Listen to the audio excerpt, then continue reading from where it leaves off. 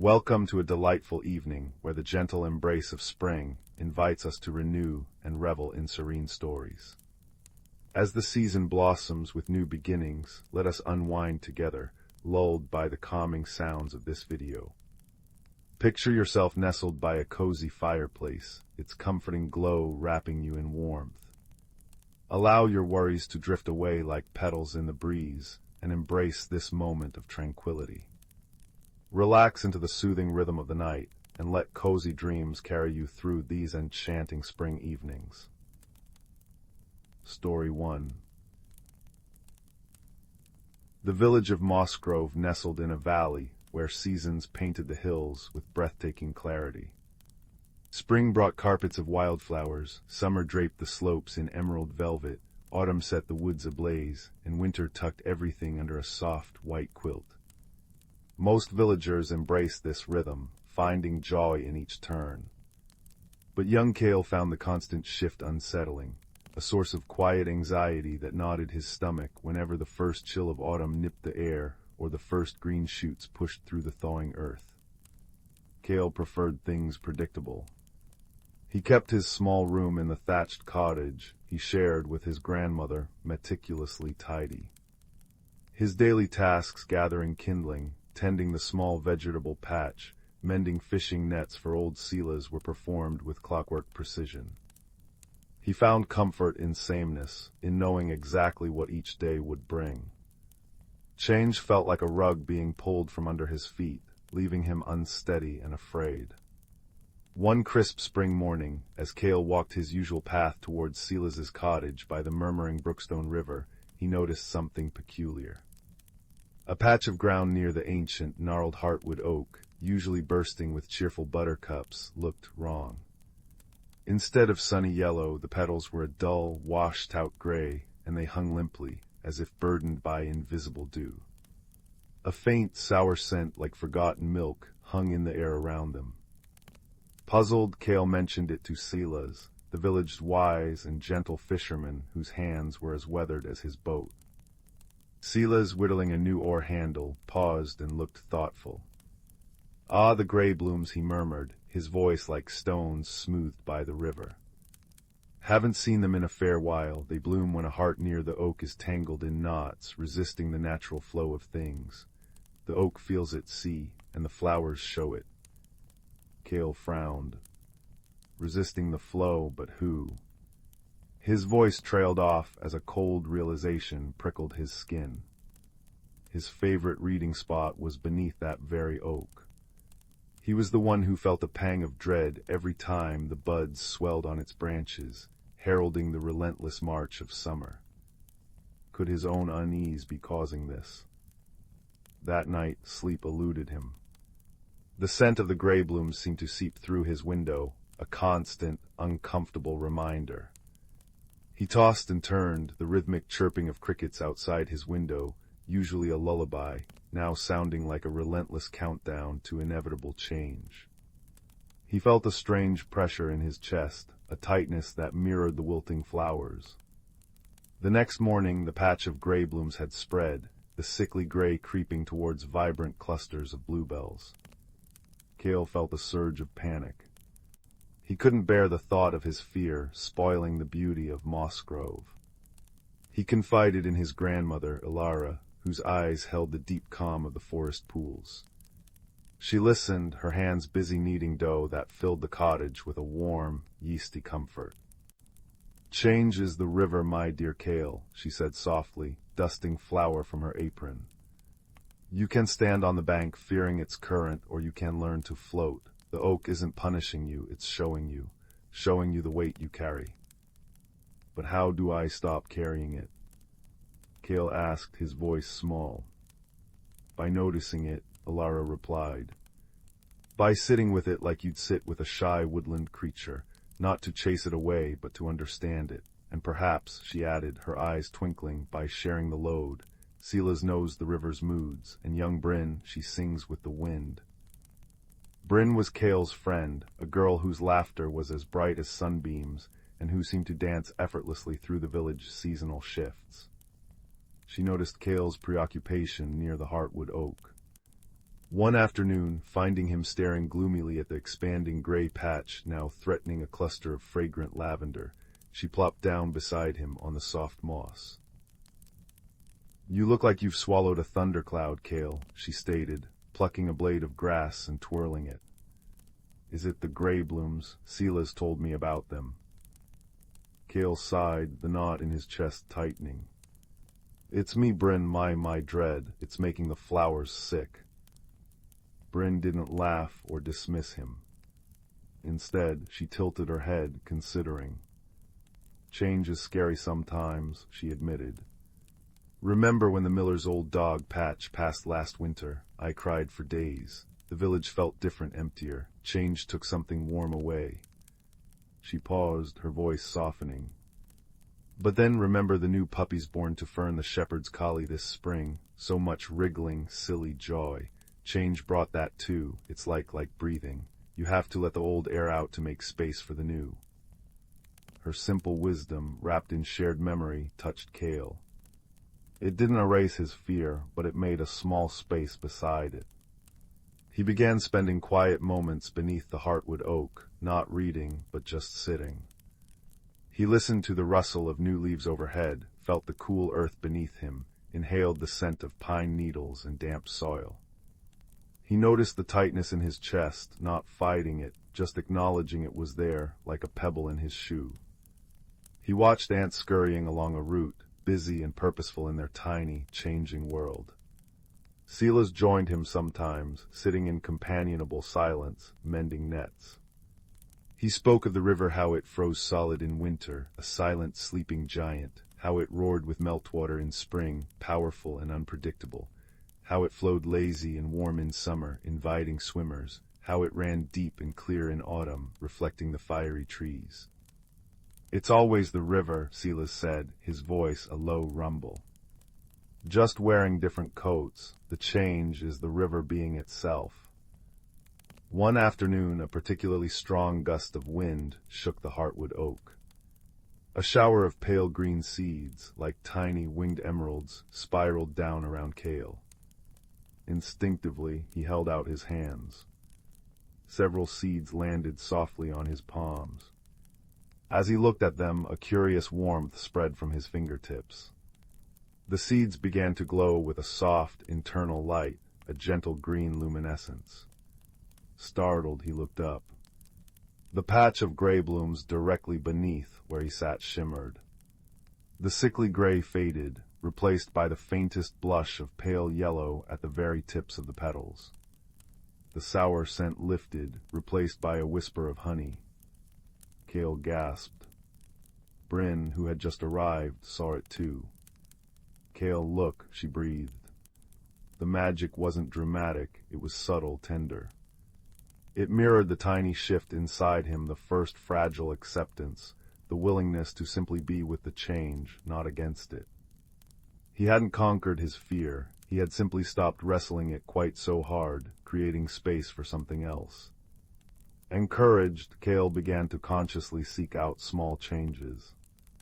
He helped Bryn gather different wildflowers each week as the meadows transformed, noticing the unique beauty of each phase, the delicate snowdrops giving way to bold poppies, then to fluffy meadowsweet. He sat with Silas as the fisherman adjusted his nets for the summer runs, learning that preparation was part of the flow, not a resistance to it. He even helped his grandmother preserve summer berries, understanding that capturing a moment's bounty was a way to carry its essence into the changing seasons. Each time he made peace with a small shift, he returned to the Heartwood Oak. He'd sit, breathe, and hold one of the magical seeds Silas had helped him collect from that first luminous shower. The seeds always warmed in his hand, glowing softly. And each time, another patch of Greyblooms responded. Gray receded, replaced by vibrant color buttercup yellow, cornflower blue, poppy red. The sourness vanished, replaced by the heady perfume of the healing blooms. The transformation wasn't instant, it was patient, unfolding petal by petal, mirroring Kael's own gradual inner shift. One evening, as the first stars pricked the dusky lavender sky of early summer, Kael sat beneath the fully restored meadow around the Heartwood Oak. Buttercups nodded cheerfully, bluebells formed a fragrant carpet, and lavender spires released their calming scent into the warm air. The Greyblooms were gone, completely transformed. In his hand, the last seed glowed with a steady, peaceful green light. He felt different. The knot in his chest was still there sometimes, a familiar tightness when he thought of autumn's approach or winter's depth, but it was softer, smaller. It no longer felt like a stone, but perhaps a smooth pebble he could carry without it weighing him down. He understood now that his fear hadn't vanished. It had simply been joined by acceptance, by curiosity, and by the quiet strength that came from facing it with open eyes and the support of friends. He looked at the luminous seed. It wasn't just a mirror of his inner state anymore. It felt like a small, tangible piece of the peace he'd found. He gently pressed it into the soft earth beneath the oak, a quiet offering of gratitude.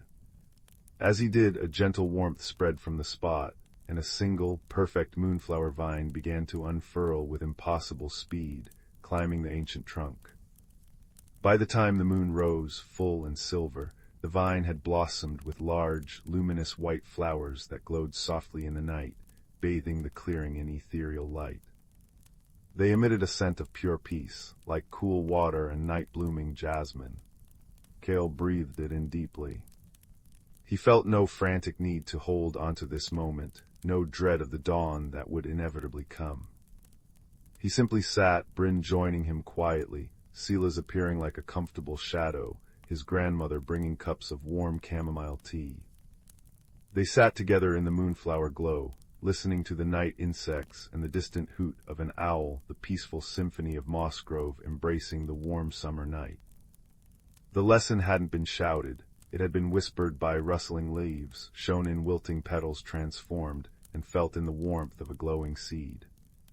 Kael learned that personal growth wasn't about becoming someone entirely new or erasing discomfort. It was about unfolding, like the moonflower, revealing new layers of understanding and resilience.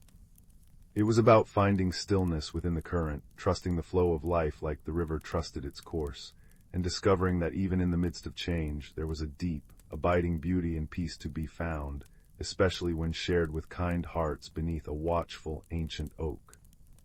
The magic hadn't changed the world, it had changed how he saw it, revealing the inherent enchantment of growth itself, one gentle, luminous petal at a time.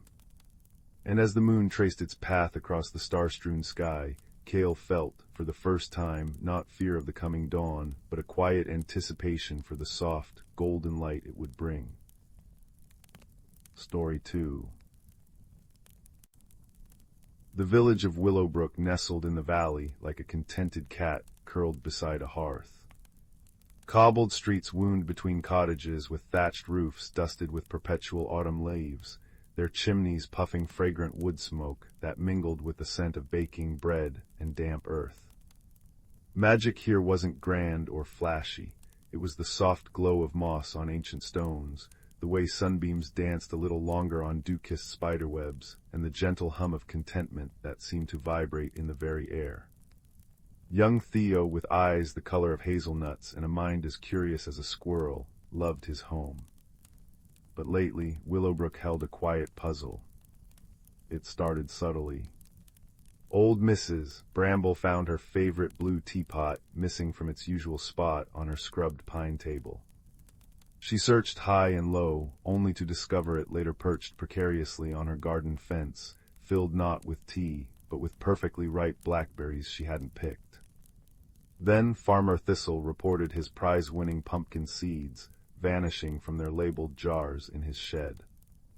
Days later they reappeared, neatly planted in a perfect circle in the meadow behind his barn, already sprouting tiny green shoots. The baker, Mistress Clover, awoke to find her meticulously measured sacks of flour swapped with sacks of soft, fragrant lavender. While lovely, it wasn't much use for her morning loaves. Whispers began, soft as falling leaves. The little things, some murmured, speaking of the unseen spirits said to tidy homes or help gardens grow. But this felt different, messier, almost confused. Theo, sitting by the crackling fire in his cozy living room, the flames painting dancing shadows on the walls woven with climbing ivy, felt a thrill of curiosity. "It's not mischief," he told his grandmother, who was knitting a scarf the color of twilight. "Mischief would break things or hide them forever. This is rearranging." His grandmother nodded, her needles clicking a soothing rhythm. "True, my sapling, perhaps something is lost, or someone needs help remembering." Her words, spoken in her warm, crackling voice, settled into Theo's thoughts like seeds in fertile soil. The next clue came from Theo himself. He'd spent the afternoon sketching a particularly grumpy-looking badger near Whispering Creek. Carefully placing his precious drawing pencils in their carved wooden box on his windowsill, he went to help his father stack firewood. Returning, the box was gone. His heart sank. But later, as dusk painted the sky in hues of peach and lavender, he spotted the box nestled high in the crook of the old oak tree outside his window. Inside, instead of pencils, lay a collection of smooth, strangely warm river stones, each glowing faintly with a soft inner light. And tucked beneath them was a single, perfect, slightly crumpled feather from a kingfisher. This wasn't random. There was a pattern, a strange logic Theo couldn't quite grasp. He needed help seeing it. He thought of Silas, the village woodcarver. Silas lived in a cottage seemingly grown from the roots of the great willow itself, its walls lined with shelves holding intricate carvings of animals, mythical creatures, and tiny, perfect scenes of village life. Silas was known for his patience, his quiet wisdom, and his uncanny knack for noticing the small details others missed.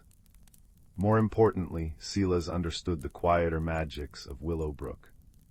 Theo found Silas on his sun-dappled porch, meticulously sanding a small wooden owl. The air smelled of cedar shavings and honeysuckle. Theo poured out the tale of the missing teapot, the pumpkin seeds, the lavender flower, and his glowing stones.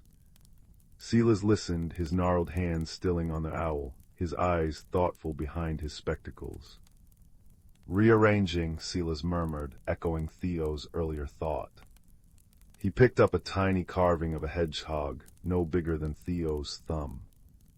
Not stealing, but substituting, leaving something behind, often beautiful, often connected to nature.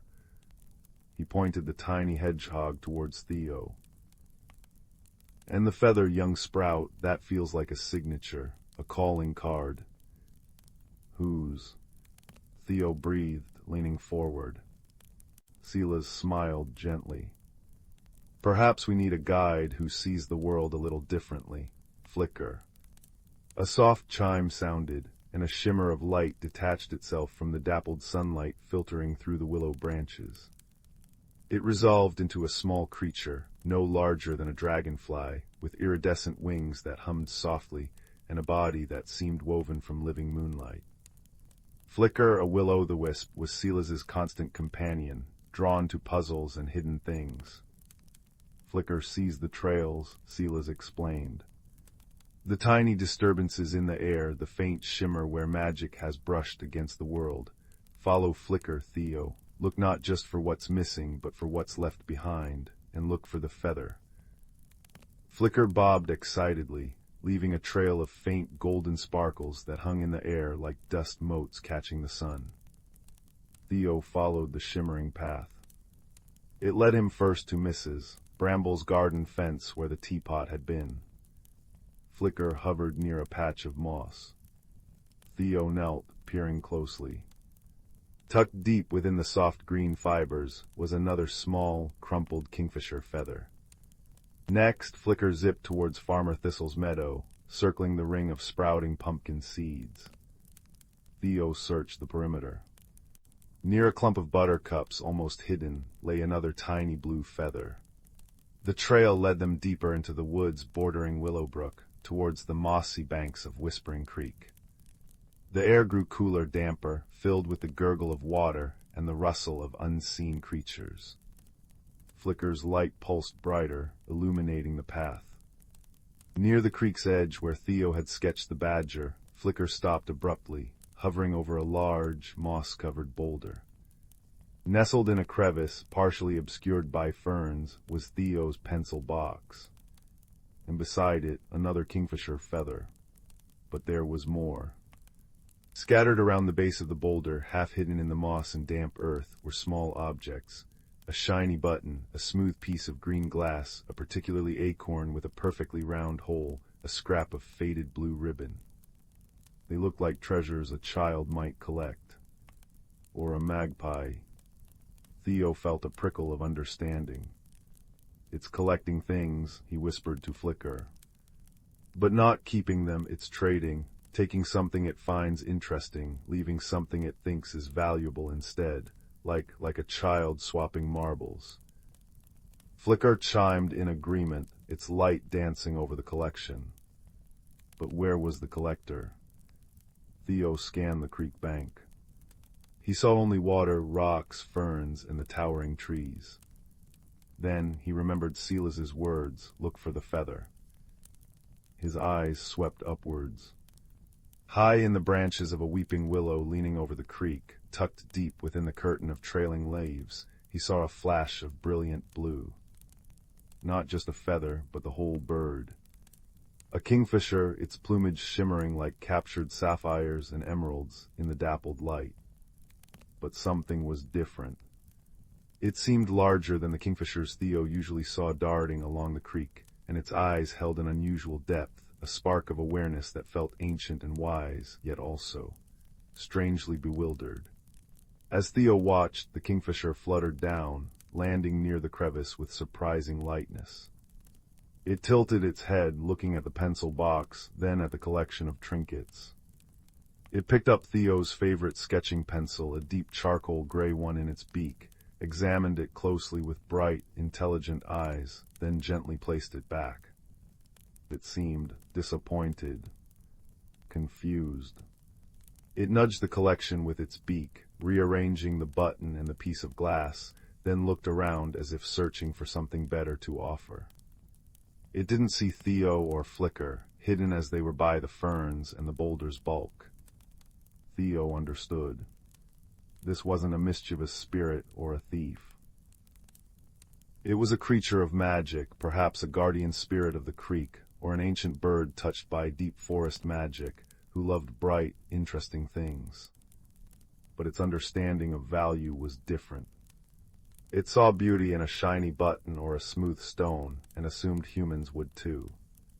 It had been trading, taking human objects it found fascinating, a blue teapot, seeds in jars, colorful flower, drawing pencils, and leaving what it considered precious treasures in return: blackberries, a planted circle, fragrant lavender, glowing stones. The feathers were its mark, perhaps a way of signing its work, or simply something beautiful it shed naturally. The challenge wasn't stopping it, but communicating. How do you explain to a magical kingfisher that while glowing stones are lovely, Mrs. Bramble really needs her teapot for tea? Theo thought of Silas's carvings. Small, beautiful things. Treasures the kingfisher might appreciate. He crept slowly, quietly back towards the village, Flicker dimming its light to a soft glow. He found Silas still on his porch, the owl carving now taking shape. "I found it," Theo whispered, explaining the kingfisher and its trades. "It's not bad, Silas, it just doesn't understand." Silas's eyes twinkled. "Ah, a misunderstanding of value, a common enough trouble, even without feathers involved." He looked thoughtfully at the tiny owl in his hand, then at his shelves. "Perhaps we need to speak its language, the language of small, beautiful things." He selected a few tiny carvings, a perfect, glistening cherry, a miniature sunflower with intricate petals, a smooth acorn cup no bigger than a pea, and a tiny fish leaping from an impossibly small wooden wave. "Offerings," he said, placing them gently in Theo's palm. "And a message." Theo returned to the creek bank. The kingfisher was still there, preening its magnificent feathers. Theo placed Silas's exquisite carvings carefully on the mossy boulder, right beside his recovered pencil box. He added a small piece of honeycomb wrapped in a leaf, a gift of sweetness.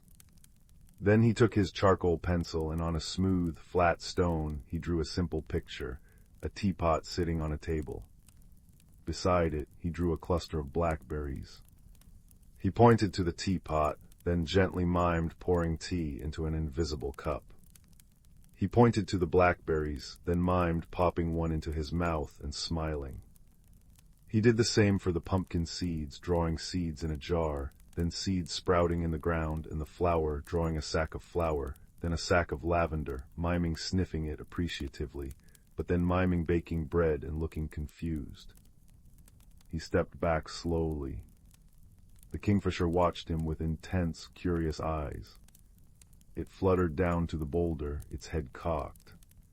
It examined the tiny carvings with evident delight, tapping the wooden cherry with its beak. It looked at the honeycomb, then delicately took a small piece. Then it looked at Theo's drawing on the stone. It hopped closer, studying the images of the teapot and the blackberries. It looked from the drawing to Theo, back to the drawing. A soft, musical cheer-up, different from its usual call, escaped its beak. It seemed to be thinking. Then with a flash of brilliant blue, it darted away upstream. Theo waited, holding his breath. Flicker hummed softly beside him. The next morning, Willowbrook awoke to a gentle resolution.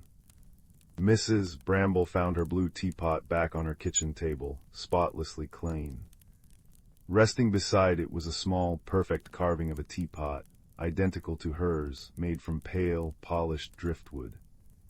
Farmer Thistle discovered his seed jars full again, and near the sprouting pumpkin circle stood a tiny, beautifully carved scarecrow, no taller than his thumb. Mistress Clover's flour sacks were restored, and placed neatly on her counter was a small pouch filled with dried lavender buds and a miniature wooden loaf of bread, astonishingly detailed. And on Theo's windowsill his pencil box sat safely. Inside, nestled among his pencils, was the most beautiful kingfisher feather yet, shimmering with all the colors of the creek and sky. Beside it lay a tiny carving of a boy sitting under a tree, sketching, remarkably like Theo. There was also a smooth, round river pebble, warm to the touch, etched with a single, simple symbol. A circle with a small dot in the center, perhaps a seed, perhaps a sun, perhaps just a mark of understanding. The strange occurrences ceased. But a new, gentle understanding bloomed in Willowbrook. Sometimes Theo would leave a particularly shiny pebble or a piece of bright ribbon near Whispering Creek. Sometimes he'd find a perfect wildflower or an unusually shaped leaf in return. And often, while sketching by the creek, he'd glimpse a flash of brilliant blue watching him from the willow branches, its ancient eyes now holding a spark of friendly recognition. The mystery hadn't been solved by force or fear, but by quiet observation, kindness, and the willingness to see the world through another's eyes, even eyes as bright and ancient as a sapphire kingfisher touched by magic. As Theo sat by his fire that evening, the warm glow illuminating the tiny carved boy on his shelf and the shimmering feather, he felt a deep contentment. The village was safe, the puzzle resolved, and a new, quiet friendship had begun, all wrapped in the cozy magic of Willowbrook. The crackling fire whispered its approval, and the scent of cinnamon drifted on the warm air, promising sweet dreams filled with gentle wonders and the soft rustle of feathers in the moonlight. Story 3.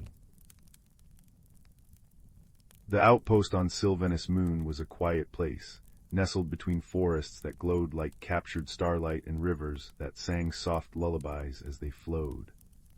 10-year-old Leo lived there with his grandfather, the caretaker of the old trading station. Leo often felt lonely, watching ships streak across the velvet sky while he swept the creaky metal decks. He'd trace constellations through the observatory dome, wondering if anyone out there ever felt as small as he did. One evening, as twin moons cast silver shadows, a streak of amber fire tore through the atmosphere. It crashed deep in the whispering woods, a place where trees pulsed with gentle blues and greens, their leaves humming like drowsy bees. Leo grabbed his glow lantern and hurried out, the air thick with the scent of rain-damp moss and sweet, alien blossoms. What he found wasn't a meteor, but a small, crystalline pod, cracked open like an eggshell. Inside, trembling and radiating jagged shards of light, was a being unlike any he'd seen. Her skin shimmered like fractured quartz, and her eyes were pools of molten gold. She made no sound, but patterns of red and violet light flickered across her form, fast, sharp, and frightening. Leo stumbled back, heart pounding. "Stay away," he shouted, voice swallowed by the woods. The being flinched, her light dimming to a fearful gray. In that moment, Leo noticed her leg, a gash of dull, cracked crystal where vibrant hues should glow. She wasn't attacking, she was hurt. Memories of his grandfather's words warmed his fear. "Kindness, little star, is the universal language." Slowly, Leo knelt. He pulled a moon peach from his pocket, its skin radiating soft pink light. Offering it with open palms, he whispered, "It's sweet, safe." The being hesitated, then reached out. As her fingers brushed his, cool and smooth as river stones, her light softened to a curious yellow. She took the fruit, and a chime-like resonance filled the air, gentle, questioning. Leo named her Zara in his mind. Back at the outpost, misunderstandings bloomed like thorn vines. Zara's light speech baffled Leo. When she flared bright orange, he thought she was angry, retreating behind stacks of rusted cargo crates. Only later, as she tapped rhythmic patterns on his datapad, did he realize orange meant hunger. He laughed, the sound echoing in the high-ceilinged hangar, and shared his grandfather's nut bread. Zara responded with a cascade of indigo spirals, relief. She taught him, too. Using broken lenses from old scanners, she bent light into pictures. A planet of soaring crystal spires, a family of shimmering figures, then a storm of black static that tore them apart. Leo's throat tightened. "You're lost," he murmured. Zara's glow pulsed deep blue, sadness. He showed her holos of earth, oceans, mountains, his grandfather's smiling face. "I miss people too," he confessed. For the first time, Zara touched his shoulder. Her light warmed his skin like sunlight through glass, and loneliness didn't feel so heavy. Their fragile understanding shattered when the ion storm hit. Sirens wailed as winds howled, tearing at the outpost's shields. Rain hissed against the viewports, smelling of ozone and burnt sugar. The power grid's failing. Leo's grandfather called over crackling comms, stranded in the control tower. Stabilizers need recalibrating, but the relay's in the woods. Leo knew the woods were treacherous in storms. Roots tripped, and glowing paths vanished in the downpour. Zara flared urgent white. She pointed to her leg, now mended with scrap metal and Leo's careful glue work, then to the storm. Her light words formed a clear image, together. They plunged into the whispering woods, Leo's lantern barely piercing the gloom. Rain lashed like cold needles, and the tree's hum became a mournful drone. Halfway to the relay, mud swallowed Leo's boot. He yanked hard, but it stuck fast. "Go on," he urged Zara. "Save the outpost." Instead, she knelt beside him. Her body blazed with pure golden light, pushing back the darkness. In that warm radiance, Leo saw the root tangling his ankle. He freed himself, breath steaming. "Thank you," he whispered. Zara chimed softly, a sound like wind chimes in a breeze. At the relay, Leo's hands shook as he rewired circuits. "I can't reach the top node." Zara's light dimmed, her species couldn't climb. But she gathered fallen branches, stacking them with precise clicks of crystal. Leo scaled her makeshift ladder, fixed the node, and power hummed back to life. As they hugged, Zara's light swirled pink and gold, joy and something deeper. The storm passed, leaving the air crisp and clean. Under a sky dusted with new stars, Zara's family arrived in a ship like a floating geode. Her kin flowed with colors Leo couldn't name, chiming melodies that made the forest glow brighter. Zara shared their light story, her fear, Leo's kindness, the storm faced side by side. Her mother bowed to Leo, light flaring grateful silver. You brought our daughter home. As Zara prepared to leave, she pressed a small crystal into Leo's palm. It pulsed with soft, steady light, the same gold as her eyes. Leo gave her a moonpeach seed. Plant it, he said, so you'll remember. Zara's farewell chime was sweet and clear, echoing long after her ship vanished into the stars. Now Leo sits on the outpost deck, grandfather's hand on his shoulder. The crystal glows warmly against his chest, a little sun against the dark.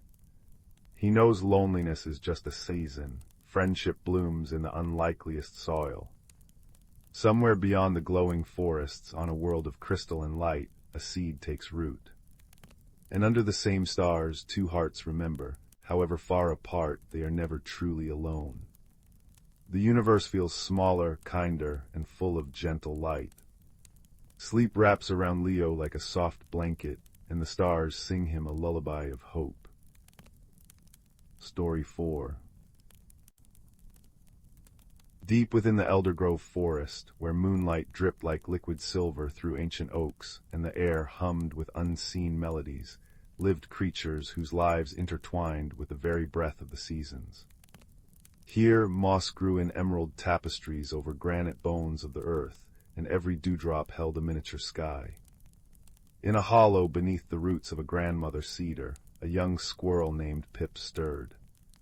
His nose twitched at the crisp scent of decaying leaves and distant frost. Autumn was deepening into the quiet threshold of winter. But something felt thin. The forest's usual symphony, the chuckle of Brookshine Creek, the rustle of shrews in dry ferns, the drowsy hum of earthworms turning soil, sounded muted as if the world held its breath. Pip's grandfather, Silas, with fur like storm cloud and eyes holding the patience of mountains, noticed it too. The balance wavers, he murmured one evening, as they watched amber leaves spiral downward like burning stars. When the heartstone sleeps too deeply, the seasons forget their rhythm. He spoke of the forest's secret heart, a crystalline stone nestled in the whispering gorge, pulsing with the magic of elemental harmony. For generations it had been tended by the stonekeepers, ancient tortoises who read the dreams of the earth. But the last keeper, old Mellowshell, had vanished when Pip was a kid. Without her the stone's song dimmed, and the seasons bled into one another. Autumn lingered brittle and cold, while winter's snow refused to fall. Plants grew listless, birds delayed their migrations, confused by the stagnant air. Driven by unease, Pip ventured deeper into the forest than he'd ever dared. He followed Brookshine Creek, where water striders skated on liquid glass, their shadows painting delicate calligraphy on the sandy bed. The scent of pine resin sharpened the air, mingling with the damp musk of mushrooms clustering like tiny ivory villages. As twilight painted the sky in lavender and peach, Pip met Bramble, a badger whose fur held the scent of loam and wisdom. Seeking answers, little leaper. Bramble rumbled, her claws tracing patterns in the soft earth. The gorge whispers of unrest, the wind carries no snow songs. Together they found Fern, a young deer whose hooves barely whispered on the forest floor. Fern's mother had spoken of the Heartstone, how its light once made frost bloom into crystal lace on spiderwebs and coaxed the first crocus through thawing ground. Grandmother said the stone drinks starlight and breathes out seasons, Fern murmured, her breath misting in the air like a ghost of winter. But without a keeper. She trailed off, ears swiveling toward the distant rumble of the gorge. Their journey led them through realms unseen by human eyes. In the Glimmerglade, fireflies wove constellations above pools where water nymphs, shimmering beings of liquid light, spun threads of rainbows from moonbeams. One nymph Lumi floated toward them, her voice the chime of ice against crystal. The stone's pulse weakens, she sighed, her light flickering. When its song fades, so does the dance of storms and sunshine. Even our rainbows grow pale. She gifted them a dewdrop that glowed with captured starlight. Follow where shadows deepen, but fear does not dwell. The whispering gorge yawned before them, its walls streaked with veins of quartz that should have blazed like frozen lightning. Now they lay dull, choked by thorny vines that smelled of sour berries and decay. At the gorge's heart lay the Heartstone, half buried under scree from a recent landslide, its light guttering like a dying candle. Beside it, trapped beneath fallen rocks, was old Mellowshell. Her shell, once etched with maps of constellations, was dusty and cracked. Ah, she breathed, her voice a dry rustle. The forest sent its heart song in small paws and gentle hooves. She explained the landslide had been caused by burrowers grown reckless as the season stalled, tunneling too deep in confusion. The stone needs the first snow to awaken, Mellowshell whispered. But snow cannot fall while the stone sleeps, a circle unbroken until now. Hope kindled in Pip's chest. Silas's stories echoed in his mind. When harmony frays, many small harmonies mend it. Pip scurried up the scree, dislodging pebbles with his paws. Bramble used her powerful claws to heave rocks aside, while Fern nudged vines with her velvet nose. Lumi's firefly kin arrived, bathing the gorge in soft gold light, revealing hairline fractures in the stone. It needs music, Mellowshell urged. The old songs, the ones the wind teaches the pines. Pip closed his eyes. He remembered the forest's whispers, the creak of branches in a gale, the patter of acorns on moss, the sigh of Brookshine Creek over smooth stones. Softly he chittered a melody, weaving the sounds into a tune. Fern joined, her low hum vibrating like cello strings. Bramble tapped a rhythm with her claws, echoing woodpecker drums. Lumi and her kin pulsed in time, casting light that danced like sunbeams on snow. Together their song swelled, a tapestry of root-deep wisdom and newfound courage. As the last note hung in the air, the dewdrop Pip carried blazed like a tiny star. He placed it gently on the Heartstone's largest crack. Light erupted, not blinding but warm and clear, flowing into the fractures like liquid gold. The stone's pulse strengthened, thrum, thrum, thrum, shaking the vines to dust. High above, the sky deepened to indigo. A single snowflake spiraled down, then another, until the air filled with a silent, shimmering ballet. It kissed Pip's nose, settled on Fern's ears like lace, and dusted Bramble's fur with diamonds. Where it touched the Heartstone, frost flowers bloomed across its surface, glittering with captured starlight. Mellowshell sighed as the snow lifted the rocks pinning her. The circle is remade, she murmured, her shell already smoothing, the constellations upon it reigniting. Seasons remember their steps when creatures remember their song. Winter settled over Elder Grove, not harsh but hushed and reverent. Snow blanketed the forest in downy white, Brookshine Creek gurgled under ice-jeweled bridges, and the air tasted clean and sharp, like biting into a frozen apple. Pip returned home to Silas, who nuzzled him, his eyes gleaming. You carried the forest inside you, little one. Harmony lives not in one heart, but in the chorus of many. Years flowed like the creek. Pip grew, his own fur silvering at the edges, and he became a storyteller under the grandmother cedar. Children, squirrels, rabbits, wide-eyed hedgehogs gathered as he spoke of the Heartstone, of songs woven from friendship, and how even the smallest voice could mend the world. On winter nights when snow fell thick and soft, the forest hummed with a deep, contented peace. Creatures nestled in their dens, listening to the wind sigh through the pines, a lullaby of balance restored, a promise that as long as kindness took root and courage bloomed in gentle hearts, the magic of Elder Grove would forever pulse, steady and sure, beneath the watching stars. And old Mellowshell, her shell now a tapestry of living light, dreamed of spring, knowing the snowdrops would soon push through the frost, guided by a harmony that needed no keeper, only remembering. Story 5. The village of Willowbend nestled in a valley where rivers sang lullabies and hills wore cloaks of heather. Here lived a young baker named Rowan, whose hands crafted honey cakes that warmed bellies but whose heart carried a quiet ache. For while seasons turned, crocuses yielding to lilacs, then autumn's amber glow, Rowan remained unchanged. Friends grew taller, pursued new crafts, even the village children outgrew their shoes. Yet Rowan felt rooted like old oak, watching life flow like the creek behind the mill, unable to move with its current. Each dawn, Rowan kneaded dough in the cottage kitchen, watching steam curl from loaves like shy ghosts. The oven's warmth couldn't melt the frost of uncertainty clinging to their thoughts. "Why can't I bloom?" they whispered, scattering flower like fallen snow. Outside the enchanted thicket, a wood where trees hummed and fireflies wrote poems in the air, seemed to dim when Rowan passed, its colors fading to sepia. One twilight Fern the herbalist visited, her basket brimming with moon petals and star root. She settled by the hearth, her voice soft as embers. "The thicket mirrors our hearts, dear one. When we resist change, its magic grows timid." She pressed a seed into Rowan's flower-dusted palm, a luminous seed, said to glow only when nurtured by courage. "Plant this where your fear runs deepest."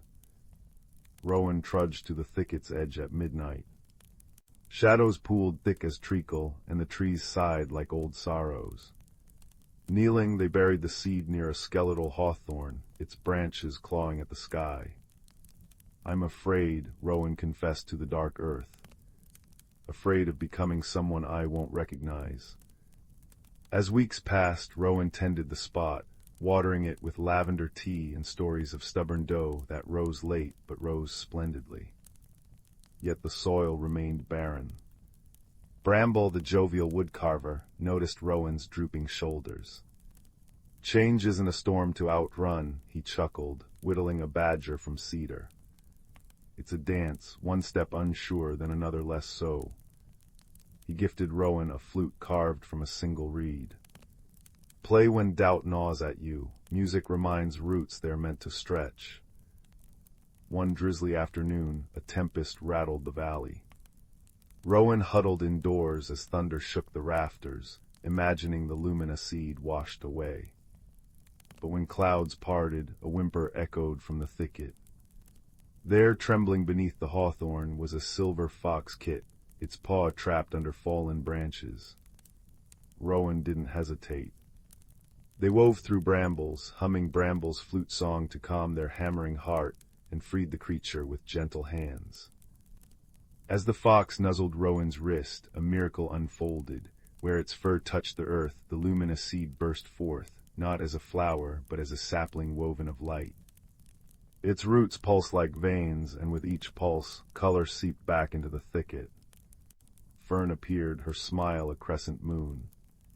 "You move toward pain instead of away. That's the first note of transformation."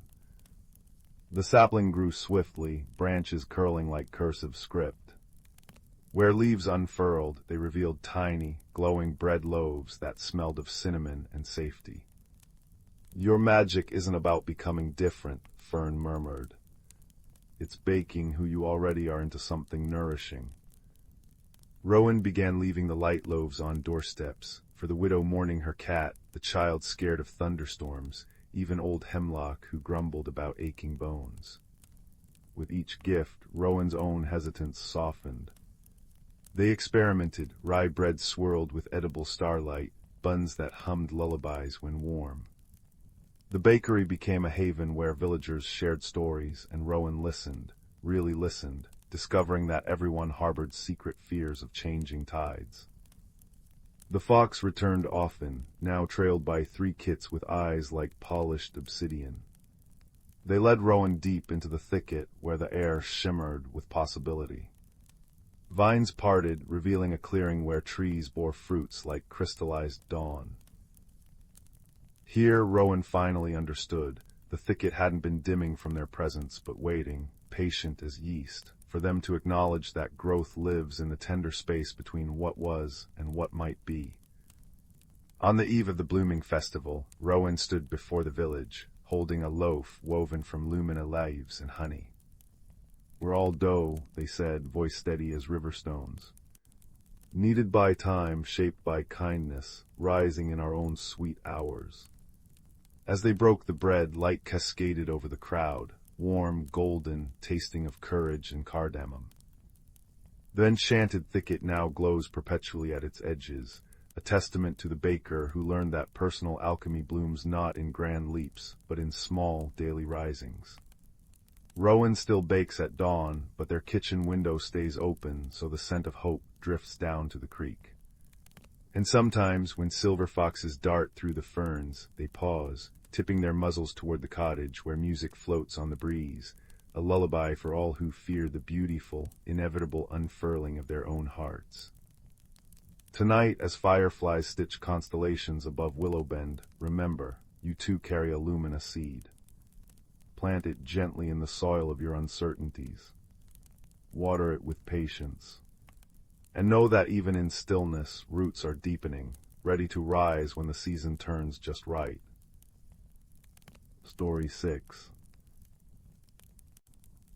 The first frost hadn't yet silvered the windows of Rowan's cottage, but the air held a crispness that whispered of autumn's deepening breath. Inside Rowan, a quiet boy with eyes the color of storm clouds and a heart that listened more than it spoke, traced the whorls on a smooth, gray river stone his grandfather had given him. "It remembers," grandfather had murmured, placing it in his palm. Stones remember the water's song. That night, unable to sleep, Rowan slipped from his bed. Moonlight, pale and cool, spilled through the window, painting silver pathways on the floor. Drawn by an inexplicable pull, he padded downstairs, the familiar creaks of the old house sounding like sleepy sighs. The river stone felt unusually warm in his pocket. He paused by the back door, gazing out at the moon-washed garden. Beyond the picket fence, the dark mass of Whisperwood loomed. Suddenly a flicker of light, not silver like the moon, but a soft, pulsing amber, caught his eye deep within the trees. It was unlike any firefly or lantern he'd ever seen. Curiosity, a quiet but insistent flame, ignited within him. Pulling on his worn boots and thickest jumper, Rowan slipped outside. The cool air nipped at his cheeks, smelling of damp earth and fallen leaves. He hesitated only a moment before stepping beyond the garden gate and into the shadowed embrace of Whisperwood. The woods at night were a different world. Familiar paths became mysterious tunnels. Moonlight filtered through the canopy in fractured beams, illuminating patches of moss that glowed faintly emerald. The usual daytime chatter of birds was replaced by the rustle of unseen creatures, the distant hoot of an owl, and the constant, gentle sigh of the wind through the pines. Rowan followed the amber light, moving deeper than he'd ever dared. The river stone in his pocket grew warmer still, humming faintly against his leg. He pushed through a curtain of weeping willow branches, their silvery leaves brushing his hair like cool fingers, and gasped. Before him lay a hidden glade bathed in soft, otherworldly light. Giant toadstools, their caps shimmering with pearlescent hues, dotted the mossy floor like tiny tables. Bioluminescent vines snaked up ancient oaks, dripping strands of liquid sapphire light.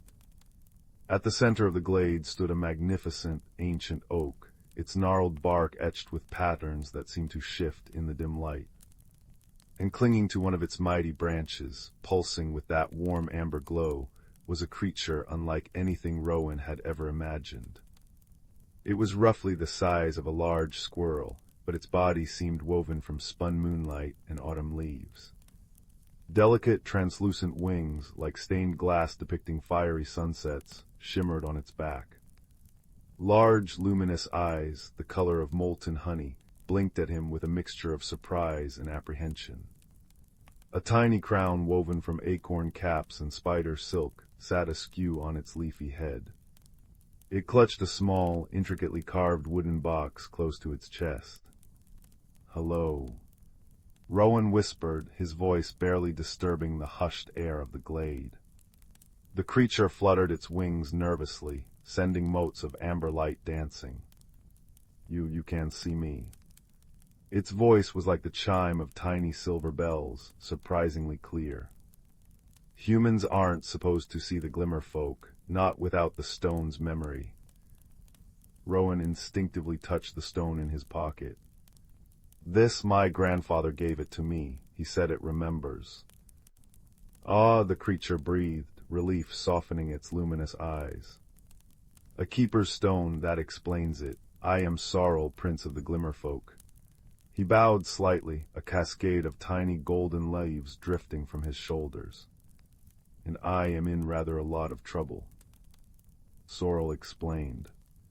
He was the guardian of the Heartwood Acorn, a magical seed nestled within the carved box. Once every 100 years, under the hunter's moon, the acorn needed to be returned to the sacred soil at the very heart of Whisperwood, where the oldest tree, the world root, slumbered. Planted anew, it ensured the continued magic and vitality of the hidden glade and the Glimmerfolk who depended on its energy.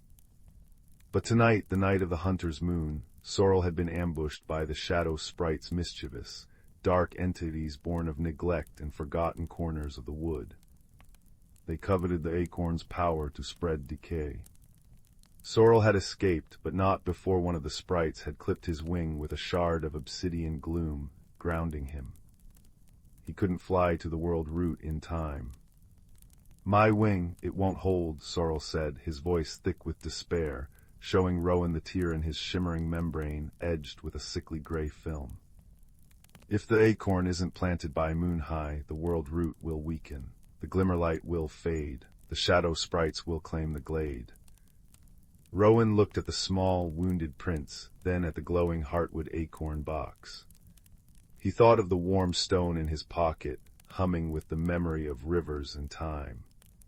He thought of his grandfather, who had always taught him to listen to the quiet things, the old things.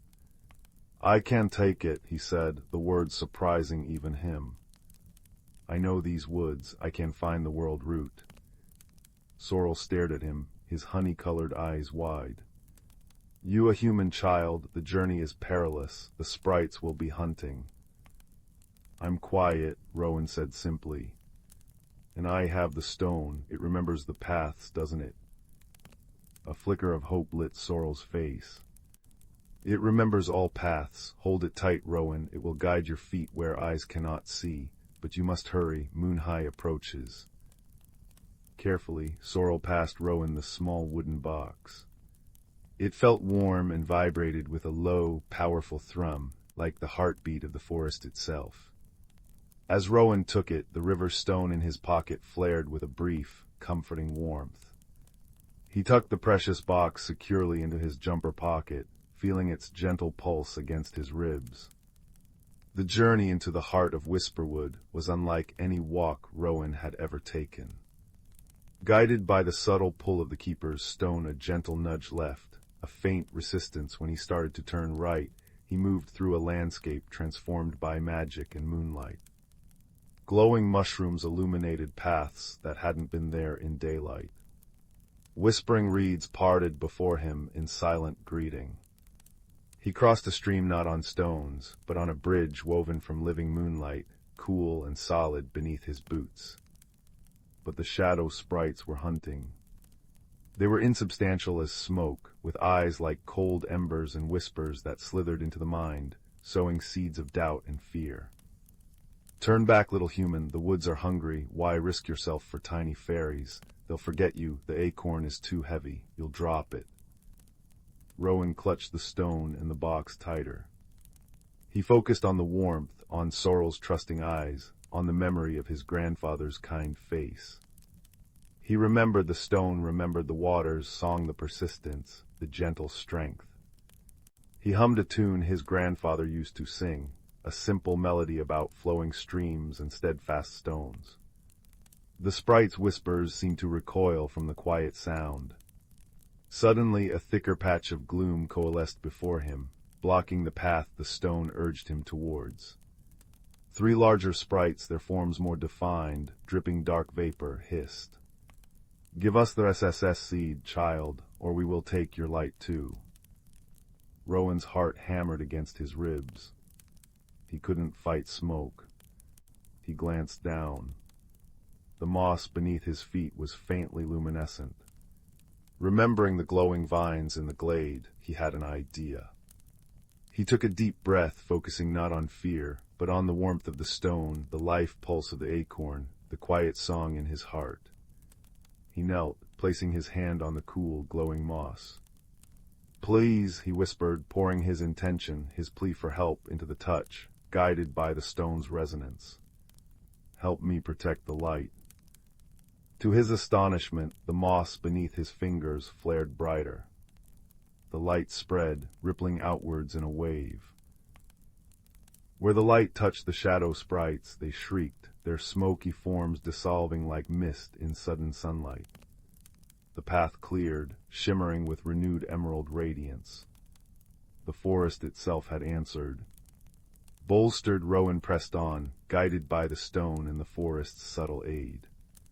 He navigated treacherous root snarls that seemed to shift, crossed ravines on bridges of fragrant, blooming, night-blooming jasmine that appeared only as he needed them. He learned to listen to the rustle of leaves, a warning of sprites ahead, the chirp of a hidden cricket, a sign of a safe path. The woods were speaking, and the keeper's stone helped him understand its ancient language. Finally, the stone pulsed with a deep, resonant warmth, pulling him towards a colossal tree, wider than 10 cottages. The world root. It wasn't just a tree, it was a living monument, its bark deeply fissured like wise, ancient skin. Roots, thick as dragons, snaked deep into the earth. The air here hummed with a profound, peaceful energy. Above, the hunter's moon hung fat and bright, almost directly overhead, casting long, silvery shadows. But guarding the base of the colossal trunk, where a small patch of impossibly rich, dark soil lay bare, was the largest shadow sprite yet. It was a swirling vortex of darkness, taller than Rowan, with eyes like burning coals and claws of solidified gloom. It let out a guttural hiss that vibrated in Rowan's bones. "Too late, keeper child, the moon is high, the SSS seed is mine." Rowan felt a surge of despair. He was just a boy. How could he fight that? The sprite lunged, a wave of chilling darkness rushing towards him. Rowan stumbled back, fumbling for the box. He had to plant it. But the sprite was too fast, too powerful. Its chilling touch grazed his arm, sending a wave of numbness and hopelessness through him. The wooden box slipped from his grasp, tumbling towards the dark soil but landing just short of the sacred patch. The sprite loomed over the box, reaching a clawed tendril of shadow towards it. Yes. Suddenly, a streak of amber light shot past Rowan's ear. Sorrel. The Glimmerfolk prince, despite his injured wing, had somehow followed, clinging to a low branch. He threw something small and glittering, a dewdrop infused with pure glimmerlight. It struck the sprite's shadowy form. The dewdrop didn't harm it, but it sizzled, and the sprite recoiled with a shriek of pure annoyance, momentarily distracted. It was the chance Rowan needed. Ignoring the numbness in his arm, fueled by Sorrel's bravery, he lunged. Not towards the sprite, but towards the box. He scooped it up, the warm wood reassuring against his chilled fingers. The sprite, enraged, whirled back towards him, darkness gathering for a final blow. Rowan stood before the world root, the hunter's moon bathing him, and the sacred soil in silver light. He looked at the swirling darkness, then down at the Heartwood acorn box. He thought of the river stone, warm in his pocket, humming with the memory of persistence. He thought of Sorrel, tiny and wounded but fighting. He thought of the glowing moss, the singing reeds, the forest that had helped him. He wasn't alone. He didn't fight. He knelt. With trembling hands but a suddenly steady heart, he opened the carved box. Nestled inside on a bed of velvet moss was the Heartwood acorn. It was no larger than his thumb, but it pulsed with a light so profound, so ancient and vital, that it seemed to contain the essence of the forest itself. It glowed with the deep, rich gold of sunlight on autumn leaves, swirling with veins of emerald and sapphire. As the shadow sprite gathered its darkness for a final, obliterating strike, Rowan gently, reverently, placed the glowing acorn into the dark, rich soil at the base of the world root. He pushed it just below the surface with his finger, the soil feeling warm and welcoming. The moment the acorn was covered, a silent wave of pure, golden light exploded from the spot. It wasn't blinding but warm and all-encompassing, washing over Rowan, over Sorrel, over the entire glade. It passed through the shadow sprite like sunlight through smoke.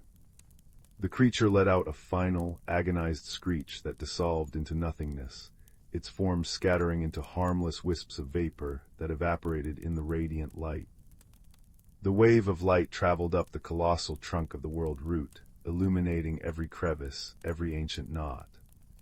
It pulsed outwards through the roots, deep into the earth, and upwards through the branches, reaching the very tips of the leaves high above.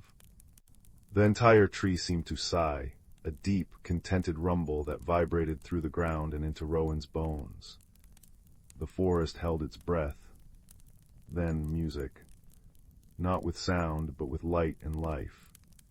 The glowing vines in the canopy pulsed brighter, their sapphire light deepening. The toadstools glowed with renewed pearlescent vigor. Bioluminescent flowers unfurled petals that hadn't been there moments before, releasing soft clouds of shimmering pollen that drifted like tiny stars. The air itself hummed with renewed vibrancy, smelling of fresh rain, rich earth, and blooming night flowers. The hidden glade wasn't just alive, it was rejoicing. Sorrel fluttered down, landing unsteadily but triumphantly beside Rowan. His injured wing still bore the gray tear, but it seemed less pronounced, bathed in the renewed glimmerlight. His honey-colored eyes shone with tears of pure joy. "You did it, Rowan, you saved the Heartwood, you saved us all." Rowan looked around, awestruck. The transformation was breathtaking. The sense of peace and rightness was profound.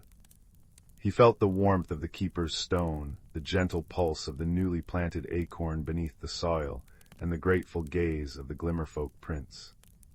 He hadn't felt brave, he'd felt scared. But he'd listened, he'd trusted the stone, the forest, and his own quiet heart. "We did it," he corrected softly, smiling at Sorrel. "You distracted it." Sorrel beamed, adjusting his tiny acorn cap crown. "Teamwork and wisdom, you understood the forest, Rowan, the stone chose well."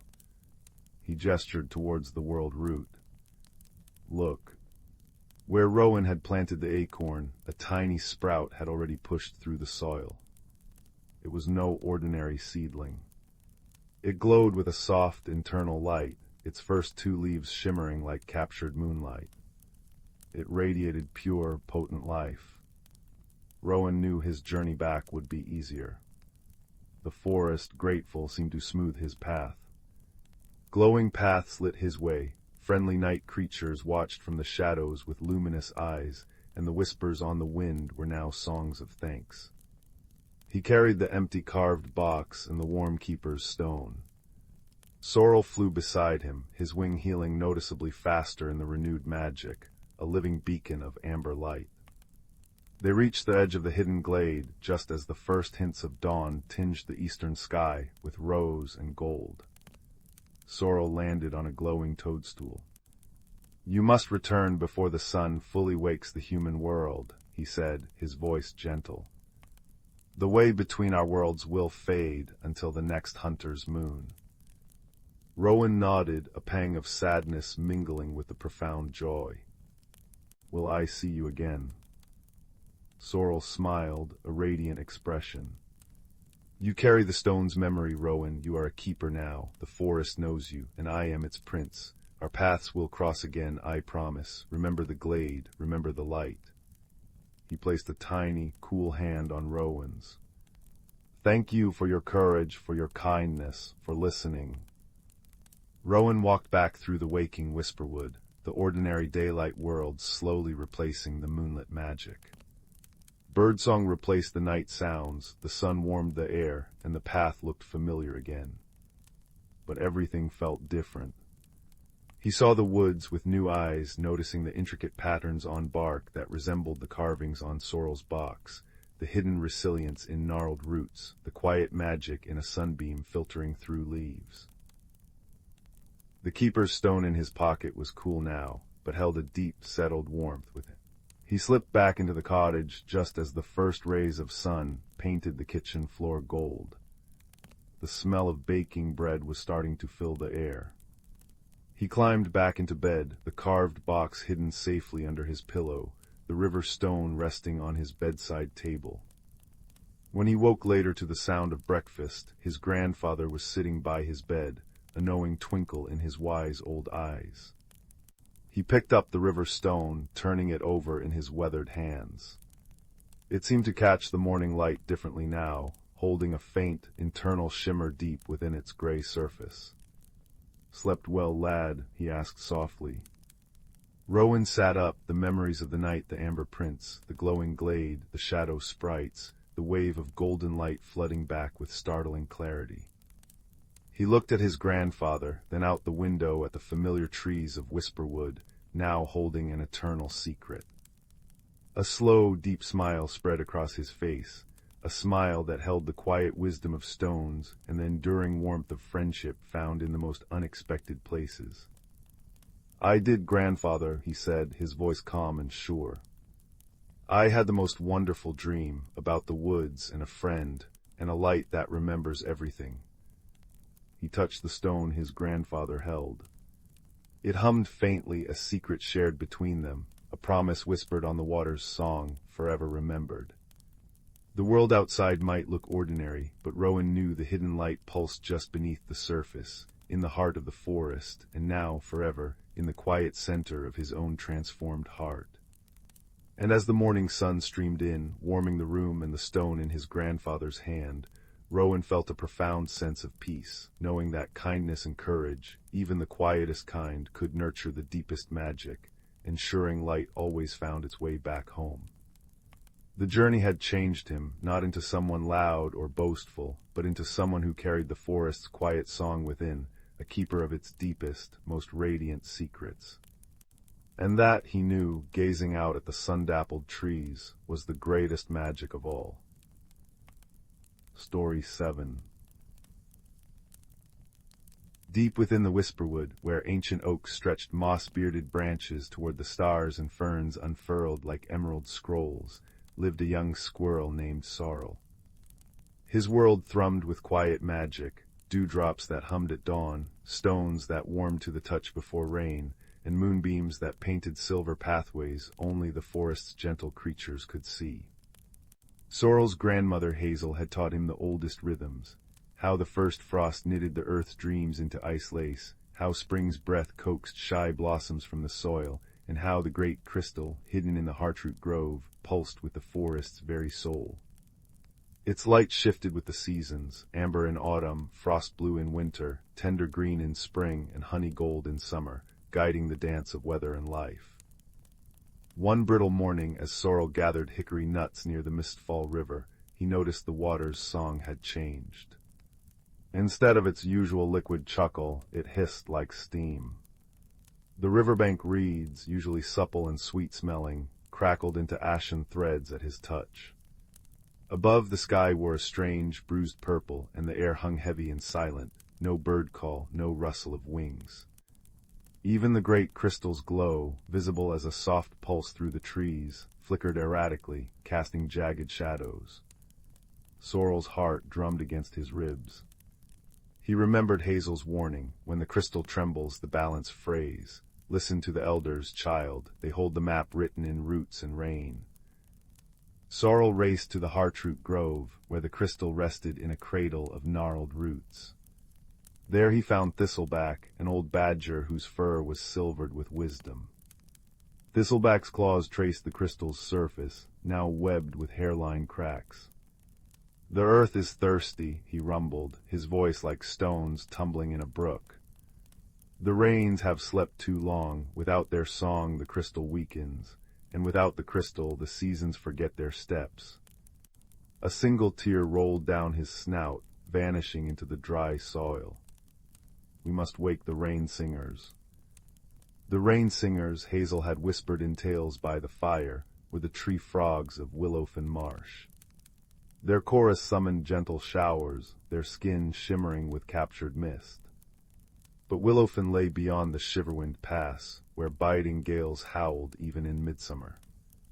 Sorrel shivered. Thistleback nosed a dried maple seed into his paw. "Take this to Fern the otter, she knows the secret paths. And remember, harmony blooms in company, never alone."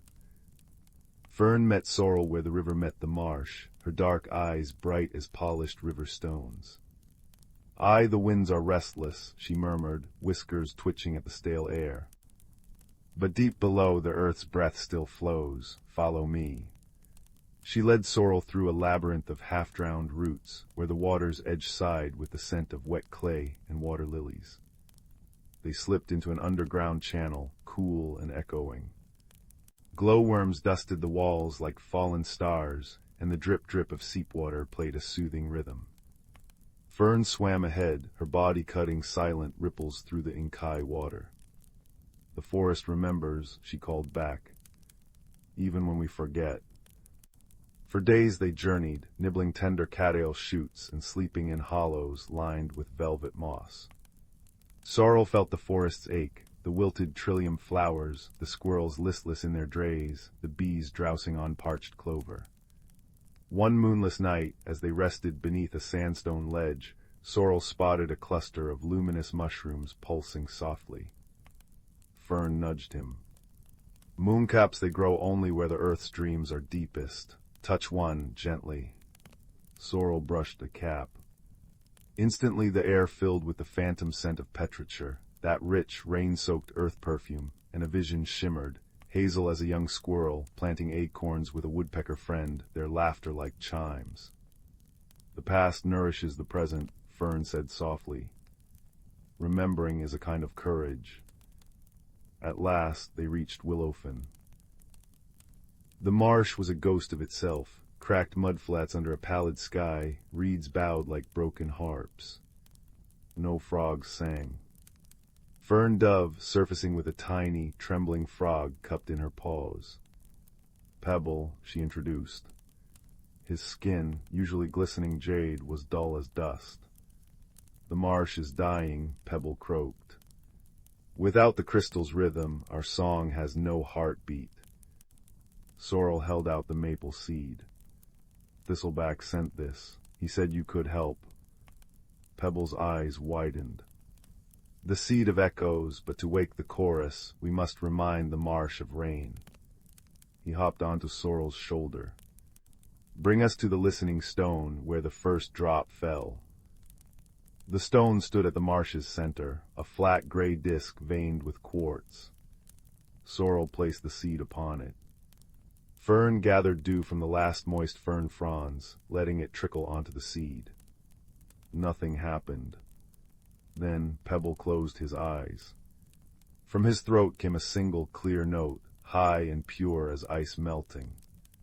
One by one other frogs emerged, adding their voices, a deep thrum, a silvery trill, a ripple of clicks. Their combined song swelled, weaving through the still air. Above, the bruised clouds stirred. A cool wind sighed, carrying the scent of distant storms. Suddenly, the maple seed split. A sapling sprouted, growing faster than thought, not into a tree, but into 1,000 glistening threads of water that spiraled skyward.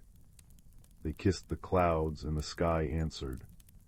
Rain fell, not a deluge, but a tender, whispering shower. It pattered on the stones, plinked into the marsh, and washed over Sorrel's fur, cool and sweet as mint. The frogs' chorus soared now strong and sure, their skin gleaming anew. As the rain gentled, a beam of honeyed light pierced the clouds, striking the distant Heartwood Grove. The crystal's glow steadied, warm and golden.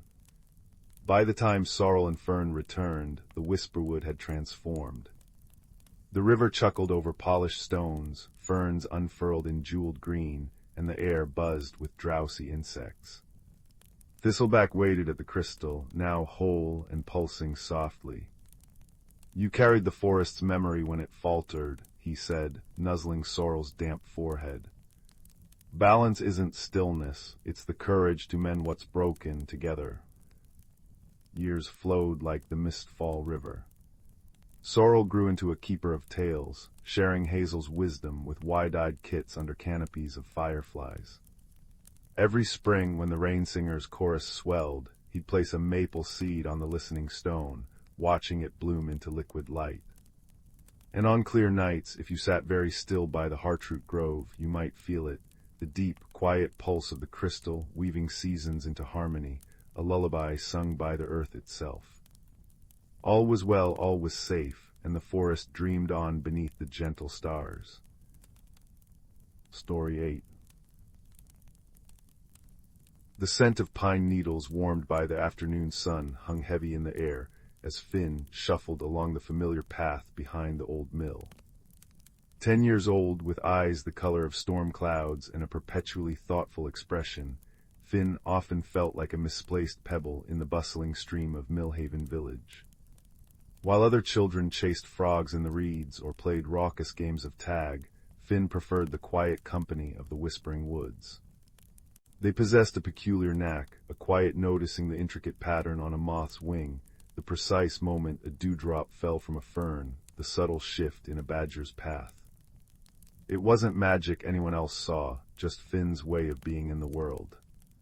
One crisp autumn day, driven by a restlessness he couldn't name, Finn ventured deeper than usual. Sunlight dappled through the canopy, painting shifting patterns on the mossy floor. The usual chirps and rustles seemed hushed, expectant. Then Finn noticed something unusual, a cluster of impossibly vibrant blue mushrooms, glowing faintly, circling the base of a colossal, ancient oak. Its bark was deeply furrowed, like the wise face of a slumbering giant. Drawn by an inexplicable pull, Finn placed a small hand against the cool, rough bark.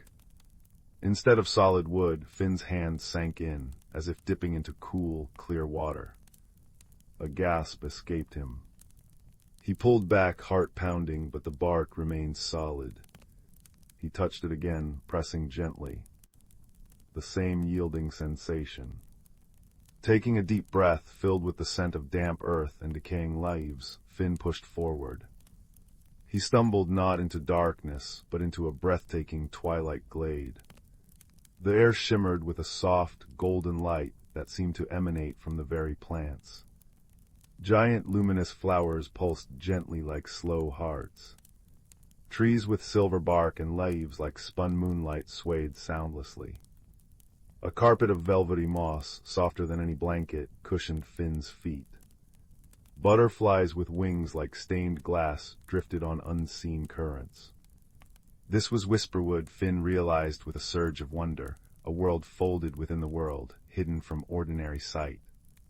In the center of the glade, near a pool of water reflecting the luminous canopy above, sat something. Finn froze. It wasn't frightening, but utterly unexpected.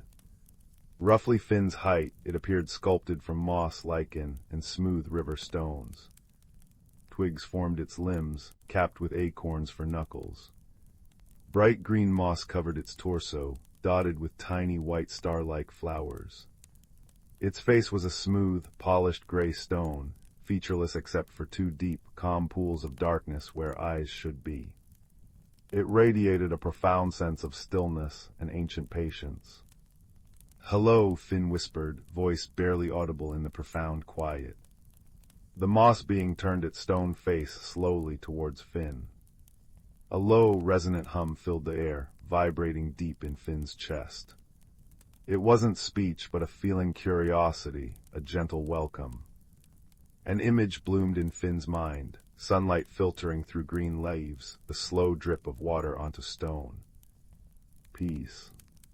I'm Finn, he offered, stepping closer.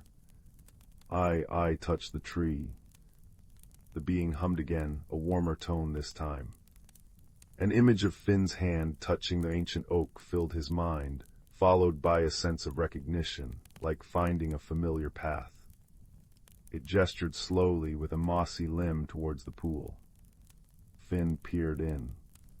The water wasn't just reflecting the luminous plants. It seemed to hold shifting scenes within its depths, a glimpse of Millhaven's bridge, a flash of the sun on the river, a close-up of a dragonfly's iridescent wing.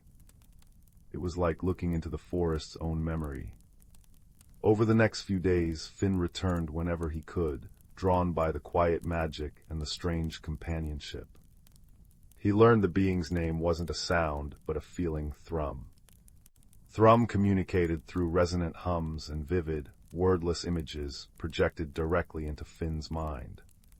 Finn would talk, sharing stories of the village, his quiet observations, his feeling of being different. Thrum would respond with images of interconnected roots beneath the forest floor, the slow turning of seasons, the vital dance of sunlight and rain. Thrum embodied the deep, patient wisdom of the earth itself. Their unlikely friendship blossomed. Finn showed Thrum the smooth, skipping stones he collected by the riverbank.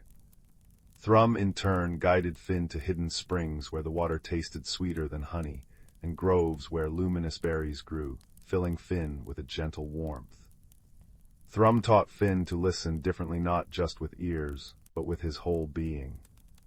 Finn learned to feel the faint tremor in the ground signaling a distant deer, to sense the subtle shift in the wind before rain, to understand the silent language of the plants. His quiet noticing deepened into a profound connection.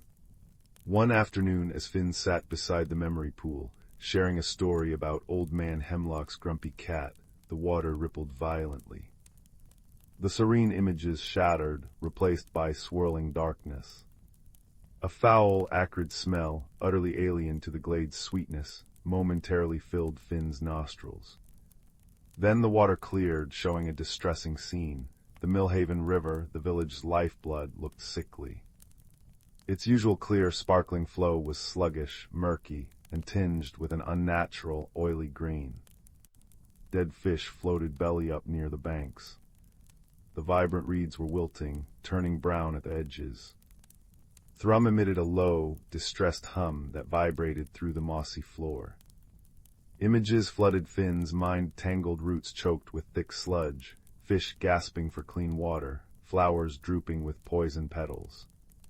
A wave of profound sorrow emanated from Thrum, mixed with a deep, rumbling anger that felt like the earth groaning. The poison was spreading, Thrum conveyed, seeping into the hidden streams that fed Whisperwood itself.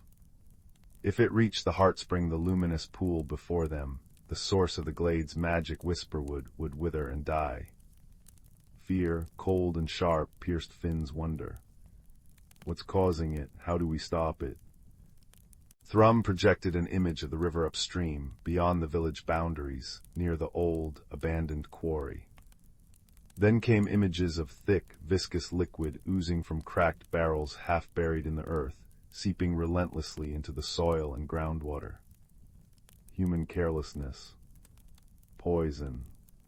The source needed to be found and cleansed, but Thrum's form, rooted in the slow rhythms of the earth, was ill-suited for navigating the human world quickly. Thrum could sense the sickness, understand the flows, perhaps even heal the land, but finding the precise source amidst the tangled human landscape required a different kind of sight. Finn understood. His quiet noticing, his ability to see the small things others missed, wasn't a weakness here. It was a key. I can find it, he said, determination hardening his voice. I know the woods around the quarry. I can find where the poison is coming from. Thrum hummed, a complex sound carrying both worry and immense trust. It reached out a mossy hand. In its palm rested a single, perfect acorn. But this acorn shimmered with an inner light, swirling with colors like captured sunlight and deep earth. Take this, the image came. It holds a piece of Whisperwood's heart. When you find the source, hold it to the earth. It will show me the way to mend. Finn carefully took the glowing acorn. It felt warm and alive in his hand, humming faintly against his palm, a tangible link to Thrum and the glade. He tucked it safely into his deepest pocket. I'll find it, he promised. The journey back through the oak felt different. The vibrant magic of Whisperwood clung to him like cobwebs, but the weight of the task settled heavily on his small shoulders. The familiar woods now seemed charged with urgency. He noticed things he might have overlooked before: a patch of unusually wilted ferns near a deer trail, a faint, unpleasant tang beneath the usual forest scents carried by a breeze from the quarry direction. His quiet noticing became a focused search. Reaching the outskirts of the quarry was jarring. The lush forest gave way to scarred earth, steep gravel slopes, and the skeletal remains of old machinery. The river here was a narrow stream choked with debris, its banks stained with unnatural colors. The acorn in Finn's pocket pulsed warmly. He followed its subtle pull, scrambling over loose rocks, his eyes scanning the ground, the waterline, the crumbling quarry walls. He noticed a cluster of flies buzzing persistently near a crevice at the base of the quarry wall, ignoring the decaying rubbish nearby. Focusing, he saw a faint, dark stain on the rocks below the crevice, almost hidden by loose gravel. Kneeling, he brushed the gravel aside. Beneath it, the earth was dark and slick, smelling sharply of chemicals. Peering into the crevice, he saw the glint of corroded metal, the corner of a rusted barrel, wedged deep within the rock. Thick, greenish-black sludge oozed slowly from a split seam, dripping relentlessly onto the poisoned ground and trickling towards the stream. "This is it," Finn whispered, his heart pounding. He pulled the glowing acorn from his pocket. Its light intensified, casting warm, dancing patterns on the grim surroundings. Remembering Thrum's instruction, Finn pressed the acorn firmly against the poisoned earth right where the sludge dripped. The effect was immediate. The acorn pulsed like a tiny star, its light pouring into the ground. The dark stain seemed to recoil from the radiance.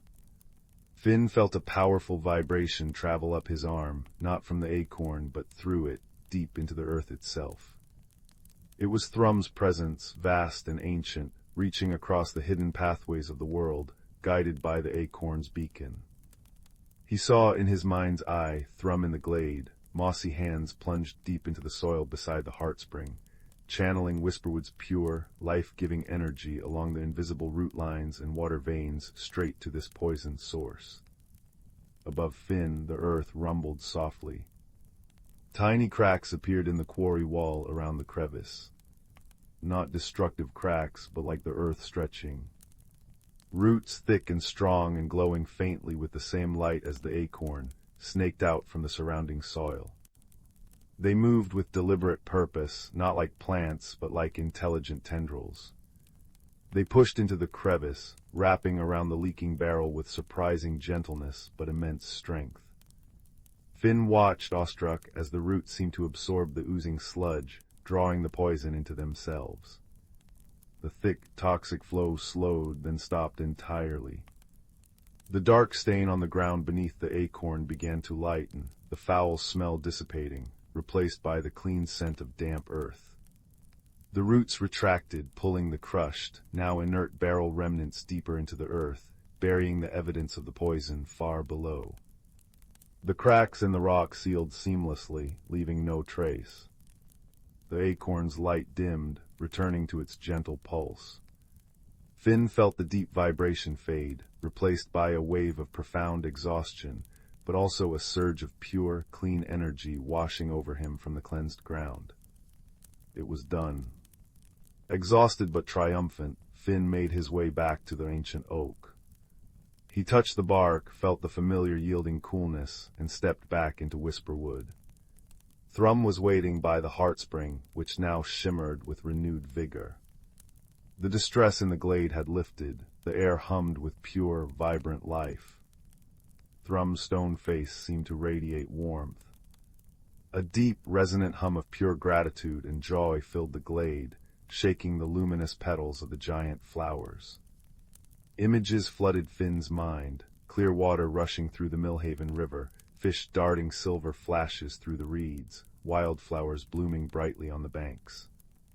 The village saved. Whisperwood safe. The connection between their worlds strengthened. Thank you, Seeker, the feeling resonated. Your seeing eyes found the wound. Your courage brought the cure. Finn sat beside Thrum, the glowing acorn resting in his palm. He didn't feel like a misplaced pebble anymore. He felt like a bridge, a vital connection between the bustling world above and this hidden, whispering world below. He had used his quiet gift not just to observe, but to act, to heal. He had found friendship in the most unexpected form and discovered his own place in the vast, interconnected web of life. The following days in Millhaven were filled with relieved chatter. The river cleared miraculously overnight, the fish returned, and the wilting reeds sprang back with astonishing vitality. Old Man Hemlock declared it a blessing, while the village elders scratched their heads, mystified. Finn listened, a small, secret smile playing on his lips. He noticed the cleaner scent of the water, the brighter song of the birds, the renewed vigor in the plants along the bank. He noticed the way the ancient oak by the mill path seemed to stand just a little taller, its leaves a deeper green. He visited Thrum often, sharing stories of the village's recovery. Thrum shared the deeper healing, how the poison streams beneath the earth were slowly clearing, how the heart spring pulsed with strong, clean energy. Their friendship deepened, a silent understanding passing between the boy who saw the small things and the ancient spirit who understood the vast flow of life. One crisp evening, as the first stars began to prick the twilight sky above Millhaven, Finn stood on the bridge, watching the river flow clear and strong beneath him. He felt a familiar warmth in his pocket. He pulled out the glowing acorn.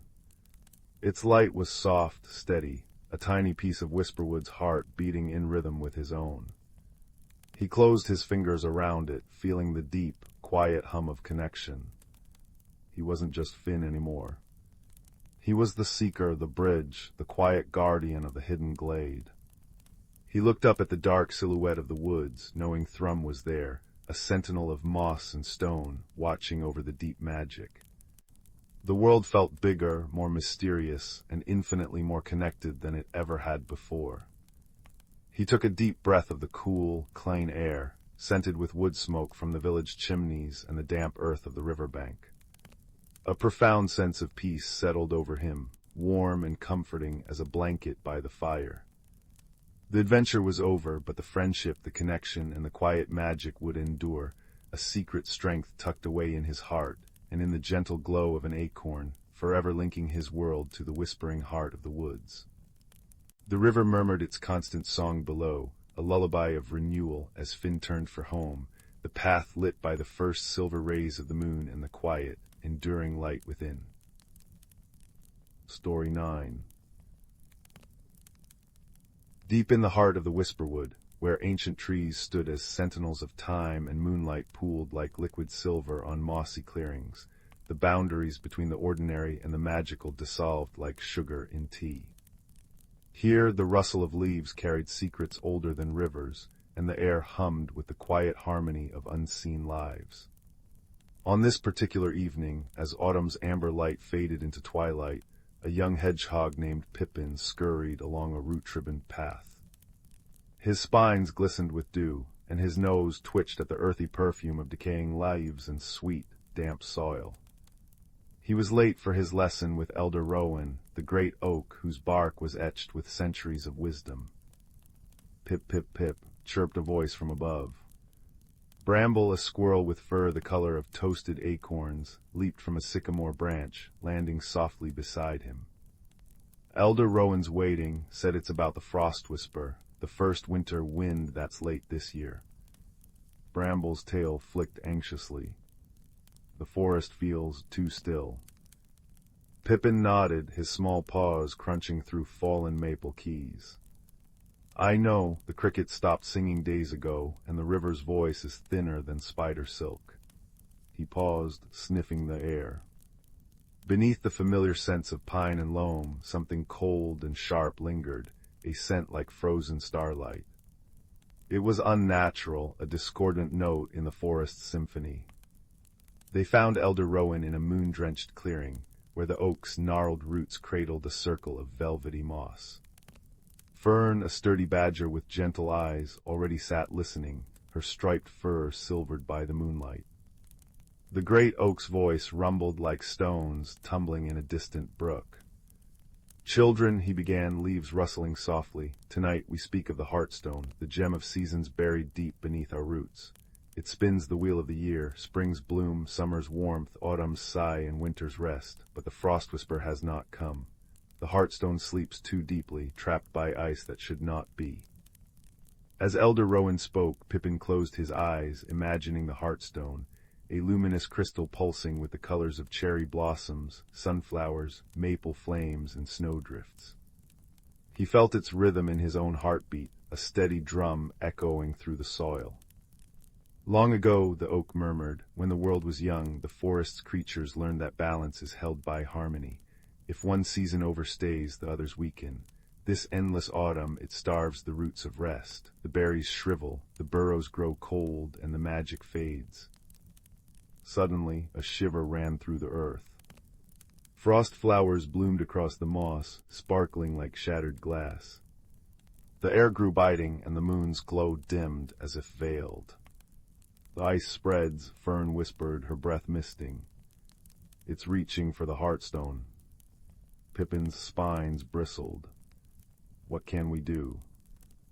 The legends say, Elder Rowan replied, his voice a low, steady anchor, that three things can melt unnatural ice, the warmth of friendship, the light of courage, and the memory of summer's song.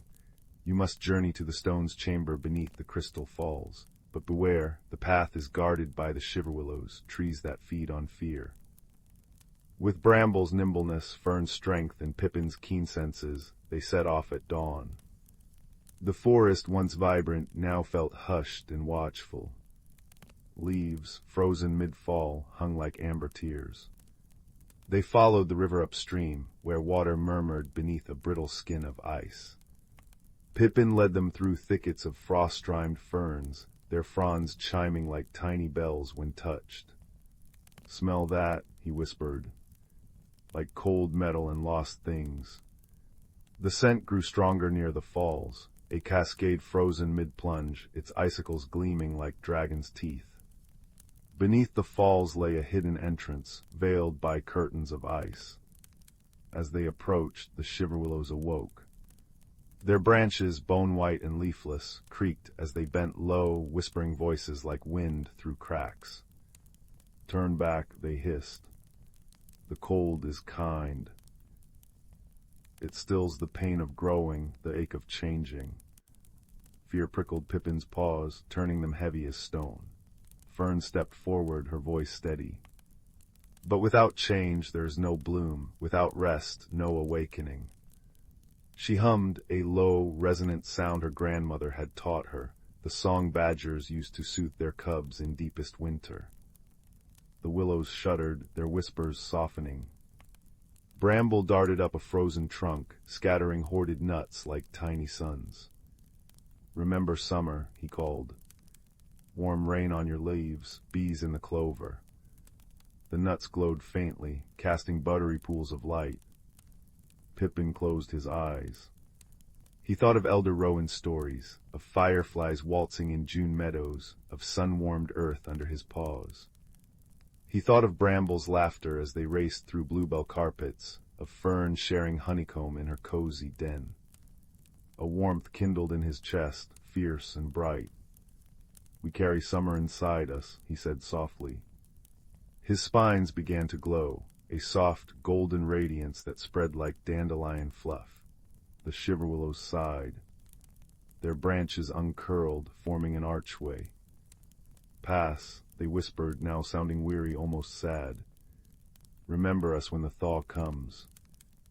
Inside the cavern, the air was still and crystalline. At its center, on a pedestal of roots, sat the Heartstone. But it was encased in ice thicker than oak bark, its light smothered to a feeble flicker. Frost crackled over the walls, and the cold bit deep, stealing their breath. Now what? Bramble chattered, his fur frosted white. The legends spoke of a song, Fern said. But how do we sing for summer? Pippin touched the ice. It burned with cold, but beneath it he felt the Heartstone's faint pulse, a memory of heat. Together, he whispered, like Elder Rowan said. He began to hum Fern's lullaby, low and steady. Bramble joined, his voice a bright chitter like sun on streams. Fern rumbled the deep notes of the earth. Their voices wove together, rising and falling like the forest's own breath.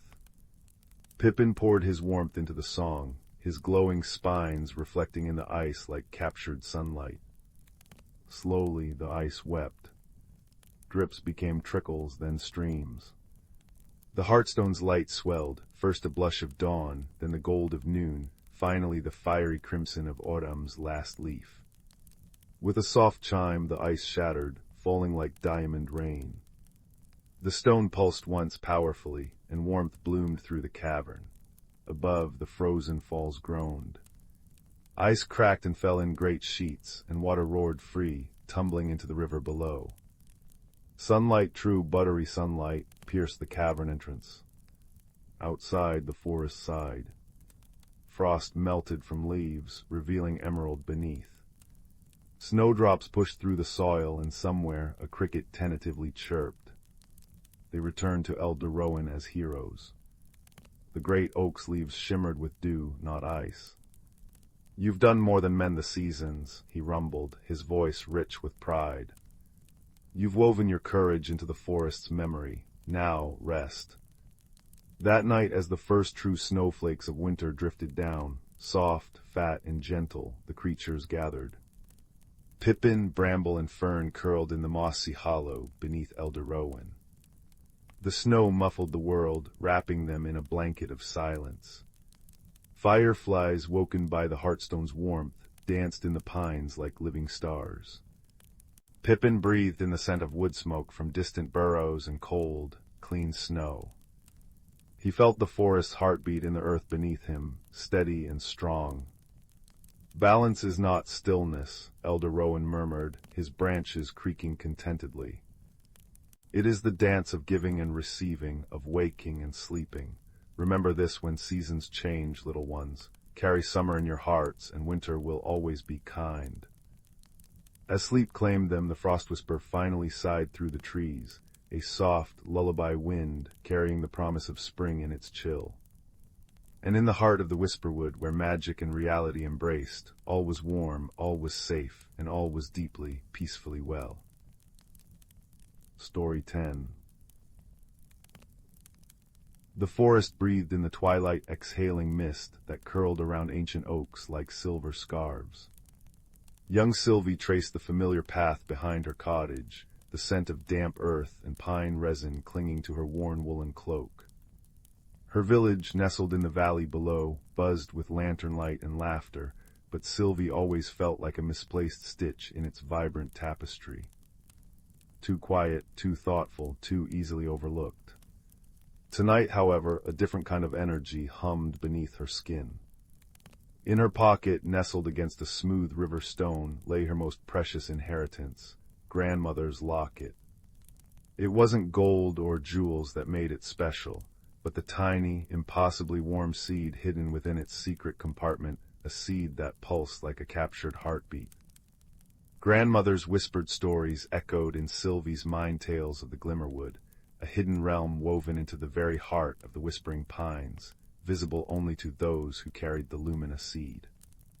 "Planet where moonlight kisses dew on the oldest oak's roots," she'd said, her voice frail but certain, "and the way will open for a heart that listens more than it shouts." Sylvie hadn't truly believed until now. The seed's warmth had intensified all week, a silent, urgent song against her palm. Deep within the forest, where the canopy grew so thick that daylight felt like a distant memory, Sylvie found the sentinel oak. Its gnarled trunk, wider than 3 cottages, bore faces carved by centuries of wind and rain.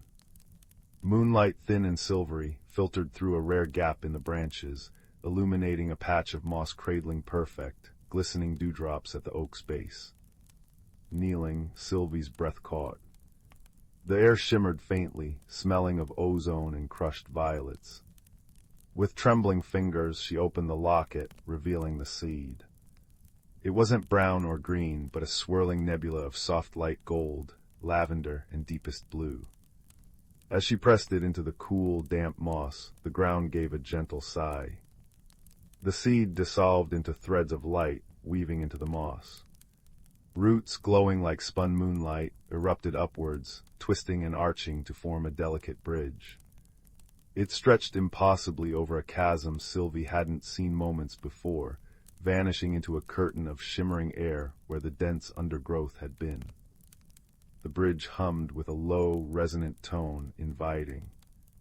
Taking a deep breath filled with the scent of petrichor and something sweetly unfamiliar, Sylvie stepped onto the bridge. It felt solid yet yielding, like walking on sun-warmed honeycomb. As she crossed the threshold, the world dissolved in a cascade of iridescent sparkles. The Glimmerwood unfolded before her, stealing her breath. Bioluminescent fungi clung to towering, iridescent-barked trees like living lanterns, casting shifting pools of emerald and sapphire light. Flowers with petals like spun crystal chimed softly in a breeze that carried the scent of caramelized sunshine and cool stone. Streams of liquid moonlight wound through fern-carpeted glades, and the air itself seemed to vibrate with a silent, harmonious song. It was breathtakingly beautiful, yet an undercurrent of unease prickled Sylvie's skin. The vibrant light seemed dimmer than grandmother's descriptions, the harmonious song frayed at the edges, carrying a faint note of sorrow. A soft, distressed cheer-up drew her attention. Beneath a weeping willow whose silver leaves dripped liquid light, huddled a creature unlike any Sylvie had imagined. It was small, barely reaching her knee, woven from living moss the color of deep forest shadows, studded with tiny amber-colored lichen flecks like freckles. Twigs formed its delicate limbs, and clusters of luminous blueberries glowed where eyes should be. It trembled, its mossy body shivering as it tried to shield something small and flickering, cupped in its twiggy hands a tiny sphere of light, sputtering weakly like a dying candle flame. This was a mossling, grandmother had called them, the gentle caretakers of the Glimmerwood. "Hello," Sylvie whispered, her voice startlingly loud in the crystalline quiet. The mossling flinched, its berry eyes widening. It tried to scramble back but stumbled, the fragile light in its hands guttering dangerously. Sylvie knelt slowly, keeping her movements gentle. "I won't hurt you," she murmured, the soothing cadence learned from calming skittish fawns back home. "My name is Sylvie. I came because my seed showed me the way." The mossling tilted its head.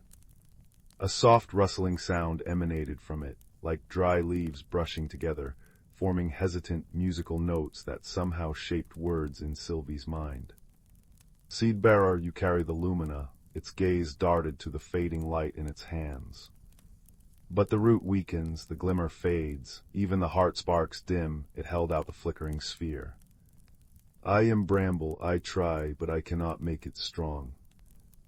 Sylvie understood.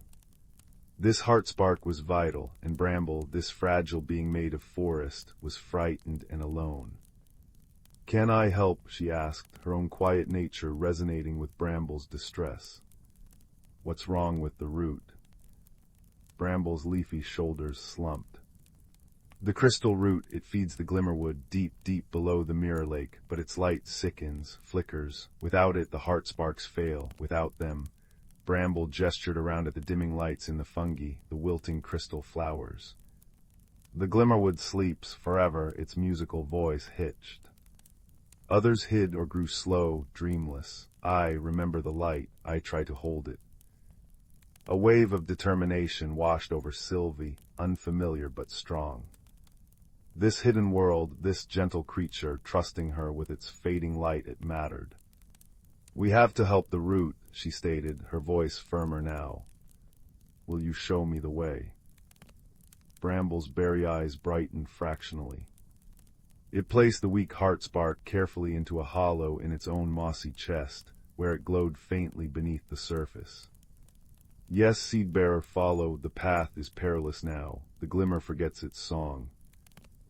Their journey began through enchanted groves where trees whispered secrets in rustling tongues, past meadows where flowers changed color with their passing, releasing puffs of scented pollen that tasted like starlight on the tongue. But the beauty was marred. Patches of the forest floor were dull and gray, the bioluminescence extinguished. Crystal flowers lay shattered, their chime silent. They crossed a bridge woven from solidified rainbow mist, but its colors were washed out, the structure trembling beneath their feet. Bramble guided her with surprising agility, pointing out unstable ground with a twiggy finger or warning of patches of gloom slime and kai, cold patches that sucked warmth and light. Their first true challenge came at the Singing Caves. Grandmother's tales spoke of chambers where stalactites hummed melodies that opened paths. Now the caves echoed with discordant, jarring notes that made Sylvie's teeth ache. The sound waves became visible shimmering, distorted ripples in the air that threatened to push them off narrow ledges into dark chasms below. "We must cross," Bramble's leafy voice rustled urgently. The true song buried beneath the noise. Listen, not with ears. Listen here. Bramble tapped its mossy chest where the heart spark glowed. Sylvie closed her eyes, blocking out the painful cacophony. She focused on the gentle warmth of the locket against her skin, on the memory of grandmother's voice, on the quiet resilience she'd always carried. Beneath the noise, faint but true, she sensed it a simple, pure harmonic, like a single clear bell tone. She hummed it, softly at first, then with more certainty. Bramble joined in, its rustling forming a perfect counterpoint. Their combined sound, small but focused, pushed against the discord. The jarring ripples faltered, parting just enough to create a stable path of resonant calm. They crossed, the discord fading behind them, leaving Sylvie awed. Her quiet voice, so often dismissed, had found power here. Days blended in the timeless Glimmerwood, measured by the fading strength of the lights and the growing bond between girl and mossling. Sylvie learned to navigate by the subtle shifts in the air's sweetness, to find edible glowing berries Bramble pointed out, to sense the gloom slime before she stepped in it. Bramble, in turn, seemed to draw strength from Sylvie's presence, its movements becoming less hesitant, its musical voice more confident as it shared knowledge of the Glimmerwood's wonders and its slow fading. Sylvie realized Bramble wasn't just a guide. It was a scholar, a keeper of fading lore, its fear born of deep love for its home. They rested near a pool filled with liquid starlight, watching tiny, fish-like creatures dart through its depths, trailing comet tails of light. "Why you, Bramble?" Sylvie asked softly. "Why are you the only one still trying?" Bramble was quiet for a long moment, its mossy form blending with the shadows. "I am small always, others bigger, stronger, but I listen, I hear the root's song change, first a whisper of pain, then the fading. I tried to tell, but the gloom makes minds heavy, dreams slow, they stopped hearing, stopped moving, it touched the faint light in its chest. This spark, it remembers the light, it remembers hope. Like your seed remembers the way." Bramble looked at Sylvie, its berry eyes luminous. "You listen too, Sylvie, like me, quiet but strong inside." Sylvie felt a lump in her throat. She'd always felt her quietness was a flaw. Here with Bramble it felt like a shared language, a strength. "We'll make them hear again, Bramble," she promised. "We'll fix the root." The final leg of their journey led them to the shores of the Mirror Lake. Grandmother's stories described it as a perfect, liquid mirror reflecting the vibrant Glimmerwood sky. Now it was a vast obsidian plain, utterly still and profoundly dark. No reflection shone on its surface. It seemed to swallow the dim light from the surrounding forest. An unnatural cold radiated from it, making Sylvie shiver despite her cloak. At the lake's center lay their destination, a small, dark island where the crystal root was rumored to descend into the earth's heart. The lake sleeps, Bramble rustled mournfully. The gloom is thickest here, the path beneath, but the water, it does not remember light, it will not hold us. Sylvie stared at the Nkai expanse. No boat, no bridge. Just that chilling darkness. Despair threatened to creep in. Then she felt the familiar warmth of the locket. She pulled it out. The metal, usually cool, was warm against her fingers. Grandmother's words echoed, the Lumina seed remembers the light, and so can other things. An idea sparked. Bramble, she whispered, her voice tight with sudden hope. Your heart spark and the locket, they both remember the light, the true light, maybe together. Bramble tilted its head, considering. It carefully extracted the faintly pulsing heart spark from its chest cavity. Sylvie held out the open locket, the empty compartment where the seed had rested still glowing faintly with residual lumina. Bramble placed the heart spark inside the locket with infinite care. The moment the spark touched the locket's interior, something happened. The locket flared not blindingly, but with a pure, steady, golden white light. The heart spark within it glowed brighter, stronger, pulsing in perfect synchrony with the locket's radiance. The light spilled over Sylvie's hand, warm and comforting, pushing back the lake's oppressive chill. Holding the glowing locket aloft like a lantern, Sylvie stepped cautiously onto the black surface of the mirror lake. Instead of sinking, the light pooled around her feet, solidifying into a shimmering path of pure radiance on the dark water.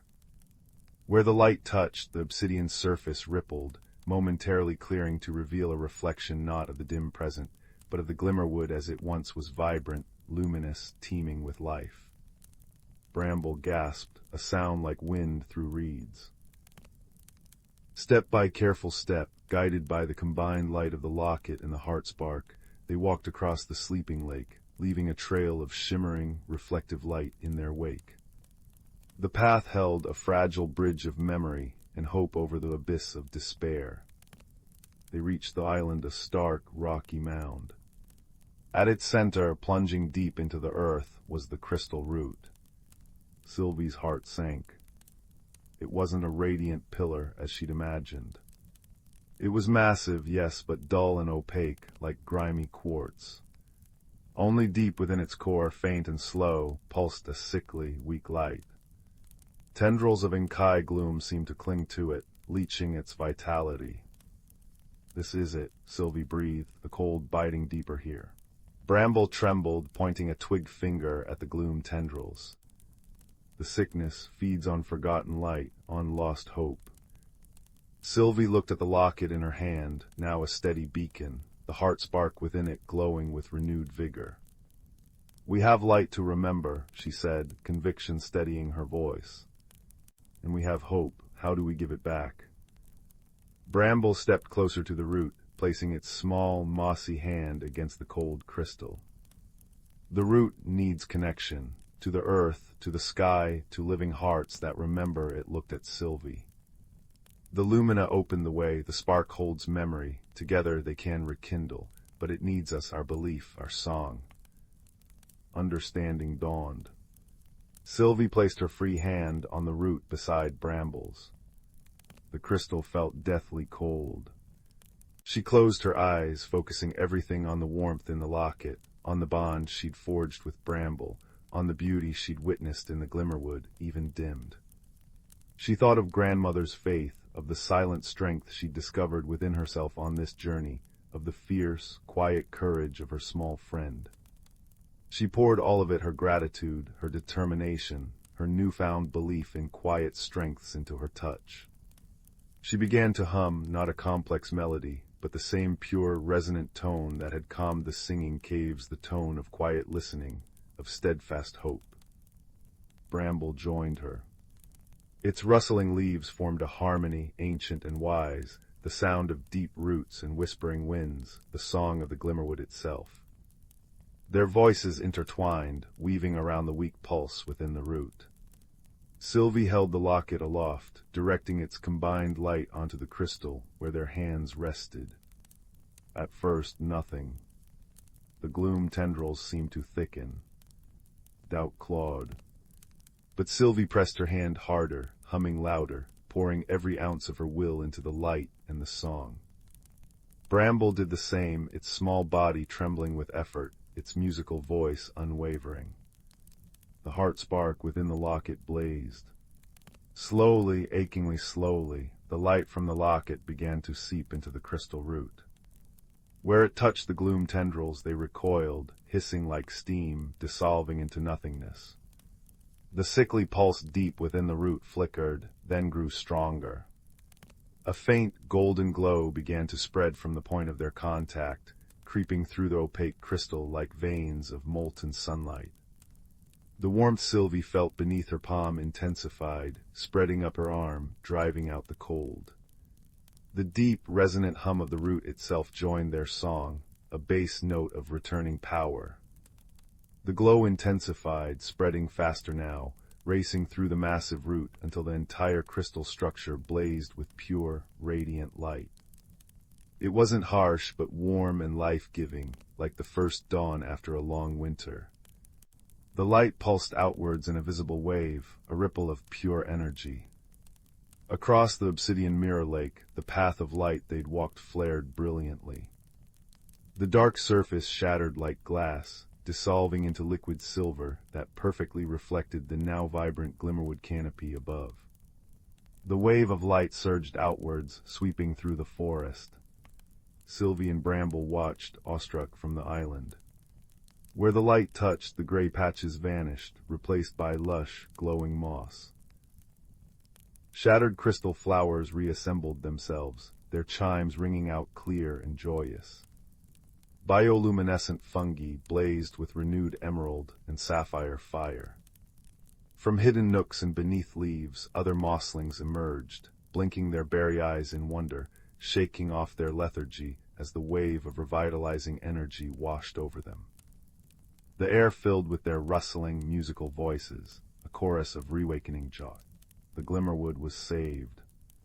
Its song, once frayed and sorrowful, now swelled into a magnificent symphony of light and life.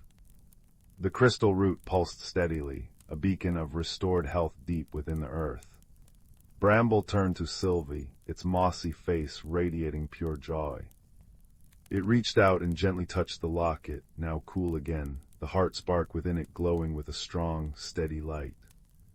You did it, Sylvie, quiet heart, great light. Sylvie smiled, tears of relief and happiness pricking her eyes. We did it, Bramble, together. She carefully opened the locket. The heart spark floated out, glowing brighter than ever, and returned to its place within Bramble's chest, now a steady, powerful beacon. The bond they'd forged, human and mossling, quiet listener and gentle scholar, felt as strong and real as the light pulsing through the root. The journey back was a celebration. Mosslings greeted them with cheer-ups and rustling applause, offering glowing nectar and petals that shimmered like captured rainbows. The singing caves resonated with perfect harmony, the path wide and welcoming. When they reached the Sentinel Oak, the bridge of moonlight roots still glowed, connecting the two worlds. Sylvie knelt beside Bramble. "Will you be all right now?" she asked softly. Bramble nodded vigorously. "The Glimmerwood sings again, the heart sparks are strong. We remember, thanks to you, it placed a cool, mossy hand on hers. You are always welcome, seed-bearer, friend." Sylvie hugged the small mossling gently, breathing in its scent of earth and growing things. "I'll visit," she promised, "and I'll listen." Crossing the bridge back into the whispering pines felt like stepping from a vivid dream into a familiar, yet subtly changed, reality. The forest seemed richer, the air sweeter. The lumina seed was gone, but its warmth lingered in the locket and within Sylvie herself. She emerged near her cottage as dawn painted the sky in streaks of rose and gold. The village was just waking, smoke curling from chimneys. Sylvie wasn't the same girl who had slipped into the woods. Her quietness remained, but it was no longer a cloak of invisibility. It was a wellspring of calm strength, a listening ear honed in a hidden world. She carried the memory of the Glimmerwood's light, the echo of Bramble's song, and the profound understanding that sometimes the smallest voices, the quietest hearts, hold the keys to reignite the greatest lights. She touched the locket, now warm against her skin, a silent promise connecting two worlds. The journey had ended, but the warmth of friendship and the glow of transformation would forever light her path, a comforting ember in the quiet hearth of her spirit. And as the first birds began to sing in the waking world, Sylvie knew she would carry the Glimmerwood's song within her, always. Story 11. Deep within the whispering woods, where ancient oaks stood like wise, moss-draped sentinels, and the air hummed with unseen life, the boundaries between the seen and the unseen were as thin as spider silk. Here, beneath the emerald canopy dappled with sunlight or silvered by moonlight, lived creatures seldom glimpsed by the hurried world beyond. Their lives were woven into the very fabric of the forest, a delicate dance of give and take, sung to the rhythm of the seasons. At the heart of the woods lay the Glimmerroot clearing, a place where moonbeams pooled like liquid silver on nights when the sky was clear. It was tended by a small, earnest hedgehog whose spines shimmered with dew even on the driest days. His task, passed down through countless generations of his kin, was the care of the lumina root's thick, glowing tubers that pulsed with a soft, blue light deep within the rich, dark earth. These roots were the forest's heartbeat, their gentle thrum harmonizing with the turning of the seasons, drawing strength from winter's slumber and summer's sun, and channeling it into the lifeblood of the trees. Nearby, high in the hollow of a grandfather oak, lived an elderly squirrel with fur the color of storm clouds. Her eyes held the deep, knowing gleam of countless sunrises. She was the keeper of the wind songs, understanding the language carried on the breeze, the rustle of new leaves in spring, the dry crackle of autumn, the icy whisper of winter. She listened, always listened, translating the forest's needs and the sky's moods for the smaller creatures who dwelled below. One unusually warm and still autumn, a subtle wrongness began to seep into the whispering woods. The air, usually crisp with the scent of decaying leaves and ripening nuts, grew thick and heavy, tasting faintly of dust. The lumina roots in the Glimmerroot clearing pulsed erratically, their blue light flickering weakly, like a candle guttering in a draught. The leaves, instead of blazing into their customary fiery hues of crimson and gold, turned a sickly, muted brown and fell prematurely, carpeting the forest floor in a brittle, lifeless shroud. The streams, usually chuckling over smooth stones, ran sluggish and silent. The hedgehog gardener noticed it first.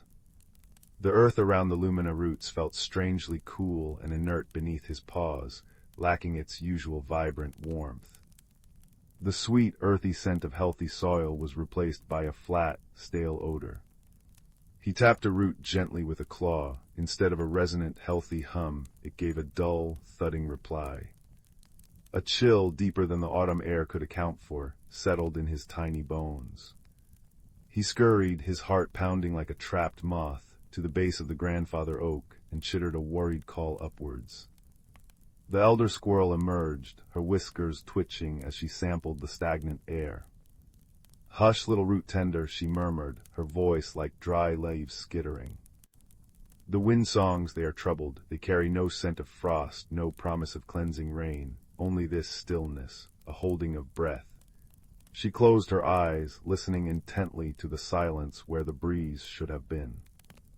The seasons are out of tune, the great wheel hesitates. News traveled swiftly through the hidden networks of the forest. Glowworms, whose soft lanterns usually illuminated paths with a gentle green radiance, found their light dimming. Bees, preparing their final stores, buzzed with confusion, finding flowers withered before their time.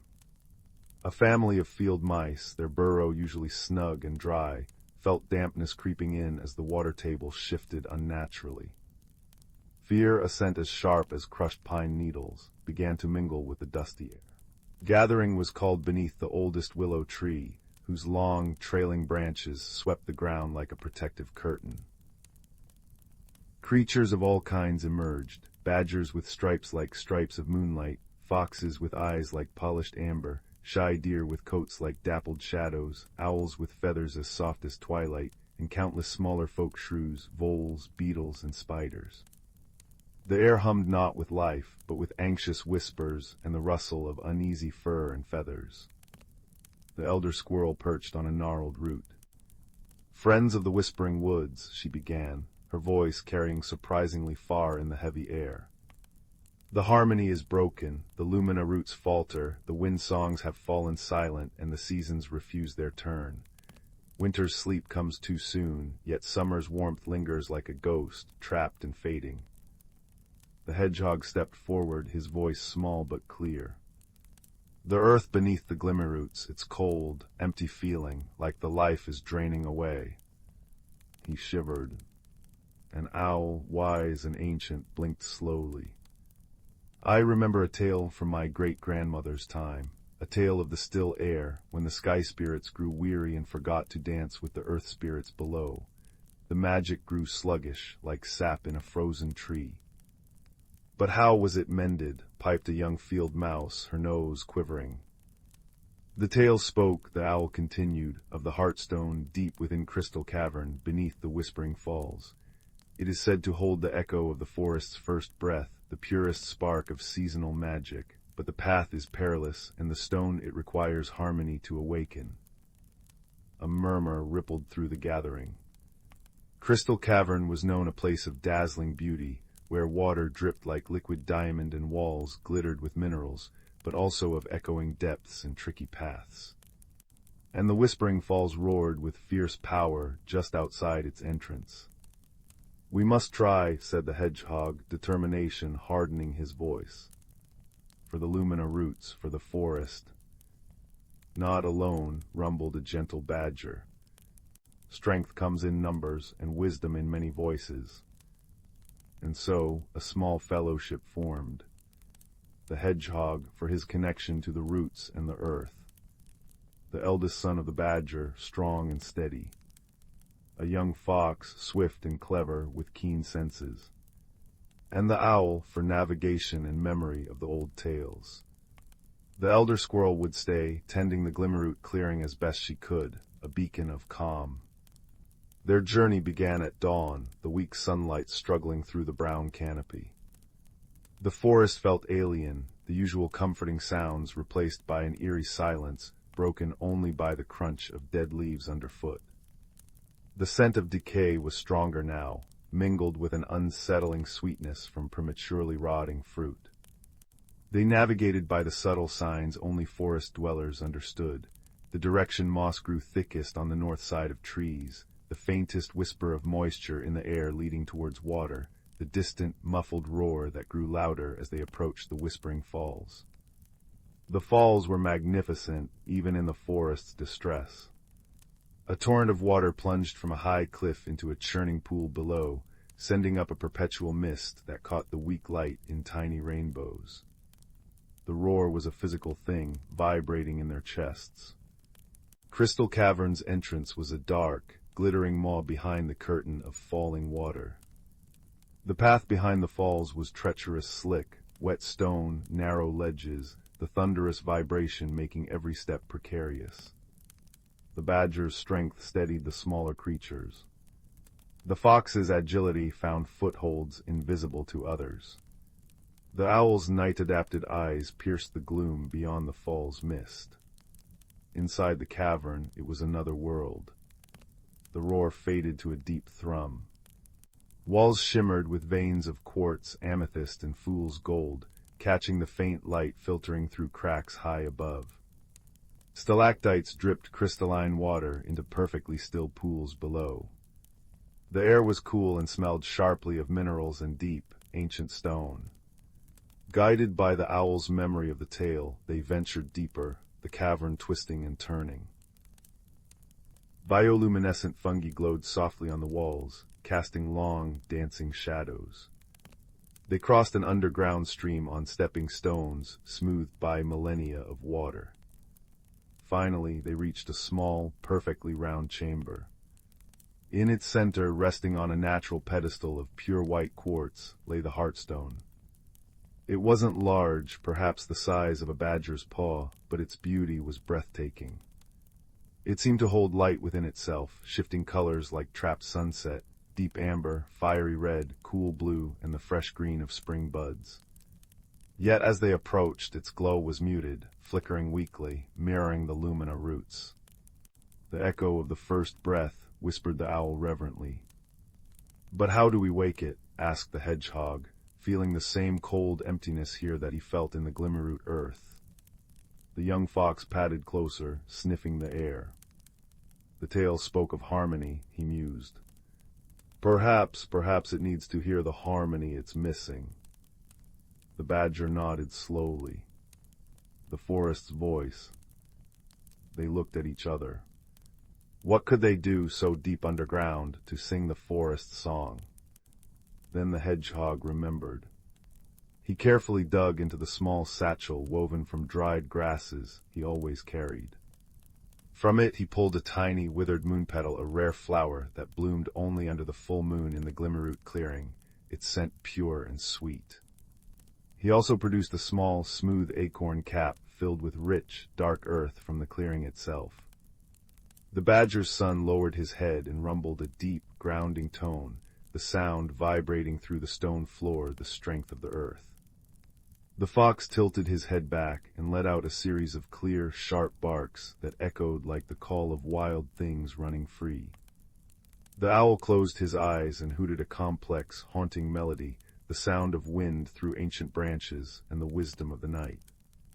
The hedgehog placed the moonpetal in the earth near the Heartstone and began to hum, a low, thrumming sound that resonated with the memory of the lumina root's steady pulse. It started softly, a tentative weaving of their voices, earth rumble, wild call, night melody, and root hum. They closed their eyes, pouring their love for the whispering woods into the sound, picturing the rustling leaves, the chuckling streams, the scent of pine after rain, the vibrant colors of true autumn, the hush of winter snow. They sang of the interconnectedness of the badger's den warmed by the earth, the fox hunting by moonlight, the owl watching over all, the hedgehog tending the deep, glowing roots. As their combined song filled the small chamber, something magical happened. The faint glow within the Heartstone began to strengthen. The colors within it swirled faster, brighter. Amber deepened like autumn sunlight, red flared like maple leaves, blue brightened like frosty skies, green shimmered like new ferns. The light pulsed outwards, warm and pure, washing over them, filling the cavern with its radiance. The very stone beneath their feet seemed to vibrate with renewed energy, humming in harmony with their song. They fell silent, awestruck. The Heartstone blazed steadily now, a miniature captured star, its light pure and potent. The air in the cavern felt charged, alive, tasting clean and sharp like mountain air after a storm. The deep thrum of the stone resonated in their bones, a strong, healthy heartbeat. Their journey back felt lighter. The roar of the whispering falls seemed less oppressive, more like a song of power. Emerging into the fading afternoon light, they felt a difference immediately. The heavy, dusty stillness was gone. A cool, clean breeze, smelling of distant rain and pine, swept through the brown trees, rustling the few remaining leaves with a sound like a sigh of relief. Word of their return preceded them. Creatures gathered at the edge of the Glimmerroot clearing as the fellowship approached the elder squirrel. Without a word, the hedgehog knelt and gently pressed the small acorn cap filled with Heartstone-touched earth against the largest lumina root. He poured the last drops of water he'd collected from a pure pool in Crystal Cavern onto the earth. A tremor, soft but definite, ran through the ground. The flickering blue light of the Glimmerroot steadied, then brightened, pulsing with a strong, rhythmic thrum that resonated outwards, sinking deep into the soil. It felt warm beneath their feet again, vibrant and alive. That night, under a sky suddenly clear and scattered with brilliant stars, the first frost finally came. It wasn't the harsh, premature frost of before, but a gentle silver kiss that settled on the remaining leaves and the brittle grass. The elder squirrel stood at the base of her oak, listening. A new wind song began, a crisp, clean melody, carrying the scent of ice and the promise of snow. It whispered through the branches, a lullaby for the forest entering its true winter rest. The change wasn't instant, but it was steady. Slowly over the following moons, the whispering woods remembered its rhythm. The next spring, the buds unfurled with vibrant vigor. Summer brought deep green canopies and the loud chorus of insects and birds.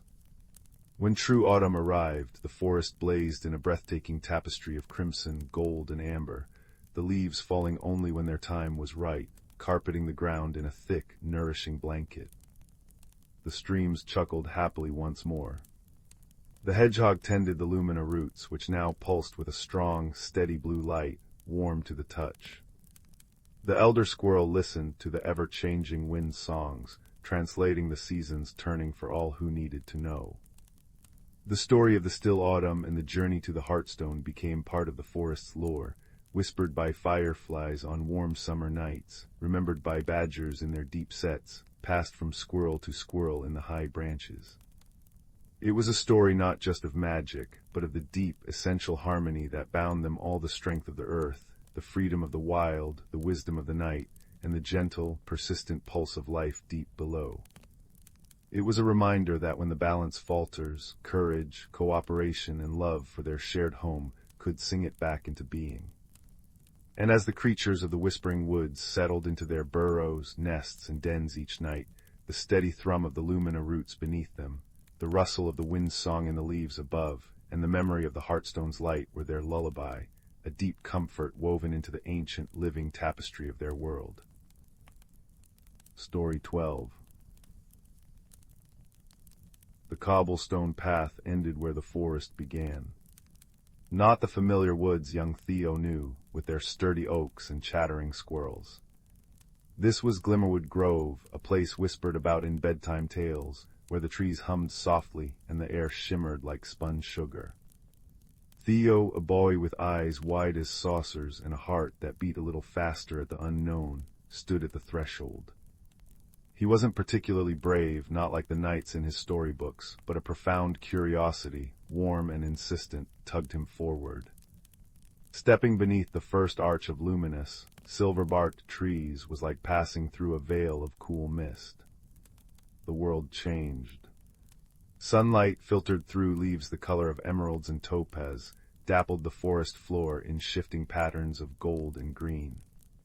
Instead of rustling, the leaves emitted soft, chime-like whispers, harmonizing with the gentle gurgle of an unseen stream. The air smelled sweetly of damp earth, crushed pine needles, and something else like moonlight made tangible. Moss, thick and velvety, glowed with a soft, internal light, illuminating the path like a carpet of tiny stars. Theo walked slowly, his footsteps silent on the glowing moss. He felt small but not frightened. A sense of profound peace, woven with thrilling strangeness, settled over him. His curiosity was rewarded almost immediately. A flurry of movement caught his eye near a cluster of giant, luminous mushrooms. Tiny creatures no bigger than his thumb, with skin like polished river stones and eyes like dewdrops, were busy weaving threads of shimmering spider silk between the mushroom caps. They wore tiny hats made of folded leaves and moved with astonishing speed and grace. One, bolder than the rest, paused its work and tilted its head, observing Theo with bright, intelligent eyes. "Hello," Theo whispered, afraid to startle them. "I'm Theo. What are you making?" The tiny creature chirped, a sound like a pebble dropped in water. It gestured with a minuscule hand towards the canopy far above. Theo followed its gaze and saw intricate, shimmering nets strung high between branches, catching the dappled sunlight and refracting it into rainbows that danced on the forest floor. Rainbow catchers, Theo breathed, understanding.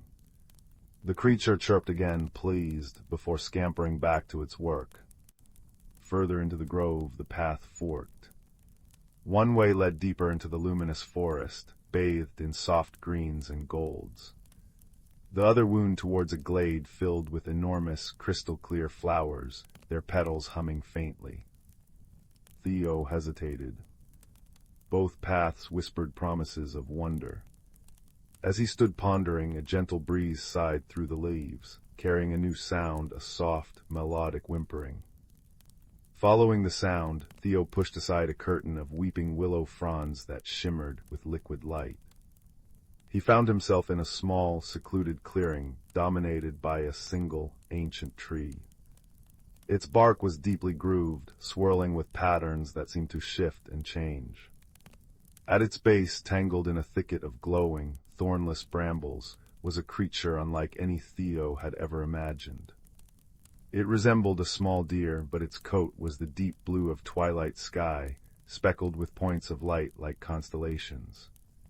Its long, graceful neck was bent, and large, luminous eyes, the color of molten gold, looked at Theo with a mixture of fear and pleading.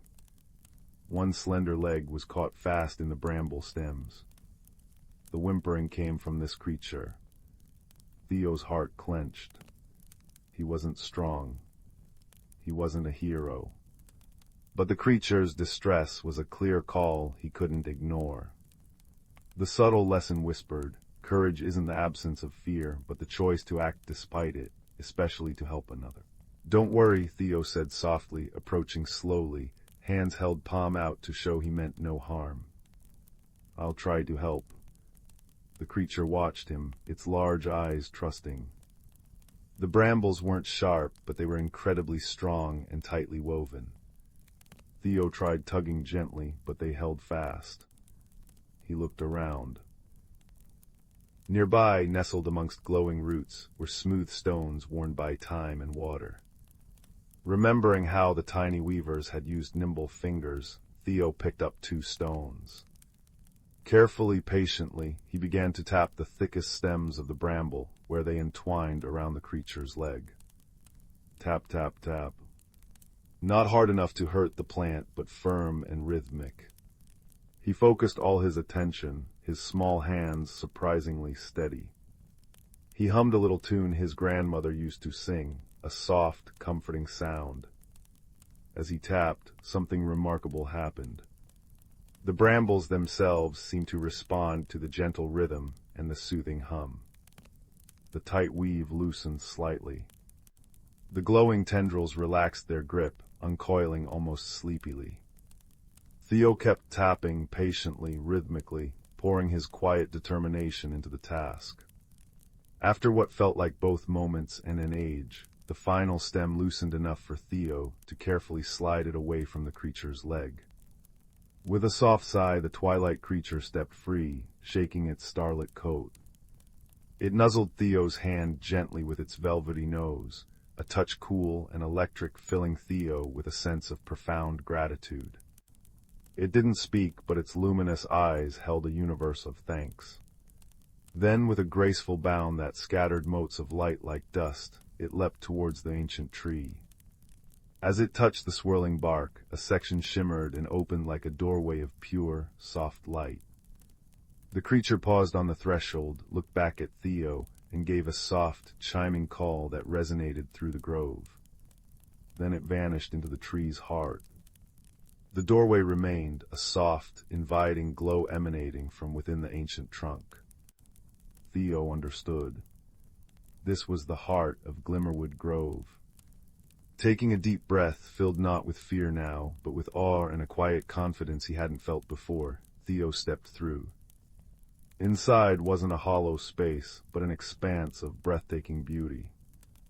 He stood on a platform of smooth, warm crystal overlooking an underground cavern. The ceiling was a tapestry of living roots, pulsing with soft, golden light. Below, a river of pure, liquid moonlight flowed silently, its banks lined with flowers made of solidified starlight. The air hummed with a deep, peaceful resonance, like the forest itself breathing. Floating gently in the center of the moonlit river was a small, perfect boat woven from willow fronds and spider silk.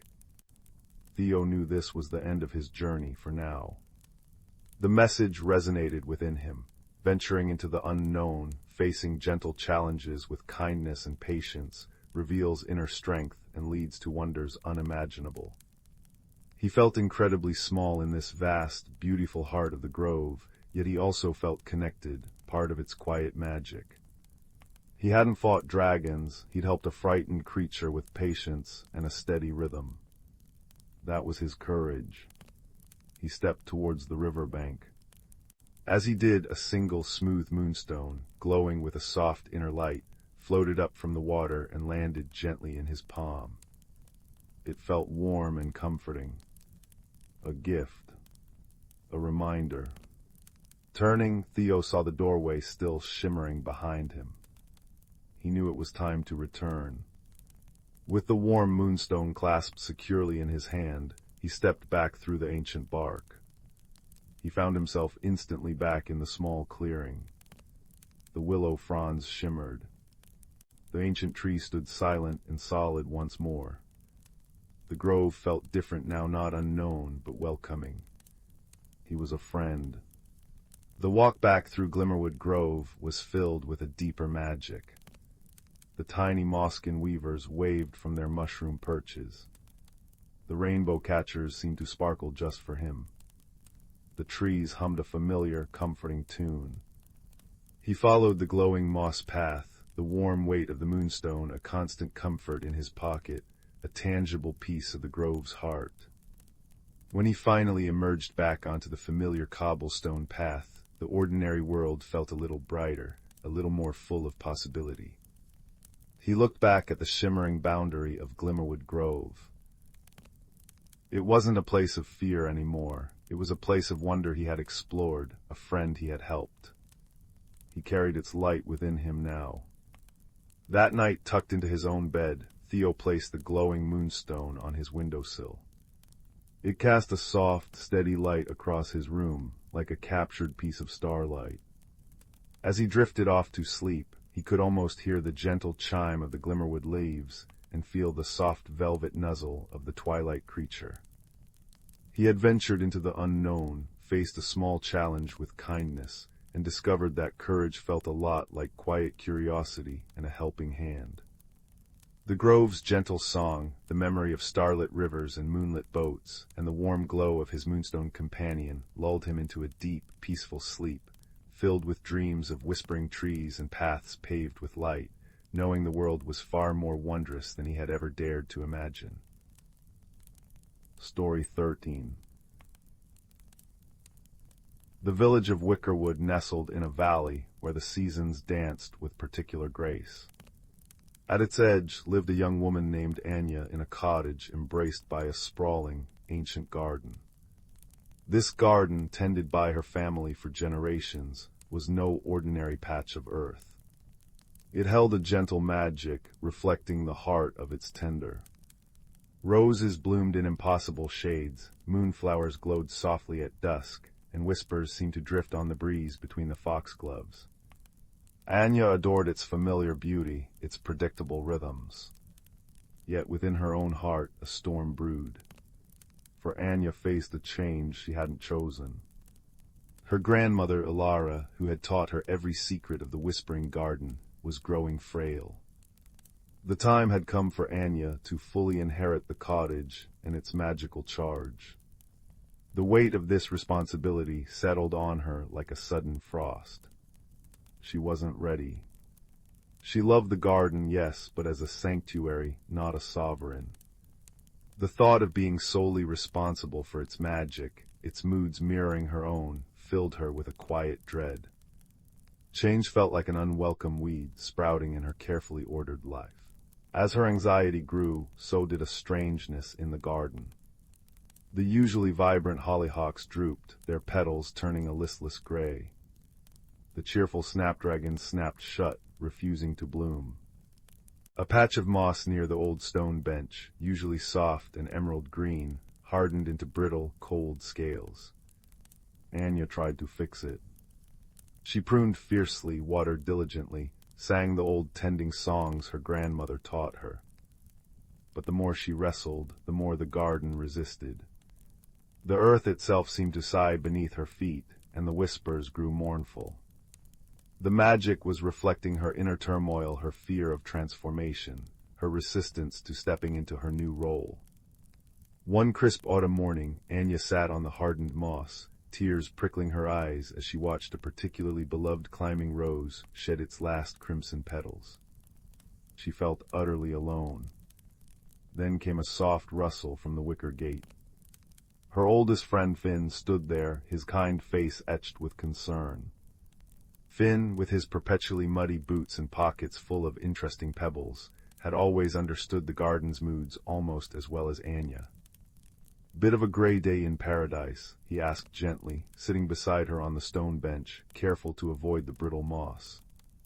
Anya wiped her eyes. "It's all going wrong, Finn. Since she moved into the village cottage, it's like the garden knows I'm not enough. I prune, I water, I sing, but everything just wilts or hardens. It hates the change as much as I do." Finn plucked a single, gray hollyhock petal. He held it up, and Anya saw tiny, intricate cracks running through it, like delicate frost patterns. "Does it hate the change," he mused, "or is it just feeling what you feel? Remember what Alara always said, the garden doesn't judge, it reflects." Inside the cottage, Anya's grandmother rested by the hearth. Though her steps were slower, her eyes held their familiar sparkle. Seeing Anya's despair, she beckoned her granddaughter close one afternoon. "Come, child," Alara said, her voice a soft rasp like dry leaves. "Bring me that old wooden box from the highest shelf, the one with the carvings of acorns." Anya retrieved the dusty box. Inside lay not jewels, but a collection of dried seeds, each unique and strangely luminous, nestled in compartments lined with velvet the color of twilight. "These," Alara explained, tracing a seed shaped like a tiny, sleeping bird, "are seeds of becoming, planted not in earth, but in moments of true understanding. They only sprout when the heart is ready for the change it fears."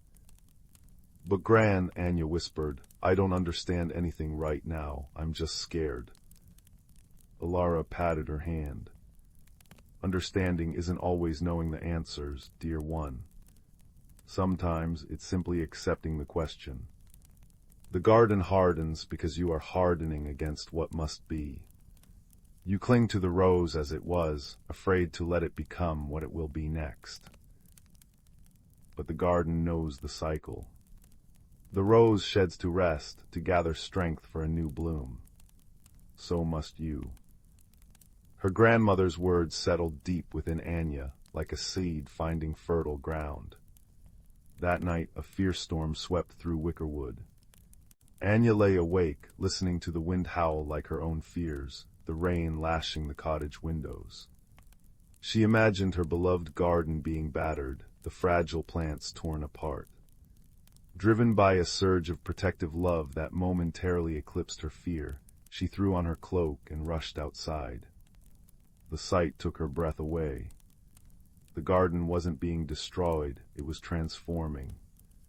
Moonflowers, usually demure, had unfurled enormous, luminous blooms that pulsed with soft light, catching the rain like liquid diamonds. The hardened moss had softened again, glowing faintly blue, channeling the rainwater into shimmering rivulets that nourished thirsty roots. Even the gray hollyhocks stood straighter, their petals washed clean, revealing veins of silver and amethyst beneath the grime. The garden wasn't resisting the storm, it was embracing it, using its power to become something new, something resilient and breathtakingly beautiful. It mirrored not destruction, but adaptation. Standing soaked in the downpour, Anya felt a shift within herself. Her fear didn't vanish, but it softened, making space for wonder. She wasn't destroying her old life. She was being shaped by it, preparing for a new kind of bloom. The magic wasn't rejecting her. It was waiting for her to accept the transformation. The next morning, Finn arrived early, finding Anya already in the garden. She wasn't frantically pruning or singing with forced cheer. Instead, she was kneeling by the patch of moss, now plush and glowing softly, gently pressing her palm against it. She closed her eyes, not fighting her feelings of uncertainty and sadness about the change, but simply acknowledging them. She thought of her grandmother's wisdom, her friend's steadfast presence, and the garden's own fierce beauty in the storm. As she opened her eyes, she gasped. Where her palm had touched the moss, tiny star-shaped flowers had sprung forth, emitting a gentle, calming fragrance like crushed mint and lavender. They hadn't been there moments before. It was a small magic, born not from resistance, but from acceptance. Wordlessly, Finn knelt beside her. He didn't offer advice, just his quiet presence. Together, they began to tend the garden differently. Anya stopped trying to force it back to what it was. She listened to its whispers more carefully. She watered the drooping plants not with duty, but with compassion, understanding they mirrored her own moments of weariness. She pruned only what was truly dead, making space for new growth, just as she was making space for her new role. Slowly, steadily, the garden responded. The hollyhocks regained their stature, their gray petals falling away to reveal blossoms of deep, velvety purple streaked with gold colors never seen before. The snapdragons unfurled, their blooms now shaped like tiny, joyful bells that chimed softly in the breeze. The climbing rose, though bare, sent out vigorous new shoots thick with promising buds. The magic wasn't just returning, it was evolving, becoming richer and deeper, reflecting Anya's own inner journey of acceptance and growth. One crisp afternoon, as golden light slanted through the turning leaves, Anya took one of the seeds of becoming from her grandmother's box. It was the one shaped like the tiny bird. She didn't plant it in the earth. Instead, she held it in her cupped hands, standing in the heart of her transformed garden. She thought of her fear, her grandmother's love, Finn's friendship, the storm, the resilience, and the quiet, growing confidence within her. A warmth spread from the seed into her palms. When she opened her hands, the seed had vanished, and in its place sat a perfect, miniature bird crafted from living wood and emerald leaves. It hopped onto her finger, tilted its head, and sang a single, pure note that resonated through the garden. Every plant seemed to shiver with delight. Alara, visiting that day and leaning on Finn's arm, smiled, her eyes bright with unshed tears. "Ah," she breathed. "The garden has found its true tender, and the tender has found her wings." Anya looked around at the vibrant, singing, ever-changing haven she now nurtured. The fear of change hadn't disappeared, but it had been woven into the tapestry of her being, adding depth and resilience. She understood now that personal growth wasn't about erasing the past or fearing the future, but about embracing the constant, magical transformation within and around her. It was about tending the garden of the self with kindness, accepting the storms and the seasons, and trusting that even in the shedding, there was the promise of a more magnificent bloom. The magic was in the journey itself, in the quiet discoveries made with a listening heart and supported by loving hands. As dusk painted the sky in hues of peach and lavender, Anya, Finn, and Alara sat on the now soft, glowing moss, sipping chamomile tea. The tiny wooden bird nestled in Anya's hair, and the garden whispered its gentle, contented song all around them, a lullaby of resilience, friendship, and the ever-unfolding beauty of becoming. The cottage lights glowed warmly, a beacon of peace in the valley, promising rest and the gentle, continuous magic of a new day. Story 14. The dusty attic of Oliver's grandmother's cottage smelled of old paper, cedar wood, and forgotten summers. Sunlight, thick with swirling motes of dust, streamed through a small, cobwebbed window, painting stripes of gold on the worn floorboards. Oliver, a boy with a quiet curiosity and a fondness for nooks and crannies, was exploring, his fingers brushing over trunks filled with embroidered linens and stacks of faded photographs. Tucked behind a battered hatbox, half hidden under a moth-eaten shawl, he found it. Not a toy, not a book, but a simple wooden box, smooth and dark with age, the size of his hand. It felt warm, even in the cool attic air. With a gentle click, the lid sprang open, revealing not jewels or coins, but a compass. Yet, it was unlike any compass Oliver had ever seen. Its face was crafted from a single, polished slice of moonstone, milky white and cool to the touch. Instead of a needle, a single, perfect blue forget-me-not flower lay nestled within, its tiny petals vibrant against the pale stone. Around the rim, tiny, almost invisible symbols were etched, not letters, but shapes like curling vines, spiraling stars, and rippling water. Oliver's breath caught. He lifted the compass carefully. It hummed faintly, a soft vibration against his palm, like the purr of a contented cat. As he held it, the forget-me-not seemed to shimmer, turning slightly towards the attic door. Intrigued, Oliver followed its silent prompt. Down the creaky stairs he went, the compass growing warmer, the flower pulsing with a soft, blue light as he stepped into the sun-drenched garden.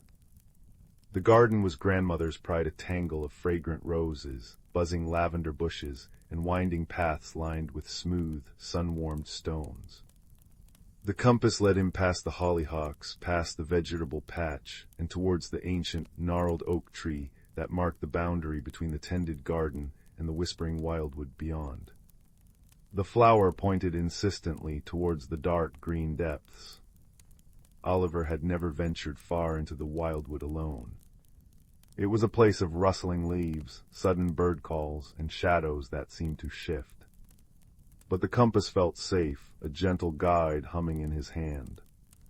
Taking a deep breath of air scented with pine resin and damp earth, he stepped under the canopy. The moment he crossed the threshold, the wildwood changed. Not in a frightening way, but as if a veil had been lifted. Sunlight dappled the forest floor in patterns that seemed to dance. Moss, thick and velvety emerald, muffled his footsteps. The air hummed with a deeper, richer sound, the murmur of the trees, the sigh of the wind through leaves, the distant chuckle of a hidden brook. And the compass glowed brighter, the forget-me-not turning with clear purpose down a path Oliver had never noticed before, carpeted in soft ferns and tiny, star-shaped white flowers. He hadn't walked far when a gruff, earthy voice spoke from beside a mossy boulder. Lost, young sapling, or found something. A stout badger with wise, dark eyes and fur the color of twilight peered at him, twitching his black-striped nose towards the compass. Haven't seen one of those in many a turn of the seasons. The whisper compass. Oliver knelt, holding out the compass. It led me here. My name's Oliver. What does it do? The badger, whose name was Thorn, sniffed the compass thoughtfully. It doesn't point north, lad. It points towards need, towards the places where the forest's heart is troubled, where the small magics are fraying, and it responds to kindness. That flower, it blooms brighter with gentle thoughts. As Oliver thought of his grandmother's warm smile, the blue petals seemed to glow a fraction more intensely. Thorn nodded approvingly. You've the touch for it. Come, the compass wouldn't lead you without reason, and you'll likely need more eyes than mine and yours. Their path wound deeper, the trees growing taller, their branches weaving a living roof. The compass led them towards a rocky outcrop where a large tawny owl perched, preening her feathers with meticulous care. Her name was Luna, and her eyes, large and golden, saw things others missed. Ah, she hooted softly as they approached, her head swiveling nearly full circle. The whisper compass stirs, and Thorn brings a sapling with quiet hands. Trouble whispers on the wind today, doesn't it, old root grubber? She tilted her head, observing Oliver. The brook near the silver falls, its song is wrong, strained, like pebbles caught in its throat. The compass confirmed it, the forget-me-not turning sharply towards the direction Luna indicated, its light pulsing with a faint urgency. As they journeyed on, a tiny, bright-eyed field mouse with fur like spun copper darted across their path, chittering anxiously. Her name was Pip. Luna, Thorn, oh, it's dreadful. Pip squeaked, wringing her little paws. The falls, the beautiful pool below the silver falls, it's gone all murky and still, and the water striders are frantic. Something big and grumpy is blocking the spring that feeds it, tossing rocks and growling. It's scaring everyone. The challenge was clear. The source of the brook, the lifeblood of that part of the wildwood, was blocked. The gentle murmur Oliver had sensed earlier was indeed strained, choked. The whisper compass glowed steadily, pointing uphill towards the sound of grumbling and the crash of displaced stones. They found the source quickly. A small, crystal-clear spring usually bubbled merrily from a cleft in mossy rocks, feeding a stream that cascaded down into the pool below. Now a massive, shaggy creature, a great old forest troll named Boulder, known more for his clumsiness than malice, was indeed the cause. He sat miserably beside the spring, which was now dammed by a chaotic pile of boulders he'd accidentally dislodged, while trying to reach a particularly tempting cluster of wild honeycomb high up on the cliff face. He was hot, sticky with spilled honey, and deeply frustrated, his rumbling growls shaking the ferns. Every time he tried to move the rocks, he only made the pile more unstable, threatening to completely crush the spring. "See," Pip whispered, hiding behind Thorn's sturdy leg. "He's so big and cross." Oliver felt a wave of sympathy.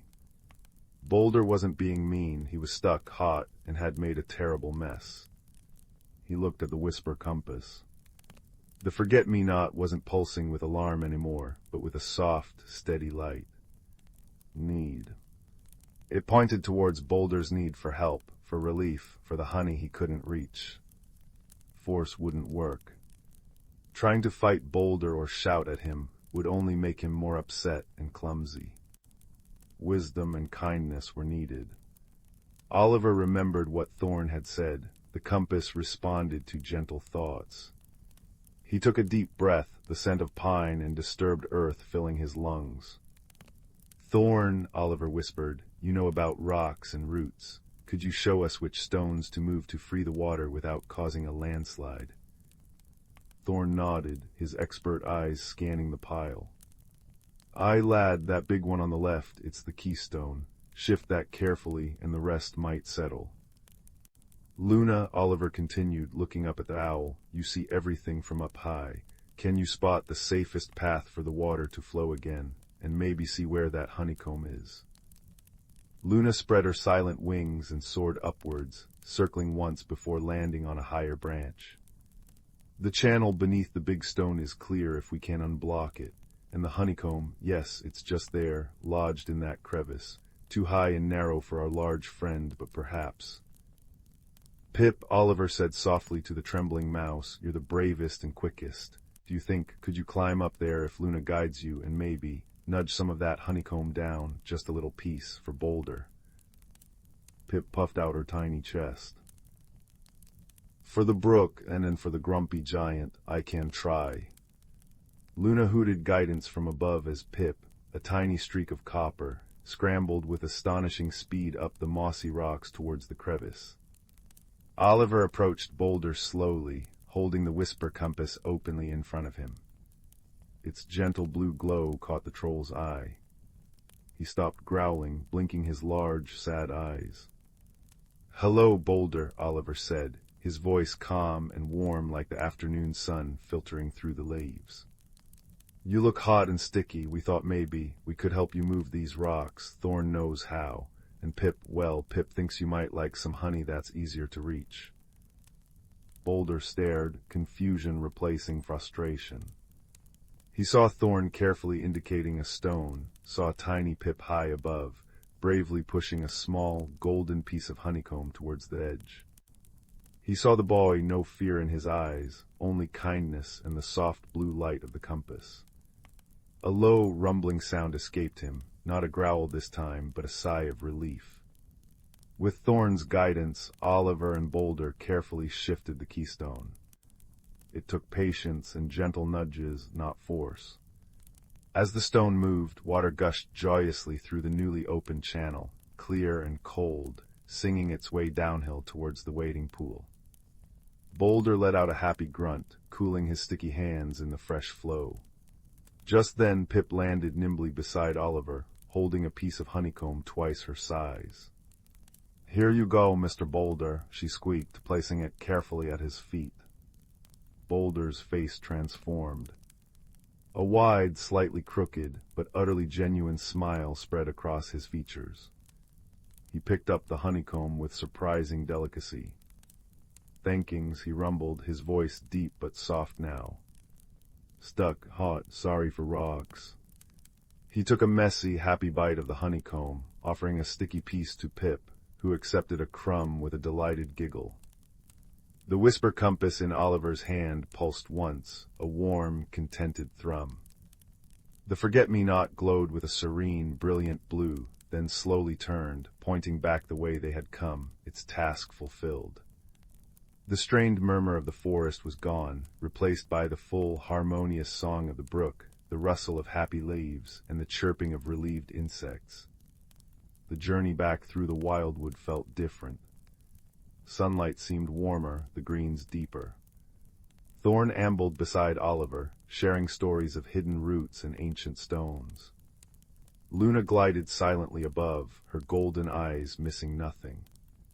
Pip rode perched happily on Boulder's broad shoulder, chattering about water striders and dragonflies returning to the pool. Boulder himself walked with a lighter step, occasionally humming a deep, tuneless sound that vibrated pleasantly through the ground. As they reached the garden's edge, their intense vibrancy of the wildwood softened back into the familiar, cozy magic of grandmother's roses. Boulder gave a shy wave before melting back into the trees. Thorn nuzzled Oliver's hand. "You listened to the whisper, lad. You saw the need beneath the noise. That's the true magic." Luna landed on the old oak branch. "Remember, small sapling, kindness unlocks more doors than force, and quiet understanding often sees the clearest path." Pip scampered down, giving Oliver's ankle a quick, whiskery nuzzle before darting into the flower bed. Oliver stood at the boundary, the whisper compass cool and quiet in his hand once more, the forget-me-not a simple, beautiful blue. He felt different too, not bigger, but fuller. He had seen the forest's hidden heart, heard its whispers, and helped mend it not with strength, but with wisdom and friendship. Back in the cottage, as dusk painted the sky in lavender and peach, Oliver placed the wooden box on his windowsill. Moonlight, soft and silvery, streamed in, catching the moonstone face. The forget-me-not seemed to hold a tiny spark of the day's adventure within its petals. Downstairs, the comforting clatter of dinner plates and his grandmother's warm laughter drifted up. He knew the compass would rest now, its magic quiet until the next whisper of need arose somewhere in the world. And Oliver knew he would be ready to listen, to feel the gentle hum, to follow the blue flower's quiet guidance. For he understood now that wonder wasn't just in grand spells, but in the kindness offered to a clumsy troll, the courage of a tiny mouse, the wisdom of old roots and high perspectives, and the extraordinary secret held within an ordinary-looking box. That the greatest journeys often begin with a gentle heart and an ear tuned to the world's softest, most important whispers.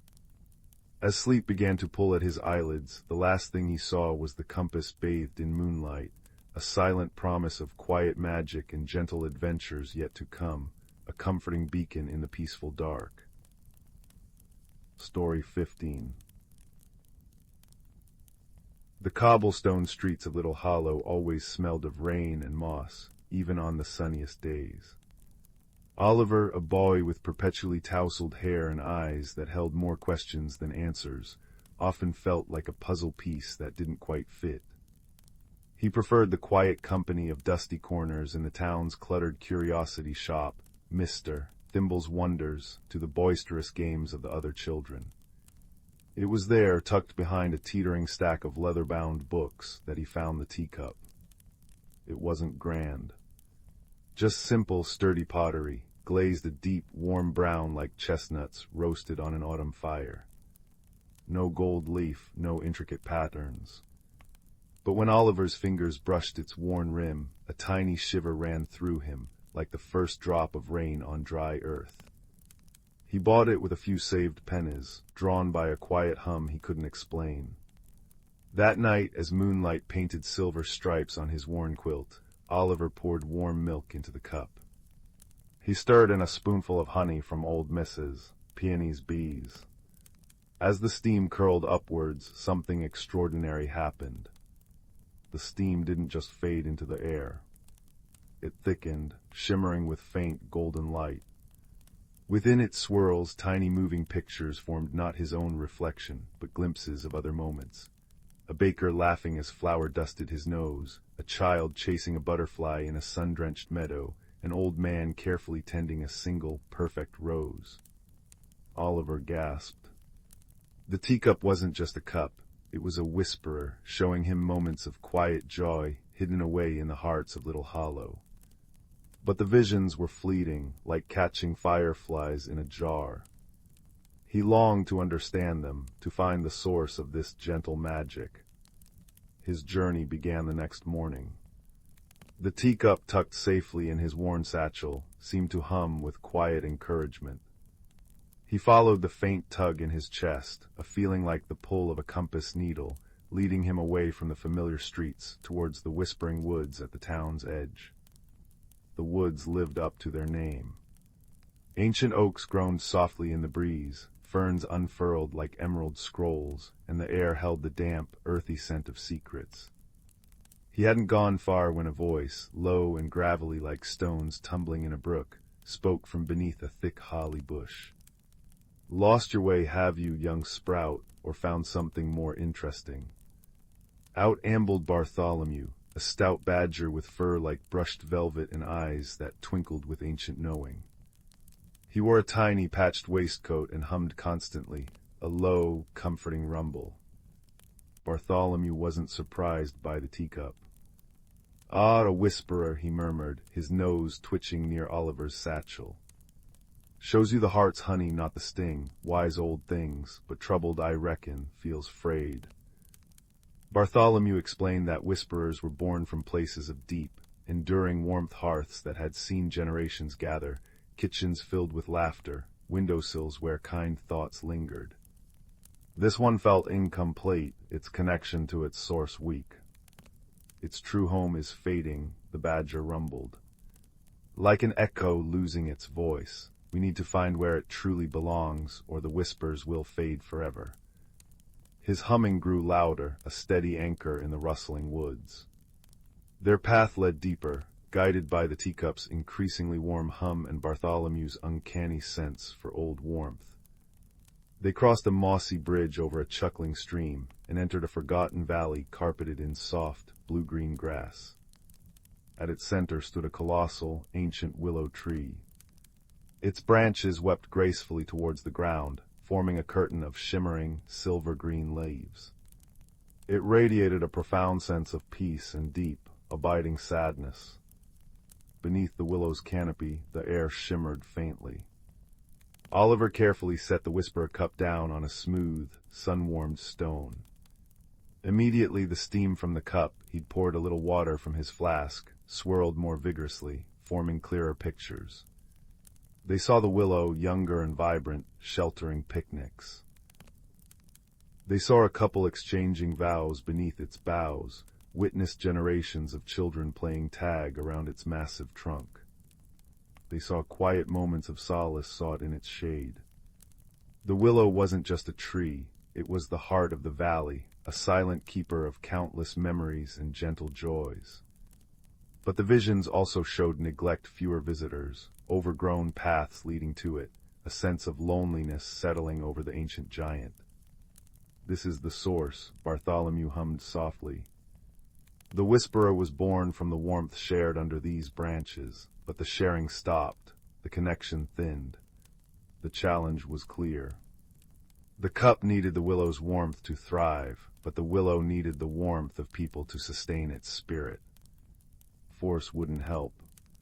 Chopping vines or demanding people return wouldn't mend the fragile thread. Oliver sat quietly, the teacup warm in his hands, Bartholomew a comforting presence at his side. He watched the willow's leaves tremble in a breeze that carried the scent of damp earth and distant rain. Wisdom, he realized, wasn't about grand gestures. It was about understanding the quiet need. The whisperer didn't just show joy, it was joy, a captured echo meant to be shared. Perhaps, Oliver said softly, more to the willow than to Bartholomew, the cup wasn't meant to stay hidden in a shop or even just with me. Perhaps it was meant to remind people to bring them back. He carefully placed the whisperer cup on a wide, low branch of the willow, nestled securely among the soft leaves. Show them, he whispered. Show them what they've forgotten is here. The journey back felt different. Oliver walked with a lighter step, Bartholomew humming a satisfied tune beside him. He didn't feel like a misplaced puzzle piece anymore. He felt like a bridge. Days later, Oliver returned to the valley with Mrs. Peony, bringing jars of her golden honey. She gasped at the willow's beauty. As they sat beneath its branches, sharing warm tea from an ordinary cup, the whisperer on its branch began to gently steam. Tiny visions of children playing, of Mrs. Peony's own beekeeping days, shimmered in the air. Word spread, carried by Mrs. Peony's wonder and Oliver's quiet suggestion. Slowly, carefully, people returned. The baker brought fresh bread for picnics. The woodcarver came to sketch the willow's graceful form. Children rediscovered the joy of games beneath the silver leaves. The whisperer cup remained on its branch, a silent sentinel. Its steam no longer felt faint or frayed. It flowed strong and clear, filled with vibrant scenes of the renewed warmth shared beneath the willow, laughter echoing, stories whispered, quiet moments of peace embraced.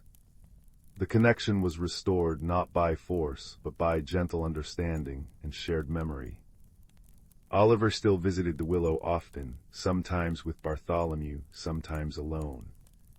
He'd sit quietly, sipping ordinary tea, watching the whisperers steam paint pictures of shared joy in the dappled sunlight.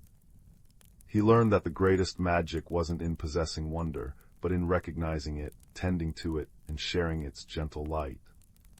The loneliness that once clung to him like mist had dissolved, replaced by the quiet warmth of connection and the profound peace of knowing that even the smallest cup or the quietest boy could hold extraordinary secrets and help mend the world, one gentle whisper at a time.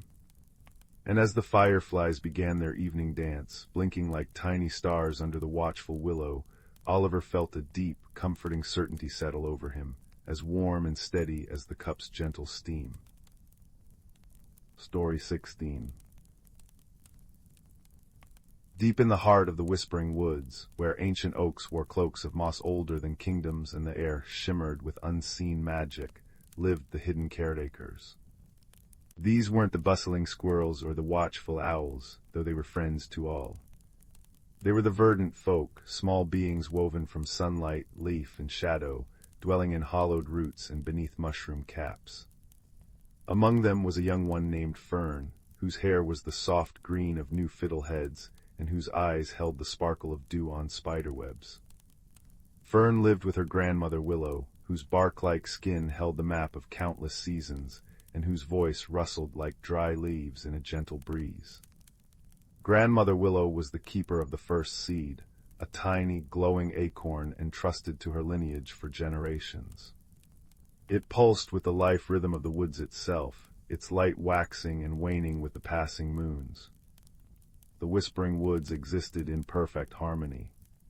Spring arrived when the frost sprites, tiny crystalline beings born of the last winter's sigh, danced upon the frozen streams, their tinkling laughter coaxing buds to unfurl.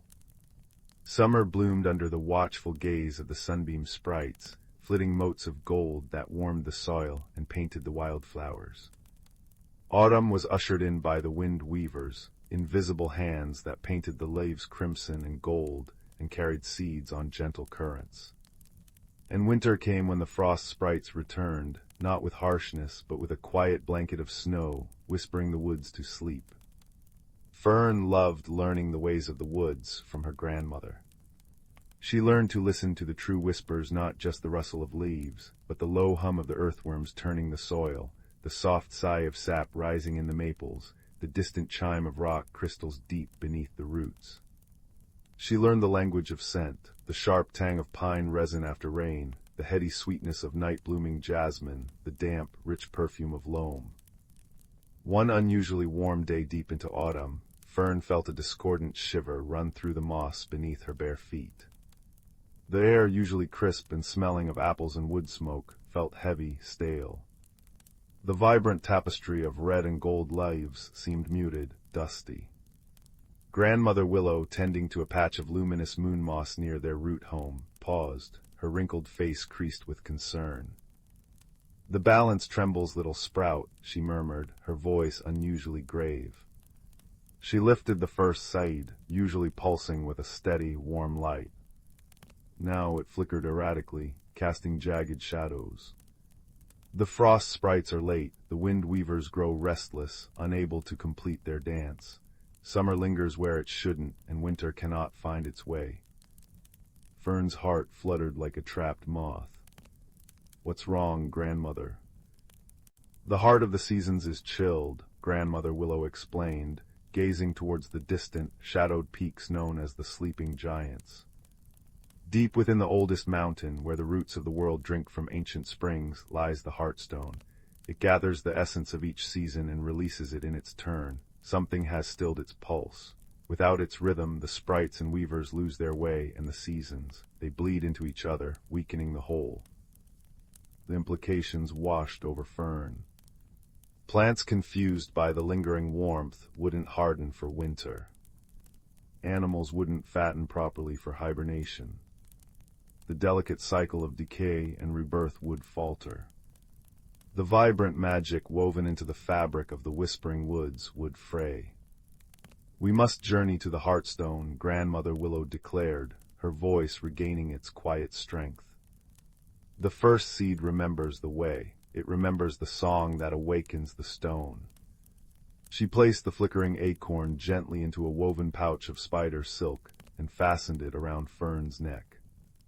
"Your young ears are sharp, little sprout. You will hear the true song where my old ones might miss a note." Their journey began at dawn. The woods, usually a symphony of life, felt hushed, watchful. Sunlight filtered weakly through the dusty canopy, painting long, thin shadows. Fern noticed the small signs of distress, a family of field mice frantically gathering half-ripe nuts, their tiny faces pinched with worry, a cluster of anxious fireflies blinking erratically in the gloom, their usual steady glow dimmed, a venerable oak sighing deeply, its leaves drooping like weary hands.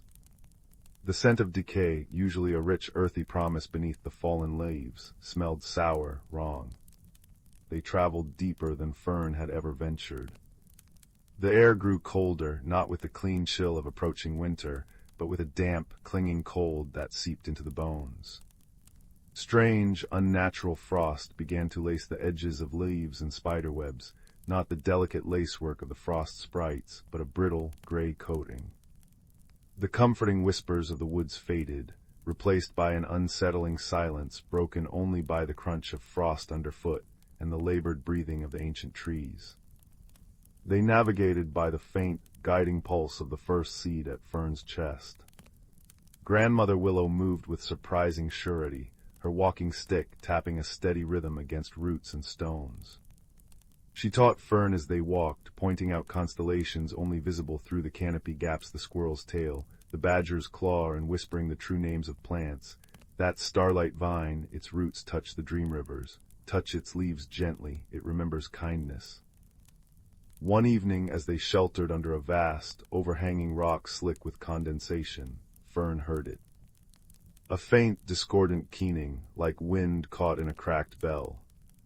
It seemed to emanate from the stone itself.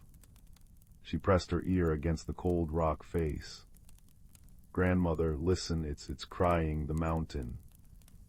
Grandmother Willow placed her own ear against the rock. Her eyes closed. "Not crying, little sprout, stuck. The Heartstone song is trapped, frozen mid-note. It needs the counter-melody, the one the first seed holds."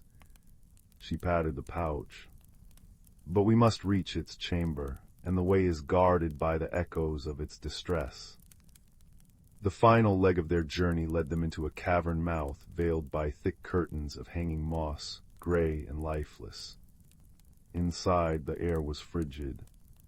Strange, jagged formations of ice, glowing with a sickly blue light, sprouted from the floor and ceiling. The keening sound was louder here, vibrating in Fern's teeth. Shimmering, distorted shapes, echoes of unspent seasons flitted in the periphery. Phantom blossoms wilted instantly, ghostly snowflakes melted before touching the ground, illusory autumn leaves crumbled to dust mid-fall. "Stay close," Grandmother Willow murmured, her breath frosting the air. "The echoes cannot harm, but they can confuse and chill the spirit. Focus on the seed, feel its warmth." Fern clutched the pouch. The seed pulsed against her palm, a small, defiant ember in the oppressive cold. She focused on its rhythm, matching her breathing to its gentle beat. She thought of the warm scent of sun-baked pine needles, the sound of a babbling brook in spring, the comforting sight of fireflies dancing in the summer twilight. As she focused on these warm, real memories, the chilling whispers of the echoes seemed to recede slightly. Deeper they went, the cavern narrowing into a tunnel lined with veins of quartz that pulsed faintly in time with the trapped song. The keening became almost unbearable, a physical pressure. Finally, they emerged into a vast, cathedral-like chamber. At its center, rising from a pool of perfectly still, dark water, was the Heartstone. It was magnificent, taller than Grandmother Willow, carved from deep, smoky crystal shot through with veins of shimmering gold, silver, emerald, and sapphire, the colors of the seasons. But its light was dim, flickering erratically. A thick layer of the unnatural gray frost encased its lower half, creeping upwards. From its core emanated the source of the discordant keening, the frozen, broken song. "The frost," Grandmother Willow breathed, her voice thick with sorrow. "Not born of winter, but of stagnation, of the flow being blocked." She approached the stone, her hand trembling as she reached out but didn't touch the icy crust. "The first seed's song is the key, but it needs a pure heart to carry the melody, unburdened by fear, open to the harmony of all things." Fern understood. She stepped forward, the pouch warm against her chest. Grandmother Willow nodded, her eyes filled with trust and ancient wisdom. "Sing, little sprout, sing with the woods in your heart. Remember the whispers, the scents, the sights. Remember the balance." Fern closed her eyes. She took a deep breath, filling her lungs with the cold, still air. She pushed aside the fear, the cold, the unsettling keening. She thought of the rustle of leaves, the scent of damp earth after rain, the taste of wild strawberries, the sight of a sunrise painting the clouds pink, the feel of soft moss underfoot. She thought of the field mice, the fireflies, the sighing oak, the patient wisdom of her grandmother. She opened her mouth, and a sound emerged. It wasn't a human song, nor exactly verdant folk. It was the pure, clear tone of a bell made of sunlight striking a dewdrop. It was the rustle of 1,000 leaves in a gentle breeze. It was the gurgle of a hidden spring. It was the whispering woods itself, given voice. As Fern sang, the first seed at her chest blazed with golden green light. The light flowed down her arms, radiating from her fingertips, touching the gray frost on the Heartstone. Where the light touched, the unnatural frost didn't melt. It simply dissolved, vanishing like smoke in sunlight. The discordant keening faltered, then began to shift, weaving itself around Fern's pure, clear melody. Grandmother Willow added her voice, a deep, resonant hum like wind through ancient pines, grounding Fern's melody, strengthening it. the heartstone began to vibrate. The veins within it, gold, silver, emerald, sapphire, pulsed brighter, chasing away the last remnants of gray. The thick frost receded completely, revealing the stone's full, radiant glory. The frozen song within the heartstone thawed. It didn't just restart, it transformed. Fern's melody intertwined with the stone's own powerful resonance, creating a new, richer harmony. The sound filled the chamber, warm and vibrant, flowing outwards like a visible wave of golden light. It washed over Fern and her grandmother, banishing the clinging cold, filling them with profound peace. It rushed through the caverns, dissolving the eerie ice formations and silencing the phantom echoes. Outside the mountain, deep in the whispering woods, the wind weavers suddenly felt the familiar, irresistible pull. They swept down from the high peaks with a joyous sigh, swirling through the trees. Where they passed, the lingering, dusty warmth was swept away. The muted leaves blazed anew with vibrant reds, oranges, and yellows, then gracefully spiraled down in a breathtaking dance. High above, the frost sprites, feeling the true call of winter at last, giggled with crystalline delight as they descended, their touch gentle, painting the world in sparkling silver filigree. The air turned crisp and clean, smelling of wood smoke and frost-kissed apples. Fern stopped singing, the final note hanging pure and clear in the now warm chamber before fading into a profound, peaceful silence.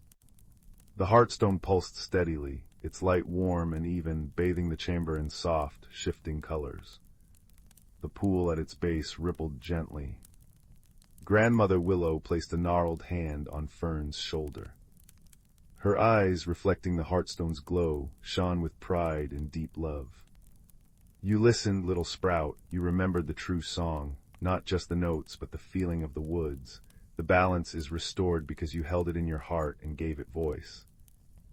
Exhausted but filled with a deep, quiet joy, Fern leaned against her grandmother. The pouch with the first seed felt warm and content against her skin, its light steady once more. The journey back through the caverns was different. The quartz veins pulsed with a gentle, rhythmic light. The air was fresh, smelling of clean stone and deep earth. The path felt easier, as if the mountain itself was grateful. When they emerged from the cavern mouth, dawn was breaking over the whispering woods. A pristine blanket of sparkling snow covered the ground, glittering under the rising sun. The air was bitingly cold, but it was the clean, invigorating cold of true winter. Smoke curled invitingly from chimneys in distant cottages, unseen by mortals, but known to the verdant folk. Tracks of rabbits and foxes dotted the fresh snow. An owl, wide awake now that the unsettling warmth was gone, hooted a soft, contented call from a snow-laden pine. Word of their journey spread quietly among the hidden folk. The field mice, snug in their burrows lined with properly dried nuts, chattered gratefully. The fireflies, resting in their hollow logs, glowed with a steady, reassuring light. The ancient oak stood tall, its branches dusted with snow, a sigh of deep relief rustling through its bare twigs. The frost sprites danced on the newly frozen pond, their laughter like tiny bells, weaving intricate patterns of frost on the smooth surface. Back in their cozy root home, warmed by glowing ember moss and the scent of steeping pine needle tea, Grandmother Willow placed the first seed back in its place of honor, a small niche lined with velvet moss. Its light was steady and strong. Fern gazed out through the tiny root window. Snowflakes drifted down, each one a unique masterpiece crafted by the joyful frost sprites. The world was quiet, wrapped in the peaceful slumber of winter. She felt the deep hum of the earth beneath her, the steady pulse of the heartstone echoing in the distance, the gentle rhythm of the seasons restored. "It wasn't just me, Grandmother," Fern said softly, watching a red squirrel scamper across a snow-covered branch. The song was the woods, it was the mice and the fireflies and the oak and the wind weavers. And you, it was everyone remembering what harmony feels like. Grandmother Willow smiled, the lines around her eyes crinkling like sun-warmed bark. Wisdom, little sprout, she murmured, handing Fern a warm cup of tea that smelled of honey and forest herbs. True harmony is never one voice alone. It is the chorus of the world, each part knowing its place, each note supporting the others. Remember this feeling, hold it close. For as long as we remember the song, the whispering woods will remember its balance. Fern sipped her tea, the warmth spreading through her.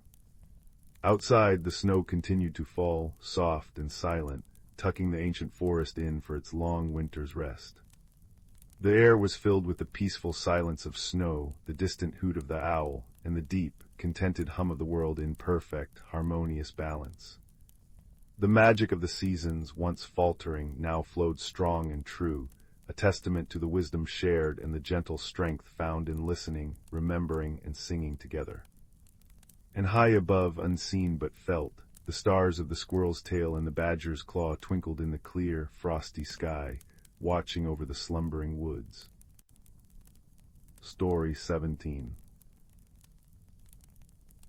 The little town of Glimmerbrook, nestled in the crook of the Whispering Woods, was known for two things: its exceptionally cozy charm and the gentle, everyday magic that hummed through its cobbled streets. Moss grew velvet soft on the rooftops, lanterns bobbed merrily without strings, held aloft by friendly wisps, and the bakery's ovens were warmed by the purring of contented hearth cats. But lately a quiet unease had settled over the town, like a thin layer of frost on a sunny window pane. Strange things were vanishing. It began with small, almost silly things. Old Mrs. Thimblewick found her prize-winning lavender soap suddenly scentless, just smooth, gray bars. Young Benji's collection of particularly shiny river pebbles, kept in a jar by his window, turned overnight into ordinary, dull stones. The baker, a kind man named Thomas, awoke to find his carefully risen dough for the morning's cinnamon buns had gone flat and cold, the magic yeast seemingly asleep. Worse still, the cheerful glow of the town's firefly lanterns dimmed noticeably each dusk, casting longer, more uncertain shadows. No one felt scared, precisely. Glimmerbrook wasn't that kind of place. But a puzzled worry knit brows together. Where was the cozy magic going? Watching it all with thoughtful eyes was young Anya. She lived above her grandmother's bookshop, surrounded by stories of faraway lands and ancient spells. Anya loved Glimmerbrook's quiet magic, the way the cobblestones felt warm underfoot on chilly mornings, the way the wind chimes sang secret tunes. She decided, with quiet determination, to find out what was happening. Not with grand spells or shouting, but with careful watching and kind questions. Her first clue came near the mossy fountain in the town square. She noticed tiny, damp footprints, no bigger than a thimble, leading away from where Mrs. Thimblewick usually aired her fragrant soaps on a sunny bench. The prints vanished into a crack beneath the roots of the ancient, wise-looking willow heart tree. Anya sat by the crack, listening. From deep within the roots she heard a faint, rhythmic sound, thump-scrape, thump-scrape. It wasn't menacing, just busy. She left a small, fragrant sprig of rosemary near the crack. The next morning it was gone. Her next clue involved Benji's pebbles. Examining the jar, Anya found not just the dull stones, but nestled amongst them, a single, impossibly smooth, deep blue pebble she'd never seen in the local river. It felt warm and hummed faintly. She took it to Old Man Hemlock, the town's gardener who knew the secrets of every root and leaf. He lived in a cottage woven from living willow branches, its windows glowing softly with captured sunlight. "Ah, young sapling," Hemlock greeted her, his voice like rustling leaves. He held the blue pebble up to the light. "This is moonstone gravel, rare, comes from deep under the whispering woods near the glimmer pools. Someone's been trading." "Trading?" Anya asked, puzzled. But they took Benji's shiny pebbles and gave him dull ones, and took the scent from Mrs. Thimblewick's soap, the heat from the hearth cats, and the light from the lanterns. Hemlock's eyes, deep and moss-green, twinkled. Taken or perhaps borrowed, look deeper, little observer. Look for the pattern, not just the absence. He handed her a small, polished lens made of amber. See what others overlook. Armed with Hemlock's advice and the amber lens, Anya looked anew. She saw that the dull stones left in Benji's jar weren't just dull. They were incredibly smooth, polished to a soft sheen. The scentless soap. It lathered richer than ever. The cold dough Thomas found. When baked anyway, it produced the fluffiest, most delicious bread he'd ever made, though it lacked the magical warmth. And the dimmed lanterns. Their light, though softer, cast the most beautiful, intricate patterns on the walls, like delicate lace woven from shadow and light. The pattern. They weren't stealing the magic, they were changing it, refining it, concentrating it somehow. And the tiny footprints, the moonstone gravel, it pointed underground, near the glimmer pools. Anya gathered her courage and a small lantern of her own. Following the faintest trail of damp earth and the occasional whisper of that thump-scrape sound, she ventured beyond the town square, into the deeper, quieter part of the whispering woods, where the roots of the willow-heart tree delved deep. The air grew cool and smelled of rich soil and ancient stone. Finally she found it, a hidden entrance beneath a curtain of luminous, blue-veined moss, partially concealed by giant ferns. Peeking inside, Anya gasped. The cavern glowed with a soft, ethereal light, emanating from thousands of tiny, pulsing crystals embedded in the walls, the source of the glimmer pool's magic. And bustling about were dozens of small, furry creatures she'd only heard whispers about in her grandmother's books, moss bunnies. They were no bigger than Anya's hand, with fur the color of forest moss and deep, gentle eyes that shone like polished obsidian. Their long ears twitched as they worked with intense focus. Some were carefully polishing Benji's pebbles on smooth stone slabs until they gleamed. Others were gently pressing Mrs. Thimblewick's lavender essence, which they'd somehow distilled into the glowing crystals, making them pulse with a soft purple light. Several were carefully collecting the excess warmth radiating from the hearth cat's purrs, which the cats, it seemed, were quite happily donating in their sleep and funneling it into delicate glass orbs. Teams of bunnies were meticulously cleaning the lenses of the firefly lanterns with soft cloths, explaining their dimmed but sharper light. In the center of the cavern, the most astonishing sight, they were building something. Using the polished stones, the concentrated scents, the captured warmth, and the purified light, they were constructing an intricate, beautiful mosaic fountain. Water bubbled from its center, catching the light from the enhanced crystals in the lanterns, throwing shimmering rainbows across the cavern walls. The thump scrape was the sound of tiny trowels and careful paws setting stones. One moss bunny, slightly larger with a tuft of silvery fur on its brow, noticed Anya. It didn't flee. Instead, it hopped forward, holding up a tiny, perfect tile of iridescent moonstone gravel, the kind traded for Benji's shiny pebbles. It gestured towards the fountain, then towards the town above, its big eyes hopeful. Understanding washed over Anya like warm sunlight. The moss bunnies weren't thieves. They were secret artisans, gentle alchemists of magic. They'd been borrowing the diffuse, everyday magic of Glimmerbrook, the scents, the shine, the warmth, the glow to concentrate it, to purify it, using their ancient skills. They were building a gift, a new, central source of magic for the town, more beautiful and potent than ever before, bubbling up from the heart of the earth. The fading scents and dimmed lights were just temporary, like holding your breath before singing a beautiful note. Anya smiled, her heart swelling with warmth. She carefully placed the blue moonstone pebble the bunny had given her onto the growing mosaic. It fit perfectly. She whispered, "It's beautiful."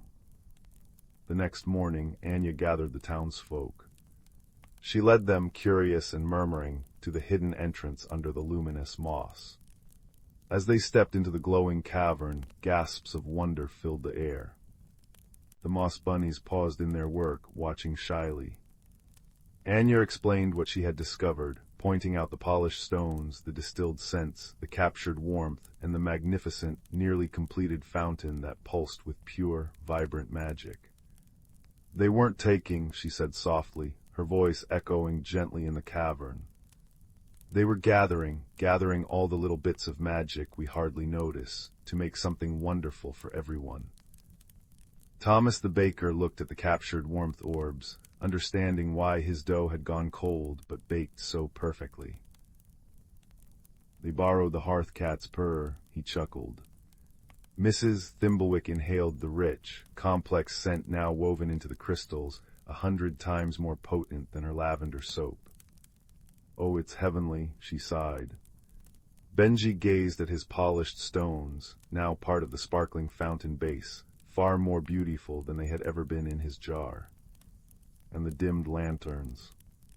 Now their light, filtered and focused through the cleaned lenses, painted breathtakingly intricate patterns of light and color on the cavern walls.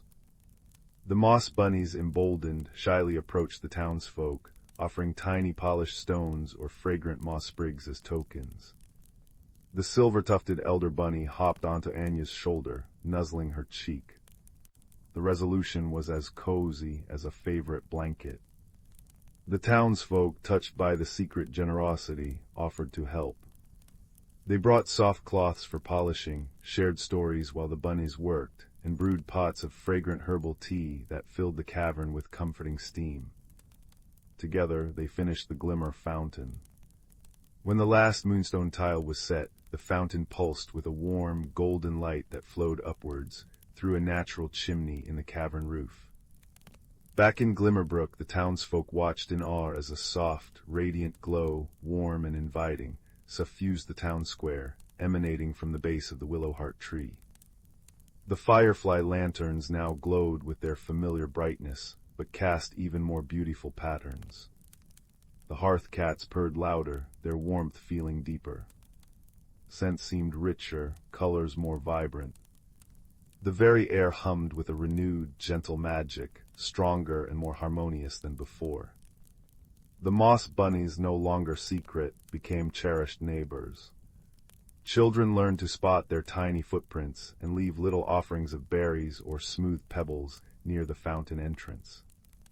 Sometimes late at night, if you listened very carefully by the willowheart tree, you could still hear the soft, comforting sound, thump, scrape, a gentle reminder that sometimes the things that seem to disappear are merely being gathered by unseen, kind-hearted friends, working diligently to weave a deeper, more beautiful magic for everyone to share.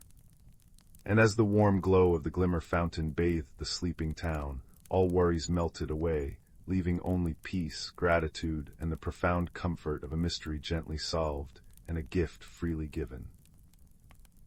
Story 18.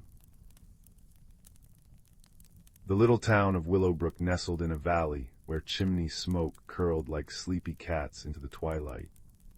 In a house tucked beside the baker's shop lived a quiet boy named Leo.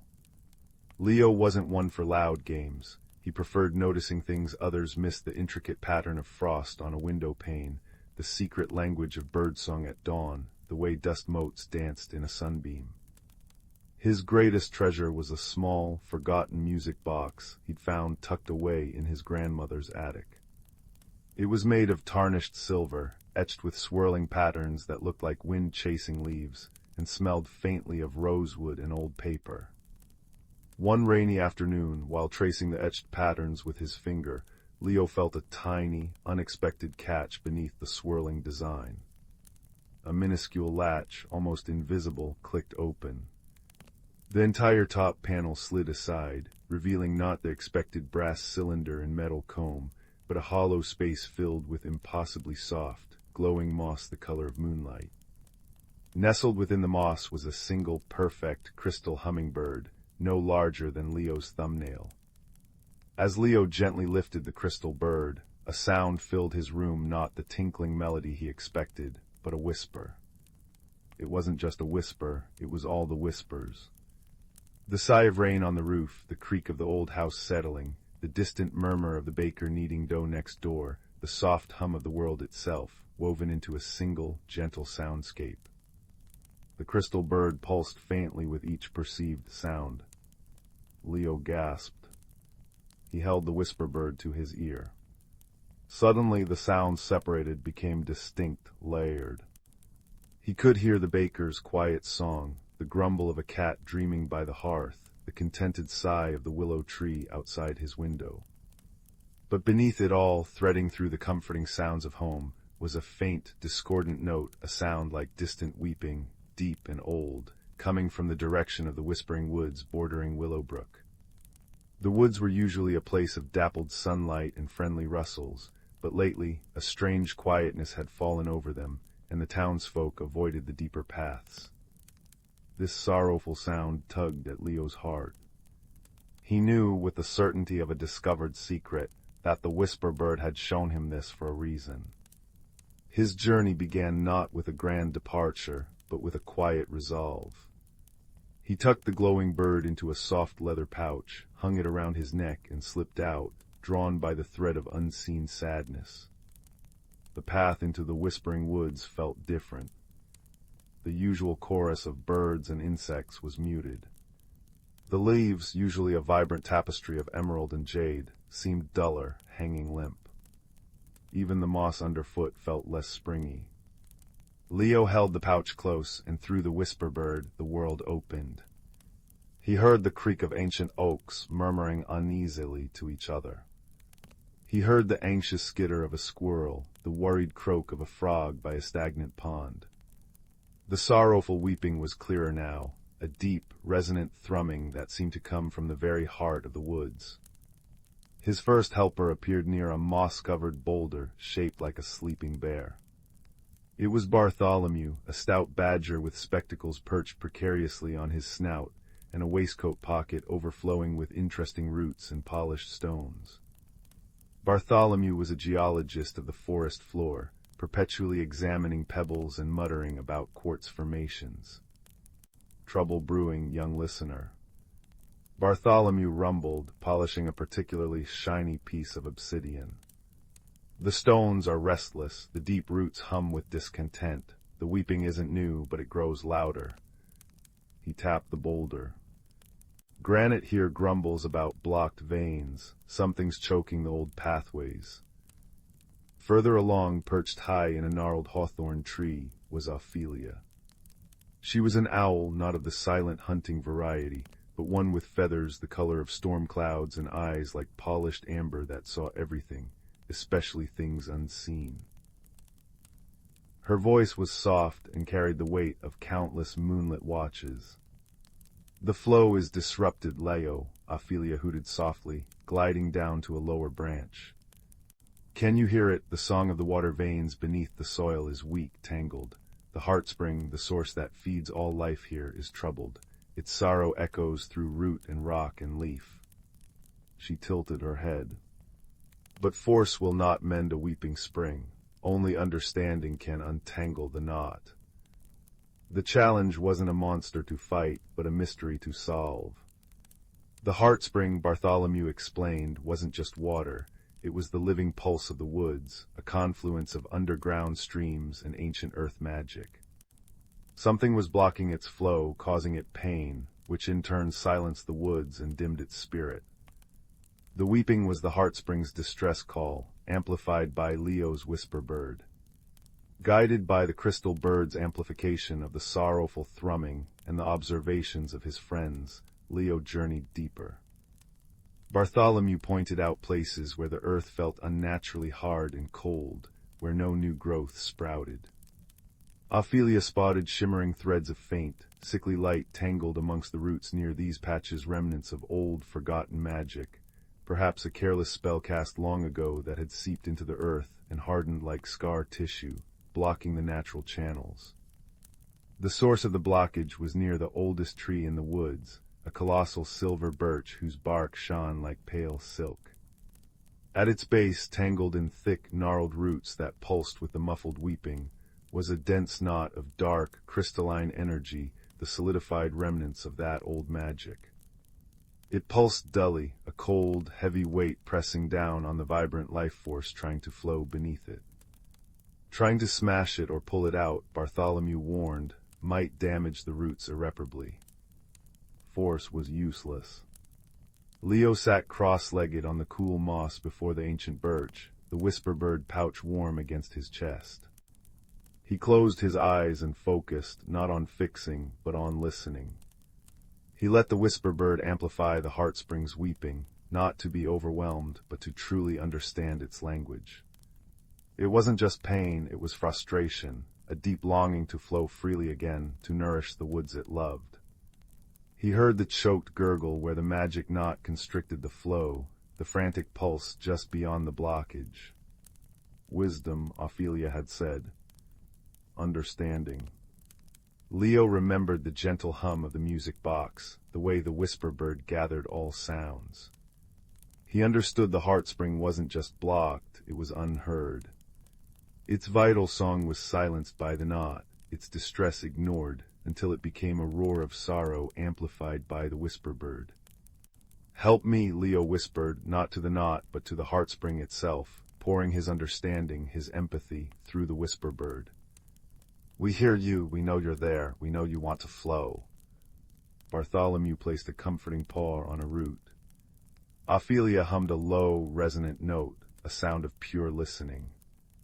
Something shifted. The dark knot of magic didn't vanish, but it began to glow. Not with its own sickly light, but with a soft, golden luminescence that seeped from the roots around it, from the moss, from the very air the gathered, focused attention and empathy of Leo, Bartholomew, and Ophelia. The golden light touched the knot, not attacking, but illuminating it. The knot wasn't evil, it was lost, misplaced energy, hardened by neglect. Seen and understood, its rigid form began to soften, to unravel like dark ice melting in warm sunlight. The hardened magic dissolved, not into nothingness, but into harmless, shimmering motes that drifted upwards, absorbed by the ancient birch, which sighed with profound relief. A deep, resonant chime echoed through the woods, a sound of pure, unobstructed flow. Crystal-clear water, sparkling with inner light, bubbled up freely from the heartspring at the base of the birch tree.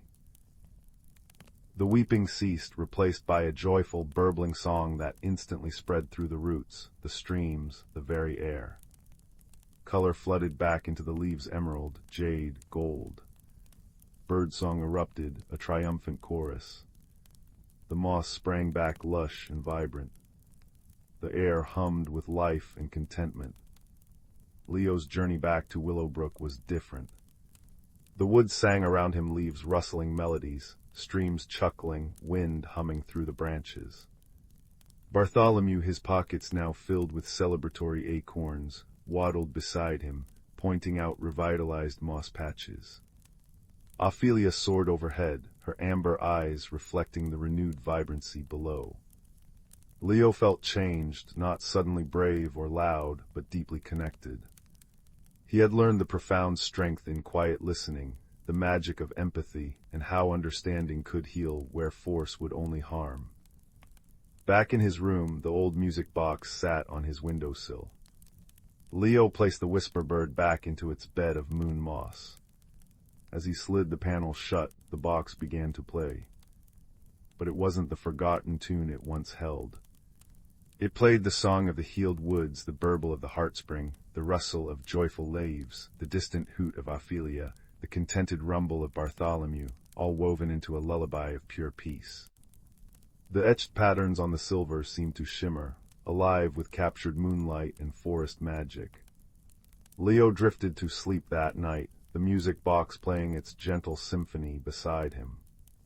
The cozy glow of his lamp, the scent of rosewood and fresh rain through the window, the soothing melody, it all wrapped around him like a warm blanket. He knew the extraordinary secret wasn't just in the object, but in the act of listening, truly listening, to the whispers of the world. And as the last notes faded into the quiet night, a profound sense of comfort settled over him, a peaceful resolution echoing the healed heart of the woods, promising gentle dreams and the quiet wonder of a world full of hidden songs, waiting only for a kind ear to hear them. Story 19. The little town of Willowbrook nestled in a valley where the river sang softly, and the wind sighed through ancient willows. In a cottage at the very edge, where the cobblestones gave way to wildflowers, lived a quiet boy named Theo. Theo was small for his age, with eyes the color of moss after rain, and a particular fondness for listening rather than speaking. He noticed things others missed, the intricate pattern of frost on a window pane, the different songs of individual crickets at dusk, and the way the old oak tree seemed to sigh contentedly on sunny afternoons. Theo's most treasured possession wasn't a toy or a book, but a small, carved wooden box that had belonged to his great-grandfather. It was unremarkable, made of dark, smooth wood, its surface worn with time and handling. Inside, nestled on faded blue velvet, lay a single, large, slightly tarnished brass button. It wasn't particularly beautiful. It was heavy, cold to the touch, and engraved with swirling lines that seemed to lead nowhere. Theo often held it, feeling its weight and tracing the enigmatic patterns, wondering about the coat it had once fastened. He called it his quiet button. One chilly autumn evening, as Theo sat by the crackling hearth, holding the button as usual, a curious thing happened. A firefly, seeking refuge from the gathering dusk, buzzed erratically near the window. It bumped against the glass once, twice, its tiny light flickering weakly. Theo, feeling a pang of sympathy, instinctively pressed the brass button gently against the cool window pane where the firefly rested. Hush. A sound like a sighing breeze filled the quiet room. The firefly's frantic buzzing stopped. Its tiny light glowed steadily, warmly. Theo watched, mesmerized, as the insect seemed to calm, its tiny antennae waving slowly. Then, as if understanding, it turned and flew out through the slightly ajar window Theo quickly opened, its light pulsing strong and sure into the twilight. Theo stared at the button in his hand. It felt warmer. The swirling lines seemed to shimmer faintly in the firelight. Had he imagined it? He touched the button to the worn wooden arm of his chair. Nothing. He touched it to the hearthstone. Nothing. Then a sparrow landed on the windowsill, chirping anxiously. Theo pressed the button against the glass near the bird. Hush, the chirping softened into a gentle, melodic twitter. The sparrow cocked its head, looked directly at Theo, gave one more soft, contented peep, and flew off. Theo's heart thumped like a drum against his ribs. His ordinary button wasn't ordinary at all. It held a secret magic, the magic of listening and bringing quiet comfort. It didn't command silence, it offered peace. The discovery filled Theo with a quiet joy, but also a growing unease. The world outside seemed suddenly louder, filled with hidden anxieties he hadn't noticed before. The creaking groans of the old willow by the river sounded less like wood and more like sorrow. The wind whistling down the chimney held a note of loneliness. Even the cheerful bubbling of the kettle on the hob seemed tinged with a frantic energy. The button in his pocket felt heavy with potential responsibility. His journey began not with a map, but with a sound. A deep, resonant thrumming echoed through the valley one night, a sound that vibrated in Theo's bones and made the teacups rattle on their shelves. It wasn't loud, but it was constant, pervasive, a low note of profound sadness that seeped into everything. The townsfolk murmured about strange weather or distant quarry work, but Theo felt it. It was the sound of something deeply troubled. Guided by the subtle pull of the button in his pocket and the direction of the thrumming, Theo ventured beyond Willowbrook into the whispering woods. The woods lived up to their name. Leaves rustled secrets, streams chuckled over stones, and ancient trees creaked tales of centuries past. But beneath it all, the sorrowful thrumming persisted, growing stronger the deeper he went. He wasn't alone for long. As he paused by a moss-covered boulder, wondering which path to take, a small, prickly creature trundled out from beneath a fern. It resembled a very round hedgehog, but its spines shimmered like spun moonlight, and its eyes were large, deep pools of liquid amber. "Lost your way, quiet ears," it piped in a voice like pebbles tumbling in a brook. Its name was Bramble. Theo, surprised but not frightened, explained about the sad sound. Bramble tilted his head, his moonlight spines catching the dappled forest light. "Ah," he breathed.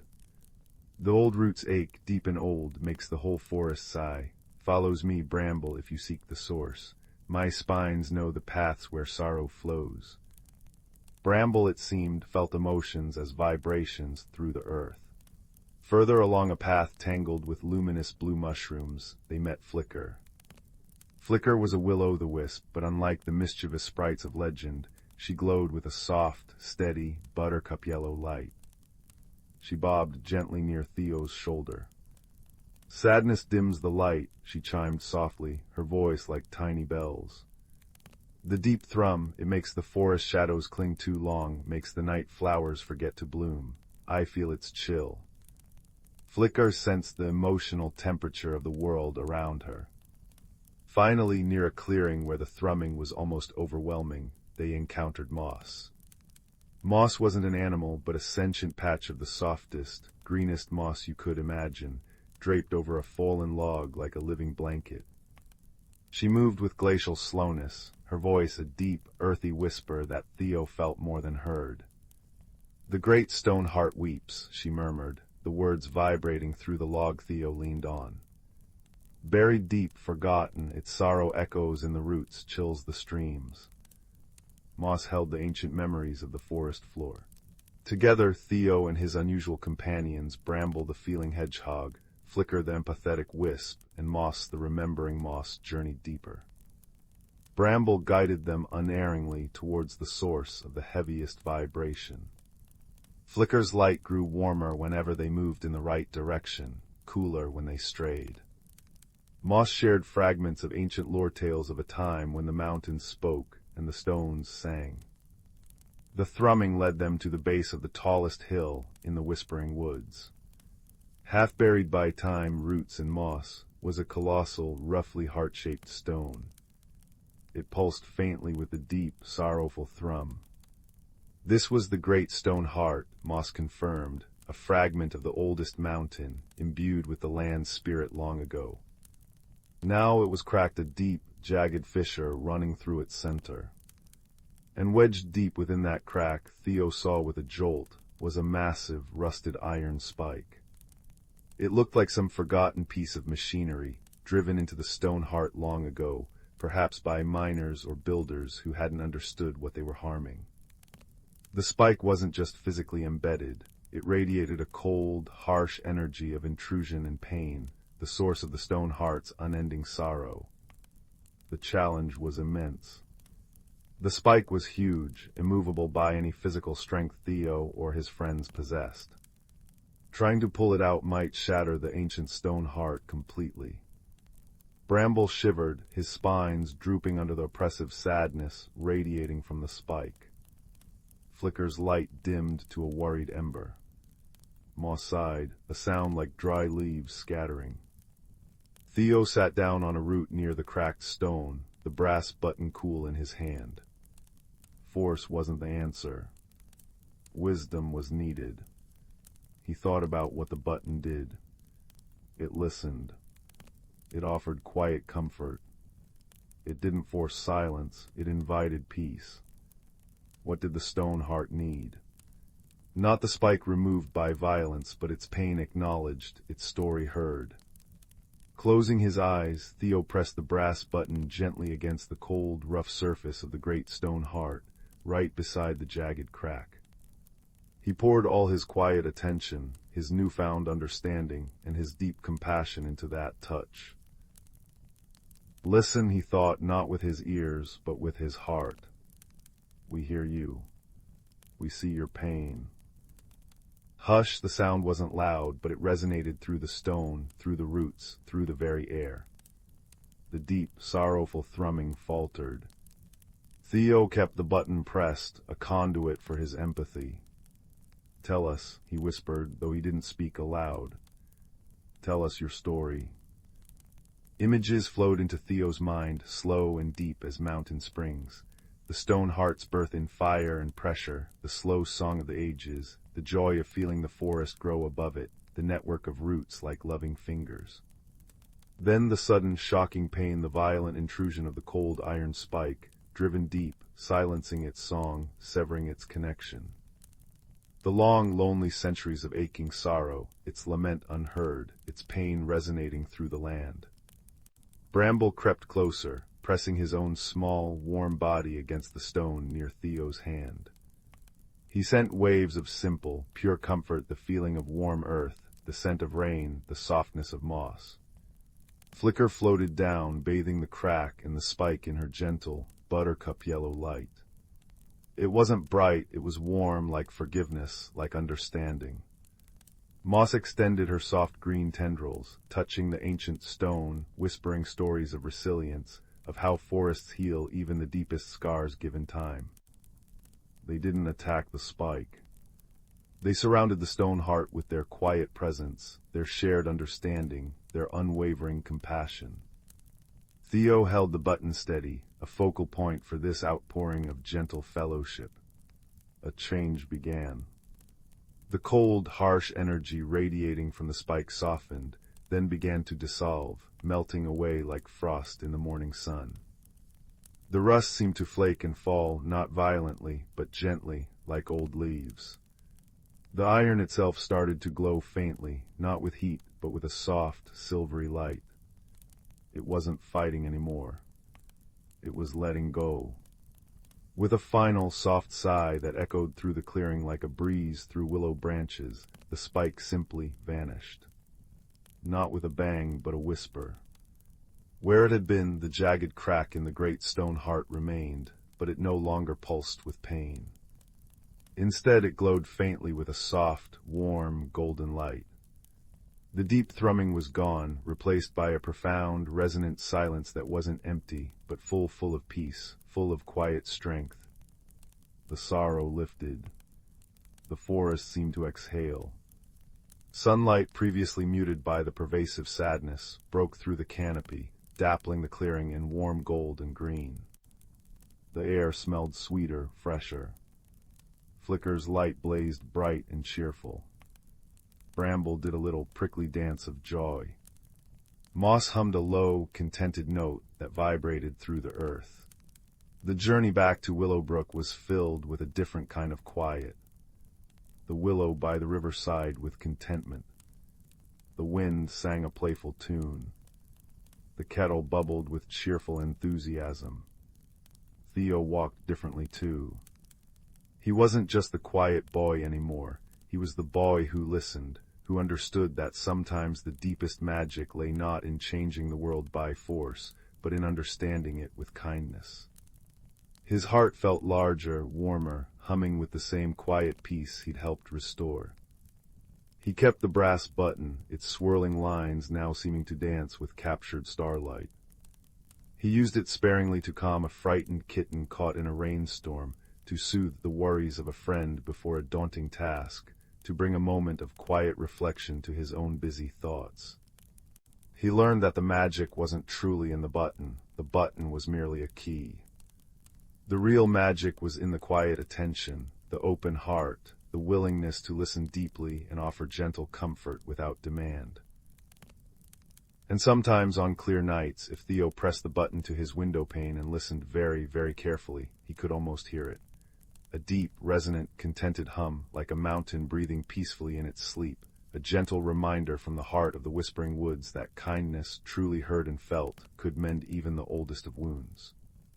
It was the sound of a world understood, a lullaby of quiet connection, perfect for drifting into dreams filled with gentle wonder and the comforting knowledge that even the deepest sorrows can find peace. Story 20. Story 21. Story 22. Story 23. Story 24. Story 25. 26. Story 27. Story 28. Story 29. Story 30.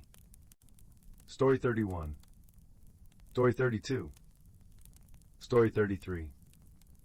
Story 34. Story 35. Story 36.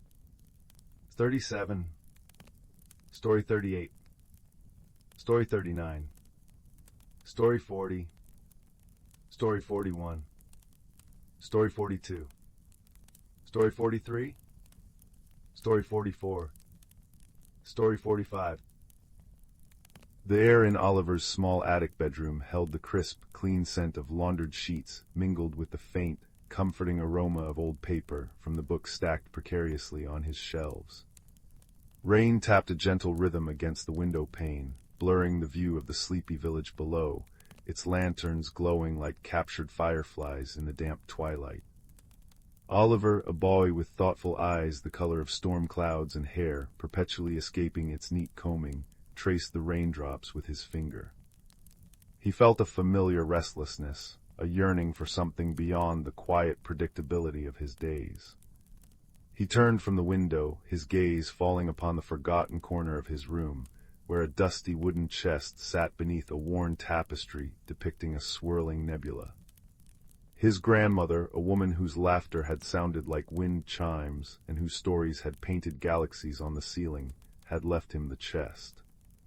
"For when your heart seeks a different kind of map, Oliver," she'd whispered on her last visit.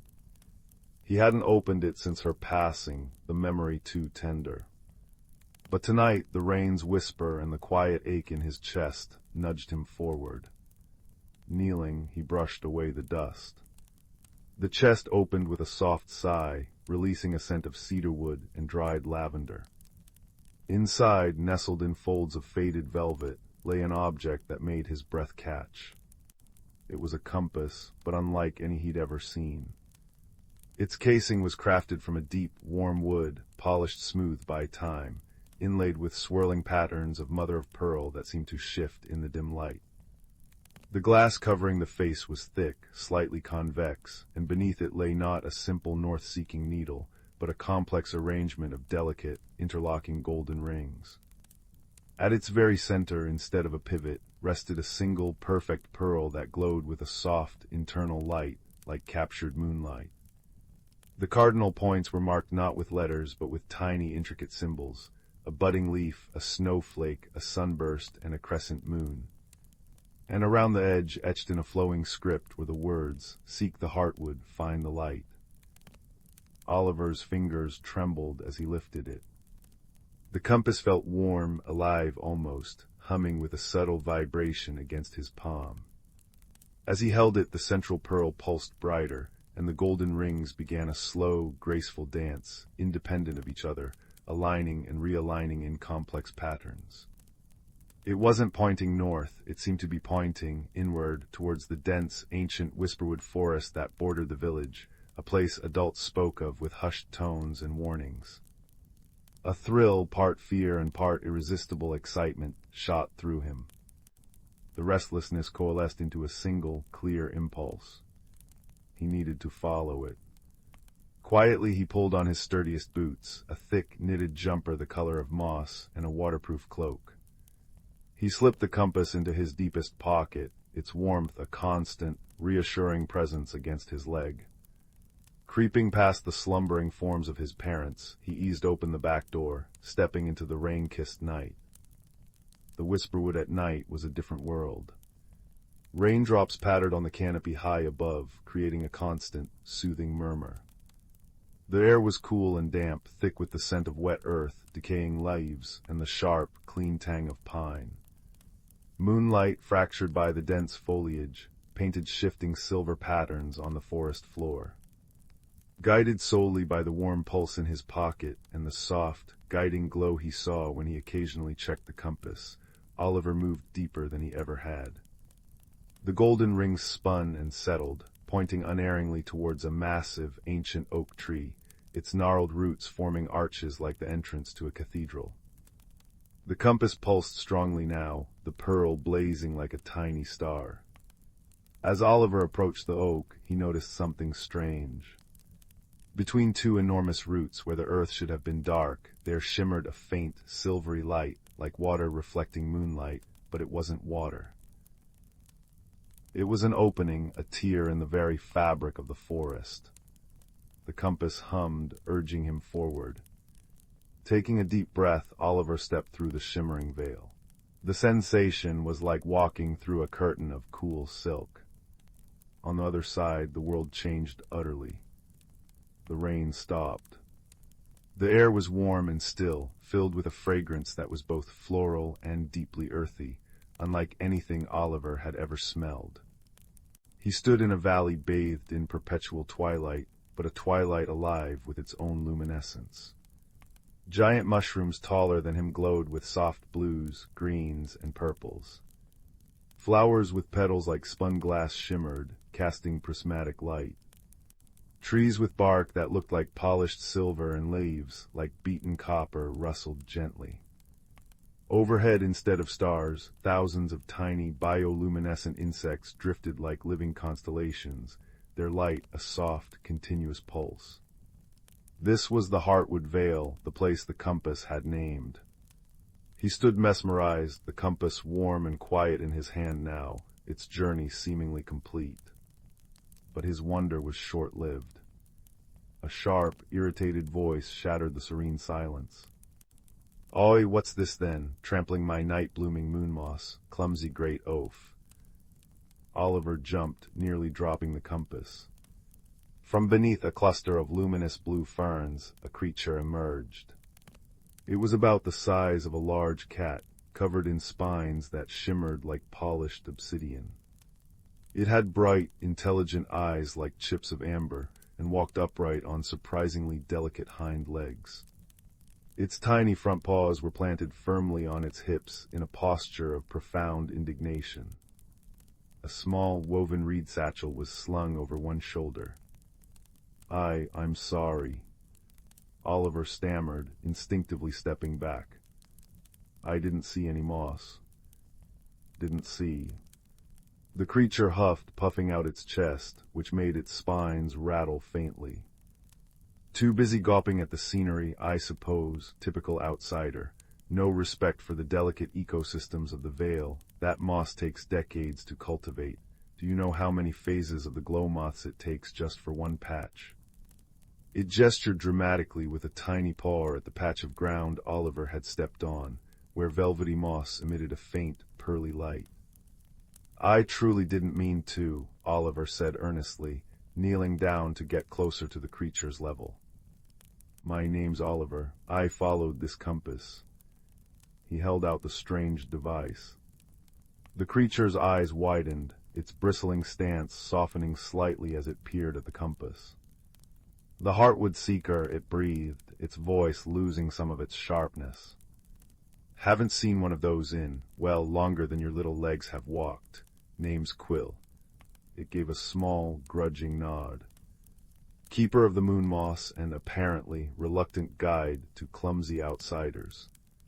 It sighed dramatically, but Oliver saw a flicker of curiosity in its amber eyes. Quill proved to be prickly, pessimistic, and obsessed with the precise care of the Vale's luminous flora. Yet beneath the spines and grumbling, Oliver sensed a deep love for his home and a surprising loneliness. He learned that Quill was a thornkin, one of the few guardians of the Heartwood Vale, a hidden sanctuary sustained by the natural magic of the world, a magic anchored in the legendary Heartwood tree deep within the valley. The Vale was a refuge for gentle, often overlooked creatures, glowing moths the size of butterflies, shy rock sprites that hummed melodies, and silent, moss-covered guardians that watched over ancient groves. "But things aren't right," Quill confided later, as they sat sharing a meal of sweet, glowing berries Oliver had found under Quill's strict supervision. "The glow moths are dimming, the starlight lilies aren't blooming as brightly, even the silverwood leaves are losing their shine. It's as if the Vale's light is draining away." Quill's small face was etched with worry. "The Heartwood tree must be weakening if it fails." He shuddered, unable to finish the thought. The living constellations above seemed to dim momentarily, as if echoing his fear. Oliver felt a pang of deep concern. This place, so wondrous and fragile, was in peril. He pulled out the compass. It felt warm, but the pearl's light was steady, not pulsing. The intricate rings were still. "Their inscription says seek the heartwood, find the light," he said slowly. Maybe it brought me here to help." Quill snorted, but it lacked its usual bite. "Help? What can an outsider do against a fading of ancient magic? The heartwood is deep within the crystal caves, dangerous place, full of echo wraiths that feed on doubt and lost memories. Even Thorn can avoid it." But Oliver remembered his grandmother's words, for when your heart seeks a different kind of map. He looked at Quill, small and spiny, burdened with worry for his home. He looked at the fading light of the veil. His own restlessness had found purpose. "I have to try, Quill," he said, his voice quiet but firm. "The compass led me here for a reason. Will you show me the way?" Quill stared at him for a long moment, his amber eyes searching Oliver's storm-gray ones. He saw not just clumsy feet, but a determined heart. He sighed again, a softer sound this time. "Oh, botheration, fine, but step lightly. And for the love of luminescence, watch where you put those oversized feet." Their journey deeper into the veil was a revelation. Quill, despite his grumbling, was a knowledgeable guide. He showed Oliver how to listen to the whispering stones that told of ancient paths, how to avoid the patches of dreamvine whose scent induced deep sleep, and how to navigate the luminous canals where boats made of solidified light ferried silent, glowing fish. Oliver learned the delicate art of tending the moon moss under constant critique, and even managed to soothe a frightened rock sprite with a gentle hum, mimicking the sounds Quill taught him. He discovered a quiet courage within himself, facing the strange beauty and subtle dangers of the veil without flinching, his initial fear replaced by a profound respect and a growing desire to protect it. The crystal caves loomed ahead, their entrance a jagged maw in the side of a shimmering quartz mountain. As they approached, the air grew colder, and the comforting glow of the veil dimmed. An unnerving silence fell, broken only by the faint, discordant echo of dripping water. The compass in Oliver's pocket grew cold, then abruptly hot, the ring spinning wildly before locking, pointing straight into the darkness. The pearl pulsed erratically. "Echo wraiths," Quill whispered, his spines rattling nervously. "They sense strong emotions, fear, sadness, doubt. They'll try to amplify it, feed on it until you're lost in your own shadows. Stay calm, Oliver. Focus on the compass. Focus on why you're here." Stepping into the caves was like entering a frozen geode. Walls, floor, and ceiling were encrusted with crystals in every conceivable color, but their light was weak, flickering erratically. Strange, distorted reflections moved in the facets. The air hummed with a low, unsettling vibration that seemed to seep into Oliver's bones. Shapes flitted at the edge of his vision, insubstantial, smoky figures that whispered fragments of thought directly into his mind. "Lost, always lost," hissed one voice, echoing his childhood fear of getting separated in the market. "Pointless, you can't help," murmured another, mirroring Quill's initial doubt. "Cold, so cold, alone," a third voice sighed, touching the deep loneliness he'd felt since his grandmother died. Oliver faltered. The voices felt true, scratching at old wounds. Doubt, cold and heavy, began to coil around his heart. He saw fleeting images in the crystals, himself wandering lost in the dark, Quill turning away in disappointment, the veil fading into utter blackness. The compass grew icy in his hand. Quill nudged his leg. "Don't listen, Oliver, they're lies, thieves of light. Remember the veil, remember the glow moths, remember the heartwood."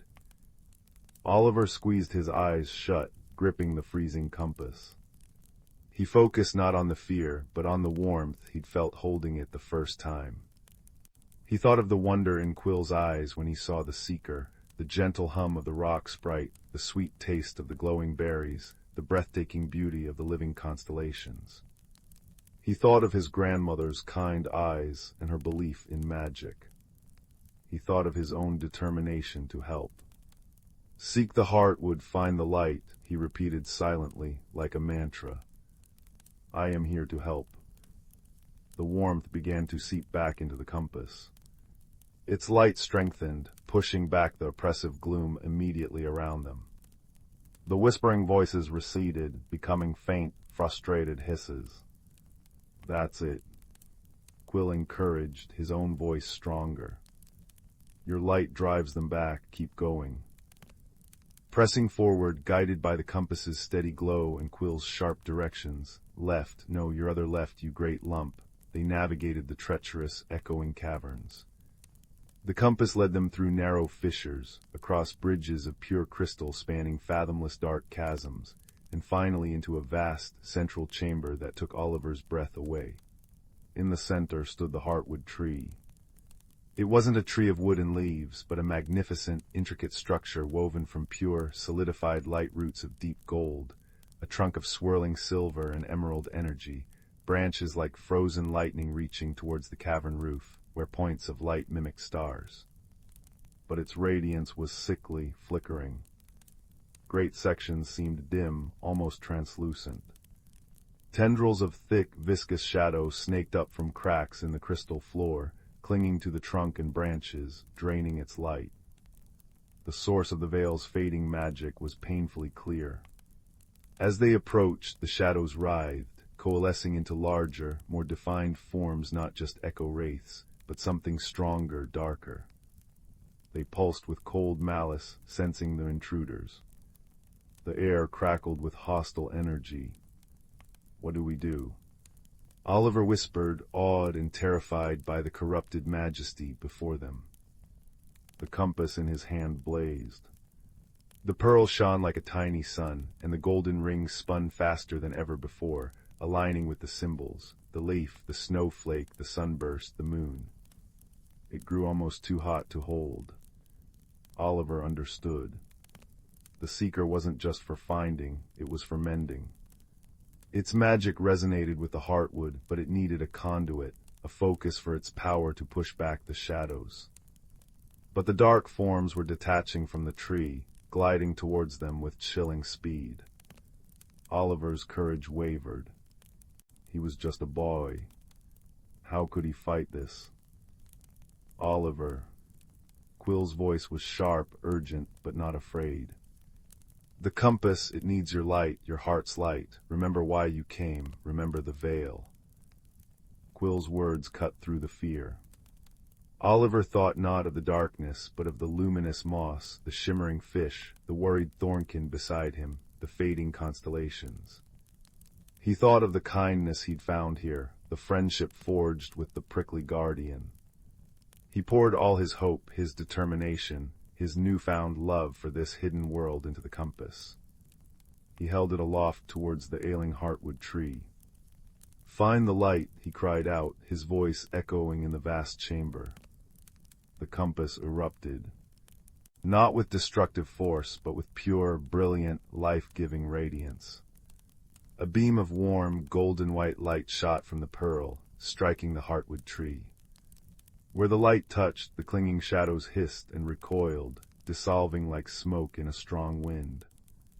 The beam intensified, fed by Oliver's unwavering focus and the compass's ancient magic. It washed over the Heartwood, seeping into the dim areas, reigniting the silver and emerald energy within the trunk, making the branches blaze like captured sunbeams. The dark forms shrieked, a sound of pure negation, as the light consumed them, banishing them back to the cracks from which they'd oozed. The oppressive cold lifted. The erratic flickering of the crystals in the chamber walls steadied into a soft, harmonious glow. The Heartwood tree pulsed once, powerfully, sending a wave of warm energy radiating outwards through the stone, through the veil, unseen but deeply felt. The beam from the compass softened, then faded.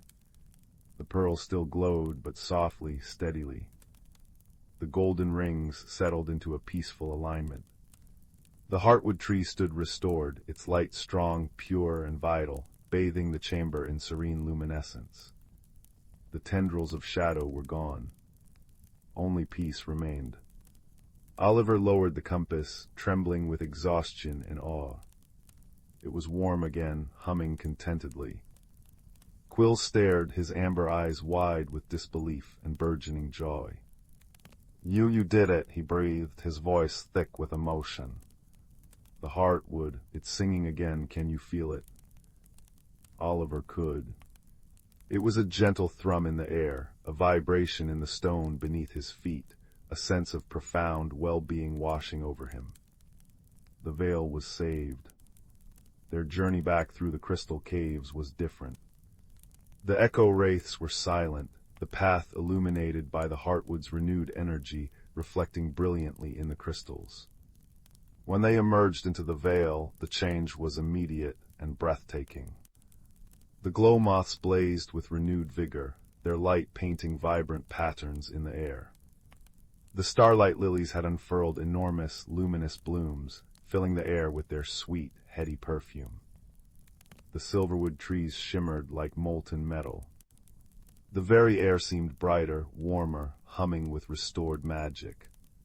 Creatures emerged, blinking in the renewed light. Rock sprites hummed joyous melodies. Luminous fish leaped higher in the canals, and the moss-covered guardians seemed to stand taller.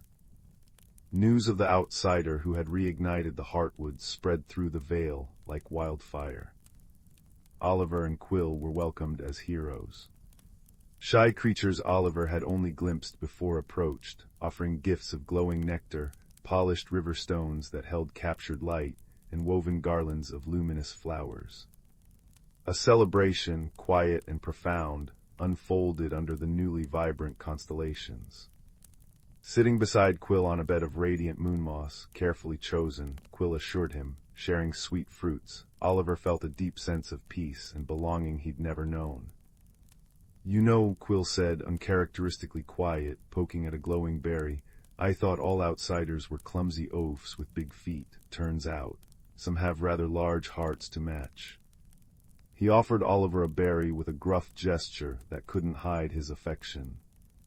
Oliver smiled, the compass warm and quiet in his pocket. He knew his place was not permanently in the veil, wonderful as it was. His family, his world, awaited him. But he also knew he carried the veil within him now, and a friend in the most unexpected form. Will you be okay, Quill, now that the light is back? Quill puffed out his chest.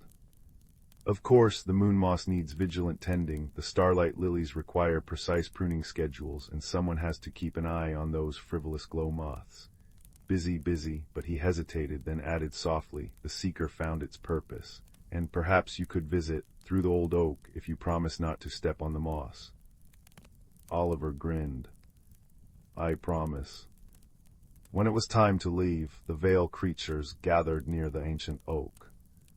The heartwood seeker, its purpose fulfilled for now, glowed softly in Oliver's hand. He knew it would guide him back. Quill stood beside him, trying to look stern but failing miserably. Remember, Quill instructed, tapping Oliver's boot, left at the whispering stone that sounds like a sigh, right at the twin glow fungi, and watch your step. I will, Quill, Oliver said, crouching down. Thank you for everything. Quill shuffled his feet. Yes, well. Just don't be a stranger, clumsy oaf. And take this. He pulled a small, perfectly round stone from his satchel. It was cool and smooth, and within its depths tiny points of light pulsed gently, a piece of the veil's starlight. To remind you. Oliver clasped the stone, feeling its gentle pulse. I'll treasure it. He pocketed the stone beside the warm compass. With a final wave to the gathered creatures, their lights blinking like friendly fireflies, Oliver stepped back through the shimmering veil in the oak roots. He emerged into the whisperwood just as dawn was breaking. The rain had stopped. Birdsong filled the air, and the rising sun painted the sky in streaks of pink and gold. The forest looked ordinary, beautiful, but no longer holding a hidden secret he was excluded from. He knew the secret now. He touched the smooth stone in his pocket and felt the compass, now dormant but still warm, resting beside it.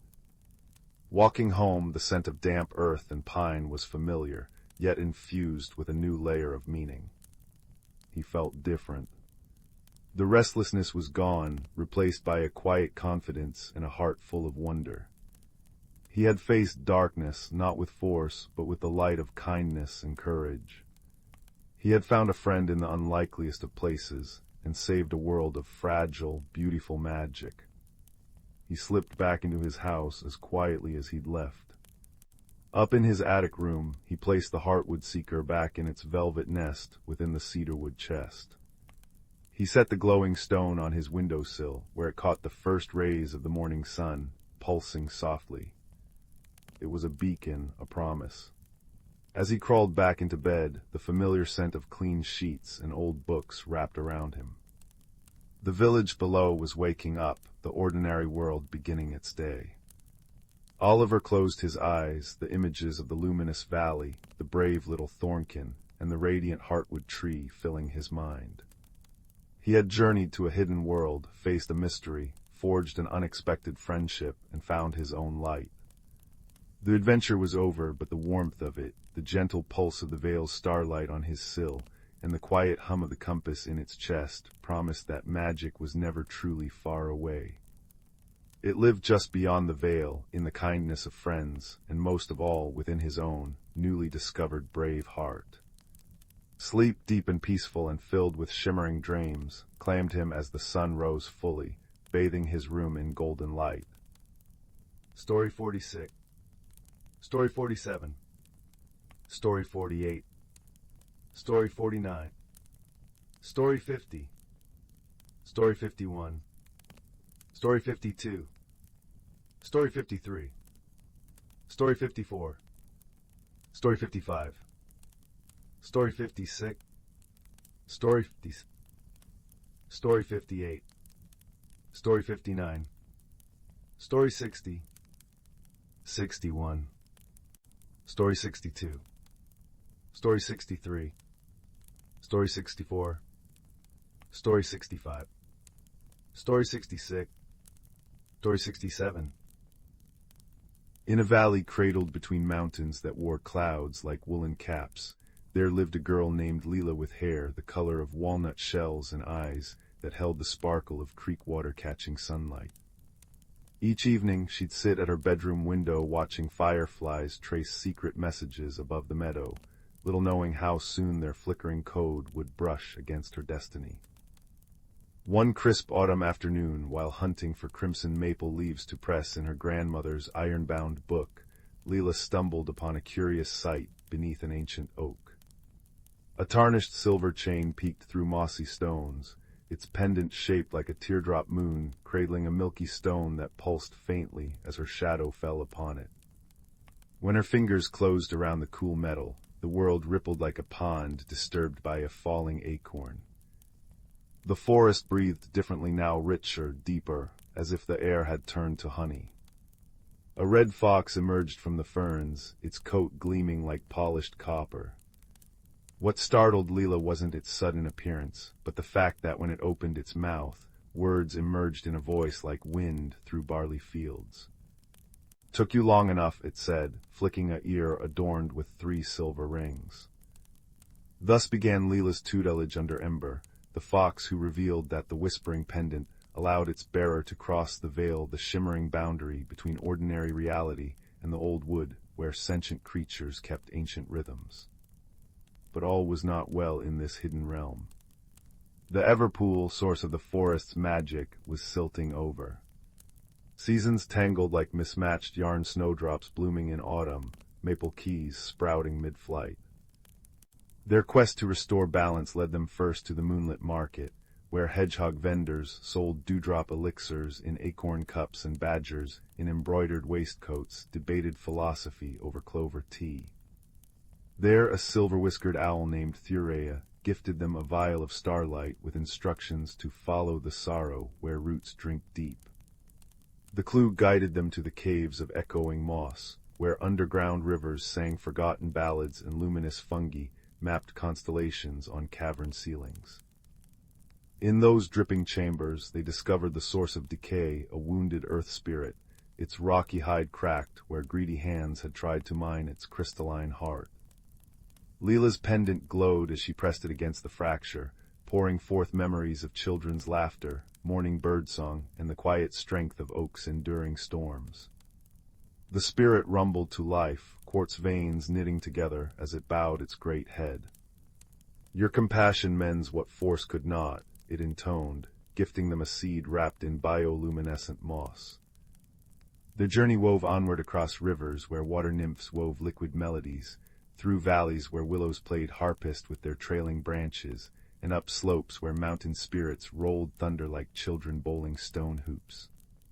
Each challenge demanded not strength but attentive kindness, untangling a wood sprite's knotted hair, mediating a dispute between quarrelsome sparrows, composing lullabies for a restless wind. The final test came at the Everpool itself, now choked with ghostly pale weeds. As Leela lowered the glowing seed into murky waters, the pendant grew warm against her chest. Visions flooded her mind not just of the forest's past glory, but of its fragile connections to the human world. She understood then that the magic wasn't dying but waiting for hearts willing to listen rather than take. When the seed took root, shooting forth a tree that bloomed summer blossoms and winter berries simultaneously, Leela felt the change ripple through both worlds. Back in her village, elders marveled at suddenly abundant orchards, while children giggled at unusually bold deer nibbling apple cores from open palms. On the last night of her adventure, Ember walked her to the boundary stone. "The pendant chooses keepers who feel the threads between all living things," he said, nuzzling her hand. Though the silver chain dissolved into moonlight as she crossed back, Leela knew the true magic remained in the fox tracks beside her garden wall, the owl feather on her windowsill, and the quiet understanding that wonder walks softly where respect blooms. Years later, when a wide-eyed child showed Leela a peculiar stone found by the brook, she simply smiled and said, "Let me tell you about a fox who speaks in riddles." The fire crackled its accompaniment as snow fell gently beyond the frosted window panes, wrapping the world in hushed anticipation of stories yet to unfold. Story 68. Story 69. Story 70. Story 71. Story 72. Story 73. Story 74. Story 75. Story 76. Story 77. Story 78. Story 79. Story 80. Story 81. The first time Sam noticed the shimmer in the woods behind Gran's cottage, it was mid-October, when the air smelled of damp earth and cinnamon bark. 10 years old and perpetually lost in daydreams, Sam often sat on the creaky porch, swing-tracing patterns on a tarnished silver locket, the only keepsake from parents they barely remembered. That evening, as amber light slanted through sugar maples, a flicker of emerald green danced between the oaks.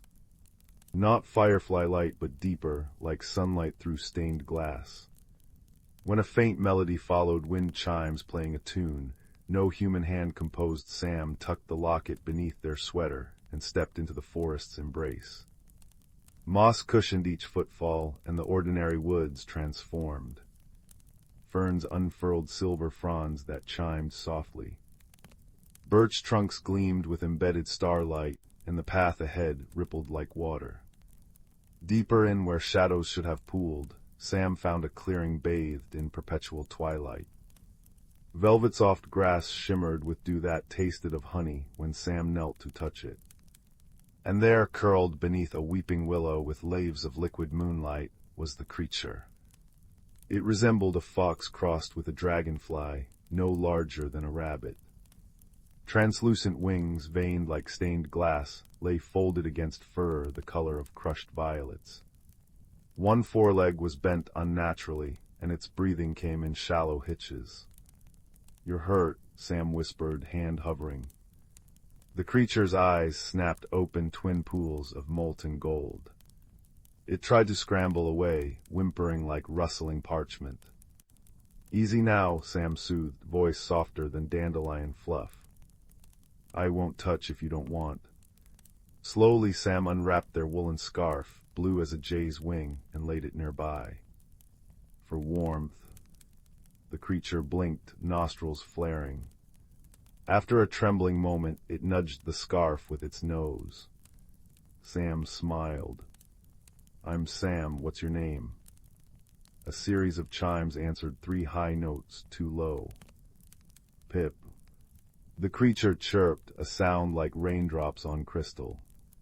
Friendship bloomed in that glade, fragile as a spiderweb, sealed when Pip allowed Sam to gently splint its leg with a twig and bind it with blades of singing grass. Pip revealed the hidden world, Sylvan Hollow, a realm woven from forgotten dreams and twilight. Its magic stemmed from the Heartwood tree, whose roots drank starlight and whose leaves hummed with ancient songs. But the Heartwood was fading. Colors dulled at the edges, flowers lost their glow by dawn. "The luminous key is lost," Pip chimed sorrowfully, gesturing with its good paw toward Sam's locket. "Your metal sings with old magic. It is kin to the key." The locket, warm against Sam's chest, clicked open at Pip's touch. Inside, where Sam expected a photo, lay a single seed carved from opal. It pulsed with soft light, matching the rhythm of Sam's heartbeat. "This," Sam breathed. Pip nodded urgently. Without the key in the Heartwood's roots, Sylvan Hollow fades, forever. The weight of the seed felt immense, a tiny thing holding up a world. Their journey began at moonset. Pip rode on Sam's shoulder, wings brushing their ear with soft chimes. They traversed forests where trees walked on roots like tangled knees, their bark etched with stories that shifted as Sam passed. They crossed the River of Whispers, its waters murmuring secrets Sam almost understood, stepping stone to stone on the backs of giant, sleepy turtles. Sam, who once hesitated to speak in class, now bartered passage with the Moss King, a towering figure of lichen and patience offering stories of the human world in exchange for safe passage through his caverns. Pip translated, their chimes weaving Sam's tales into something richer, stranger. Challenges tested them. In the valley of echoing fears, shapeless shadows whispered Sam's deepest anxieties. "You'll fail them all, too small to matter." Sam's knees trembled, but Pip pressed close, a warm vibration against their neck. "Echoes lie," Pip chimed fiercely. Sam clutched the locket, feeling the seed's steady pulse. "My name is Sam," they declared, voice ringing clear. "And I'm helping my friend." The shadows recoiled, melting into mist. They faced the treacherous Glimmer Gorge next, spanned only by a bridge of solidified moonlight. It flickered perilously. Halfway across, a section dissolved beneath Sam's foot. Pip darted down, wings a frantic blur, catching Sam's sleeve with surprising strength. Dangling over an abyss of swirling nebulas, Sam locked eyes with the terrified creature. "Let go, save yourself," Sam rasped. Pip's golden eyes blazed. "Hold," they chimed, a command woven with pure trust. Summoning strength they never knew, Sam swung their other arm, grasping a solid beam of moonlight. Together, they scrambled to safety. The bridge solidified fully behind them. "You caught me," Sam panted, heart hammering. Pip nuzzled their cheek. "We caught each other." Days blended into an endless, magical twilight. Sam learned to listen to the language of rustling leaves, to taste direction on the wind. They shared meals of starlight berries bursting with cool sweetness, drank from springs that bubbled with laughter. Sam told Pip about school, about grand cinnamon rolls, about the quiet ache of loneliness. Pip chimed stories of sky dances among firefly swarms, of tending bioluminescent orchards, of the Hollow's collective worry. A bond formed, deeper than words, a shared heartbeat between human and sylvan. Finally, they stood before the Heartwood. It was magnificent, a colossal oak woven from living light, but its glow was sickly, dimming like a guttering candle. Great roots thick as cottage walls pulsed weakly where they met the earth. At the base lay a depression shaped exactly like Sam's opal seed. "The key's home," Pip chimed, voice thick with hope and dread. As Sam approached, the air thickened, resisting. Thorned vines, dark and thorny, erupted from the ground, the last defense of the dying magic. One lashed out, snagging Sam's ankle. Pain shot up their leg. Pip darted forward, wings buzzing angrily, nipping at the vine. "Hurry, Sam." Sam gritted their teeth, pulling free. Another vine whipped towards Pip. Without thinking, Sam threw themselves in front of their tiny friend. The thorn grazed their arm, drawing blood like liquid starlight. Ignoring the sting, Sam lunged the final steps, the pulsing seed clutched tight. Kneeling at the Heartwood's base, Sam pressed the opal seed into the waiting hollow. It fit perfectly. For a breathless moment, nothing happened. Then a tremor ran through the earth. Light erupted from the seed, pure and blinding, flowing up the Heartwood's trunk like liquid sunshine. Leaves blazed emerald green, then sapphire, then gold. The thrumming song Sam had first heard in the woods swelled into a glorious symphony wind, water, leaf, and star singing as one. The dark vines crumbled to ash. Color flooded back into Sylvan Hollow, richer and more vibrant than before. Flowers unfurled in explosive rainbows, trees straightened with groans of relief, and the very air shimmered with renewed vitality. Pip soared, looping joyful spirals around the radiant Heartwood, their chimes blending with the world's song. They landed gently before Sam, eyes glowing brighter than ever. "You saved us, Sam." Sam, cradling their stinging arm, looked around at the reborn paradise. "We saved us, Pip, together." The wound on Sam's arm, touched by the Heartwood's new light, sealed instantly, leaving only a faint, star-shaped scar, a mark of courage given and received. The journey back felt different. Sylvan Hollow welcomed them. Walking trees bowed creakily. Fireflies formed glowing archways. The river of whispers sang a clear, grateful melody. At the edge of the ordinary woods, Sam and Pip paused. The shimmering boundary pulsed steadily now. "It will always be here," Pip chimed, understanding the unspoken question. "For you, the key chose its bearer." They nuzzled Sam's hand. "Friend." Gran noticed the change immediately.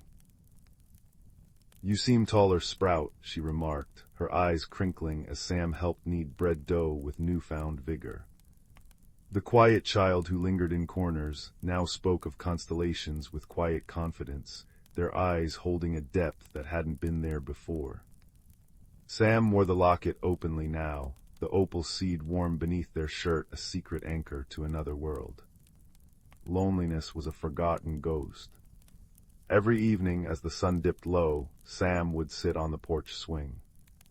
Sometimes they'd simply listen to the wind sighing through the maples.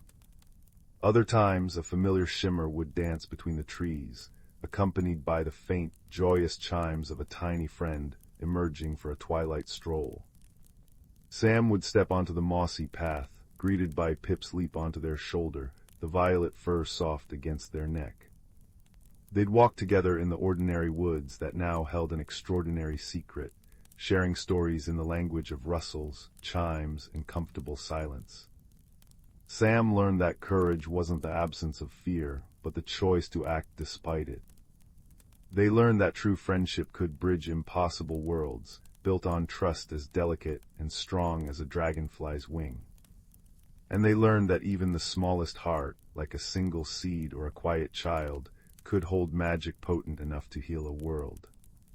Back in their small room, the scent of grand cinnamon rolls drifting up, Sam would trace the star-shaped scar on their arm, a quiet smile playing on their lips. Outside, the woods stood sentinel, holding the gentle luminescence of Sylvan Hollow close, a hidden world humming just beyond the veil, waiting for the next shared adventure beneath the watchful, loving stars. The locket rested warm against their heart, a silent promise of twilight wonders and the enduring melody of an impossible friendship. Story 82.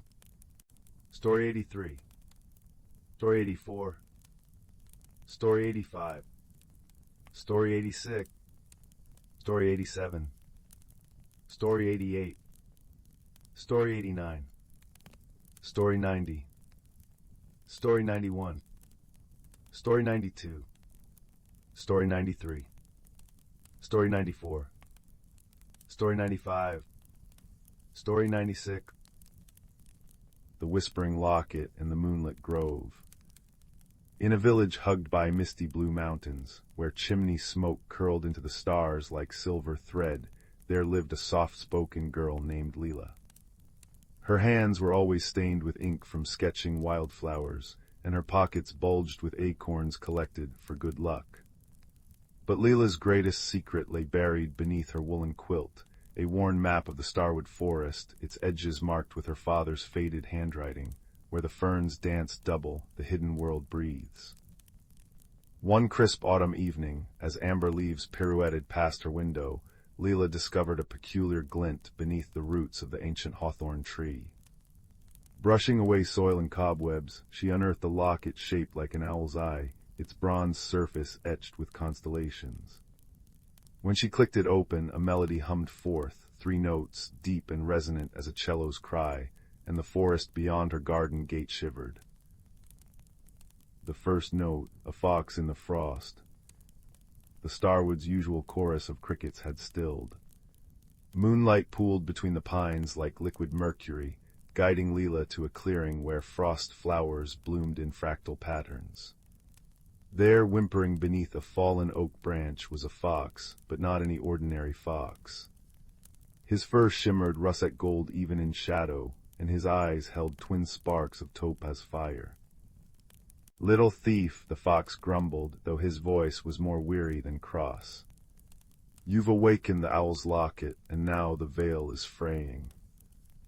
Leela crouched, ignoring the cold seeping through her stockings. "You can talk." "All creatures can talk," he huffed, nudging his trapped paw. "Most humans just forget how to listen. Now, unless you'd like the shadow root to poison this entire forest by dawn, please lift this accursed timber." Together they freed his leg, strangely unbroken, revealing a scar shaped like a crescent moon. "I'm Tobin," he said, shaking frost from his coat. "Keeper of the Between, and you, ink-fingered child, have just volunteered to mend what your curiosity tore." The second note, the veil and the shadow root. Tobin led her to a birch grove where the air rippled like pond water. With a flick of his tail, the locket's second note rang out, a clear, high chime, and the trees parted. Beyond lay the veil, a mirror world where willows wept amber sap, and mushrooms glowed periwinkle. But creeping through this wonder was the shadow root, a thorned vine oozing black smoke, withering everything it touched. "It's spreading faster," Tobin muttered. "The locket's song usually keeps it dormant, but when you opened it tonight..." Guilt prickled Layla's throat. "How do we stop it?" "By reaching the heart tree before moon high, but the path's grown dangerous." His ears flattened. "The shadow root twists minds. It'll show you fears, doubts, old sorrows. Stay close, and whatever you do, don't let go of the locket." The crossing, trials in the between. The first test came at the Chasm of Echoes, a gorge where the rocks screamed with voices of those who'd fallen. "You'll fail him," the cliffs jeered as Leela balanced on a rotting log. "Just like you failed Papa when he fell ill." She froze. Her father's last raspy breath, her own small hands too weak to lift the medicine vial. "Breathe, little thief," Tobin urged, nudging her forward. "The past is a weight, not a chain." The second test struck in the Valley of Whispers, where fog clung like damp lace. Shapes emerged, Leela's mother, face gaunt with worry, burning her map of Starwood. "Foolish girl, wandering where you don't belong." Tobin nipped her sleeve. "Illusions, remember why you came." Why did I come? She whispered.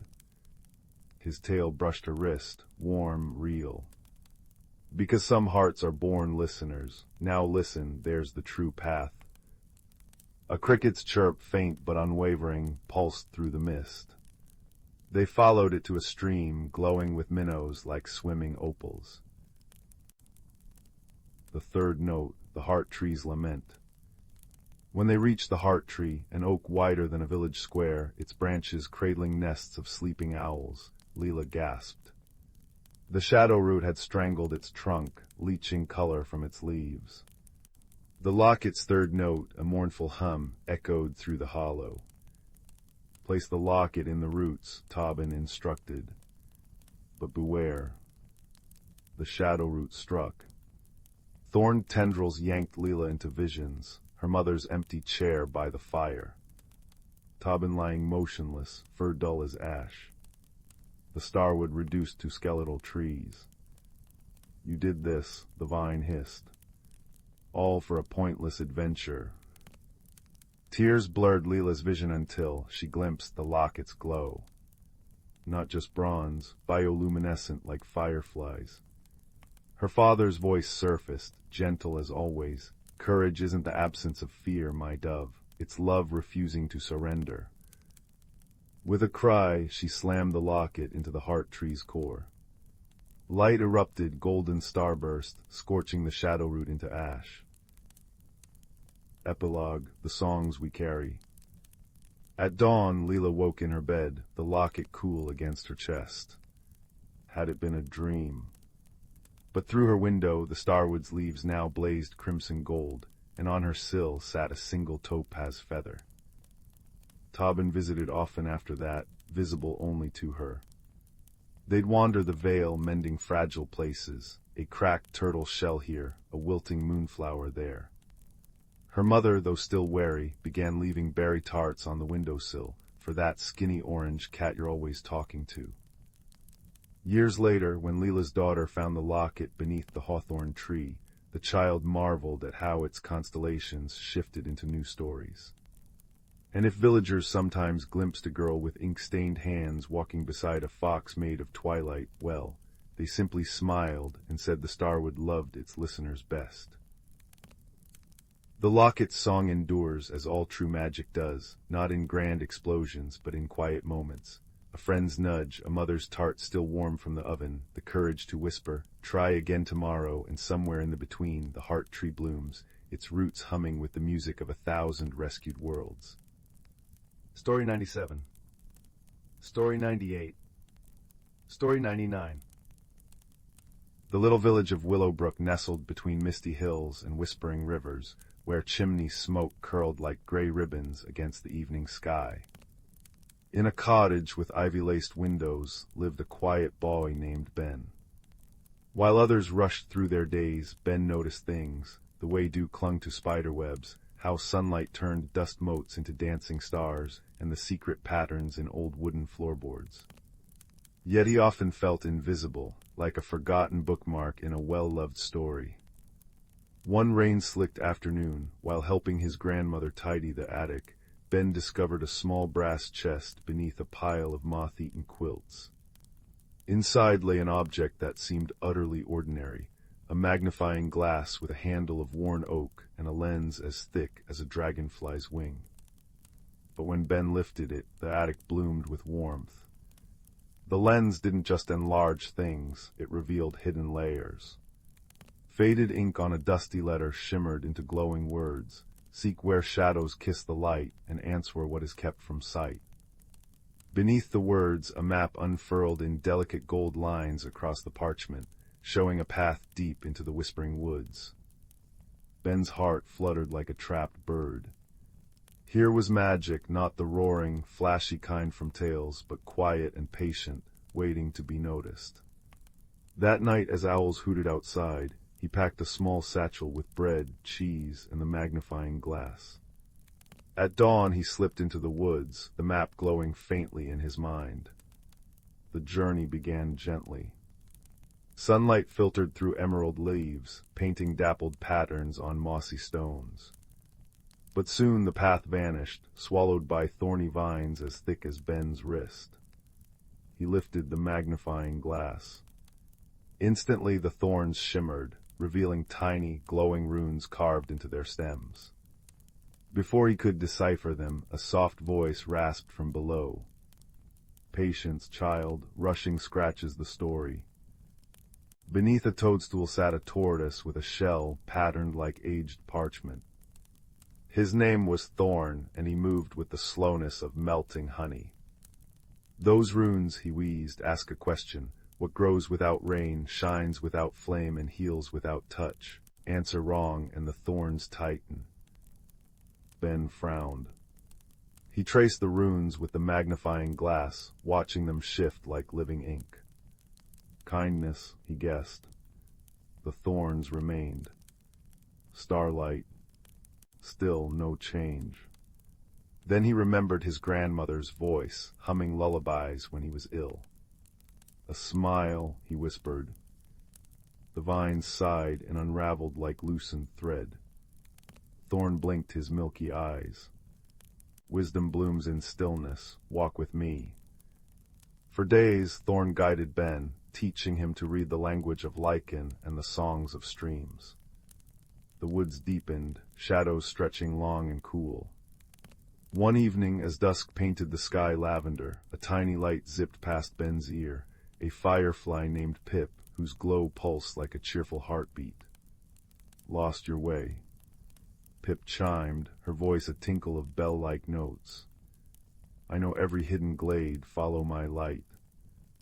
With Pip darting ahead, casting pools of gold in the gathering dark, and Thorn offering slow, steady counsel, Ben felt less alone. The magnifying glass revealed wonders, flowers that hummed melodies only visible as swirling colors in the lens, stones etched with stories of ancient rains, and a brook whose current spelled out riddles in liquid silver. But the map led them to the cavern of echoing stone, where the air grew cold and still.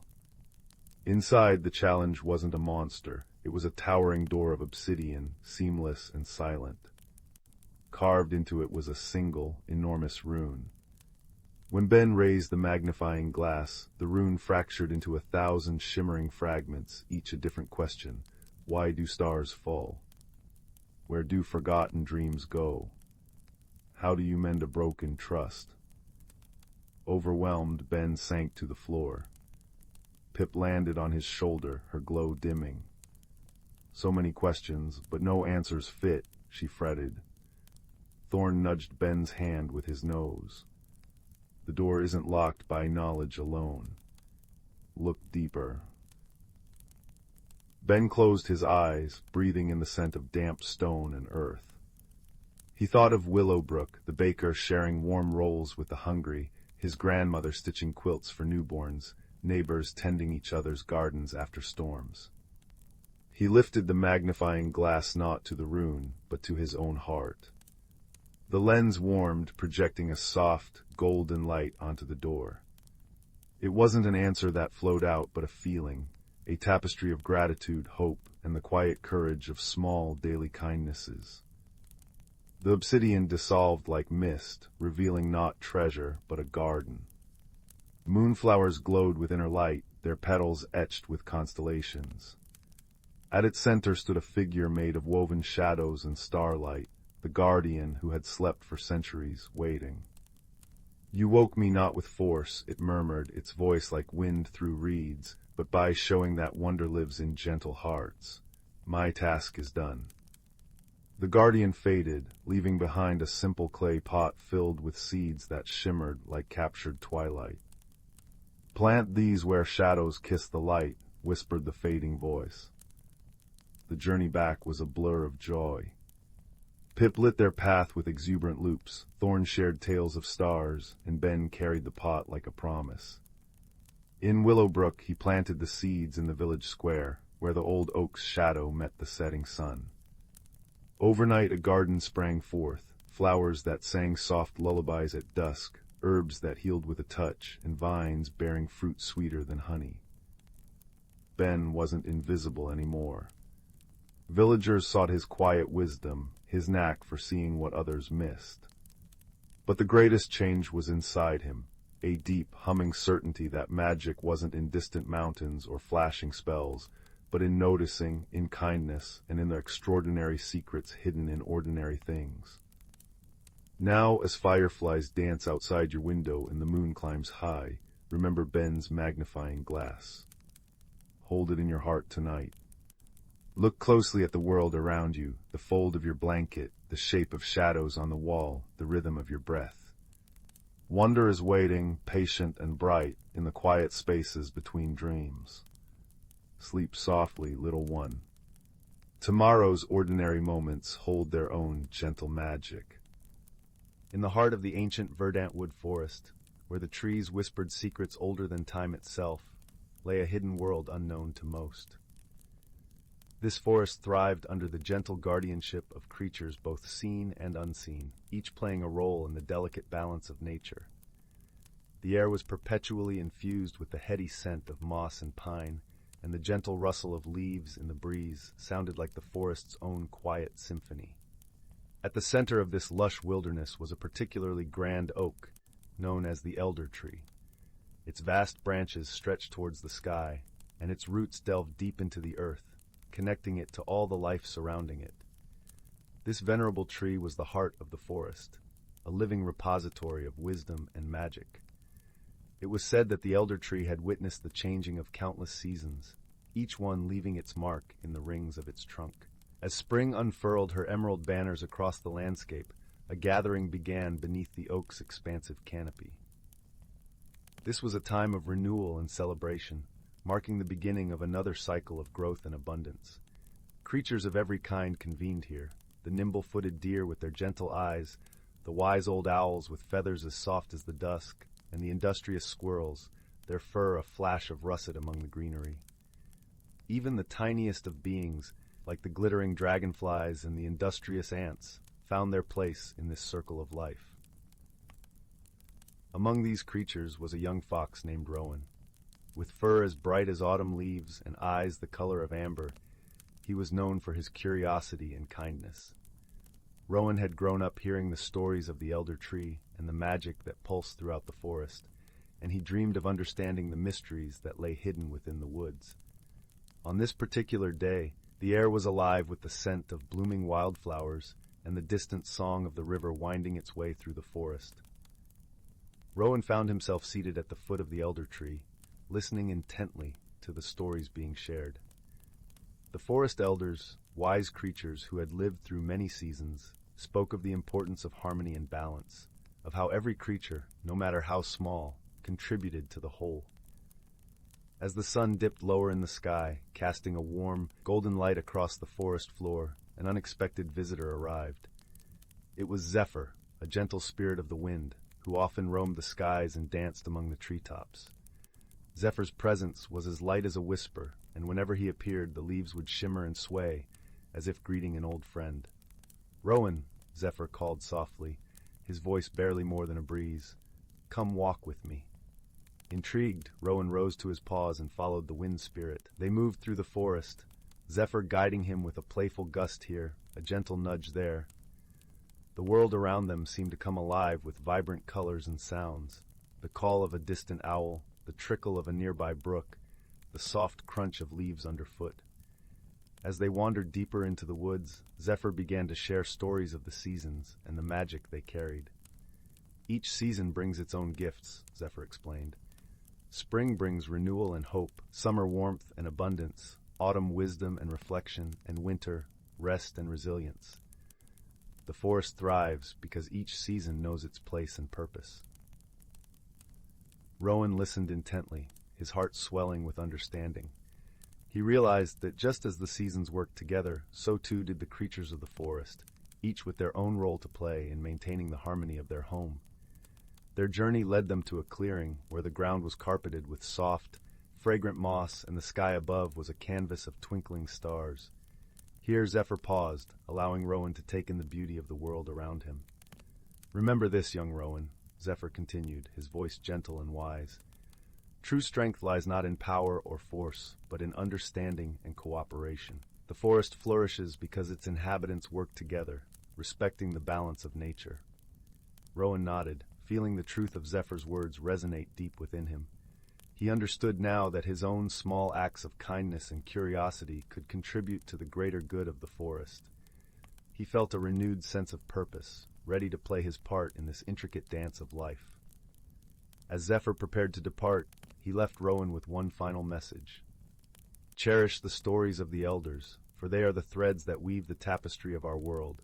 Pass them on, and you will keep the magic of the forest alive for generations to come. With that, Zephyr took to the skies once more, a gentle breeze rustling through the treetops. Rowan watched him go, feeling a serene sense of peace settle over him. He knew that he was part of something much larger than himself, a timeless cycle of life and magic. Returning to the elder tree, Rowan rejoined the gathering of creatures, his heart full of newfound wisdom. As the stars twinkled above and the night wrapped the forest in its tranquil embrace, the stories continued to be shared, each one a testament to the enduring harmony of the natural world. And so, under the watchful gaze of the elder tree, the forest thrived, a sanctuary of life and wonder, where creatures great and small lived in balance with the seasons and with one another. Rowan, with his bright eyes and gentle heart, became a guardian of the forest's secrets, ensuring that the wisdom of the past would light the path for all who followed. In the quiet of the night, as the last embers of the day faded into darkness, a sense of comfort and resolution settled over the forest.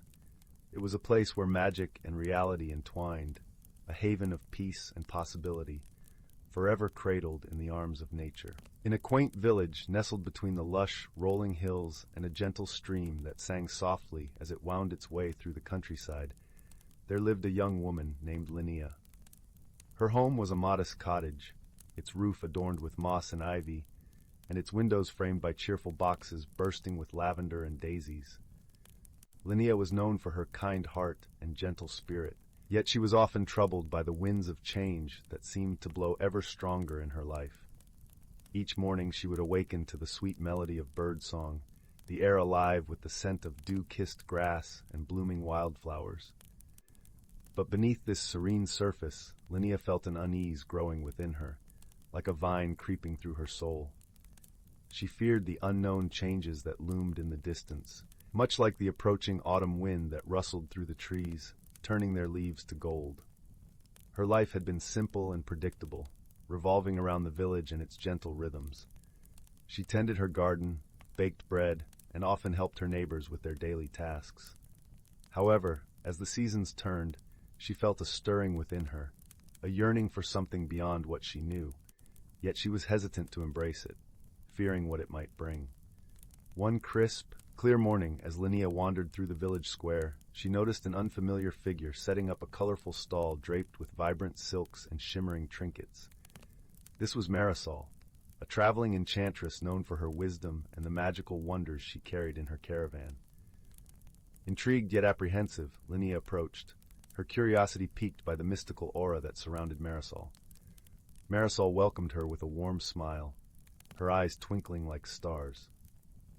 "Ah, dear Linnea," she said, her voice like a gentle breeze, "I see in you a heart that longs for growth and transformation, yet fears the journey it may require." Linnea nodded, her voice barely a whisper. "I feel something inside me changing, but I don't know what to do. How can I embrace what I don't understand?" With a knowing look, Marisol reached beneath her counter and retrieved a small, intricately carved box. "This," she said, presenting it to Linnea, "is a seed of transformation. Plant it under the full moon, and it will guide you on your path to discovery." Clutching the box to her chest, Linnea thanked Marisol and returned home, her heart alight with a mix of hope and uncertainty. That evening, as the silver moon hung like a lantern in the sky, she ventured into her garden, the cool earth soft beneath her feet. With a deep breath, she planted the seed, feeling a strange warmth spread through her fingers as she covered it with soil. In the days that followed, Linnea tended the spot with care, watering it with love and anticipation. Slowly, a delicate sprout emerged, its leaves unfurling like tiny green hands reaching for the sky. As it grew, Linnea found herself drawn into a world of wonder, for the plant was unlike any she had ever seen, its petals shimmering with colors that danced in the sunlight. With each passing day, Linnea noticed changes within herself, mirroring the plant's growth. She became more attuned to the whispers of the wind, the rustle of leaves, and the songs of the birds. Her heart, once heavy with doubt, began to lighten, filled with a newfound sense of purpose and connection to the world around her. The villagers, too, noticed the change in Linnea. Her eyes sparkled with a vitality that seemed to brighten even the cloudiest days. Encouraged by her transformation, they sought her advice, drawn to her warmth and wisdom. Linnea, in turn, found joy in sharing her journey, realizing that by helping others, she was also nurturing her own spirit. One afternoon, as she sat beneath the shade of an ancient oak, her friend Tomas joined her. Tomas was a gentle soul with a love for stories and a knack for seeing the world in hues of wonder. "Linnea," he said, his voice soft and thoughtful, "the changes in you are like the seasons, inevitable and beautiful. You've learned to dance with them, and that is the true magic." Linnea smiled, her heart swelling with gratitude. "The seed Marisol gave me was just the beginning," she replied. "It taught me that change is not something to fear, but to embrace. Every leaf that falls, every blossom that blooms, carries a lesson if we're willing to listen."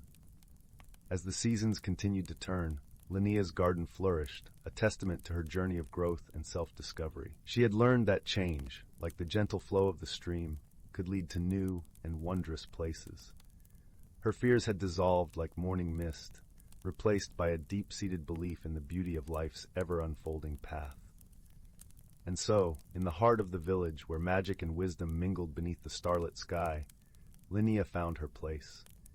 She had become a beacon of hope, reminding all those around her that the most profound transformations often begin with a single, daring step into the unknown. As the sun set over the hills, painting the sky with hues of lavender and rose, Linnea stood in her garden, surrounded by the soft hum of twilight. She whispered a silent thank you to Marisol and the seed that had set her on this path of discovery, for in the gentle embrace of nature and the kindness of others, she had found the courage to grow, to change, and to truly become herself. And so, dear reader, as you drift into the gentle embrace of sleep, remember that, like Linnea, you too can find magic in the changes life brings. For every challenge holds the promise of growth, and every ending is but the beginning of a new and wondrous journey. The little town of Bramblewood nestled in a valley where mist curled like sleepy cats around the chimneys each morning. In this quiet place lived a boy named Leo, whose greatest joy was exploring the dusty corners of his grandmother's sprawling, cluttered attic. While others saw only old furniture and forgotten things, Leo saw possibilities. He believed quite firmly that every object held a whisper of a story, a secret waiting to be discovered. One rainy afternoon, while searching for a missing jigsaw puzzle piece, Leo pushed aside a heavy trunk draped with a faded tapestry. Behind it, tucked into a shadowy nook, sat a small, unassuming object. It was a wooden music box, no larger than Leo's hand. Its dark wood was smooth with age, inlaid with mother-of-pearl that shimmered like captured moonlight, even in the dim attic light. There was no key, no visible winding mechanism, just a simple latch. Intrigued, Leo lifted it gently. It felt surprisingly warm. He carried it to the dormer window, where gray light filtered through the rain-streaked glass. With a soft click, he opened the lid. Inside, instead of a metal cylinder with pins, lay a bed of smooth, deep blue velvet, like a tiny night sky. And nestled within that velvet was a single, perfect, iridescent feather, shimmering with colors Leo couldn't quite name: blues, purples, and hints of gold. It looked impossibly soft. Leo frowned. No music. He touched the feather lightly. As his fingertip brushed against the impossibly soft barbs, a sound filled the air. But it wasn't music from the box itself. It was music inside Leo. A melody sweet and clear as a mountain stream sprang unbidden into his mind. It was a tune he'd never heard before, yet it felt instantly familiar, warm, and comforting, like sunlight on his face. He gasped, pulling his hand away. The melody stopped. He touched the feather again and the song resumed, weaving through his thoughts like a silken thread. This, Leo realized with a thrill that chased away the rainy day gloom, was no ordinary music box. It played the music of feeling, of pure, unspoken joy. He named it the Heart Song Box. For days, Leo experimented. The feather played different melodies depending on what he felt. Happiness brought bright, dancing tunes. Quiet contentment summoned gentle, flowing harmonies. Even a flicker of frustration produced a low, rumbling counterpoint before resolving into something calmer. The box didn't amplify his feelings, it translated them into beautiful sound. It was a secret he treasured, a private symphony. But one evening, as Leo held the box after a particularly happy day spent building a model ship, the melody shifted unexpectedly. A single pure high note pierced the joyful tune, sharp and clear, like a bird's call. Then another, lower, mournful note followed. It wasn't Leo's feeling, it felt like a message from the box. The feather itself seemed to glow faintly. A wave of longing washed over him, a deep, resonant ache that wasn't his own. It was the box's longing. It wanted to go home. This began Leo's journey. He knew the box was special, and its home couldn't be the dusty attic. He showed it to his grandmother, who peered at it with her kind, faded eyes. She murmured, tracing the mother of pearl. That pattern reminds me of the Starwood Glade, deep in the Whispering Hills. Folks say things there are different. Old Mrs. Thimblewick, who lives near the edge of the woods, knows more about such things than anyone. Her eyes twinkled. But mind the roots, Leo, they trip the unwary. So, with the heart song box tucked safely in his worn satchel, Leo set off towards the Whispering Hills. His first helper appeared almost immediately.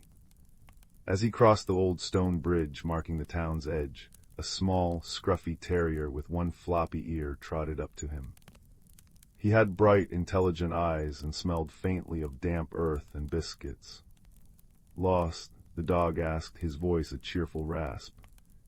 Leo jumped. Talking dogs weren't common in Bramblewood. Going to the Starwood Glade, Leo stammered. Ah, excellent choice, name's Digby, the dog announced, tail wagging furiously. I know every sniff and snuffle path through those hills. Also excellent at digging up interesting things and avoiding nettles, mostly. Digby became Leo's cheerful guide, his keen nose leading them along hidden animal trails, his boundless optimism a counterpoint to Leo's growing nervousness as the woods grew thicker and the light dimmed. Deep within the hills, where the trees grew tall and moss hung like ancient beards, they met their second helper. Perched on a gnarled branch was a tiny owl, no bigger than Leo's fist. Her feathers were the color of dusk, and her large, round eyes gleamed with startling wisdom.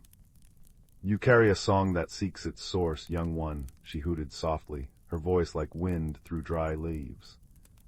She introduced herself as Lumina. The glade is near, but its heart is guarded by silence. Listen not just with your ears, but with your spirit.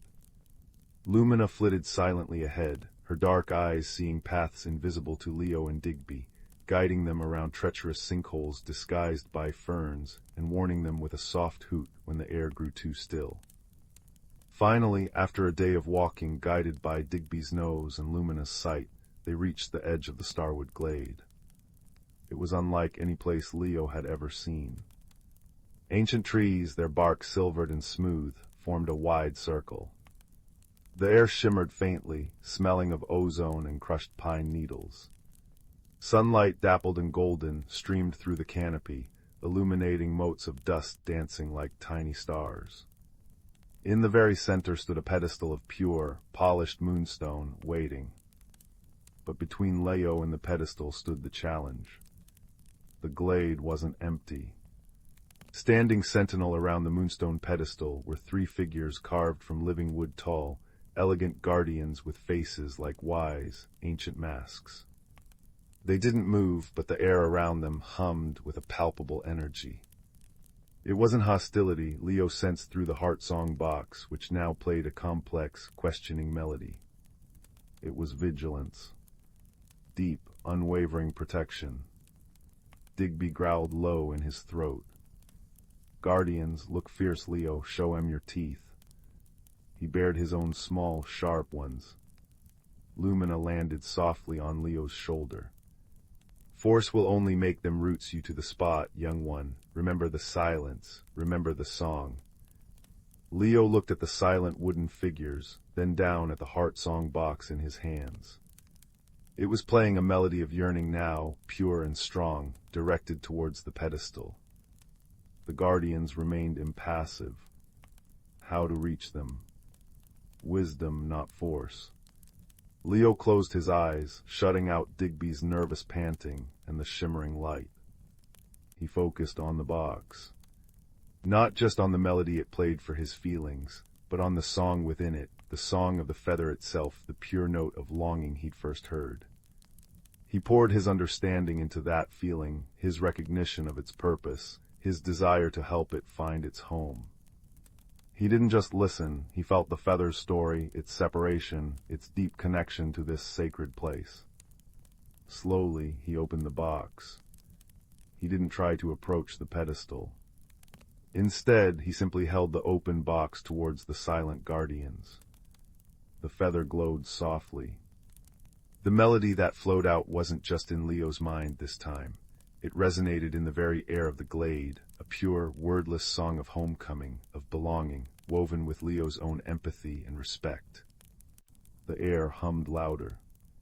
One of the wooden guardians shifted, its head turning slowly towards the sound. Its eyes, deep knots in the wood, seemed to soften. The rigid posture relaxed. A low, harmonious hum, like the deepest note of a cello, emanated from the guardian, harmonizing with the heart song box's melody. The other two guardians followed suit, their wooden forms seeming less rigid, more fluid. The humming grew, filling the glade with a sound that vibrated in Leo's bones, a sound of ancient approval and welcome. The path to the moonstone pedestal was clear. Leo walked forward slowly, reverently, Digby quiet at his heels, Lumina watching from his shoulder. The air felt warm and welcoming now. He placed the open heart song box gently onto the smooth moonstone. The iridescent feather seemed to pulse with light. The melody swelled, triumphant and achingly beautiful, filling the glade completely. Then the feather detached itself, lifted gently by an unseen breeze. It floated upwards, spinning slowly, shedding tiny motes of iridescent light like falling stars, before dissolving into the shimmering air above the pedestal. The music faded, leaving a profound, peaceful silence. The box remained, the blue velvet empty. But Leo felt no sadness. He felt a deep, resonant peace. The box had fulfilled its purpose, the song was home. As he looked at the empty box, a new, gentle warmth spread through him, the warmth of gratitude, of connection, of having helped something precious find its place.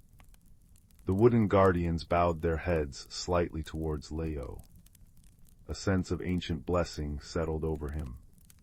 He picked up the now ordinary, yet still beautiful, wooden box. It felt lighter. Lumina hooted softly. A song returned, a balance restored. Well done, listener. Digby nudged Leo's hand. Right mission accomplished. Now, about those biscuits I smell back in Bramblewood. The journey back felt different. The wood seemed friendlier, the sunlight warmer. Leo carried the empty box, but his heart felt fuller than ever. He understood now that the real magic wasn't just in the feather, but in the connection it fostered, the connection to his own feelings, to the ancient magic of the glade, and to the helpers who had guided him. He had learned to listen deeply, not just to music, but to the silent language of longing and the wisdom found in stillness and empathy. That night back in his room, Leo placed the empty heart song box on his windowsill. Moonlight streamed in, catching the mother of pearl. It was just a box now, beautifully made. But when Leo touched the smooth wood, a faint warmth remained. And sometimes in the quietest moments just before sleep, he thought he could hear the faintest echo of pure, joyful melody, not in his mind, but carried on the night air a lullaby from the starwood glade, a reminder that kindness and listening unlock the deepest magic, and that even an empty vessel can hold the profound comfort of a journey completed and a song finally home. He drifted to sleep, wrapped in the peaceful resonance of understanding, knowing that wonder often hides in the quietest corners, waiting for a gentle heart to discover it. Deep in the heart of the whispering woods, where ancient oaks stretched gnarled fingers towards a sky perpetually dappled with twilight, lived a world unseen by hurried human eyes. Here, beneath a canopy woven from centuries of leaves, the boundaries between reality and magic were as thin and shimmering as a spider's web at dawn.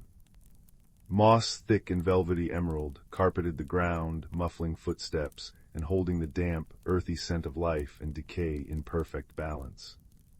Sunlight filtered through the high leaves, fell in shifting golden pools, illuminating dust motes dancing like tiny, joyful spirits. This was the domain of Fern, a young squirrel with fur the color of sun-baked acorns and eyes that held the curiosity of the first spring bud. Fern's home was a cozy hollow high in the grandmother oak, a tree so old its bark resembled a map of forgotten mountains. From her doorway, Fern watched the intricate dance of the hidden folk. Glimmerwing moths, their wings dusted with moonlight, tended luminous night blooms that perfumed the air with vanilla and starlight. Tiny moss beetle, no taller than a pine cone, meticulously repaired dewdrop bridges strung between fern fronds. Old Bramble the badger, his fur striped with silver wisdom, would shuffle along well-worn paths, his low rumble a comforting counterpoint to the high, sweet songs of the sky-blue finches. Everything moved with a rhythm as old as the hills, a rhythm dictated by the turning wheel, the gentle, powerful cycle of seasons, woven with threads of subtle magic. One crisp autumn morning, as the air turned sharp with the scent of fallen leaves and ripe blackberries, Fern noticed something amiss. The crystal brook, a ribbon of water that usually sang with a pure, musical voice and shimmered with an inner light like captured moonlight, seemed dull. Its song was muted, a mere whisper, and its luminous glow had faded to a weary gray. The water plants lining its banks, usually vibrant with underwater rainbows, looked listless. A tremor of unease, cold as the first frost, prickled down Fern's spine. She scampered down the grandmother oak, her paws sinking into the soft moss. "Elder Bark," she called, her voice small against the vastness of the woods. She found the ancient tortoise basking in a rare shaft of sunlight near the brook, his shell etched with patterns like the rings of time itself. His eyes, deep and dark as forest pools, opened slowly. "Little Fern," he rasped, his voice like dry leaves rustling. "Your steps carry worry. What troubles the green heart?" "The brook, Elder," Fern said, her whiskers twitching anxiously. "It's lost its song. Its light is fading. It feels sad." Elder Bark shifted ponderously, his heavy head turning towards the water. He studied it for a long moment, the silence filled only by the diminished gurgle and the distant cry of a hawk. "Ah," he sighed, a sound like wind through ancient pines. The turning wheel wobbles, the balance tilts. The crystal brook draws its life from the heart song of the whispering woods itself, from the roots deep in the earth, the sigh of the leaves, the laughter of the rain. When that harmony falters, so does the brook's magic. But why? Fern asked, her bushy tail flicking. "What's wrong?" "The story is old, little one," Elder Bark murmured, his gaze distant. "Older than my shell, it is whispered that the brook's light dims when the natural order is strained, when the deep roots thirst too deeply because the rains forget their path, when the leaves fall too soon because the wind grows harsh and restless, when the creatures forget to listen, truly listen, to the woods." He nudged a small, perfectly smooth river stone with his nose. "See this? Once stones like these glowed softly in the brook, guiding the night fish. Now they sleep." Fern felt a profound sense of responsibility settle upon her small shoulders. The magic wasn't just a pretty shimmer, it was the lifeblood of her home. What can we do, Elder? How do we mend the wheel? The old tortoise blinked slowly. The answer lies not in grand gestures, but in understanding the whispers. Seek the keeper of the veil. She watches the threads where weather and seasons meet magic. The keeper of the veil was Willow, a creature rarely sane but deeply felt. She was said to dwell where the mist clung longest, near the singing stones, ancient, moss-covered monoliths that hummed when the wind swept through them just right. Fern set off, her heart pounding like a woodpecker's drum. The journey took her deeper into the woods than she'd ever ventured. She passed through groves where autumn had painted the maples in fiery hues of crimson and gold, the leaves crunching softly underfoot, releasing a scent like spiced apples. She crossed meadows where late-blooming asters held up purple faces to the weakening sun, and butterflies, wings edged in frost, danced their final waltzes. The air grew cooler, damper, carrying the clean, sharp smell of impending rain and the distant ozone tang of magic. Finally, she reached the Valley of Mists. Gray tendrils curled around the bases of colossal ancient firs, their tops lost in the perpetual twilight haze. In the center stood the Singing Stones, 5 towering pillars of gray rock, veined with silver and draped in emerald moss. As Fern approached, a gentle breeze sighed through the valley. It touched the stones, and they began to hum a deep, resonant sound that vibrated in Fern's bones, a sound like the earth itself singing a lullaby. The mist swirled, coalescing near the largest stone. From the shifting vapor emerged a figure both strange and beautiful. Willow was tall and slender, seemingly woven from the mist itself, and the pale green light filtering through the canopy. Her hair flowed like liquid silver, catching the dim light, and her eyes were the shifting color of storm clouds, gray, blue, and sometimes touched with violet. She wore a cloak that seemed spun from spider silk and starlight, shimmering with every movement.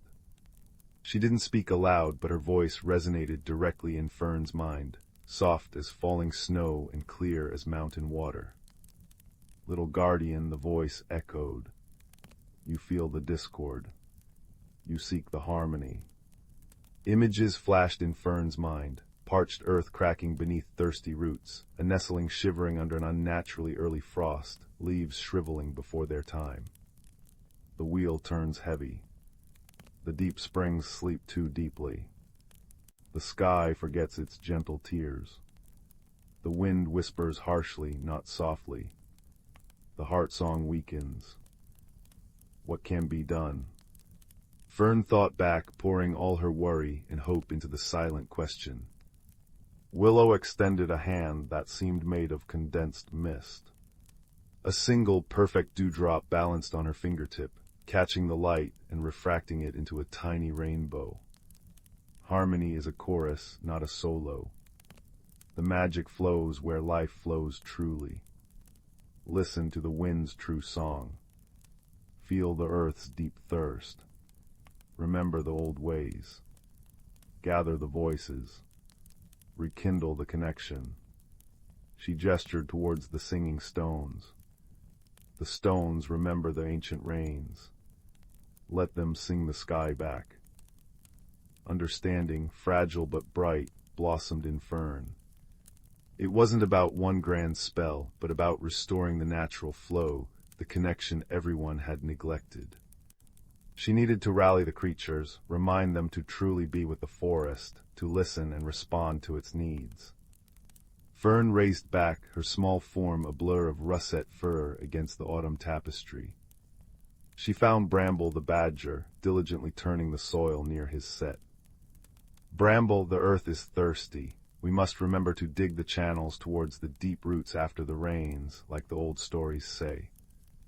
Bramble paused, his dark eyes thoughtful, then gave a gruff nod, immediately starting to clear an old, silted channel leading towards the grandmother oak's roots.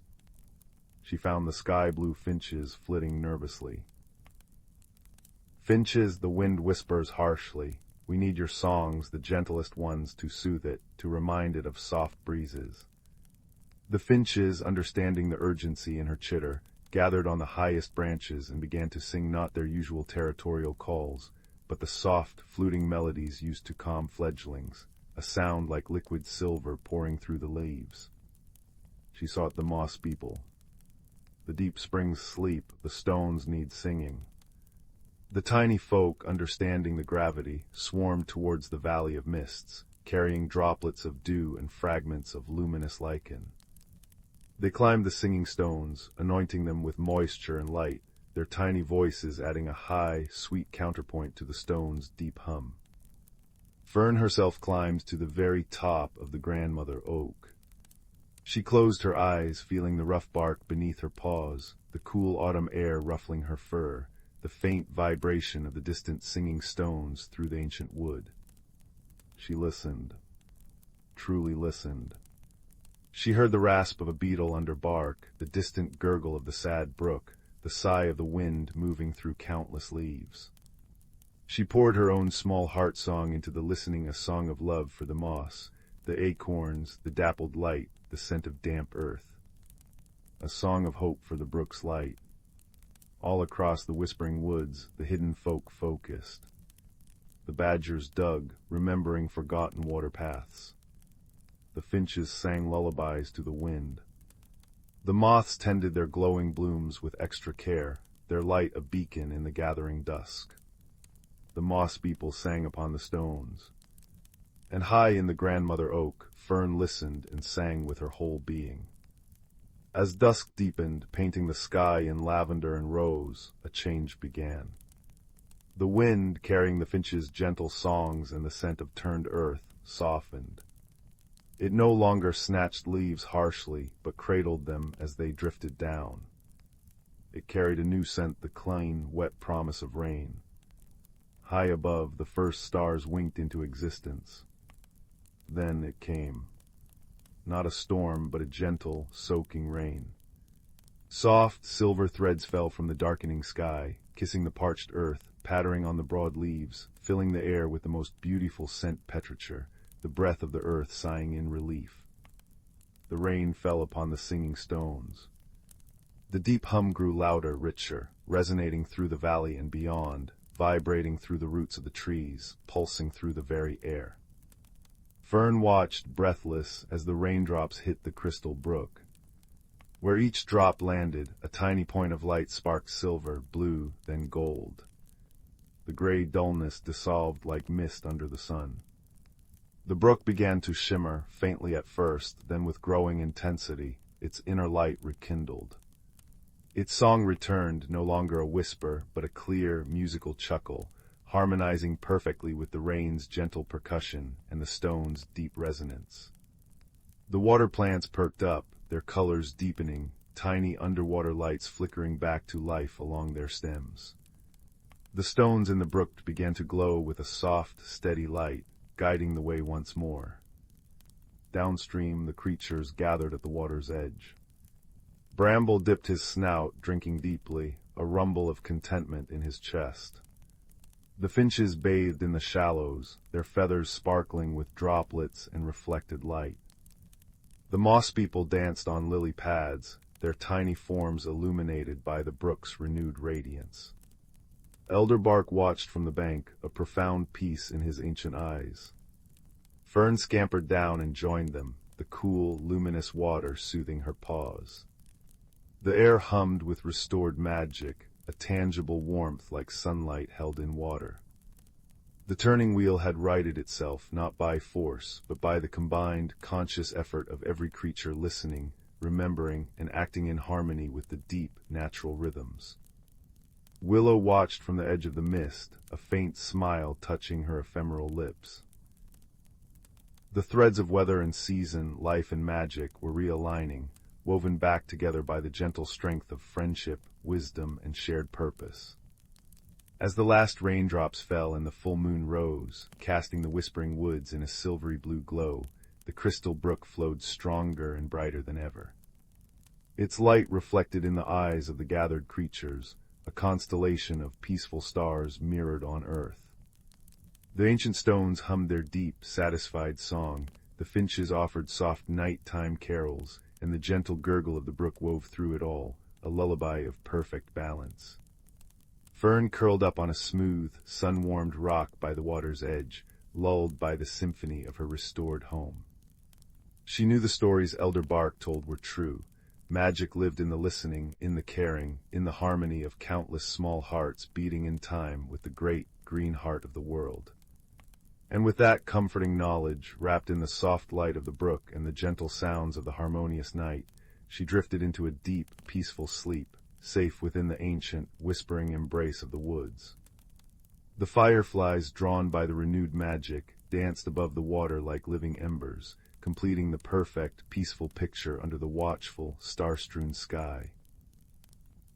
The little town of Bramblewood, nestled between whispering pines and a slow, chuckling river, was known for two things: exceptionally good blackberry pie and exceptionally predictable weather.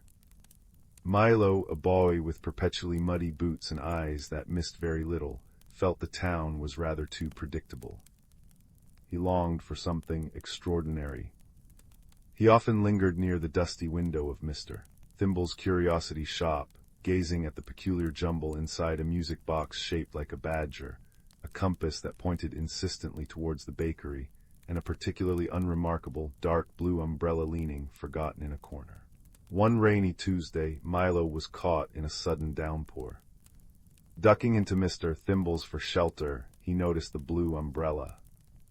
"Just borrowing it, Mr. Thimble," he called out, snatching it before the shopkeeper could protest. Stepping back into the deluge, Milo popped the umbrella open with a satisfying whoosh. Immediately the drumming rain softened to a gentle pattering. But it wasn't just quieter. The world changed. The gray pavement beneath his feet shimmered like wet obsidian. Raindrops didn't just fall, they danced, tiny prisms of light catching within each droplet, turning the air into a swirling kaleidoscope. The scent wasn't just petrichor, it was the deep, green breath of ancient forests and the sweet tang of wild honeysuckle carried on the breeze. Milo gasped. He lifted the umbrella higher, turning slowly. With each turn, the ordinary street transformed. The baker's sign glowed with warm, buttery light, the butcher's awning rippled like velvet, and the cobblestones hummed a low, comforting tune.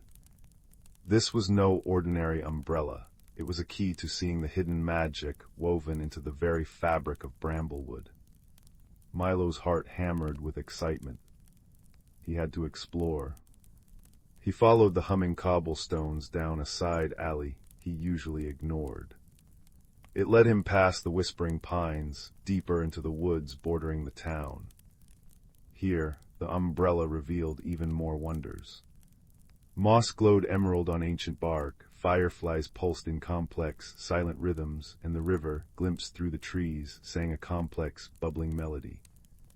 But as the woods grew denser, a different sensation crept in: a chill, a dampness that clung despite the umbrella's canopy.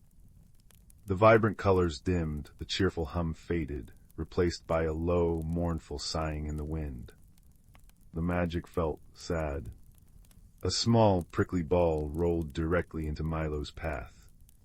It unfurled to reveal a hedgehog with spectacles perched precariously on his snout, made of acorn caps and spider silk. "Lost the sparkle, hasn't it?" the hedgehog sighed, adjusting his spectacles and peering at the gloom. "Name's Pip Quilton, been tracking this melancholy miasma for days. Gets into everything, dampens the magic, something dreadful." Milo explained about the umbrella and the fading wonder. Pip nodded gravely. The revealer knew it had to be about. This gloom, it's not natural. Comes from the Heartwood spring deep in the woods. Used to sing the sweetest song, kept the magic flowing. Now it's just sighing. We need to find out why. He gestured with a tiny claw. "This way, but mind the whisper willows. They amplify sadness." Their path led them alongside the now subdued river. Its song was a mere gurgle. Suddenly, a sleek silver head popped up. An otter with bright, curious eyes and a necklace of smooth river stones grinned at them. "Hullo," heard the sighing, "not like the old spring, is it? name's Marina Ripple, bit gloomy for a paddle. She effortlessly swam alongside them as they walked the bank. Heard you talking about the Heartwood Spring. I know the quickest way. Follow the stones that glow faintly blue when the rain hits them, the spring's old tears they are. With Pip navigating the whisper willows, urging Milo to hum cheerful tunes to counteract their amplifying effect, and Marina guiding them via the faintly glowing blue stones, they journeyed deeper. The melancholy deepened too. Flowers drooped, their colors muted. Even the light filtering through the canopy seemed tired. Finally, they reached a small, mossy clearing.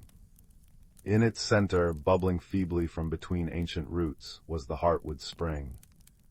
But its water was murky, and instead of its legendary song, it emitted only a continuous, heart-wrenching sob.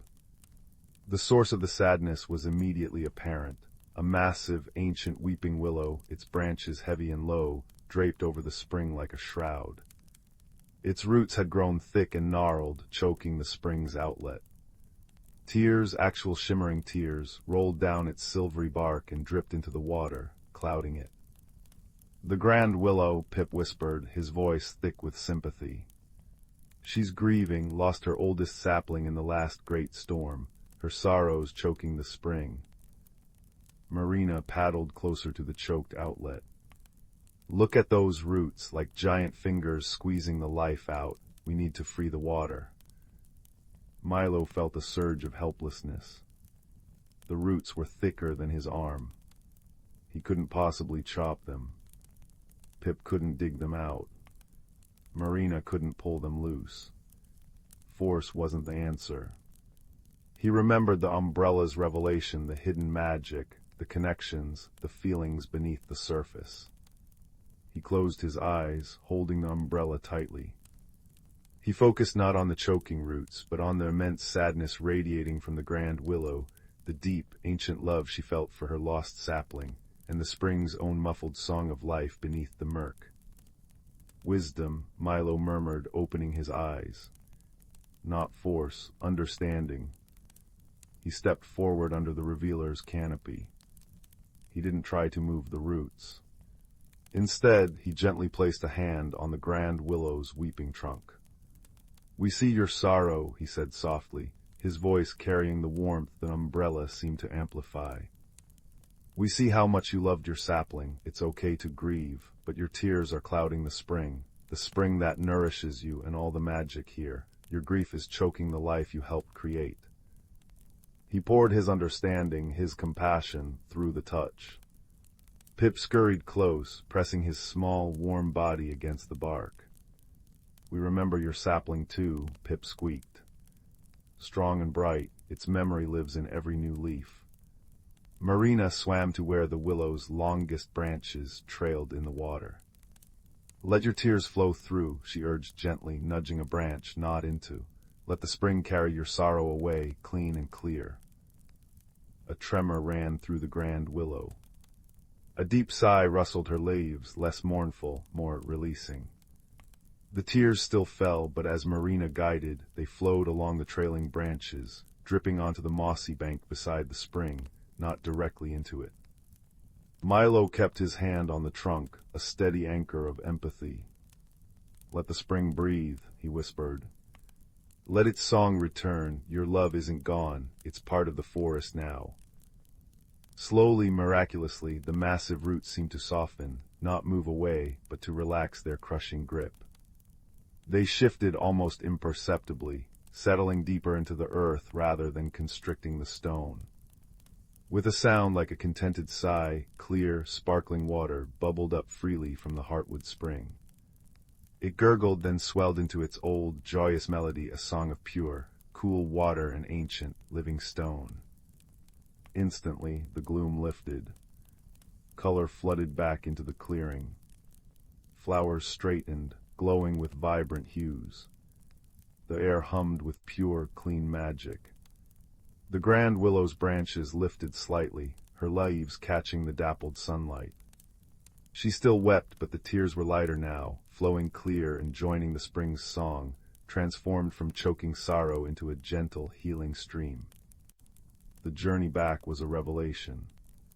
The woods pulsed with renewed vibrancy under the revealer's canopy. Fireflies danced intricate ballets, the river sang a triumphant chorus, and the moss glowed like scattered emeralds. Pip chattered excitedly about documenting the phenomenon, while Marina did joyful flips in the sparkling water. When Milo returned the umbrella to Mr. Thimble, the shopkeeper simply winked. "Knew it found the right hands," he murmured, placing it back in the corner where, to ordinary eyes, it looked perfectly unremarkable. Milo walked home, the ordinary streets of Bramblewood now humming with a secret music only he could truly appreciate. He saw the baker's warmth not just in his pies, but in the golden light spilling from his windows. He heard the river's song even from his doorstep. He understood now.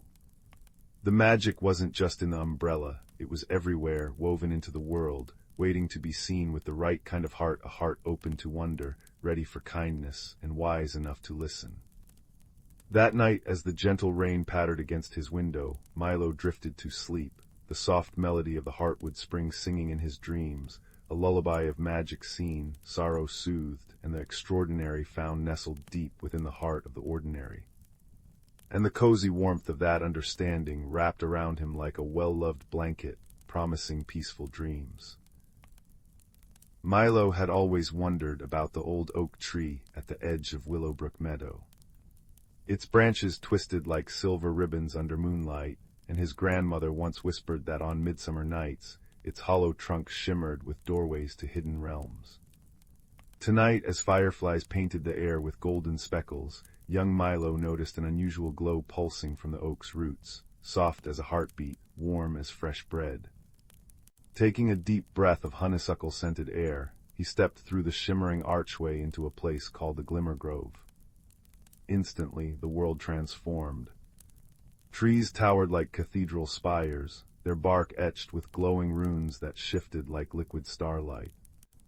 Instead of leaves, their canopies dripped with crystal dewdrops that chimed when breezes passed, filling the air with a lullaby of tiny bells. Mossy paths unfurled before Milo, carpeted in velvet-soft lichen that glowed emerald beneath his feet. The very air tasted of rain-kissed mint and melted honey, and warmth radiated from glowing stones nestled among ferns.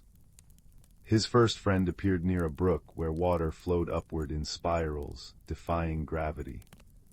A creature no taller than his knee hopped forward, a mossling with fur like spun moss and eyes like polished acorns.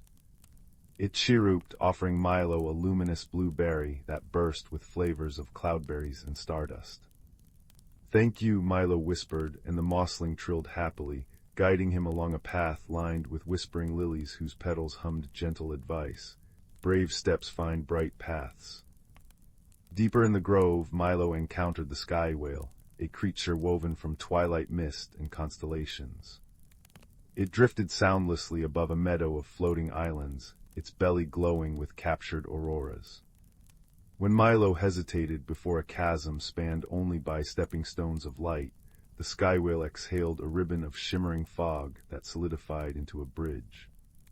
"Courage builds its own road," rumbled the sky whale's voice, like distant thunder softened by velvet. Crossing it, Milo felt his own fears dissolve like sugar in tea. But the grove held gentle tests. In the valley of echo flowers, blossoms repeated every sound with mischievous twists. Milo's nervous gulp became a lion's roar, making him jump. Yet when he laughed at the absurdity, the flowers echoed joyous bells. Nearby, he found a starlight fox tangled in vines of glowing thorns, its silver fur dimming with distress. Remembering his grandmother's knitting lessons, Milo patiently untwined the vines, whispering kindness. Freed, the fox nuzzled his hand, and its tail scattered light like fallen stars, illuminating hidden footholds up a quartz cliff. At the grove's heart stood the lumina tree, its trunk swirling with every color ever dreamed. Here, the mossling, sky whale, and starlight fox gathered. "You helped without being asked," chimed the lumina's leaves. "Now let wonder reward you." The tree parted its roots, revealing a pool where liquid moonlight swirled. As Milo gazed in, he saw not just his reflection, but all the kindness he'd offered.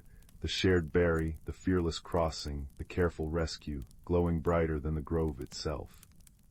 He understood then, exploration wasn't about conquering the unknown, but befriending it with an open heart. When Milo stepped back through the oak's archway at dawn, Willowbrook Meadow seemed unchanged. Yet in his pocket nestled a single dewdrop from the Lumina tree, cool and radiant against his skin. That night, as he drifted to sleep, the dewdrop glowed softly on his windowsill, a reminder that courage blooms in curious steps, that every kindness returns as light, and that the world holds enchanted corners for those brave enough to look. And in his dreams, crystal bells chimed him back to the Glimmer Grove, where friends awaited his next adventure. Once upon a time, nestled in the quiet village of Willowbrook, there was a little cottage with a thatched roof and ivy-covered walls. The cottage belonged to an elderly woman named Granny Willow, who was known for her kindness and the twinkle in her eye that suggested she knew more than the average person. But the real secret of Granny Willow's cottage was not the woman herself, but a simple, unassuming object that lay amidst her collection of trinkets, a silver spoon. This spoon was unlike any other. It had been passed down through generations, and its handle was etched with intricate patterns that seemed to shimmer when touched by the light of the moon. Many who visited Granny Willow would admire the spoon for its beauty, but only a few knew of its true magic. When held with a heart full of wonder, the spoon revealed a hidden world, a place where dreams could be tasted and where the impossible seemed possible. One brisk autumn evening, a young girl named Clara visited Granny Willow. Clara was a curious child, with eyes the color of the clearest morning sky and a heart eager for adventure. As she warmed her hands by Granny's crackling fireplace, the elderly woman offered Clara a cup of hot cocoa, stirring it gently with the silver spoon. Clara watched, mesmerized by the way the spoon caught the firelight, and she could not help but reach out to touch it. As her fingers brushed the cool metal, Clara felt a gentle tingling sensation spread through her hand and up her arm. Suddenly, the room around her seemed to blur, and she found herself standing in a forest unlike any she had ever seen. Towering trees with leaves of gold and silver swayed gently in a breeze that carried the scent of wildflowers and honey. It was a place both foreign and familiar, a place where magic felt as real as the earth beneath her feet. "Welcome, dear Clara," a melodious voice greeted her. Turning, Clara saw a small creature perched on a branch, a tiny bird with feathers of the deepest blue and eyes that sparkled with intelligence. "I am Leora, your guide in this enchanted place." Clara marveled at the bird, her heart swelling with excitement and curiosity. "Where am I?" she asked, her voice barely above a whisper. "You are in the land of whimsy, where the imagination knows no bounds," Leora replied, fluttering down to Clara's shoulder. "Here, you will find answers to questions you haven't yet asked, and perhaps discover things you didn't know you were seeking." Intrigued and a little daunted, Clara set off through the forest with Leora by her side. Along the way, they encountered a variety of creatures. A wise old tortoise named Humphrey, who spoke in riddles and had a shell that shimmered like the night sky.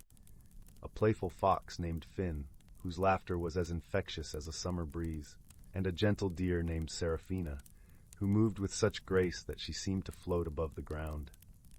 Each new friend shared with Clara a piece of wisdom wrapped in a tale, teaching her about the importance of patience, the value of laughter, and the beauty of gentle strength. Clara listened intently, her mind and heart open to the lessons of this magical realm. Their journey through the land of whimsy was not without its challenges. At the heart of the forest lay a glade where time stood still, guarded by an ancient riddle that had puzzled even the wisest of creatures. It was said that the answer to the riddle would unlock the path to one's deepest desires and truths, but only those pure of heart could solve it. Clara approached the glade, her mind swirling with thoughts.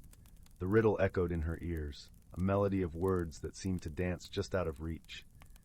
What is that which, without being seen, guides us through the darkest of nights and the brightest of days?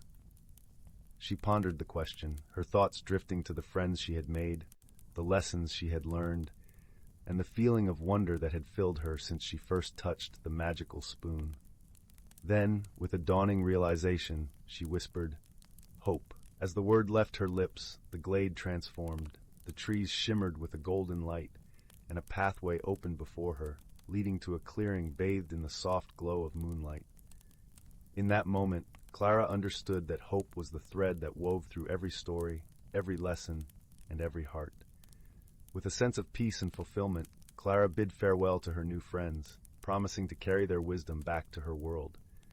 As she stepped onto the path, the forest began to dissolve, and she found herself once again in Granny Willow's cozy cottage, the silver spoon warm in her hand. Granny Willow, her eyes twinkling with understanding, smiled gently at Clara. "Did you find what you were looking for, my dear?" she asked. Clara nodded, her heart full of gratitude and newfound perspective. "I found more than I ever imagined," she replied, her voice filled with wonder. And so, Clara's journey through the land of whimsy came to an end, but the lessons she learned stayed with her, guiding her through the days and nights to come. She cherished the silver spoon and the magic it held, knowing that its true power lay not in the enchantment of a distant land, but in the hope and friendship it had awakened within her own heart. As the fire crackled softly and the shadows danced on the walls, Clara drifted into a peaceful sleep, her dreams filled with golden forests and the laughter of newfound friends.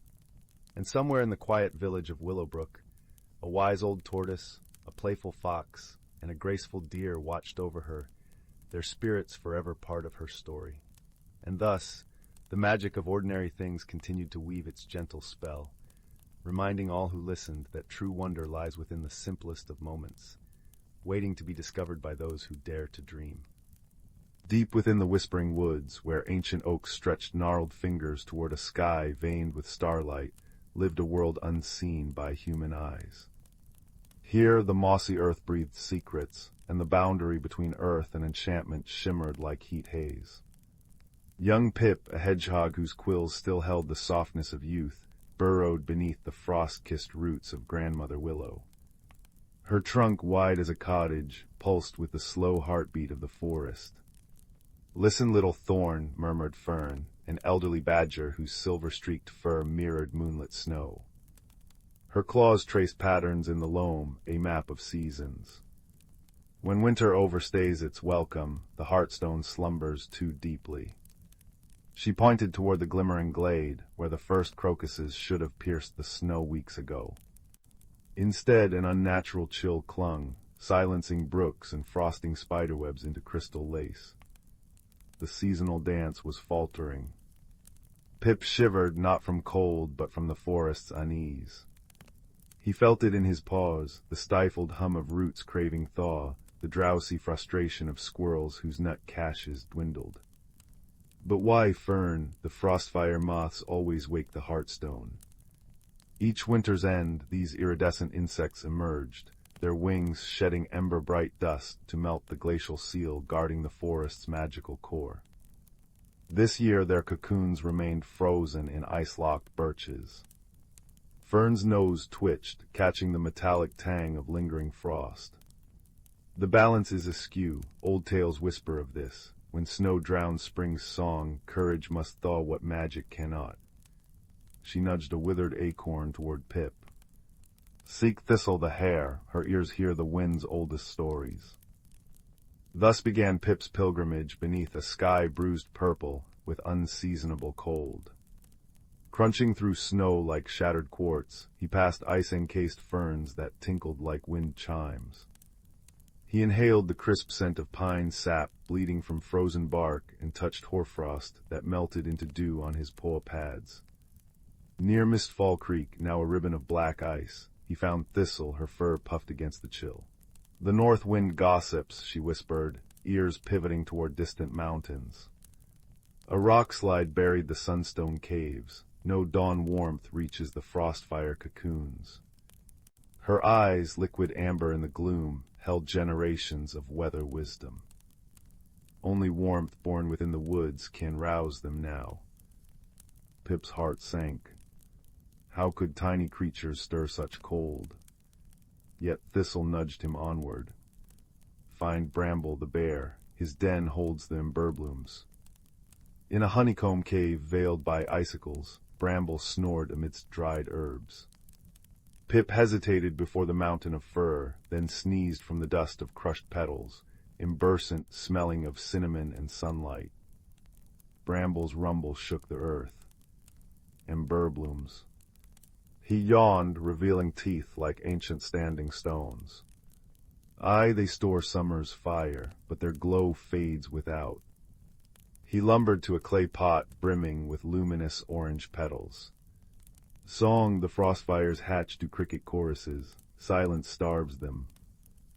Threefold wisdom now braided in Pip's mind, thaw the cocoons with inner warmth, revive them with song, guide them with Glimmerbloom light. But who could sing in this frozen hush? Pip remembered the fireflies, minstrels of the midsummer nights, dormant in their root-cellar haven. Digging through snowdrifts with Bramble's help, Pip reached the firefly grotto. Inside, 1,000 tiny bodies glittered like captive stars. Wake, Pip pleaded, placing Glimmerblooms among them. The petals pulsed, casting coppery light on translucent wings. One firefly, Zelda, flickered awake. The long dark, she buzzed weakly. Pip explained, his breath fogging the air. Sing spring back, for the crickets sleep too deeply. Zelda rallied her kin. Soon the cavern shimmered with bioluminescent music, a chorus of clicks and hums that vibrated through stone, up roots into the frozen birches. Pip led them out, carrying Glimmerbloom bouquets in Bramble's woven grass satchel.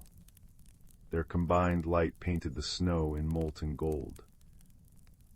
At the cocoon grove, Pip pressed his small body against the ice-clad trunks. He thought of fern stories, sun-dappled ferns, the kiss of rain on petals. Warmth bloomed in his chest, radiating through his quills. Ice wept. Cocoons split like ripe fruit. Frostfire moths struggled free, wings crumpled and damp. Zelda's choir swelled. The moths trembled, antennae lifting to the sound. Pip scattered Glimmerbloom dust over them. It fused with their wings, igniting veins of liquid topaz. With a collective sigh, they took flight, a constellation ascending toward the Heartstone glade. Pip followed their comet trails. In the glade, the Heartstone, a monolith of mossy quartz, lay entombed in glacial blue ice. The moths circled it, shedding glowing dust that hissed where it touched frost. Pip joined them, pressing his paws to the ice, pouring every memory of warm earth and wildflower perfume into the stone. Cracks spiderwebbed. Light erupted, not blinding, but a gentle effulgence like dawn breaking underwater. Ice melted into rivulets that sang as they flowed. Snowdrifts sighed into moss. Crocuses erupted like violet applause. Fern arrived with thistle and bramble, their eyes reflecting the rekindled Heartstone. Well done, little thorn, Fern rumbled, nuzzling Pip's head. You wove many threads into one tapestry. As spring unfurled, crickets chirping, brooks babbling, leaves unfurling like shy green hands, the creatures gathered beneath Grandmother Willow. Pip nestled against Fern's flank, watching fireflies paint the dusk. Balance isn't stillness, Fern murmured to all, but the courage to mend what's broken. Remember, the forest's song needs every voice, the moth's glow, the firefly's tune, the hedgehog's warmth, even an old badger's tales. Stars blossomed overhead, their light filtered through newborn leaves. Pip closed his eyes, lulled by the symphony of peepers and rustling ferns. The Heartstone pulsed softly, its rhythm syncing with his breaths, a promise that in the whispering woods, harmony would always find its way home, season after season, as long as kindness kept watch beneath the ancient trees. And in that certainty, deeper than roots, sweeter than wild honey, every creature drifted into dreams woven with the quiet magic of renewal. In the sleepy village of Mossgrove Hollow, where chimney smoke curled like silver ribbons and lanterns glowed with captured starlight, young Finn noticed something peculiar. Every morning for 3 days, the villagers awoke to find their freshly baked loaves of sunseed bread missing from windowsills. Not a crumb remained, only a faint, shimmering trail of lavender dust leading toward the whispering woods. Finn, with his patchwork satchel and curious heart, decided to investigate. The first clue came from old Mrs. Bramble, whose cottage smelled perpetually of cinnamon and wisdom. "The dust," she murmured, stroking her ginger cat, "reminds me of moon-petal pollen. But moon-petals only bloom under full moons, child, and last night was but a sliver." Finn examined the glittering path. Each speck pulsed softly, like a sleeping firefly. He scooped a sample into a maple leaf, tucking it carefully into his satchel. As twilight painted the sky in plum and apricot hues, Finn followed the trail into the whispering woods. Ancient oaks hummed low lullabies, their roots cradling pools of liquid moonlight. There, beneath a canopy of weeping willows, he met Orla, a badger whose silver-tipped fur held constellations of wisdom. "Troubled by vanishings, little one," she rumbled kindly. "Seek the Glimmerfolk. They guard nature's secrets but dislike direct questions. Observe instead." For hours, Finn sat silently by a mossy stump, watching.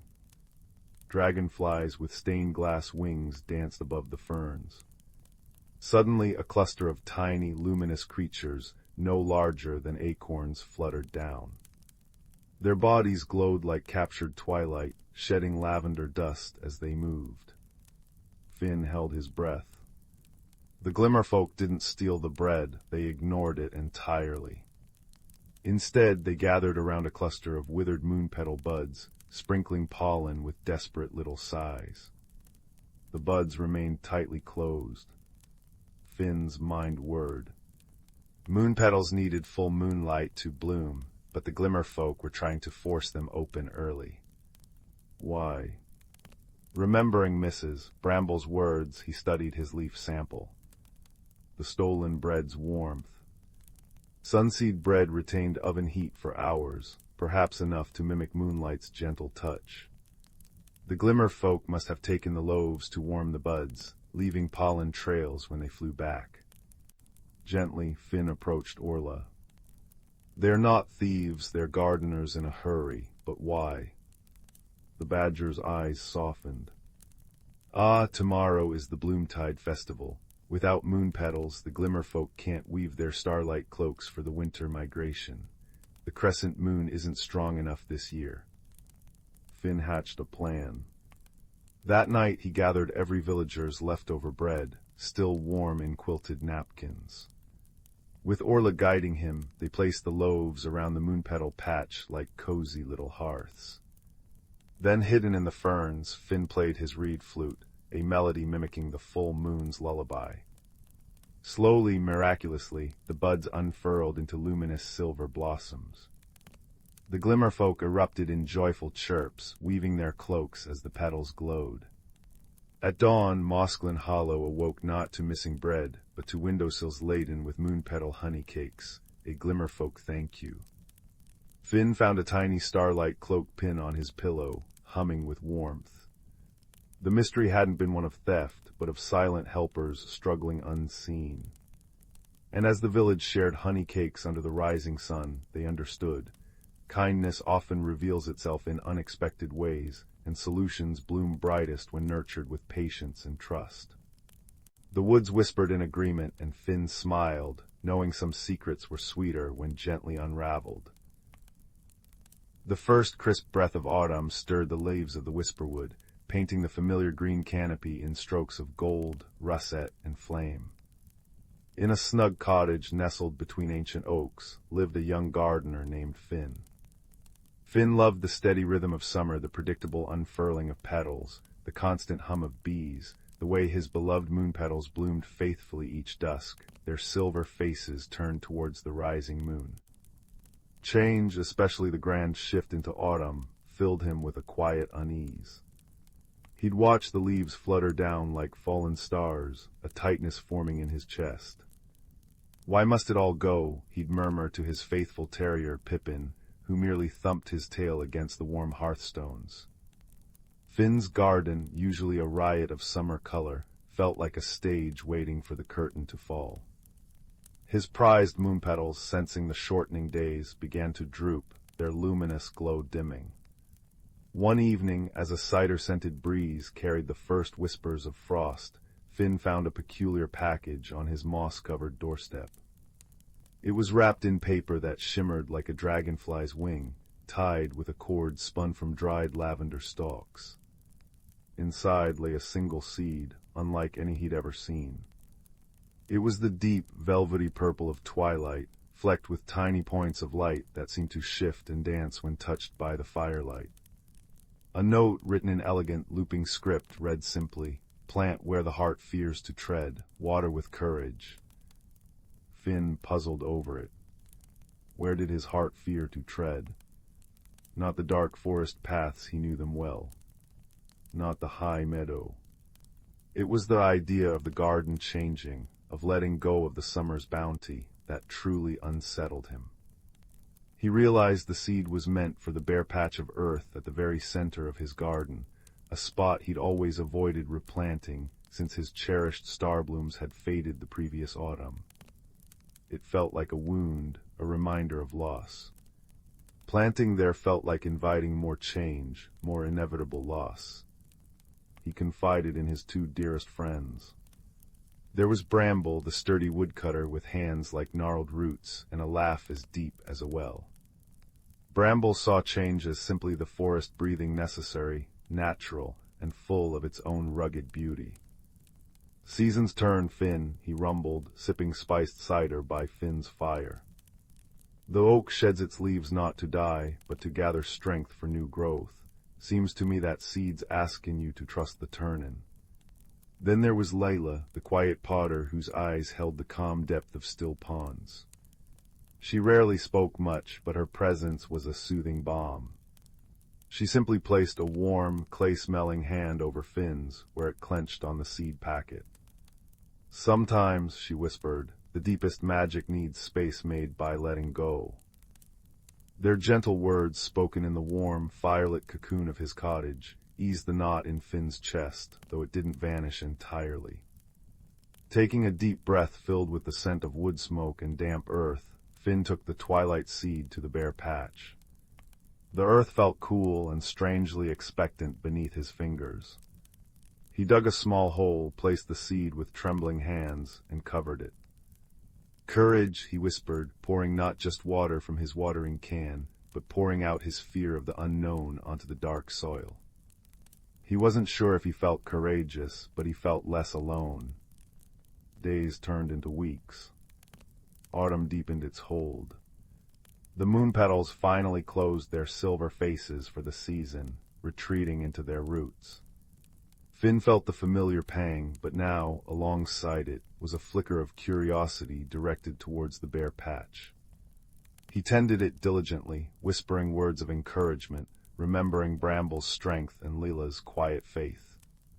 Yet nothing happened.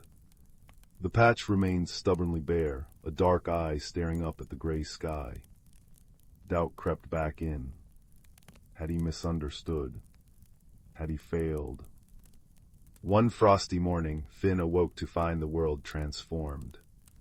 A delicate lacework of ice covered every surface, sparkling like scattered diamonds under the pale sun. He pulled on his thick woolen socks and shuffled to the window, Pippin at his heels. His breath caught.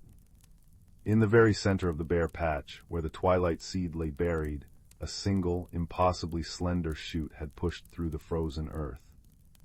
It was no taller than his thumb, yet it glowed with a soft, internal amethyst light, defying the frost clinging to its stem. It was fragile, yet undeniably there. As the days grew shorter and colder, the shoot grew with astonishing resilience. It didn't fear the frost, it seemed to draw strength from it. Tiny buds formed, encased in shimmering ice crystals, that refracted the weak winter sun into rainbows on the snow-covered ground. Finn watched in awe, tending it with warm water melted by the fire and whispers filled with newfound wonder. Bramble would stop by, stamping snow from his boots, to marvel at the icy bloom. See, Finn told ya, tough as old roots, that one.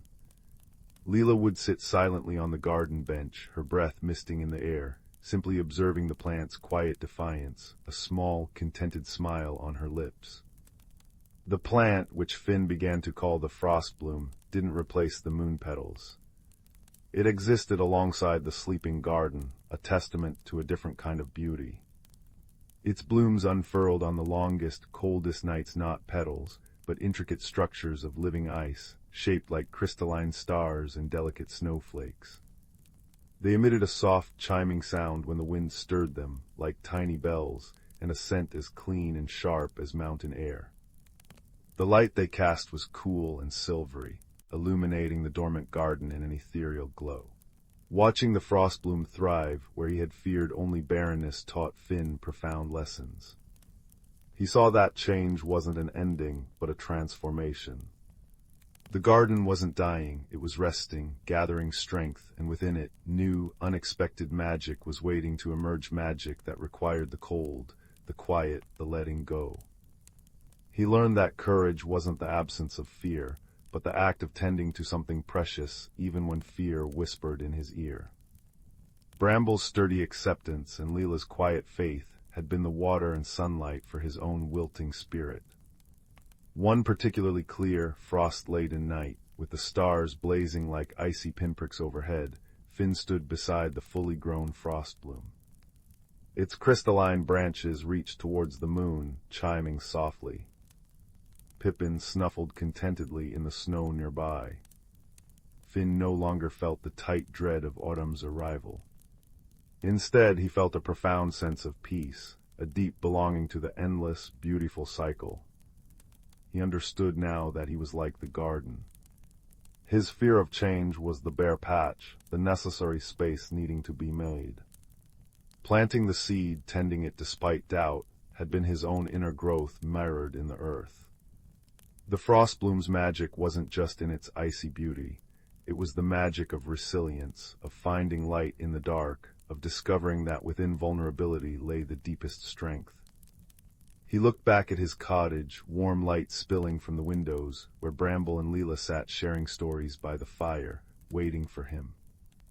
The scent of wood smoke mingled with the frostbloom's crisp perfume. The gentle chime of the icy blossoms was a lullaby for the sleeping earth.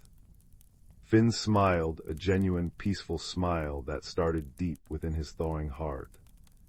The seasons would keep turning, the garden would keep changing, and so would he. But now he knew he wasn't merely enduring the changes. He was growing alongside them, discovering new, unexpected blossoms within himself with every turn of the year. He bent down, touched a glowing crystalline petal, cool and vibrant under his fingertips, and whispered into the hushed, starry night, "Thank you." The frostbloom chimed softly in reply, a sound like comfort itself, echoing through the peaceful, sleeping whisperwood. The distant hum of the Stardust Weaver's engines was usually a comfort to Kip, a small, fur-covered botanist from the mist-shrouded planet of Glimmerfell. Tonight, however, it felt thin and strained against the backdrop of the unfamiliar void. Kip clutched a sprig of luminous moon moss, its soft blue glow reflecting in their wide, dark eyes as they studied the ship's other occupant, Borvan. Borvan hailed from Xerxes Prime, a world of scorching sands and towering mesas. He was easily 3 times Kip's size, his body covered in plates of smooth, heat-resistant stone that shifted subtly with his movements. His eyes, deep-set in obsidian black, seemed to absorb the light. He was the ship's engineer, a stoic figure who communicated mostly in low rumbles and practical actions. They'd been assigned together for this deep space survey mission, Kip to catalog exotic flora, Borvan to maintain the ship, and the journey had been quiet. Too quiet. Kip found Borvan intimidating, his silence misinterpreted as disapproval. Borvan, in turn, found Kip's constant nervous fluttering and tendency to communicate in soft, complex patterns of bioluminescent flashes across their fur utterly baffling and slightly alarming.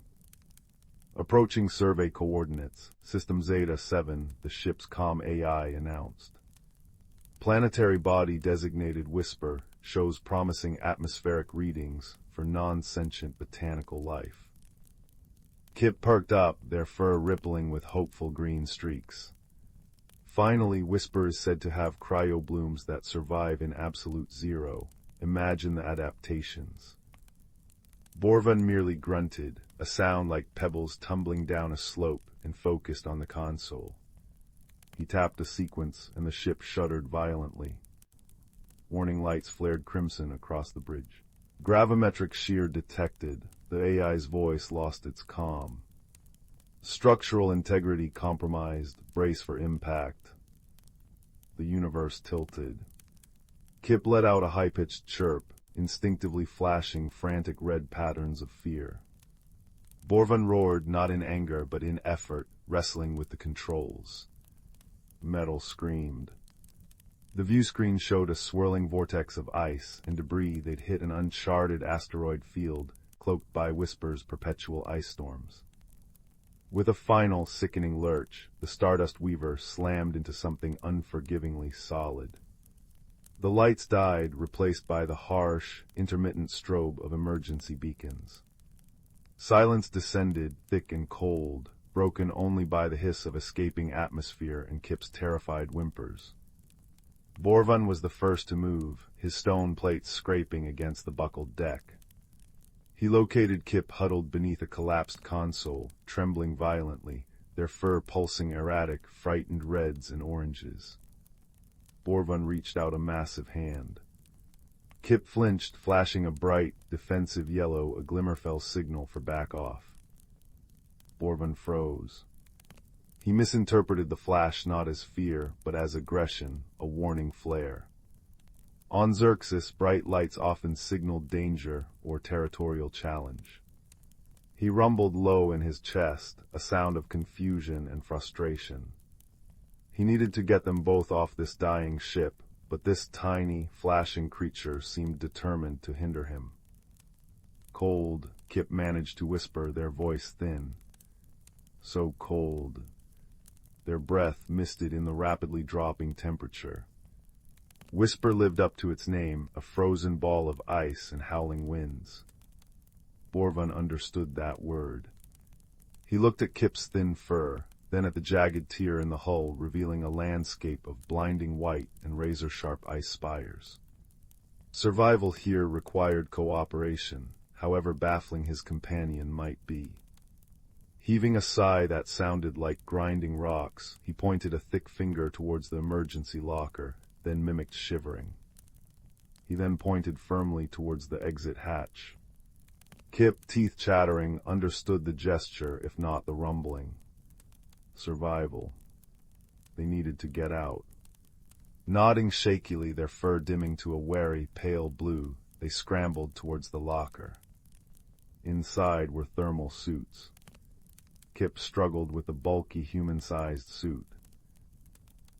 Borvan watched for a moment, then, moving with surprising gentleness, knelt and helped Kip fasten the seals, his large, stone fingers surprisingly deft.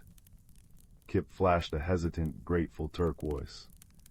Borvan blinked, unsure what it meant, but the lack of aggressive yellow was a relief. Outside, the cold was a physical blow. The wind screamed, laden with ice crystals that stung like needles. The wreckage of the Stardust Weaver was already half buried in drifts. Borvan, his stone body naturally insulating, scanned the desolate landscape. Kip, bundled in the suit, pointed a shaky hand towards a dark smudge on the horizon, a cliff face, perhaps offering shelter. The trek was agony. Kip struggled through deep snow, their small frame battling the vicious wind. Borvan moved steadily ahead, breaking a path. Kip fell repeatedly, each time flashing bursts of exhausted purple and embarrassed pink. Borvan, glancing back, saw only confusing flashes. He mistook the purple for distress signals he didn't understand and the pink for something else entirely unknown. Frustration mounted. Why wouldn't this creature just say what it needed? Suddenly, the ground gave way beneath Kip with a sickening crunch. They vanished into a hidden crevasse, a yelp swallowed by the wind. Borvan lunged forward, peering into the dark fissure. Kip dangled precariously, held only by a tangle of frozen roots, their suits snagged on jagged ice. Their fur was flashing pure, terrified white. This flash Borvan understood implicitly. Terror. Immediate danger. Without a second thought, he lowered himself, bracing his immense weight on the unstable edge. Ignoring the biting cold and groaning ice, he stretched his long arm down. "Grab," he bellowed over the wind, the single word thick with urgency. Kip looked up, seeing not the intimidating stone giant, but a lifeline. They reached, their small gloved hand grasping Borvan's massive stone fingers. With a grunt that shook the ice, Borvan hauled Kip up, cradling them against his surprisingly warm chest plate for a moment before setting them down on solid ground. Kip's fur pulsed with warm, steady gold, the Glimmerfell color for profound gratitude and relief. Borvan felt a strange warmth spread through his own core, unrelated to the cold. He hadn't been thanked like that before. He nodded stiffly. "Careful," he rumbled, the word softer this time. They found the dark smudge the entrance to a vast ice cavern. Inside, the howling wind faded to a mournful sigh. It was still bitterly cold, but sheltered. Kip immediately spotted what Borvan had missed, strange, gnarled roots snaking across the walls and floor, glowing with a soft, internal light. Cryobloom roots. Kip breathed, their scientific fascination momentarily overriding fear. They generate heat, not much but some. Working together in silent, newfound understanding, they gathered dry, fibrous sections of the roots.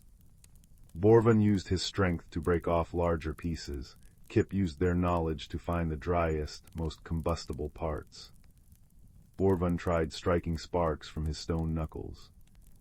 Kip, remembering basic survival training from their multi-species academy, pulled a small emergency igniter from their suit pocket.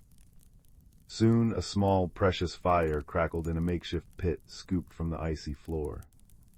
The warmth was meager but life-saving, painting dancing shadows on the cavern walls. As they huddled close, the shared fire became a bridge. Kip, emboldened by the rescue and the warmth, pointed to their own fur, now glowing a calm, steady blue. "Safe," they explained softly. They then flashed the earlier defensive yellow. Scared, not angry. They pointed at Borvan. Borvan stared, the pieces clicking. The flashes weren't nonsense or aggression, they were words. Feelings. He rumbled thoughtfully. He pointed to Kip's earlier golden glow. "That when pull up." "Thank you," Kip said, flashing the gold again. "Big thank you, friend." "Friend," Borvan repeated, the word unfamiliar but the warmth it sparked undeniable. He tapped his own chest plate. Borvan thought light danger, on Xerxes bright light bad, mean attack. Kip's eyes widened. "Oh no, on Glimmerfell light is talk, like sound for you. Red is scared, blue is calm, gold is thanks, green is happy." They demonstrated small, gentle pulses. Borvan watched, fascinated.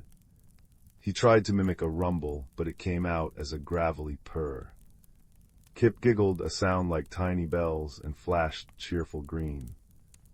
Borvan found himself making the purring sound again. Communication wasn't just about words spoken. It was about listening with more than ears. Over the next few cycles, measured by the dimming and brightening of the cryoblooms, not the unseen sun, they faced the frozen wilderness together. Borvan used his strength to carve ice blocks, building a windbreak around their fire. Kip discovered edible lichen growing near the warm roots and purified ice melt using salvaged filters. They took turns keeping watch, sharing stories not with perfect words, but with gestures, drawings in the frost, and the growing language of shared experience. Kip learned that Borvan's stoicism masked a dry wit and a deep loyalty. Borvan learned that Kip's nervous energy hid remarkable courage and resourcefulness. One day, while searching for more fuel, Kip ventured deeper into the cavern system.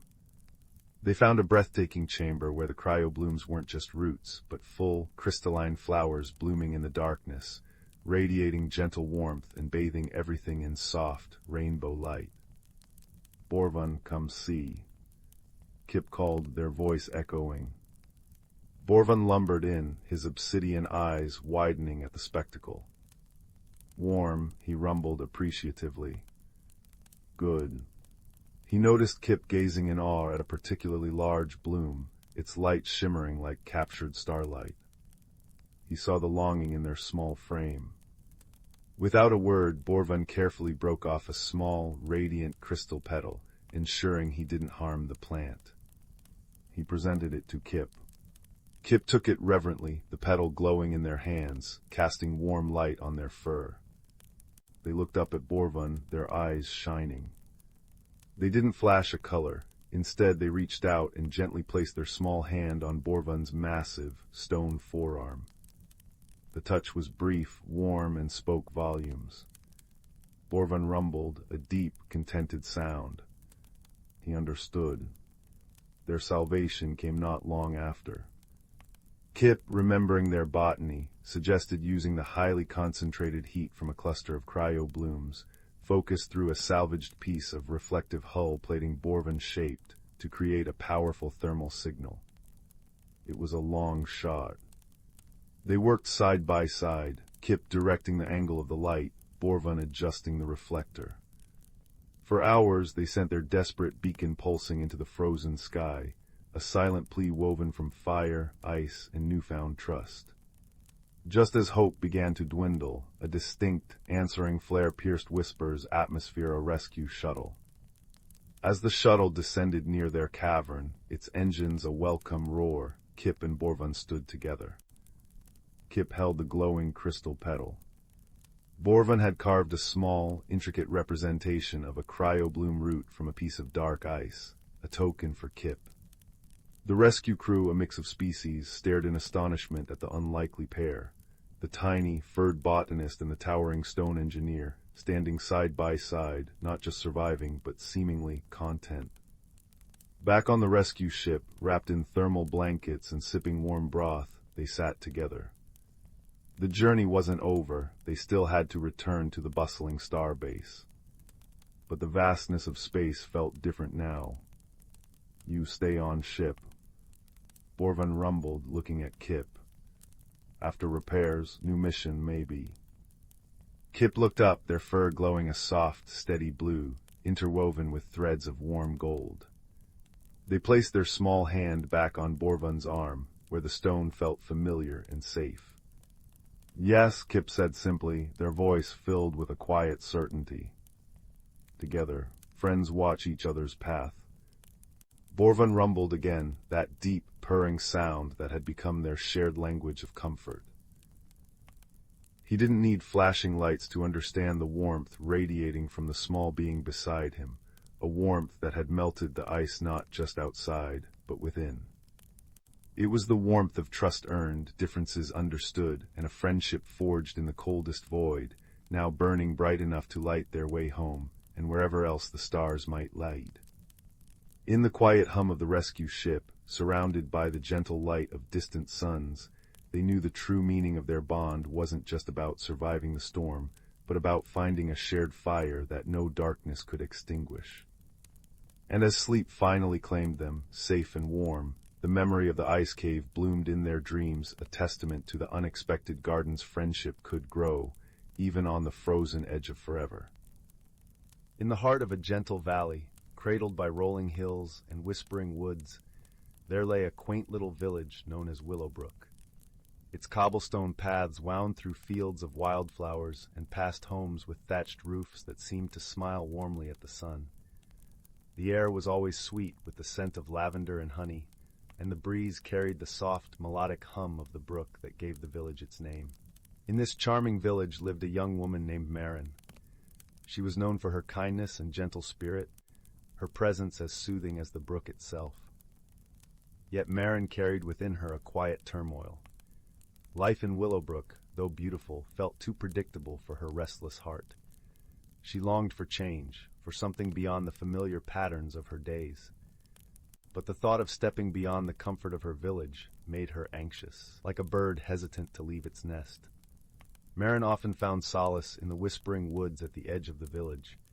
There she would sit beneath the ancient oak, its branches stretching like arms to embrace the sky, and listen to the symphony of rustling leaves and chirping crickets.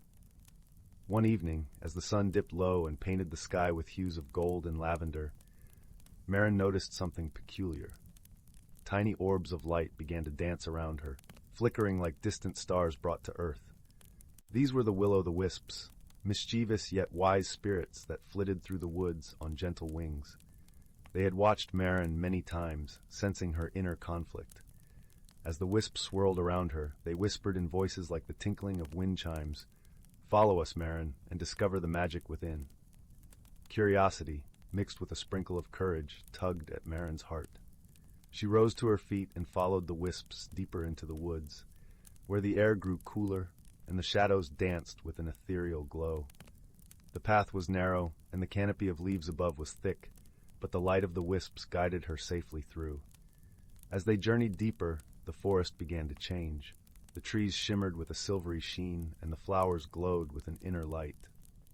It was as if Maren had stepped into a realm where magic wove through the very fabric of nature. Finally, they arrived at a clearing where a crystal-clear lake lay cradled in the arms of the forest, its surface reflecting the twinkling stars above. The wisps circled over the lake, creating gentle ripples that danced across the water. Maren approached the edge and gazed into the depths, her reflection mingling with the starlit sky. As she watched, her reflection began to shift, revealing not only her outward form, but the vibrant essence of who she truly was, a tapestry of dreams, fears, and untapped strength. "Change is not to be feared, dear Maren," the wisps chimed softly. "It is the very essence of growth. Just as the seasons transform the world around us, so too must we evolve to discover our true selves." Maren listened, the words sinking into her heart like seeds into fertile soil. In that moment, she understood that change, though daunting, was a part of life's natural rhythm. It was the key to unlocking her potential and embracing the wonders beyond the horizon of her familiarity. With newfound clarity, Maren thanked the wisps, her voice a gentle breeze through the trees. "I see now that change is not my enemy, but my guide. I will embrace it with an open heart." The wisps twinkled with joy, their light brighter than ever. "Remember, Maren, you are never alone. We, and all of Willowbrook, are here to support you." With that, the wisps began to drift away, their light fading softly into the night. Maren lingered by the lake, breathing in the cool, fragrant air, her heart beating with the rhythm of the world around her.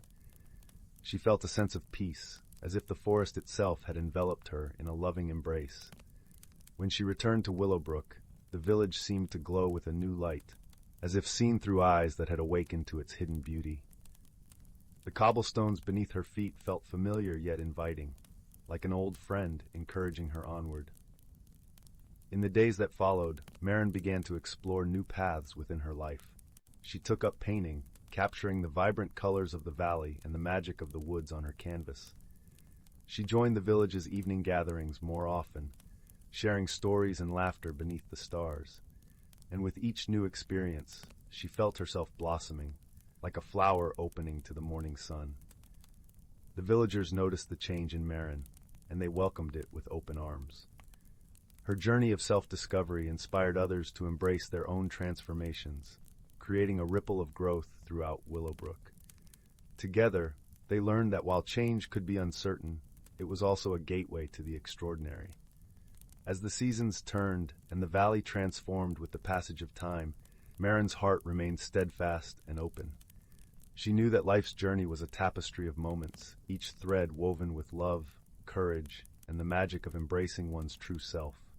And so, with the woods whispering their timeless song and the brook humming its gentle lullaby, Maren found her place in the world, a place of wonder, growth, and endless possibility.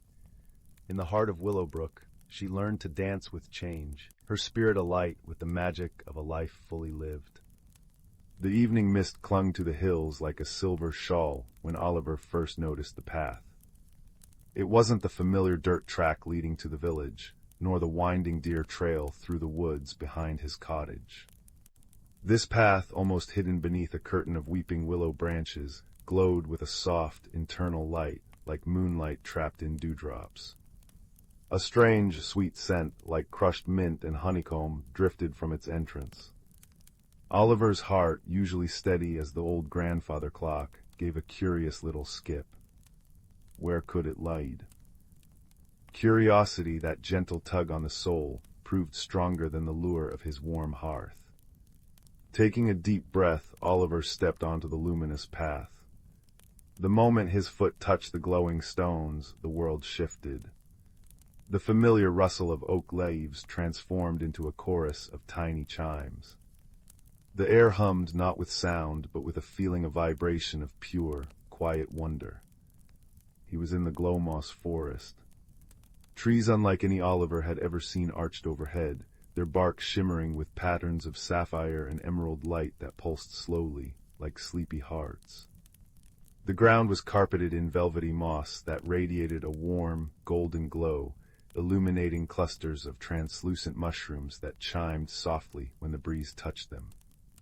Fireflies, but not ordinary ones, drifted like living sparks. Some were miniature lanterns, others tiny winged cats made of pure light, purring a soft, luminous rumble. Oliver walked, his footsteps silent on the radiant moss, his eyes wide with awe. He felt no fear, only a swelling sense of peaceful enchantment. Soon the path widened into a small clearing dominated by an ancient, twisting tree whose trunk seemed woven from strands of moonlight. Beneath its lowest branch sat a cluster of large, smooth river stones, each one softly humming a different, harmonious note. As Oliver approached, the stones stopped humming. A dozen pairs of large, luminous eyes blinked open on their surfaces, eyes the color of twilight and starlight. They weren't scary eyes, but curious, ancient ones. "Lost little wanderer," a voice chimed, seeming to come from all the stones at once. It sounded like water trickling over smooth pebbles. "Not lost," Oliver replied, his voice hushed with reverence. "Just exploring. This place is beautiful." "Are an explorer," the stones chorused, their eyes blinking in sequence. "But explorers need guidance. The whispering falls lie ahead, and they only speak to those who listen truly. Can you hear the music of the forest?" Oliver closed his eyes. Beyond the chime of the mushrooms and the purr of the light cats, he strained his ears. He heard the soft sigh of the glowing leaves, the distant drip of water echoing like a far-off flute, and beneath it all, a deep, resonant hum from the earth itself. He hummed back a low, steady note, trying to match the earth's vibration. The stones chimed in approval. "Good, remember that hum. It is the forest's heartbeat. When the falls whisper, listen not just with your ears, but with the hum inside you. Now walk on, explorer. Mind the stepping stones across the laughing brook." Thanking the watching stones, Oliver continued. The path descended towards the sound of rushing water. He reached the laughing brook, a stream that bubbled and gurgled with genuine mirth, its water sparkling like liquid topaz. Smooth, flat stones dotted its surface, leading to the other side. But as Oliver stepped onto the first stone, it wobbled alarmingly and let out a high-pitched giggle. "Oh dear," chuckled the stone. "Forgot to introduce myself. I'm Wibble, bit ticklish." The next stone, "I'm Wobble, careful, I like to dance," indeed began to jiggle slightly. Oliver smiled. This was a challenge, but a gentle, playful one. He couldn't force his way across, he had to move with the stones. He stepped lightly onto Wibble, letting his foot settle gently before shifting his weight. "Nice to meet you, Wibble," he murmured. The stone steadied. He stepped onto Wobble, bending his knees slightly to absorb its jiggle. "Lovely dance, Wobble," he said kindly.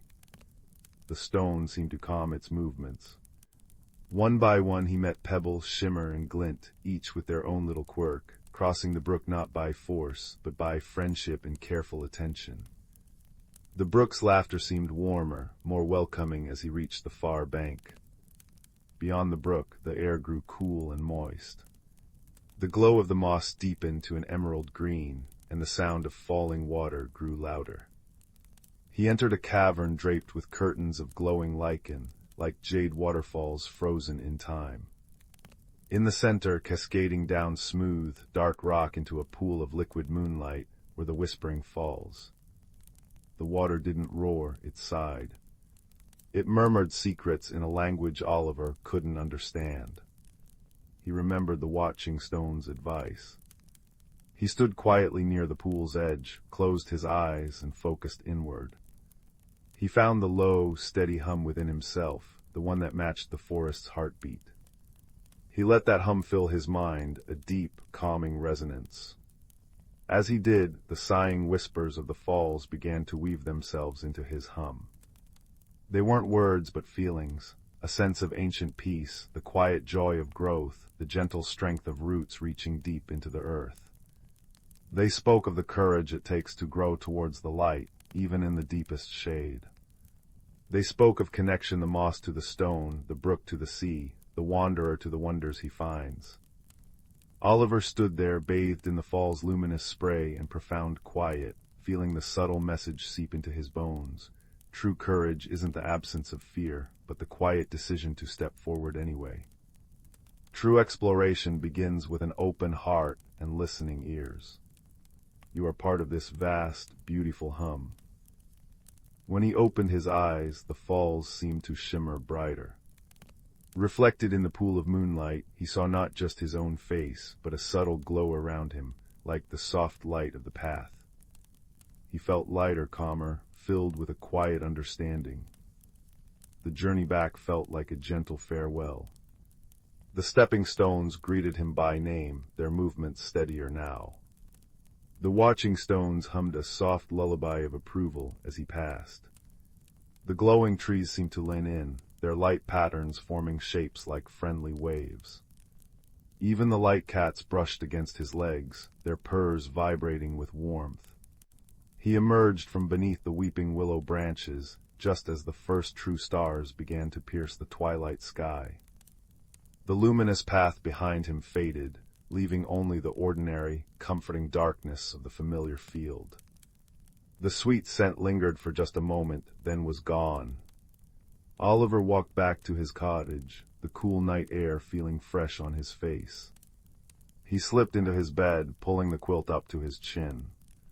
The familiar creak of the floorboards, the sigh of the wind in the chimney, the distant hoot of an owl, they were all the same, yet somehow different. He carried the Glowmoss forest within him now, the deep hum, the gentle lessons of the stones and the brook, the profound peace of the Whispering Falls. As he drifted towards sleep, a contented smile touched his lips. He knew the enchanted path might not appear again, or it might. But that didn't matter. The real magic, he realized, wasn't just in finding a glowing forest, but in discovering the quiet courage to seek the unknown, the kindness to befriend the strange, and the wisdom to truly listen to the world's gentle whispers. And that was a light he could carry anywhere, even into the deepest, coziest dreams. The warmth of his blanket felt like the golden moss, and the silence of the night hummed its own familiar, comforting song. He was home and he was changed, all wrapped in the soft, safe embrace of the night. Title: The Whispering Woods. In a quaint little village nestled between rolling green hills and a vast, shimmering forest, there lived a girl named Leora.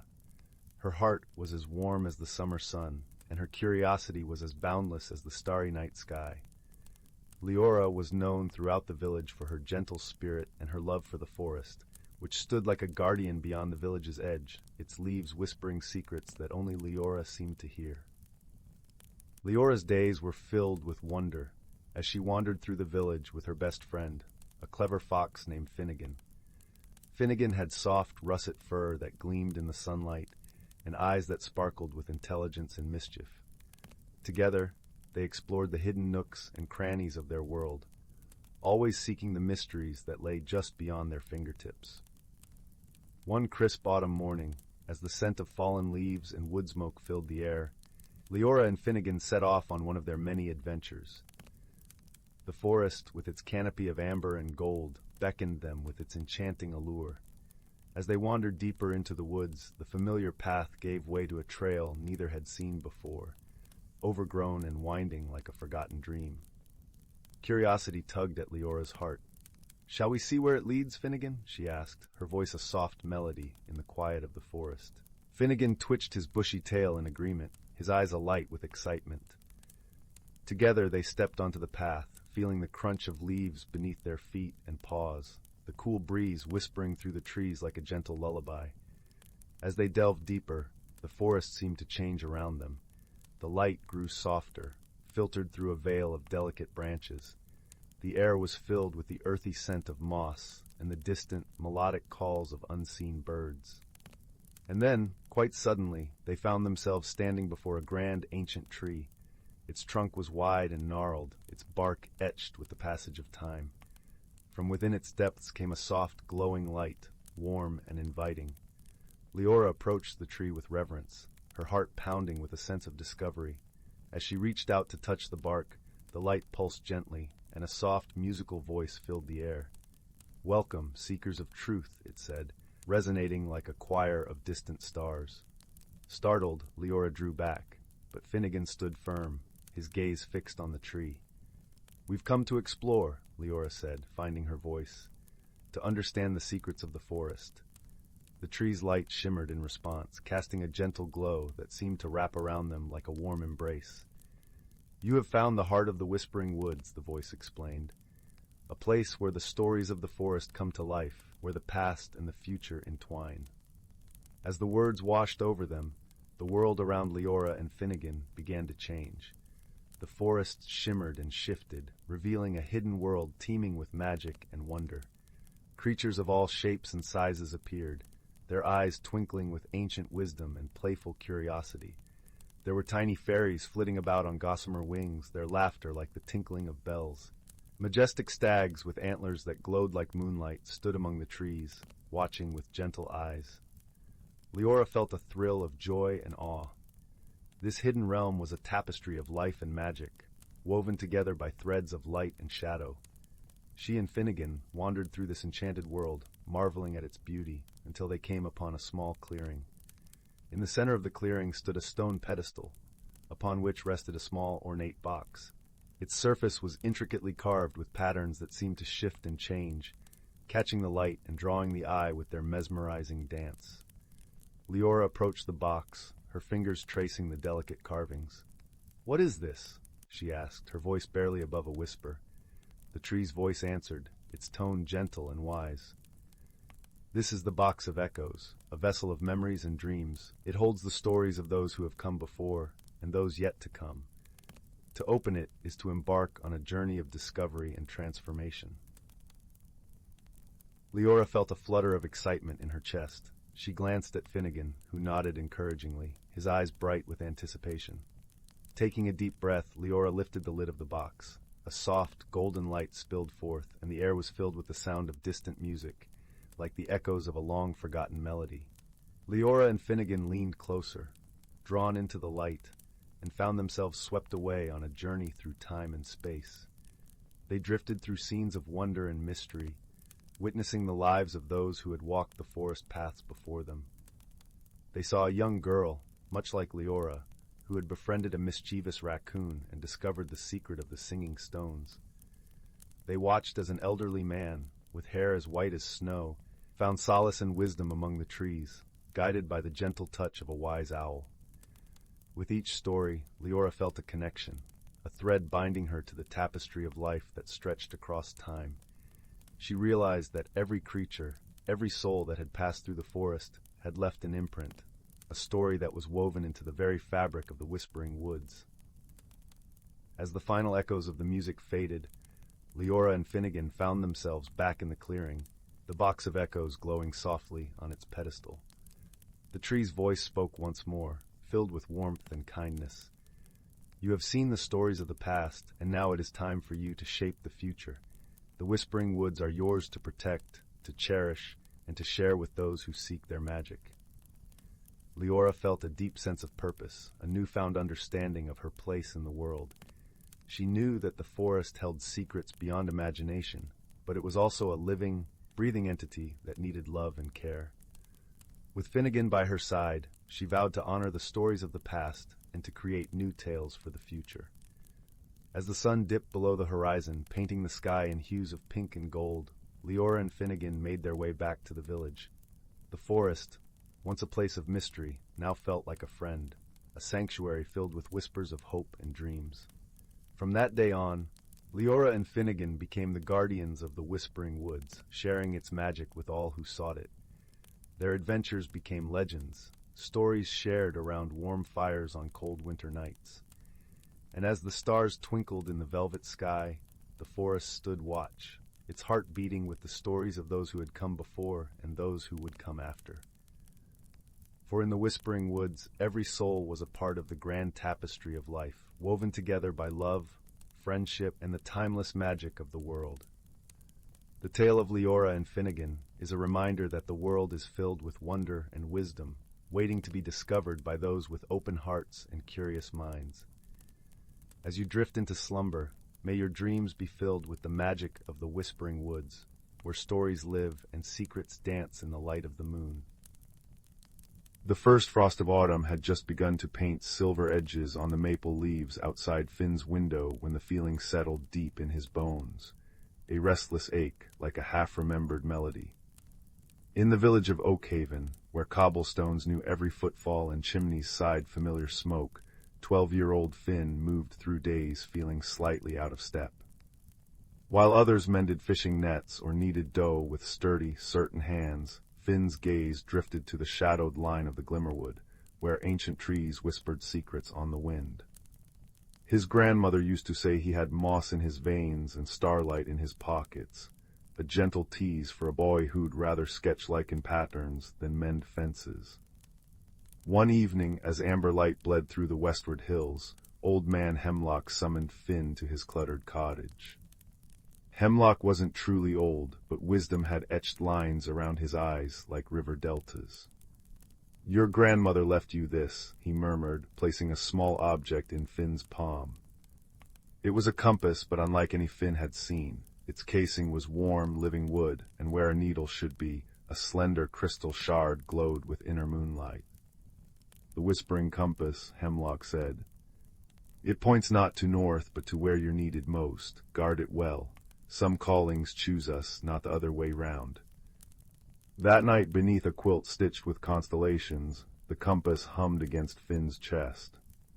Not a sound, but a vibration that traveled up his ribs and into his dreams. He saw roots diving deep into jeweled caverns, stones with eyes like molten gold, and a great, cracked crystal weeping light. He woke to Dawn's gray fingers at the window, and the compass crystal blazing azure, pointing unwaveringly toward the forbidden Glimmerwood. Oakhaven's elders spoke of the woods in hushed tones. Where shadows walk, they'd say, or where the earth remembers too much. But the compass pulsed like a second heartbeat, insistent as tide. Gathering his worn satchel, a wedge of cheese, his sketching charcoal, a water flask, Finn slipped past sleeping cottages. At the forest's edge, ancient oaks arched like cathedral ribs, their bark shimmering with trapped dew. The air thickened with the scent of pine resin and damp earth, and the compass's glow intensified, casting dancing sapphire motes on ferns unfurling like green scrolls.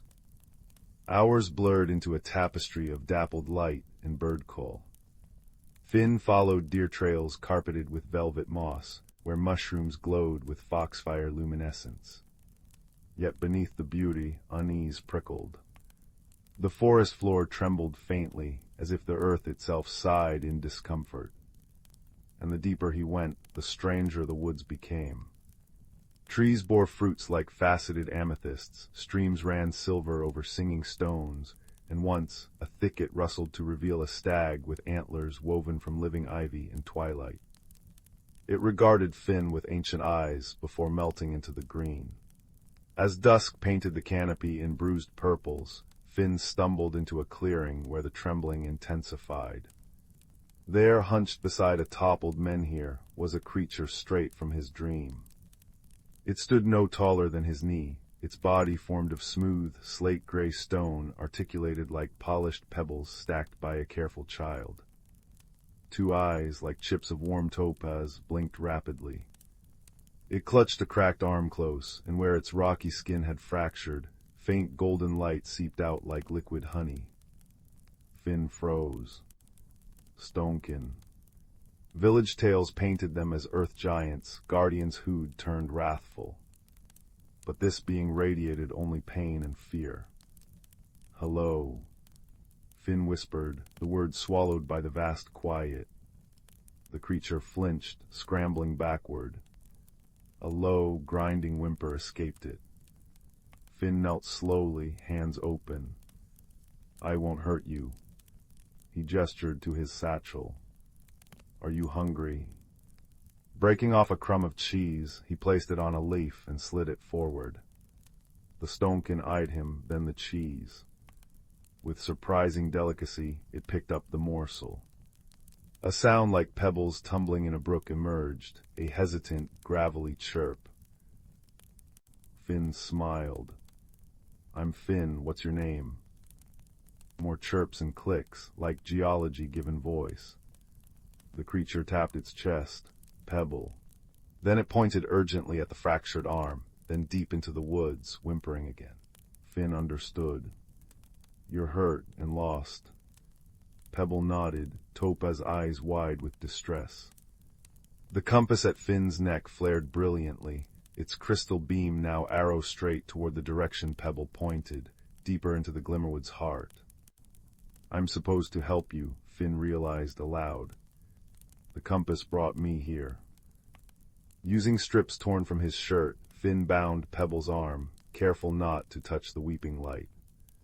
As he worked, Pebble chirped a story in fragmented sounds and gestures. Stonekin lived deep below, in caverns lit by a great crystal that sang the earth to sleep. But the crystal was sick, cracking, making the world tremble. Pebble had been sent to find sky tears, moonlit dew said to hold healing power, but got injured by a falling rock during a tremor. Can you take me to the crystal? Finn asked. Maybe I can help. Pebble hesitated, then nodded, gesturing toward a mossy outcrop. With surprising strength, the little stonekin pushed aside a boulder, revealing a hidden passage smelling of cool stone and deep thyme. Finn took a steadying breath. The compass hummed, warm against his skin. Together, they descended into the earth. The underground realm was a revelation. Bioluminescent fungi painted tunnels in ethereal blues and greens, their light reflecting in pools where blind fish flickered like liquid opal. They passed galleries where massive, elder stonekins stood sentinel, their stony faces etched with worry. Pebble chirped greetings, and Finn felt countless topaz eyes watching him, not hostile but wary, heavy with sorrow. The air thrummed with a discordant vibration, the sick crystal's song gone painfully sharp. Finally they emerged into a cavern so vast Finn gasped. Its ceiling glittered with embedded stars, crystals catching the light from below. And at the center, rising like a frozen geyser, stood the great crystal.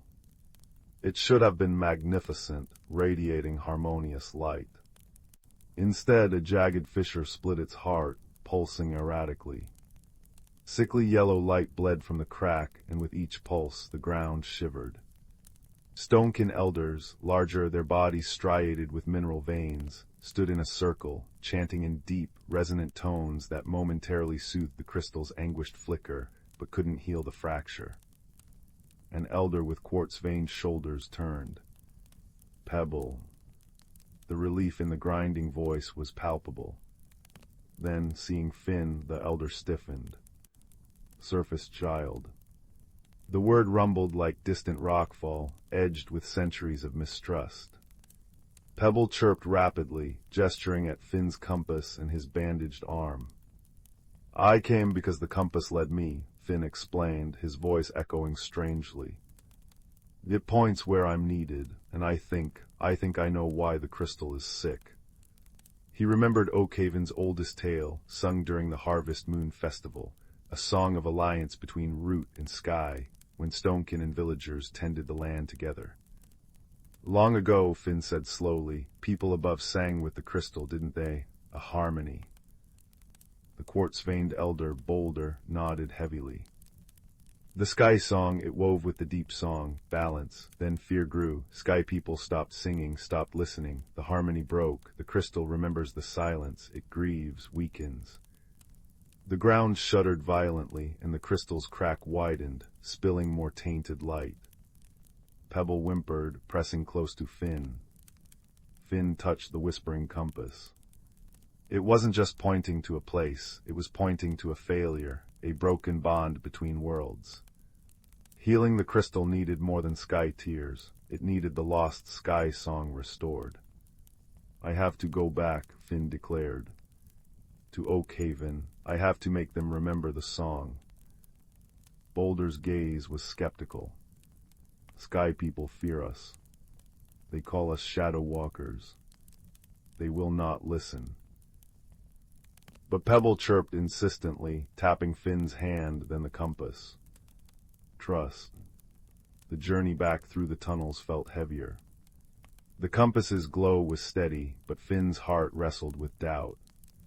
How could he, the boy with moss in his veins, convince practical Oakhaven of singing to stones? Reaching the surface near dawn, Finn saw the village bathed in rose-gold light. Home. Yet it felt different now, smaller, yet infinitely more precious. He had to succeed. Returning caused a stir. Glimmerwood, gasped Widow Maybell, clutching her shawl. Have the shadows addled your wits, boy? Finn stood before the gathered villagers at the well square, Pebble half hidden behind his legs.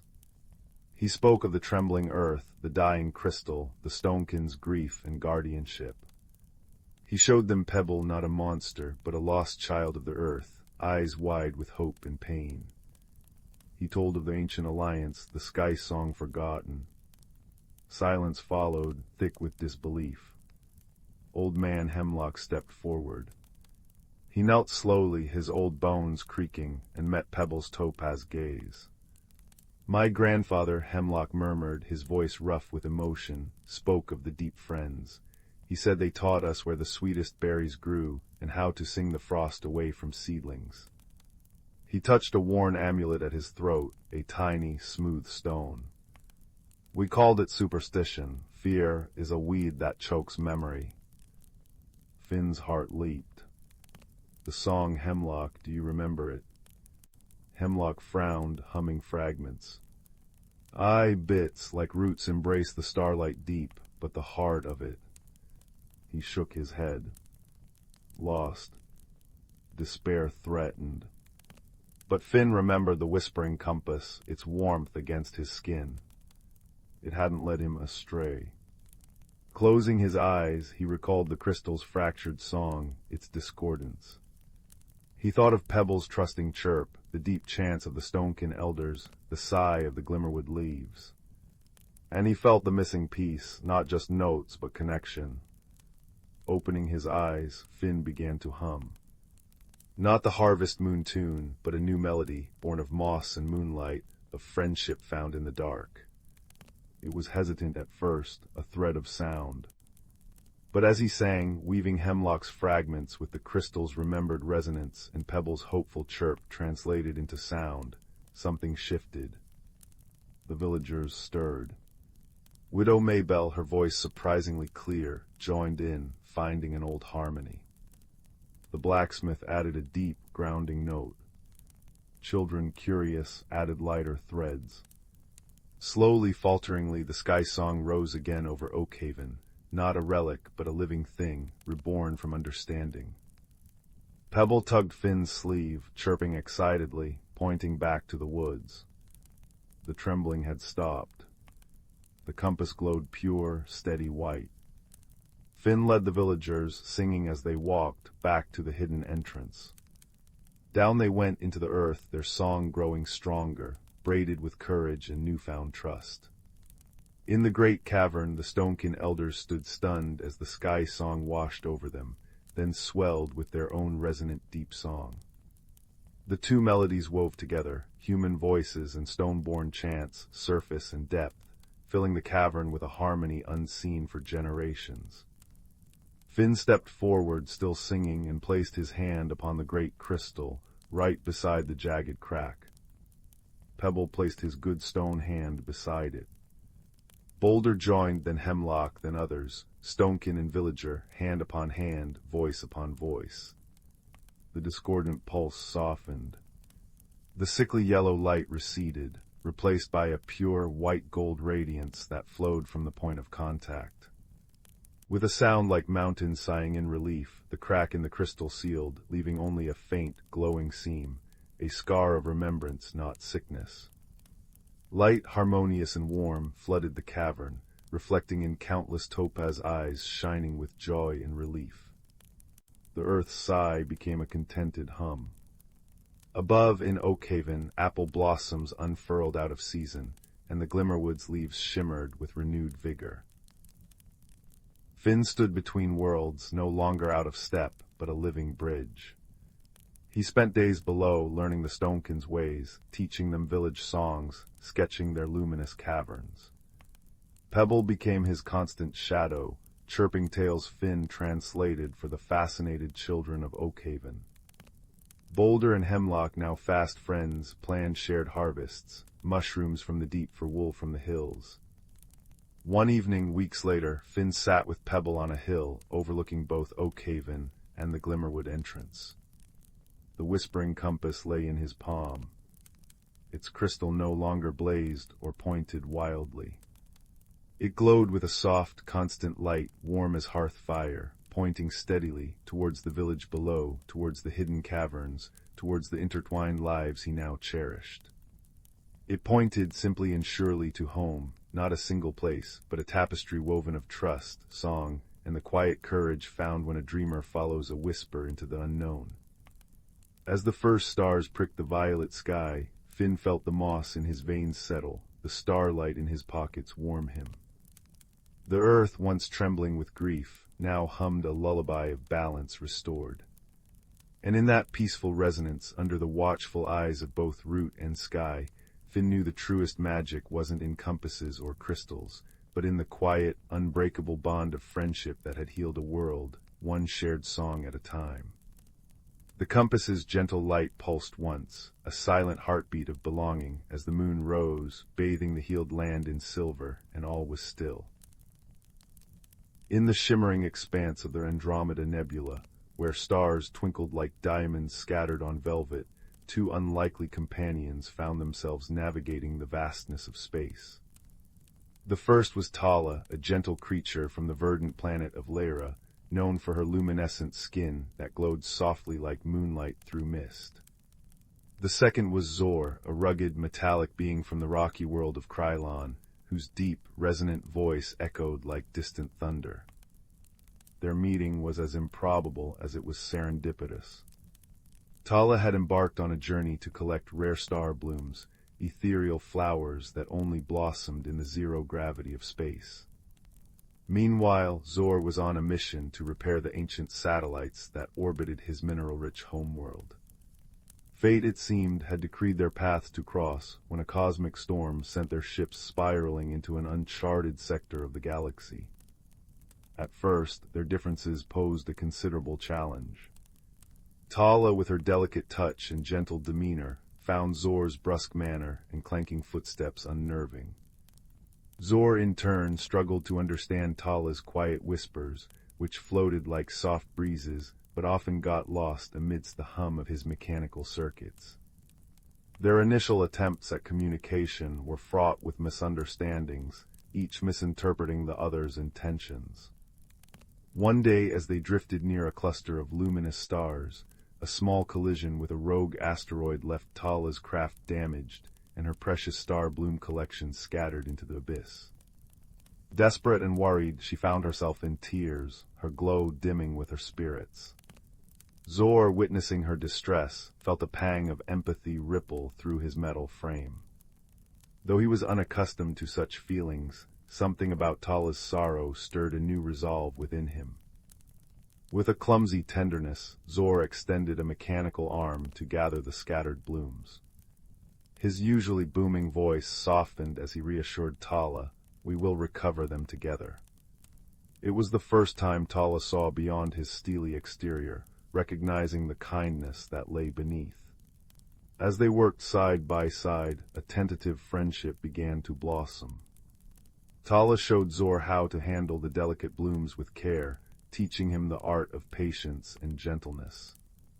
In return, Zor shared stories of his rugged planet, where resilience was forged amidst harsh conditions.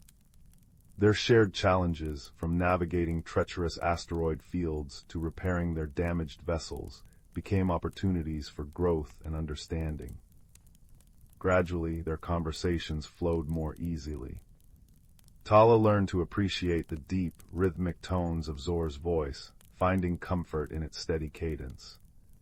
Zor, in turn, grew attuned to the subtleties in Tala's whispers, recognizing the wisdom and warmth they carried. Through laughter and occasional mishaps, they discovered the joy of companionship. One evening, as they floated in the tranquil glow of a distant sun, Tala confided in Zor about her fears of returning home empty-handed. Zor, pondering her words, replied, "Perhaps the blooms are not the only treasure you have found." His words, simple yet profound, resonated with Tala, who realized that her journey had gifted her something far more precious than star blooms, a true friend. As their adventure drew to a close, they stood together, gazing at the star-speckled horizon. The cosmic storm that had once seemed a misfortune now felt like a blessing in disguise. Their time together had taught them the true meaning of friendship, understanding, acceptance, and the ability to see beyond appearances. With their ships finally repaired, Tala and Zor prepared to part ways, their hearts full but heavy with the prospect of farewell. Yet they knew that their friendship would endure across the vast distances that separated their worlds. As they exchanged parting glows and echoes, Tala and Zor promised to meet again, somewhere in the galaxy's glittering embrace. And so, under the watchful eyes of the stars, two unlikely companions set forth on their separate paths, forever bound by the luminous bond of friendship they had forged in the depths of space. Deep in the Whisperwood, where ancient oaks wore cloaks of moss thicker than winter quilts and sunlight dappled the forest floor like scattered gold coins, lived creatures unseen by hurried human eyes. Here the air hummed with a quiet magic, older than the stones in the creek bed. It was a place where the boundaries between the world and something more were as thin and shimmering as a spider's web kissed by dawn dew. Among the gnarled roots of a grandfather oak named Old Man Thistle lived a community of mosskin. Small folk barely taller than a buttercup, they wore tunics woven from spider silk dyed with crushed berries and lichen. Their leader was a gentle elder named Birch, his face as lined and wise as the bark of his home tree. Birch's granddaughter, a bright-eyed sprite named Fern with hair the color of sun-dappled ferns, was known for her boundless curiosity about the Whisperwood's deepest secrets. The Whisperwood thrived on a delicate balance, a symphony conducted by the seasons. In spring, the lumina petals bloomed, their soft, internal light painting the forest floor with constellations that mirrored the sky above. Their sweet, honeyed scent summoned the dreamwing butterflies, whose iridescent wings scattered pollen carrying whispered wishes and gentle dreams. Summer brought the rain singers, tiny frog-like beings who lived in the crystal-clear pools. When clouds gathered, they climbed onto lily pads and sang complex, rhythmic songs that coaxed the rain down gently, drop by drop, ensuring no seedling thirsted. Autumn saw the leaf weavers, industrious squirrels with coats the color of russet leaves, meticulously guiding each falling leaf to blanket the earth, insulating roots and nurturing the soil with their decay. Winter belonged to the frost sprites, ethereal beings formed from the first breath of cold air. They danced silently on the frozen streams, tracing intricate, glittering patterns that held the promise of spring's return deep within their icy hearts. Fern loved listening to Birch recount the old ways beside their glowing hearth mushroom. The warm, earthy smell of the mushroom mingled with the comforting scent of cedar bark burning low. Birch's voice, soft as rustling leaves, wove tales of the great heartwood tree, rumored to stand at the very center of the whisperwood. It was said to be the source of the forest's magic, its roots drinking deep from hidden springs of starlight, its leaves capturing the moon's silver song. The heartwood's rhythm pulsed through the forest, unseen but felt in the thrum of life, the unfurling of a bud, the steady beat of a woodpecker's drum. "Balance, little fern," Birch would murmur, the firelight dancing in his kind eyes, is the forest's truest magic. Each creature, each season, each drop of rain and ray of sun plays its part. We listen, we respect, and we give back. That is the wisdom carried on the wind through countless turnings of the seasons. One unusually crisp autumn morning, Fern felt a strange unease prickling beneath her skin, like static before a storm, but without the storm's promise. The air, usually crisp and scented with ripe nuts and damp earth, felt thin, brittle. The lumina petals, usually fading gently as autumn deepened, seemed to dim prematurely, their soft glow flickering weakly. Worse, the rain singer's songs, normally a comforting counterpoint to the rustling leaves, sounded thin and faltering. The streams, fed by their magic, ran lower than they should. "Grandfather," Fern whispered, her voice small against the sudden quiet of the woods, "something feels wrong. The magic feels thin, like stretched spider silk." Birch's face, usually serene, creased with deep concern. He closed his eyes, placing a gnarled hand on the trunk of Old Man Thistle. Fern watched as a faint tremor ran through his fingers. "You feel truly, child," he murmured, his voice heavy. "The rhythm, the heartwood song, it's fading. The balance is shifting." A ripple of worry spread through the Mosskin community. The leaf weavers reported finding patches of earth where leaves crumbled to lifeless dust instead of nourishing the soil. The dreamwing butterflies fluttered listlessly, their colors muted. Even the frost sprites glimpsed early near the shaded creek banks seemed less substantial, their icy patterns melting too quickly. Birch gathered the Mosskin elders under the vast canopy of a weeping willow, its long fronds brushing the moss like gentle fingers. The air was cool, carrying the scent of damp earth and decaying leaves, a scent that now held an undercurrent of anxiety. "The heartwood weakens," Birch announced, his voice carrying a weight that silenced the rustling fronds. "The ancient pact, the flow of magic that binds us all, is faltering. We must discover why." Fern stepped forward, her small frame trembling but her voice surprisingly steady. "I'll go, Grandfather, to the great Heartwood. I can follow the old paths, the ones you told me about." Her heart hammered against her ribs, but the image of the dimming lumina petals and the rain singer's strained songs spurred her on. Birch looked at his granddaughter, seeing not just the child, but the spark of the forest's future. He nodded slowly. "The journey is long and the paths are guarded by the forest's oldest memories. Go with the wisdom of the wind, little fern. Listen to the whispers of the trees, the guidance of the stones. Seek the keeper."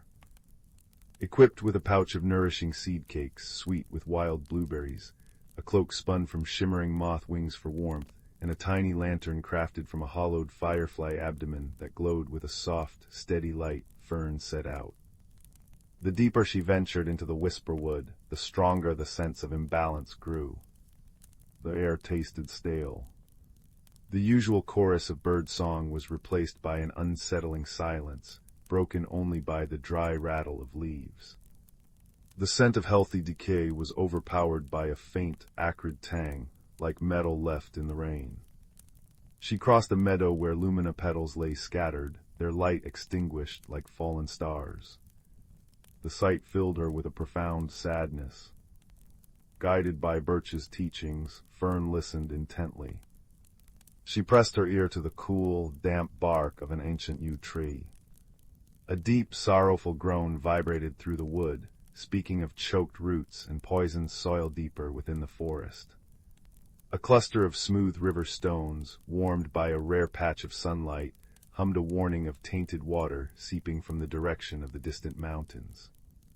A family of badgers, their faces etched with worry, spoke of strange, bitter smells carried on the wind from the north, where human settlements edged the forest. After days of travel, guided by the fading pulse of the forest's magic, and the subtle signs Birch had taught her to read the way moss grew thicker on one side of a tree, the specific constellation of mushrooms pointing the way Fern reached a hidden valley. It was shielded by towering, impossibly old sequoias whose bark felt like warm, living stone beneath her tiny hand. The air here was still thick with unease, but beneath it, Fern sensed a deep, resonant thrumming, weak but persistent. It was the heartbeat of the heartwood. In the center of the valley stood the great heartwood tree. It was magnificent beyond words, its trunk wider than a dozen Moskin homes, its branches reaching towards the sky like open arms, cradling the clouds. But Fern gasped. Great swaths of its bark were cracked and gray, like parched earth.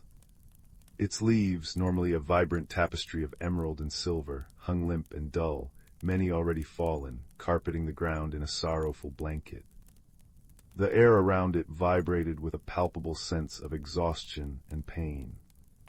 The scent here was complex, the rich, ancient smell of deep wood, overlaid with the sickly sweetness of decay and a harsh, metallic tang that made Fern's eyes water. At the base of the immense trunk sat the keeper. Not a towering giant, but a figure woven from living vines, moss, and shifting shadows, shaped vaguely like an ancient, wise badger. Its eyes were pools of deep, still water reflecting the fading light. It radiated immense age and profound weariness. Little listener, the keeper's voice was the sound of wind sighing through deep canyons, low and resonant, echoing slightly in the quiet valley. You feel the fading song, you have journeyed far. Fern bowed low, her heart pounding. Keeper, the whisperwood is ill. The lumina dims, the rain singers falter, the balance breaks. We felt the heartwood's pain. What harms it? The keeper shifted, vines rustling like dry parchment. Its watery eyes seemed to gaze far beyond Fern. The harmony is frayed. From the north, beyond the stone-teeth mountains, comes a slow sickness. Humans dig deep, seeking bright stones that burn. They poison the earth's blood, the water that feeds my roots. They cut the ancient sentinels whose roots spoke to mine, whose leaves sang with the wind. The connection weakens, the magic starves.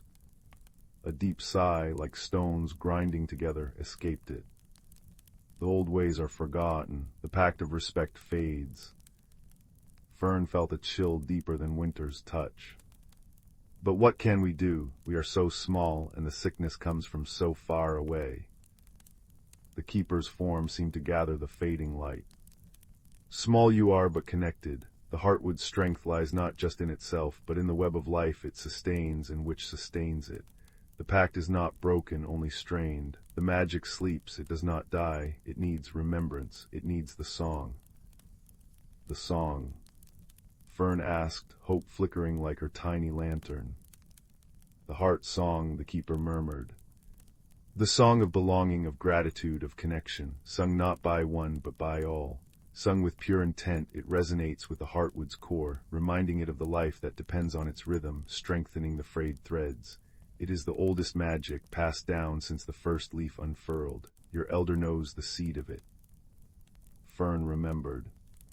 Birch on quiet evenings would hum a simple, wordless melody, a tune that felt like roots sinking into cool earth, like sunlight warming moss.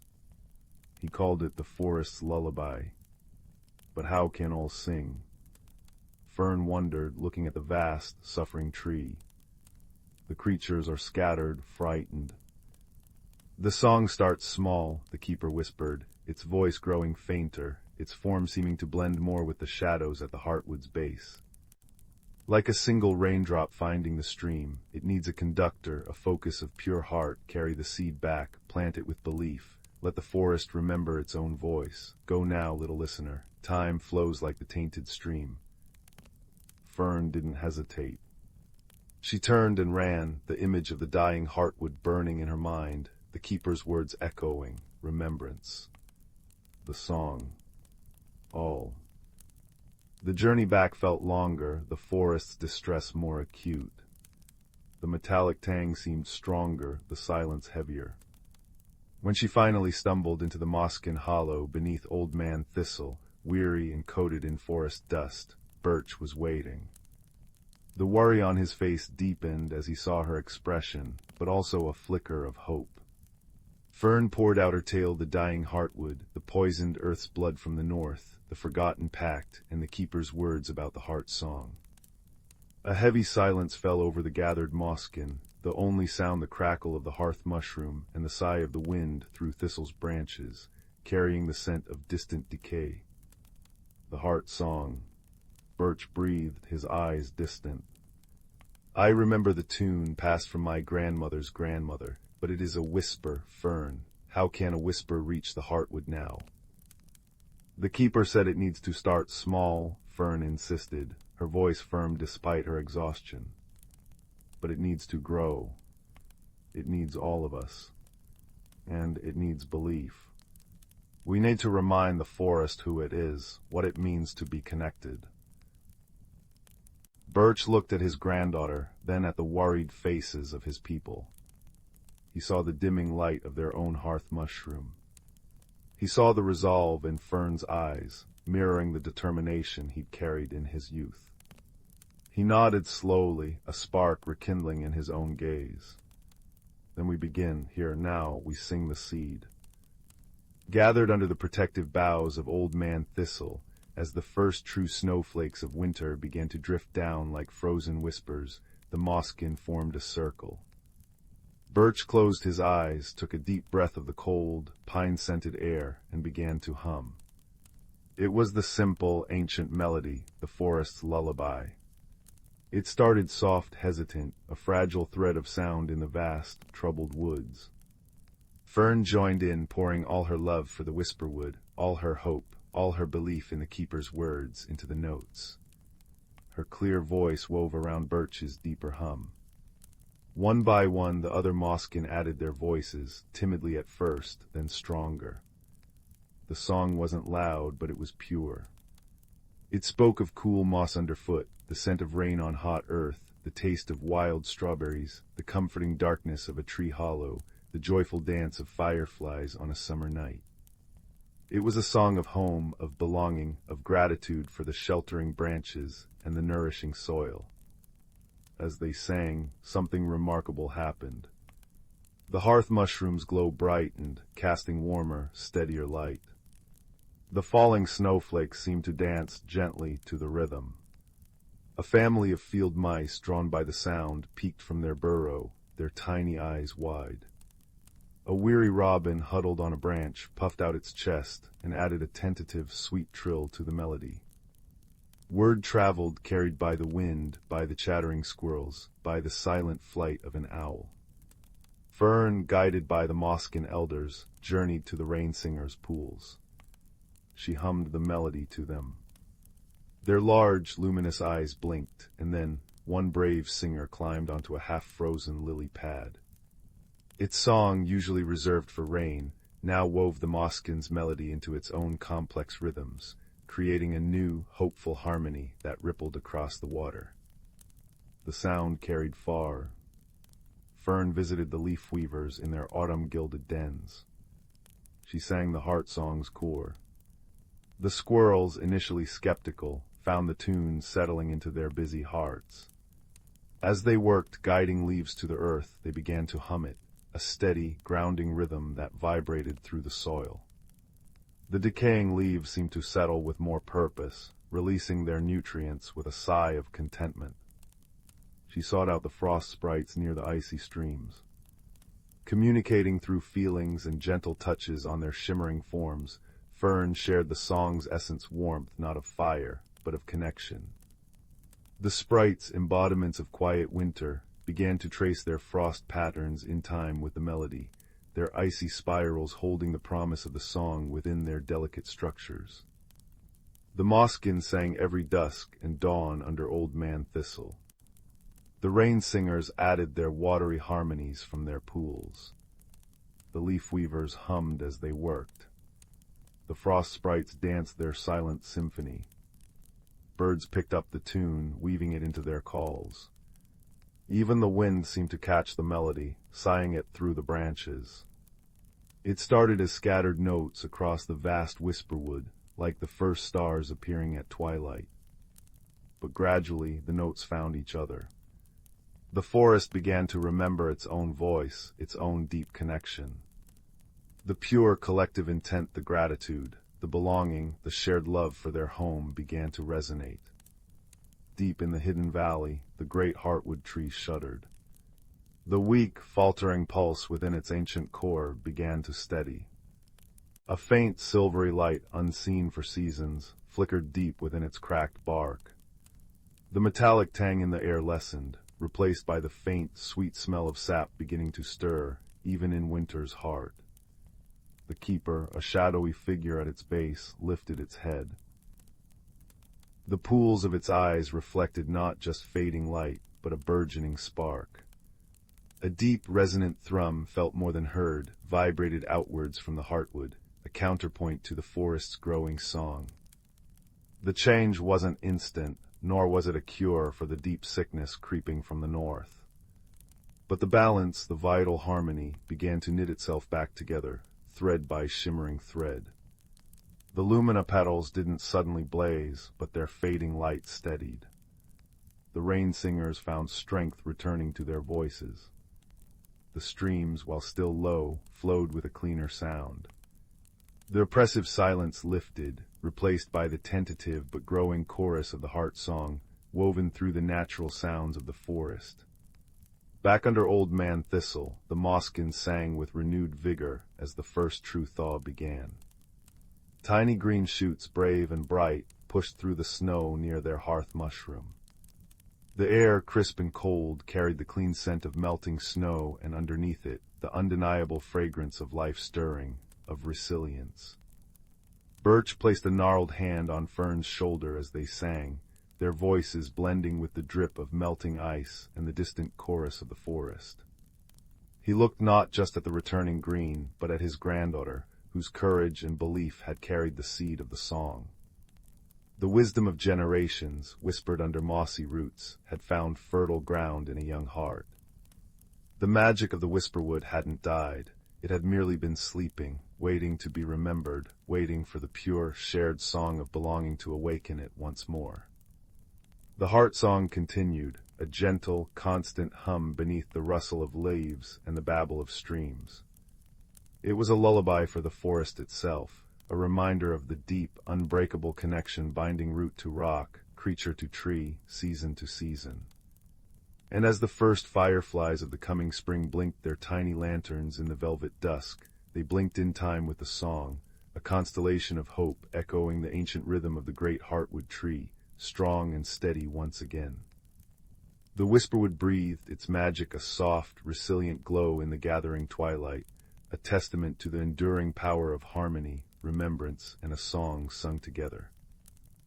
Once upon a starry night, in a cozy woodland village, there lived a young hedgehog named Willow. Though small in stature, Willow's heart was vast, filled with dreams of adventure and self-discovery. However, like the tightly furled leaves that protected her, Willow found herself resistant to change, preferring the comfort of her familiar burrow.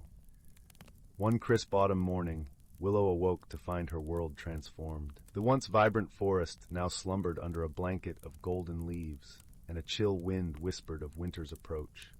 Willow shivered, her quills prickling with apprehension. How could she embrace this new season when every fiber of her being longed for the warmth of summer? As Willow ventured forth in search of sustenance, she encountered her dear friend, Oakley, a wise old oak tree whose branches had weathered countless seasons. "Greetings, little one," Oakley rumbled, his deep voice like the creaking of ancient wood. "I sense your unease with the changing tides." Willow nodded, her eyes downcast. "Everything feels so different, so unfamiliar. I fear I am ill-equipped to handle such upheaval." Oakley chuckled, a sound like rustling leaves. "My dear Willow, change is the natural order of life.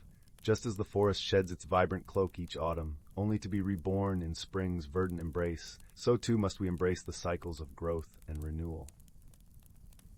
Sensing Willow's skepticism, Oakley gestured towards a nearby clearing with a gnarled branch. "Behold the beauty of transformation," he whispered. In the heart of the clearing stood a magnificent weeping willow tree, its slender branches adorned with delicate, crystal-like leaves that shimmered in the morning light. As Willow drew nearer, she gasped in wonder, for the leaves seemed to emanate a soft, ethereal glow, casting prismatic patterns upon the forest floor. "This is no ordinary tree," Oakley explained. "It is a manifestation of the magic that courses through our woodland realm, a living embodiment of the cycle of renewal.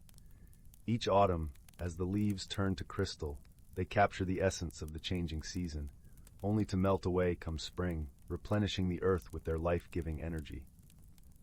Willow's eyes widened with childlike wonder as she beheld the crystalline splendor. In that moment, she felt a profound connection to the weeping willow, as if its roots had entwined with her very soul. Over the following weeks, Willow found herself drawn to the willow's enchanting presence, marveling at the ever-changing patterns cast by its luminous leaves. As winter's icy grip tightened upon the forest, Willow's once prickly nature softened, and she began to embrace the beauty of each season's unique gifts. One frosty night, as Willow huddled beneath the willow's crystalline canopy, she was joined by her friends, Oakley, the wise old oak, Flutter, a kind-hearted butterfly, and Burrow, a loyal rabbit with a penchant for cozy nooks. Together they shared stories and laughter, their bonds strengthened by the willow's nurturing embrace. As the first blush of spring crept over the horizon, Willow witnessed a miraculous transformation. The once crystalline leaves began to melt, their radiant droplets seeping into the earth, nourishing the slumbering seeds that would soon burst forth in a riot of new life. In that moment, Willow understood the profound truth Oakley had imparted, that change, though often daunting, was an essential part of growth and renewal. Just as the willow shed its crystalline cloak to nurture new beginnings, so too must Willow embrace the cycles of her own life, shedding her fears and insecurities to make way for the boundless potential within. From that day forth, Willow greeted each season with open arms, her heart filled with gratitude for the enduring magic of the woodland realm. And though the weeping willow's crystalline leaves would return with the autumn chill, Willow knew that within her burned an eternal flame, the inextinguishable light of hope, resilience, and the courage to embrace life's ever-changing tapestry. The village of Wicker Hollow was the sort of place where cobblestones held the warmth of the afternoon sun long into the evening, and the scent of baking bread and wood smoke wove through the air like invisible ribbons. In a small cottage tucked beneath a willow tree's sighing branches lived a quiet boy named Silas. Silas noticed things others missed, the precise pattern of frost on a window pane, the different songs of the wind through the oak versus the pine, and the way Mrs. Thimble's cat, Marmalade, always blinked twice before pouncing. But mostly Silas noticed the forgotten things, the chipped teacup at the back of the cupboard, the single button gleaming in the dust beneath the dresser, the worn-out boot left by the garden gate. One misty Tuesday, while searching for a lost marble near the old stone bridge, Silas noticed something truly forgotten. Half buried in the mossy bank, nestled amongst smooth river stones, lay a book. It wasn't grand or leather-bound. It was small, its cover faded to a soft, indeterminate gray, the edges worn smooth as sea glass. There was no title, no author. When Silas picked it up, it felt unexpectedly warm, like a stone left in the sun, and it hummed faintly against his palms, a vibration more felt than heard. Intrigued, Silas brushed off the damp moss and carried it home. That evening, curled in his favorite armchair beside the crackling hearth, the orange firelight dancing on the worn pages, he opened it. The first page was blank. So was the second. Disappointment prickled, but then, as he turned the third page, something shimmered. Not ink, but light. Delicate, silvery lines began to weave across the paper, forming not words, but pictures. They were fleeting, like reflections on water, a glimpse of a soaring bird, the curve of a winding path through tall grass, the wink of a distant star. As Silas watched, mesmerized, the images shifted, responding to his quiet thoughts. When he thought of the river, the page showed minnows darting over pebbles. When he thought of the willow tree, its long leaves swayed in an unfelt breeze across the paper. The book, he realized with a gasp, didn't contain stories, it showed them. It reflected the world, but only the parts unseen, the hidden wonders, the secret heart of things. This discovery sparked a quiet yearning in Silas. The book showed him glimpses of places beyond Wicker Hollow, a forest glowing with bioluminescent mushrooms, mountains capped with clouds that looked like spun sugar, a meadow where flowers chimed like tiny bells. He longed to see these wonders himself, to understand the book's silent language. So one crisp morning, with the book tucked safely in his worn satchel, Silas set off, following the faint, shimmering path the book had shown him winding eastward from the village. His journey began gently, through sun-dappled woods. He hadn't gone far when he encountered his first helper. A large, rather drowsy badger named Barnaby was attempting to dig up a particularly stubborn truffle near the path. Barnaby had spectacles perched precariously on his snout and spoke in a slow, rumbling voice. Trouble with the subterranean aromatics, he grumbled, blinking at Silas. The scent is strong, but the earth, she clings. Can't quite triangulate the epicenter, you see. Silas, remembering the book, gently opened it. The page shimmered, showing not the truffle, but the intricate network of roots around it, and a single, bright earthworm wriggling near its location. Silas pointed. Barnaby adjusted his spectacles, squinted, then dug with renewed vigor. Ah, foundational disturbance, excellent cartography, young fellow. Barnaby, grateful for the help and intrigued by the shimmering book, decided Silas's quest sounded far more interesting than truffles. He became Silas's guide through the deeper woods, his knowledge of hidden trails and edible roots invaluable. Deeper into the ancient forest, where the trees grew tall and silent, they met Thistle. Thistle was a hedgehog, but unlike any Silas had seen. Her spines weren't just brown, they shimmered with tiny flecks of iridescent green and gold, like moss catching the light. She moved with surprising swiftness, darting between ferns. Thistle was incredibly observant, but terribly forgetful. "Oh, hello, lovely morning for the thing with the leaves," she'd chirp, then zoom off, only to circle back moments later. "Barnaby, Silas, have you seen the shiny pebble? No, oh well." She remembered every hidden spring, every patch of rare moon mint, and the exact location of the singing stones, which hummed when the wind blew just right, but couldn't recall what she'd had for breakfast. The book helped Silas understand her fragmented thoughts. It would show fleeting images of the things she'd forgotten: a blue pebble near the oak stump, a patch of clover she'd admired. Silas, with gentle patience, would help her find them, and Thistle, delighted, shared her knowledge of the forest's secret paths and moods in return. The trio traveled for days. The book showed them wonders: a waterfall where the water fell upwards into a cloud, a grove where trees whispered ancient secrets in rustling tongues only the book seemed to translate into shimmering images of long-gone travelers, and a lake so still it reflected not the sky, but a sky from another time, dotted with unfamiliar constellations. Silas felt himself changing.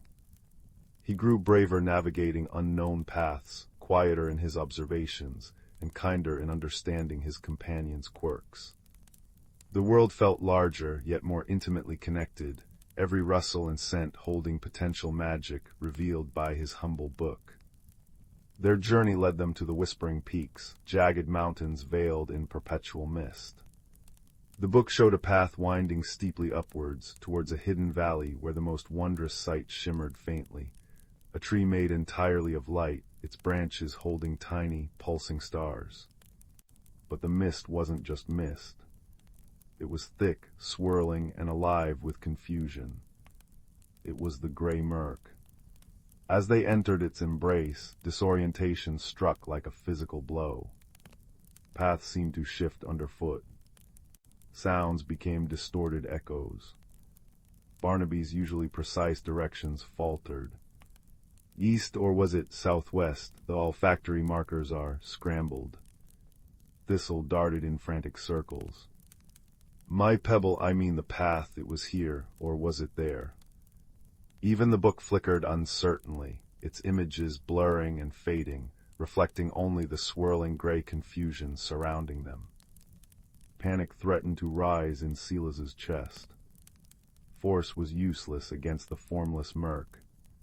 Shouting only made the echoes louder and more confusing.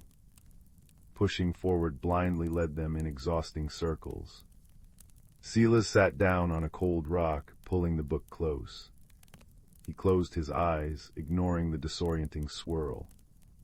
He thought not of the destination, but of his journey. He remembered the warm hum of the book in his hands that first day. He pictured Barnaby's earnest face as he studied his truffle maps, Thistle's spines shimmering like captured sunlight. He thought of the willow tree sighing outside his window, the scent of misses, thimbles baking, the comforting crackle of his hearth. He focused on the feelings, warmth, kindness, quiet wonder, friendship. He poured these feelings into his thoughts, holding them steady like a candle flame in the disorienting gray. He opened the book. Instead of showing the confusing mist or the distant light tree, the pages began to glow with a soft, steady, golden light. It wasn't a bright beam, but a gentle, unwavering radiance that emanated warmth and calm. The light didn't push the mist away, it simply held its space. Barnaby stopped his frantic sniffing. Thistle stopped her dizzy circling. They both looked at the book, then at Silas, whose face was calm, reflecting the golden glow. The disorienting whispers of the mist seemed to soften, the swirling slowed. The golden light from the book acted like a beacon of clarity, not by fighting the confusion, but by offering a calm center. "Follow the warmth," Silas said softly, his voice steady amidst the muffled echoes. He didn't shout directions, he simply held the book aloft, its gentle light a focal point. Barnaby, taking a deep, calming breath, focused on the light. Thistle, her forgetfulness momentarily stilled by the calm, darted not randomly, but towards the warmest patches of light reflecting on the damp rocks. Step by deliberate step, focusing only on the calm, golden light and the feeling of quiet connection it represented, they moved through the murk. The path didn't magically appear. They found it by ignoring the confusion and moving towards the warmth and steadiness Silas held within him and projected through the book. The swirling gray thinned, the disorientation faded, and finally they stepped out of the murk onto a sunlit ledge. Below them lay the hidden vale. It was bathed in soft, pearlescent light. Flowers like spun glass chimed softly in the breeze. And in the center, its roots deep in starlight, stood the tree of Lumina. It wasn't merely bright, it pulsed with a gentle, living light, each branch a constellation, each leaf a tiny captured sunbeam. The air hummed with pure, peaceful energy. The book in Silas's hands blazed with a matching light, no longer showing images, but resonating with the tree's serene song. They spent hours in the vale, resting in the peaceful glow. The tree didn't speak, but Silas understood. It wasn't just a wonder to be seen, it was a reminder. A reminder that the greatest light comes from within, from kindness, from calm, from friendship, and from truly seeing the quiet magic woven into the ordinary world. The book hadn't just shown him hidden wonders, it had helped him see with his heart. The journey back to Wicker Hollow was easier. The book still shimmered, showing hidden wonders, a family of foxes playing in moonlit ferns, an owl with feathers like polished moonstone, but Silas saw them differently. He saw the connection, the quiet beauty inherent in everything. Barnaby returned to his truffles with a new appreciation for the subterranean cartography. Thistle still forgot her pebbles, but now she'd forget them with a happy chirp, remembering instead the feeling of the Lumina tree's light. Silas returned to his cottage beneath the willow. The worn gray book sat on his windowsill now, catching the morning sun. It still shimmered sometimes, showing the dew on a spiderweb like diamonds, or the secret path a ladybug took across a leaf. But Silas didn't need it to see the magic anymore. He saw it in the steam rising from Mrs. Thimble's teacup, in the way marmalade blinked twice before purring, in the familiar creak of the floorboards. The world hadn't changed, he had.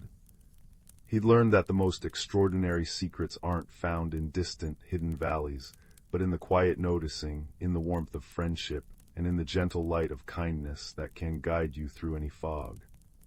And sometimes he'd open the book for a child visiting Mrs. Thimble, and together they'd watch the shimmering story of a dandelion seed sailing on the breeze, or the secret dance of fireflies in the twilight, a reminder that wonder is always just a heartbeat away, waiting to be seen with a quiet and kind heart. The gentle hum of the book blended with the crackle of the hearth, a soft lullaby of hidden wonders and peaceful hearts, perfect for drifting into dreams. The village of Bramble Hollow nestled in a valley where twilight lingered like a contented cat. Chimneys puffed curls of wood smoke into the crisp autumn air, and the scent of cinnamon and nutmeg drifted from every window. Yet for 7 mornings a peculiar chill had settled over the hearths and hearts of the villagers. Overnight, without fail, every loaf of bread, every muffin, and every crumbly scone turned as hard and dry as river stones. Not a single bite remained soft. Young Clara, whose bakery windows glowed golden at dawn, noticed something stranger still. Each morning a perfect circle of dewdrops shimmered on her flour-dusted work table, a tiny, glittering halo where no water ought to be. "Like fairy tears," she murmured, tracing the damp ring with her finger. When she mentioned it to old Master Hemlock, the village's retired stargazer, his bushy silver eyebrows knitted together. "Dew where dew shouldn't fall, that's no ordinary mischief," he said, stirring honey into his chamomile tea. "Nature leaves clues for those who look gently, Clara. Watch the small things." That night Clara stayed hidden behind her flour sacks, lantern dimmed. Moonlight spilled through the bakery window, painting silver stripes on the wooden floor. Just as the clock tower chimed midnight, a soft rustling came from the rafters. Down fluttered a dozen creatures no larger than acorns, their bodies woven from dried moss and milkweed fluff, wings like spun maple seeds. They hummed a melancholy tune as they landed near Clara's prized rosemary loaf. Where their tiny feet touched the crust, the bread instantly hardened and cracked. One mosskin brushed a dewdrop from its eyes, a tear that rolled onto the table, forming the very circle Clara had found. Her heart ached at their sorrow. Quiet as a falling leaf, she followed them at dawn's first blush, past the whispering creek and into the mosswood. There, beneath the gnarled roots of an ancient oak, she discovered their home, a village of lichen-capped toadstools, now brittle and crumbling. The once gurgling spring that fed their glen had dwindled to a muddy trickle. "Our roots thirst," whispered the eldest mosskin, its voice like wind through reeds. "When we weep, the world dries with us." Clara rushed to Master Hemlock. Together they traced the stream uphill, finding its source blocked by a landslide of smooth, dark stones.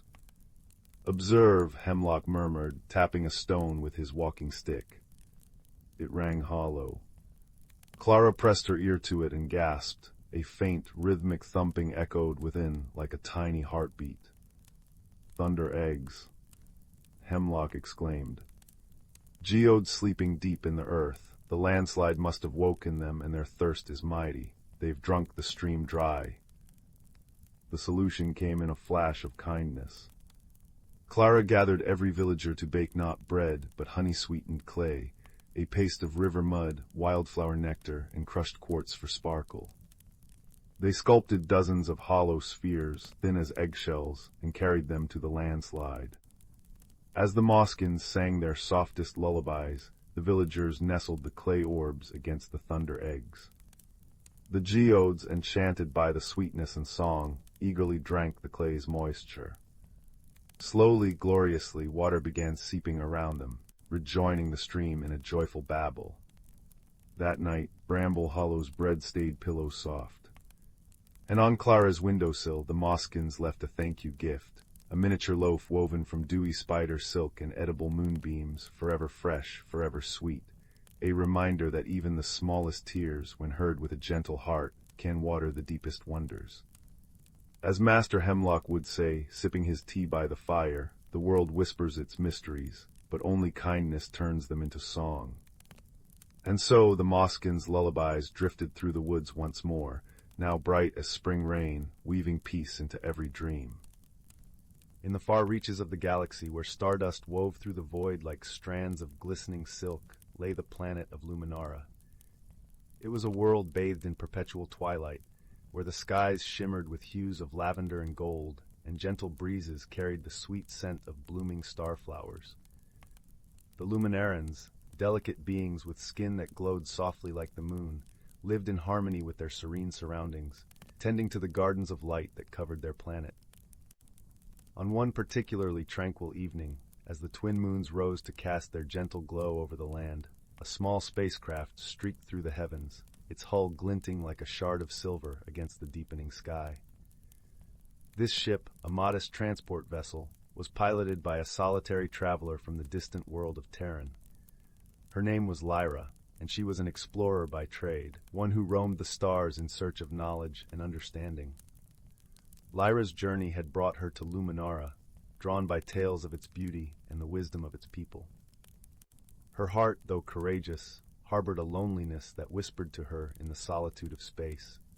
As she descended through the atmosphere, her ship's systems suddenly faltered, a cascade of sparks and alarms filling the cabin. With a steady hand and a calm mind, Lyra managed to guide her vessel to a gentle landing in a meadow aglow with the soft luminescence of starflowers. Emerging from her ship, Lyra was greeted not by fearsome warriors or suspicious eyes, but by a single Luminaran who approached with a serene smile. This Luminaran, named Solus, moved with the grace of a breeze and the kindness of a gentle rain. His eyes, deep pools of starlight, held curiosity and a warmth that transcended words. "Welcome, traveler," Solus said, his voice like a soothing melody. "You have come at a time of rest and reflection. How may we assist you?" Lyra, though relieved by the warm welcome, found herself struggling to understand the Luminaran's gentle ways. She had prepared for hostility, for the mistrust of an outsider, and the kindness offered so freely was both comforting and perplexing. "My ship," she began, her voice tinged with the hesitance of uncertainty, "it needs repairs. I did not mean to intrude." Solus merely nodded, his understanding as deep as the night sky. "Here on Luminara, we believe in offering aid to those in need. Your presence is no intrusion, but a chance to share in the exchange of stories and wisdom." As days turned into weeks, Lyra found herself enveloped in the rhythms of Luminaran life. Guided by Solus, she learned the ways of the starflower gardens, their petals soft and fragrant, their glow a gentle caress against the skin. The Luminarans, in turn, listened with rapt attention to Lyra's tales of distant worlds and the marvels she had witnessed among the stars. Yet, not all was smooth in this newfound companionship. Misunderstandings arose, as they often do between those of different worlds. Lyra, eager to help, had attempted to rearrange a section of the garden, believing she was improving it. The Luminarans, who cultivated their gardens with deep reverence and tradition, were taken aback by the changes, though they remained kind in their expressions. Solus, sensing the discomfort that lingered like a shadow, approached Lyra with gentle understanding. "We cherish your enthusiasm, Lyra," he said, his voice a balm to her troubled heart. "But our ways are woven with the fabric of our being. Perhaps, together, we can learn from one another." Her cheeks flushed with embarrassment. Lyra nodded, her voice a whisper of contrition. "I meant no disrespect. I wished only to contribute, to belong." In this moment of vulnerability, a bond began to form, a bridge of understanding between two souls who had once been strangers. Solus, with patience and wisdom, showed Lyra the intricate dance of their traditions, explaining the balance of light and dark, of growth and rest. As they worked side by side, a challenge arose that would test their burgeoning friendship. A rare celestial event, the eclipse of shadows, was approaching, a time when the twin moons would align and cast the land into temporary darkness. During this period, the gardens required careful tending, as the absence of light could harm the delicate starflowers. Together, Lyra and Solus faced the eclipse, their efforts a seamless blend of Terran ingenuity and Luminaran tradition. Lyra's knowledge of technology complemented Solus's deep understanding of the gardens, and their collaboration ensured the starflowers continued to thrive even in the absence of light. In the quiet hours of the eclipse, as they rested beneath the canopy of stars, Lyra spoke, her voice a gentle murmur in the darkness. "I have traveled far, seeking knowledge and adventure, yet it is here, in your gardens, that I have found something truly precious, a friend." Solus, his glow a gentle beacon in the night, nodded in agreement. "Our paths are like rivers, Lyra, flowing from different sources but meeting in the same ocean. Through understanding and friendship, we have enriched our journeys." The eclipse passed, and with it came the dawn, a warm embrace of light that painted the world in hues of gold and lavender once more. Lyra's ship, now repaired with the help of her new friends, stood ready for departure. Yet, as she prepared to leave, her heart was filled not with the ache of parting, but with the warmth of connection. Solus and the Luminarans gathered to bid her farewell, their luminescent presence a reminder of the gentle strength found in unity. "Wherever your travels take you, Lyra," Solus said, his voice carrying the promise of their friendship across the distance, "know that you are always welcome here, a part of our story." With a heart lighter than it had been in many years, Lyra embarked on her journey once more, the stars her companions, and the lessons of Luminara her guiding light. As her ship ascended into the embrace of the cosmos, she carried with her the understanding that true friendship, like the gardens of starflowers, blossomed through patience, kindness, and the shared light of two souls, meeting amidst the vastness of the universe. In the velvet hush of twilight, when the last honey-colored rays of sun cling to the horizon like shy children reluctant to bed, there exists a cobblestone path behind old Mrs. Willowby's rhododendron bushes that wasn't there yesterday. This is where we find our protagonist, a girl with a lantern of curiosity always lit behind her eyes, standing at the edge of what sensible folk called the ordinary woods. But the stones beneath her boots shimmered like dragonfly wings, and the air carried the faintest whisper of a melody no earthly instrument could play. The girl, let's call her Mira, stepped onto the path. At once, the world softened around the edges. Trees stretched taller, their bark patterned with silvery spirals that pulsed gently, as if breathing. The ground became springy with moss the color of limes dipped in moonlight, and fireflies the size of apricots bobbed lazily, their light shifting between gold and violet. It was the Glimmerwood, though Mira didn't know its name yet. All she knew was the scent of cinnamon and rain, and the feeling that the very air was welcoming her. Her first companion appeared as she crossed a bridge made of interwoven roots, arching over a stream where the water sang in glassy notes. A creature no taller than her knee perched on the rail, its fur a cascade of autumn leaves, crimson maple, amber oak, russet elm, all rustling softly even without wind. It had eyes like twin hearth fires, and a tail that flickered like a candle flame. "You're the leaf ox," Mira breathed, recalling a half-forgotten tale her grandmother once told. The creature inclined its head, leaves chiming like distant bells. "And you're the girl who's forgotten her mittens," it replied, voice crackling pleasantly. Mira looked down at her hands, suddenly aware of the evening chill. Before she could speak, the leaf ox shook itself, sending a single golden leaf spinning into her palms. It grew warm, soft as rabbit fur, and shaped itself into perfect mittens. "Every wanderer needs protection," said the leaf ox. "Even from small discomforts, follow the singing stones when the path forks, and mind the ink-bloom flowers, their dreadful gossips." With that, it dissolved into a swirl of leaves, scattering into the darkening wood. Mira walked on, the mittens humming with gentle warmth. Soon the path split around a hillock crowned with flowers whose petals were deepest indigo, their centers glowing like bottled starlight. As she approached, they began to quiver. "She's wearing fox gifts," one bloom trilled. "No hat, though," sighed another. "Her ears must be chilly." "Do you think she knows about the thistle key?" piped a third. Mira knelt. "What's a thistle key?" The flowers stilled.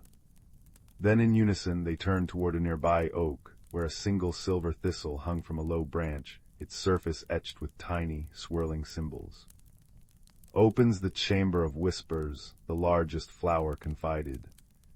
"But it's ever so tricky to reach. The ivy argues with strangers." True enough, the oak's trunk was wrapped in thick ivy, each leaf edged in copper. As Mira reached for the thistle, the vines shifted like a nest of snakes, hissing, "No admittance, no bare ears." Remembering the flower's chatter, Mira untied her scarf, patterned with embroidered owls, and fashioned it into a makeshift hat. The ivy rustled approvingly and parted. The thistle key fit snugly in her palm. At the hill's peak, she found a door carved into the side of an ancient stump, no taller than her shoulder. The key slid into a knot hole, and with a sound like a sighing cello, the door opened. Inside, the Chamber of Whispers was neither large nor small, but exactly the size of a held breath. Floating orbs of light drifted like dandelion seeds, each containing a voice, some laughing, some murmuring, one reciting a recipe for mushroom pie. In the center sat a stone basin filled with liquid moonlight. "Look inward," the chamber seemed to whisper. Mira gazed into the basin. The moonlight rippled, showing not her reflection, but a winding path through a valley of crystalline trees, their branches chiming in an unfelt breeze. At the valley's heart stood a tower woven from living vines where something glimmered, a figurine of a fox, a thistle, and a flower, all forged in gleaming silver. The vision faded, leaving the taste of peppermint on her tongue. A map, she realized. The basin's moonlight had imprinted the route onto her mind, crisp as ink on parchment. The journey through the crystal valley tested her in gentle ways. Narrow bridges of frozen mist required careful steps. A river of liquid amber demanded she trade a story. She told of the time she'd helped a baby crow learn to fly for passage on a lily pad boat. She met a hedgehog knitting socks from spider silk, who gifted her a pair for the stones ahead. They're fond of ticklish toes, and a family of moths who mended a tear in her coat with threads pulled from dawn's first light. At the vine tower, Mira found the figurine, but also a surprise. The leaf ox waited beside it, along with the ink bloom flowers, now tucked into tiny flower pots carried by chipmunks and the moth family. "Every guardian of the Glimmerwood comes to greet those who pass the valley," the leaf ox explained. "The silver totem is yours, but it asks a question first. Will you keep our secrets?" Mira hesitated. "I'll share the wonder, but not the paths. Some magic needs quiet to grow." The totem glowed, warm in her hands. As it did, the Glimmerwood itself seemed to hum in approval. The leaf ox nudged her elbow. "Come, dawn's approaching, time for wanderers to return." They walked back together, the creatures sharing tales of the wood, how the stars dip down to drink from the singing stream, how the northern lights are actually the ghosts of forgotten songs. At the cobblestone path's end, the leaf ox pressed a paw to Mira's chest. "Carry the glimmer here, and when the world feels too heavy." It plucked a maple seed from its tail, now a perfect, tiny whirligig. "Plant this where shadows gather. It'll remember the light." Mira stepped back into her world as the first birds began their morning chorus. In her pocket, the silver totem nestled close, and in her heart, the certainty that wonder never truly leaves us. It waits in the corners of our gaze, patient as moonlight. That night, she planted the seed by her window box. It grew into a sapling with leaves that glowed softly when she hummed, and though no one else ever found the cobblestone path again, Mira knew it was there. And sometimes, on the edge of sleep, she'd hear a familiar crackle of autumn leaves, and know her friends in the Glimmerwood were wishing her sweet dreams. Leo always felt like a shadow in his bustling village, a quiet boy who preferred the rustling pages of his grandmother's storybooks to boisterous games. His world was soft hues and whispered thoughts, until the day he stumbled upon the stone. It lay half-buried beneath a weeping willow beside Silverthread Creek, pulsing with a light like captured moonlight. Cool to the touch, it hummed against his palm, whispering of forgotten paths. That night, under a quilt patched with constellations, Leo held the stone aloft. Its glow intensified, painting swirling patterns on his ceiling that coalesced into an archway of shimmering ivy. With a breath held tight, Leo stepped through. He emerged into the Whisperwood, a realm where trees wore bark like polished amber, their leaves chiming like crystal bells in a breeze smelling of rain-kissed moss and wild honey. Sunlight dappled through the canopy in liquid gold, illuminating flowers that glowed with their own inner fire. But beneath the beauty, Leo sensed a tremor of unease. Colors seemed muted at the edges, and the chiming leaves held a faint, discordant note. It was here, beside a pool reflecting upside-down willows dripping with starlight, that Leo met Thistle. Thistle wasn't human. Moss and lichen formed a shaggy coat over a small, sturdy frame, twigs tangled like unruly hair, and eyes, large and luminous as forest pools, blinked at Leo with startling intelligence. Instead of fear, Thistle tilted its head, a sound like rustling parchment emerging a greeting. Lost. Thistle's voice was the crackle of dry leaves underfoot, gentle and curious. Leo, heart hammering against his ribs, held up the glowing stone. Thistle's mossy brows, if one could call them that, lifted. Ah, the keystone, it hasn't sung in many turnings. Thistle explained that the Whisperwood was fading, its vibrant energy draining away like water through cracked earth. The Heartwood tree, ancient source of the realm's magic, was dimming.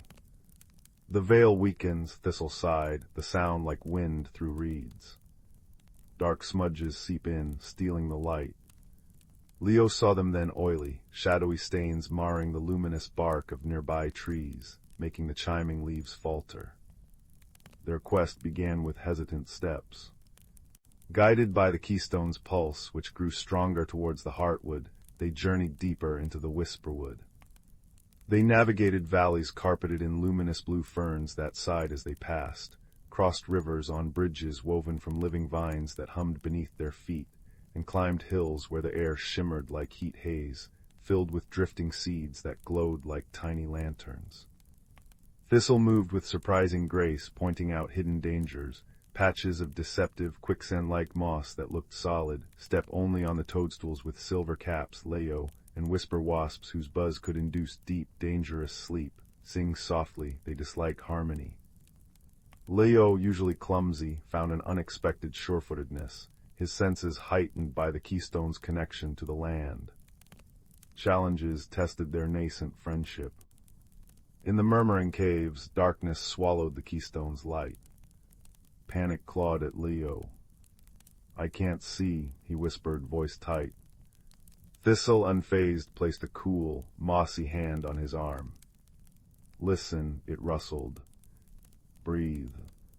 Leo closed his eyes, focusing.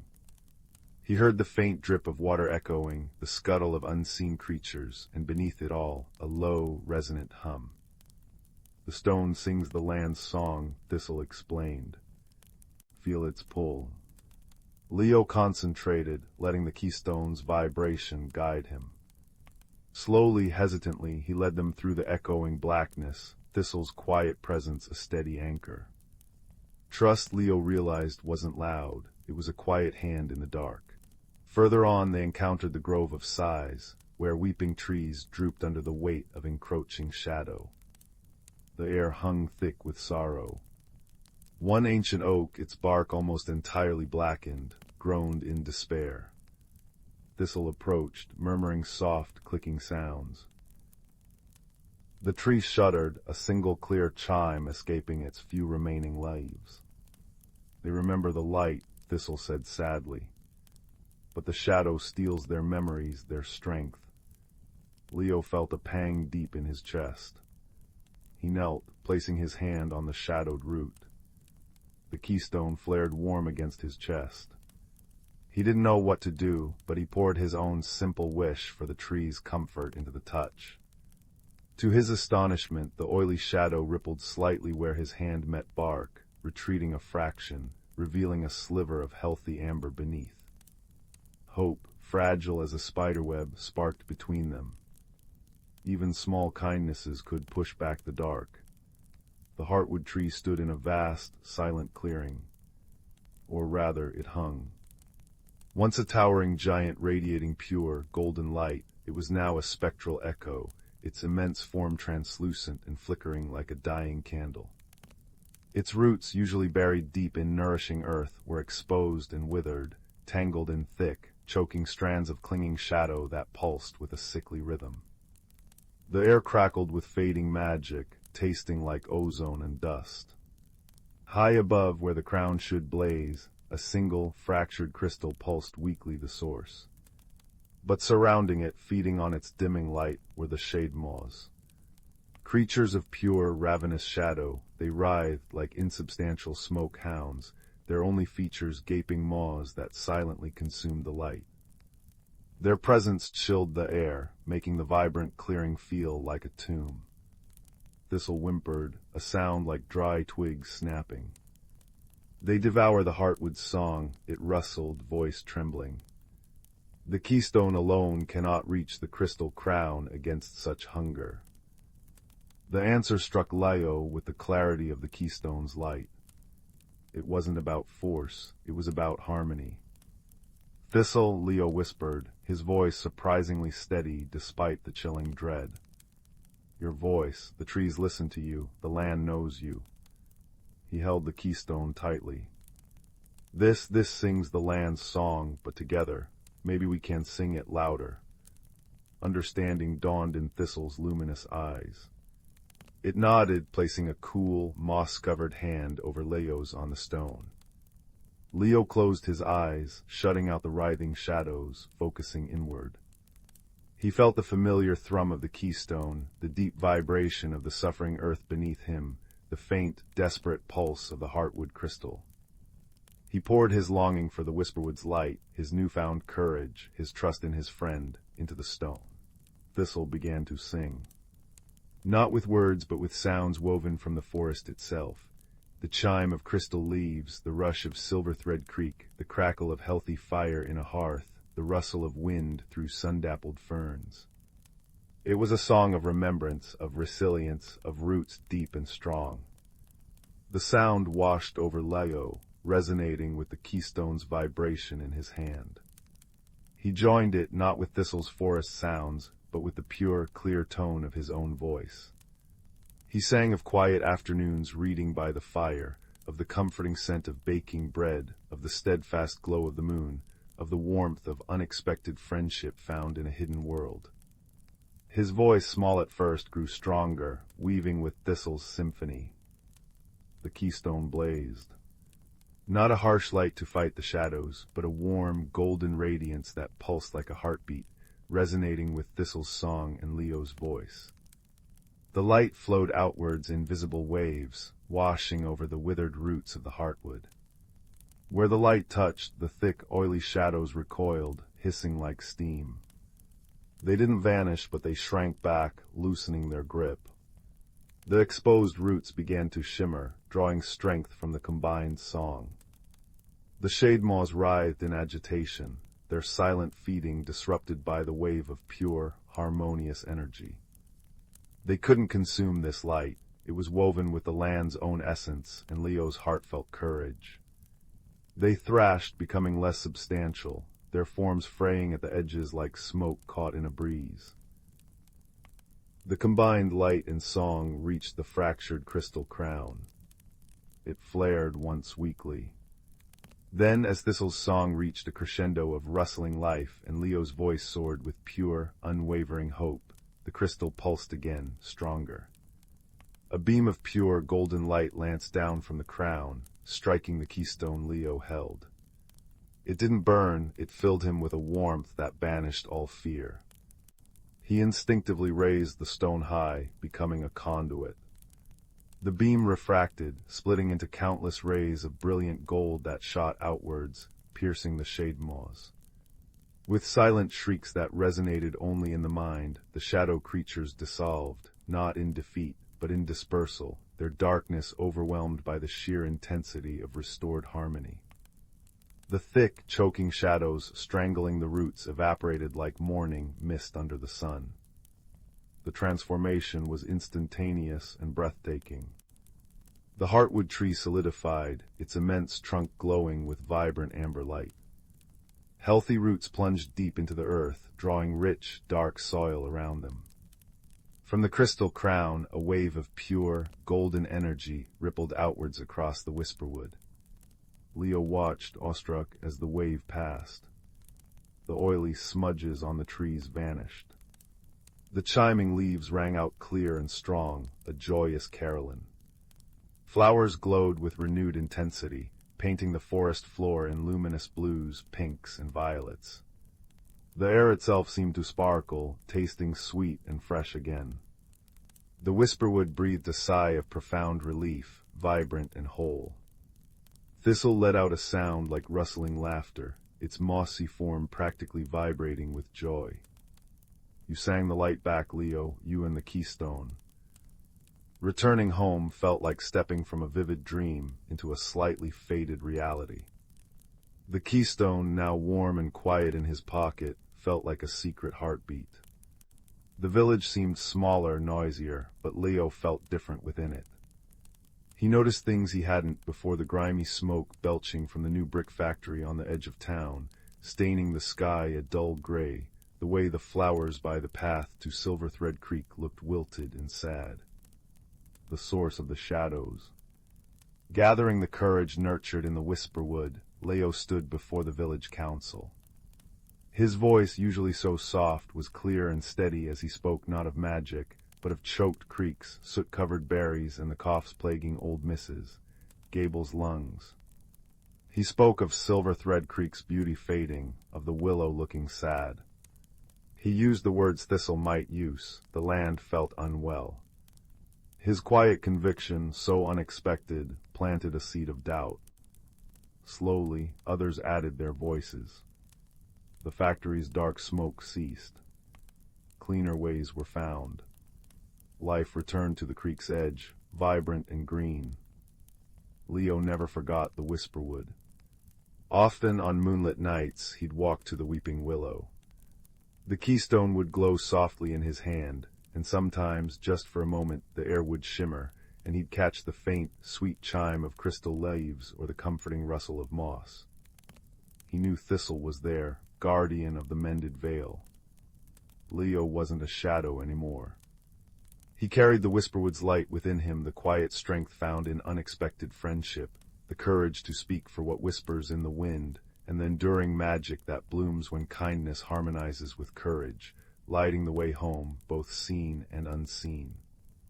And under his quilt patched with constellations, he'd smile, knowing the greatest stories weren't just in books, but woven into the very fabric of the world, waiting for a quiet heart and a listening stone to find them. The gentle hum of the keystone against his chest was a lullaby, a promise that even in the quietest life, profound magic and enduring friendship could blossom, changing everything. Sleep, little dreamer, for the world holds more wonders than you know, and your own brave heart is the truest magic of all. In the heart of an ancient forest where the towering trees whispered secrets to the winds and the ground was carpeted with soft moss, lived a community of creatures who knew the forest as both home and teacher. This forest, dense and boundless, was a place where the realms of reality and magic gracefully intertwined, making each day a new tapestry of wonders waiting to be discovered. Among the inhabitants of this lush haven was a wise old turtle named Bramble, whose shell bore the lines of countless seasons and stories.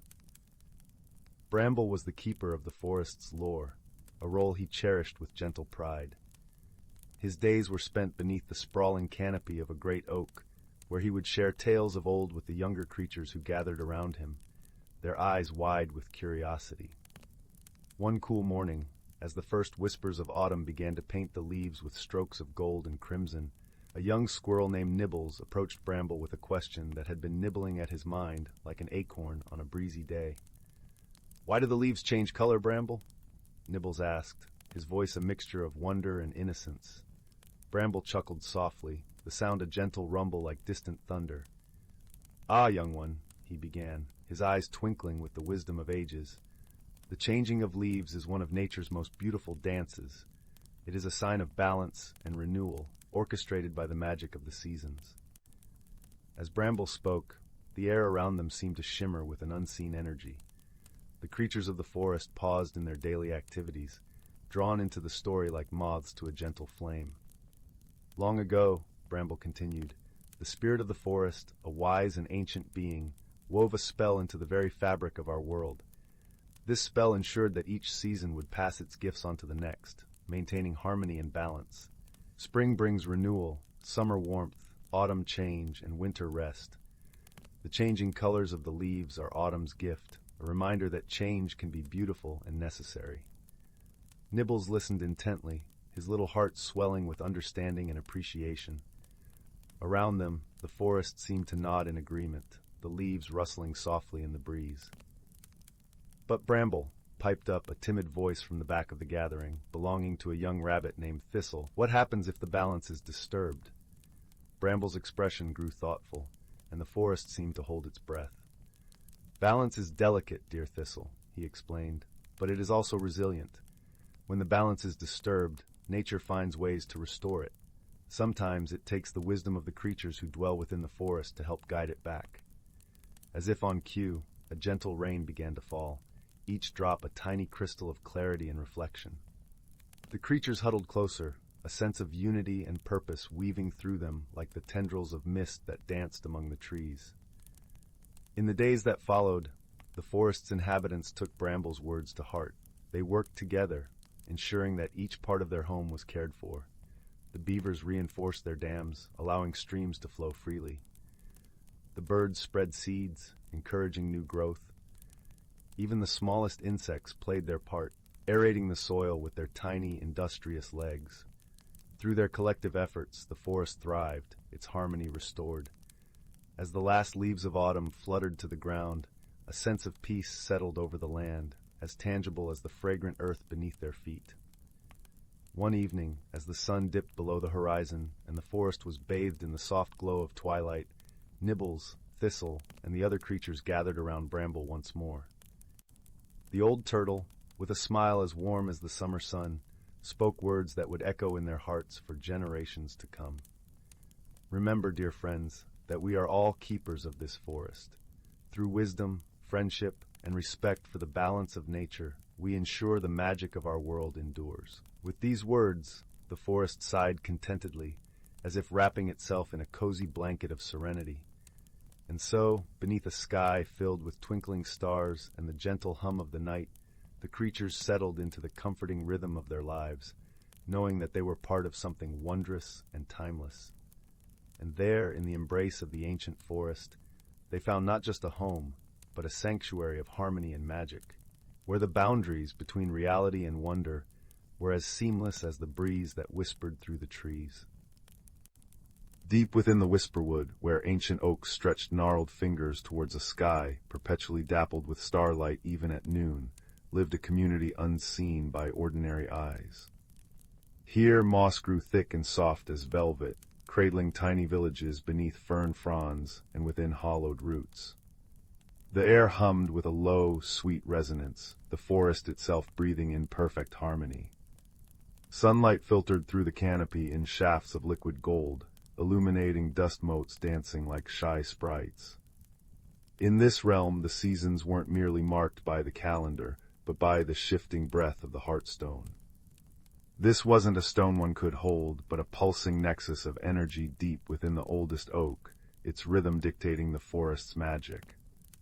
When spring arrived, the heartstone glowed emerald, and the whisperwood erupted in luminous blossoms that chimed softly in the breeze, their scent a heady mix of honey and rain-washed earth. Summer saw it blaze amber, warming the streams and coaxing fireflies into intricate, swirling dances that painted the night with living constellations. Autumn turned it russet, and the leaves fell not just with color, but with whispered stories that settled like ancient parchments on the mossy floor, waiting to be read by those who understood the rustling language. Winter brought a cool, sapphire light, weaving frost into intricate lace on spiderwebs, and silencing the world into a deep, expectant hush. Bramble, a thoughtful hedgehog whose quills shimmered with captured dew, was the keeper of the dew cups.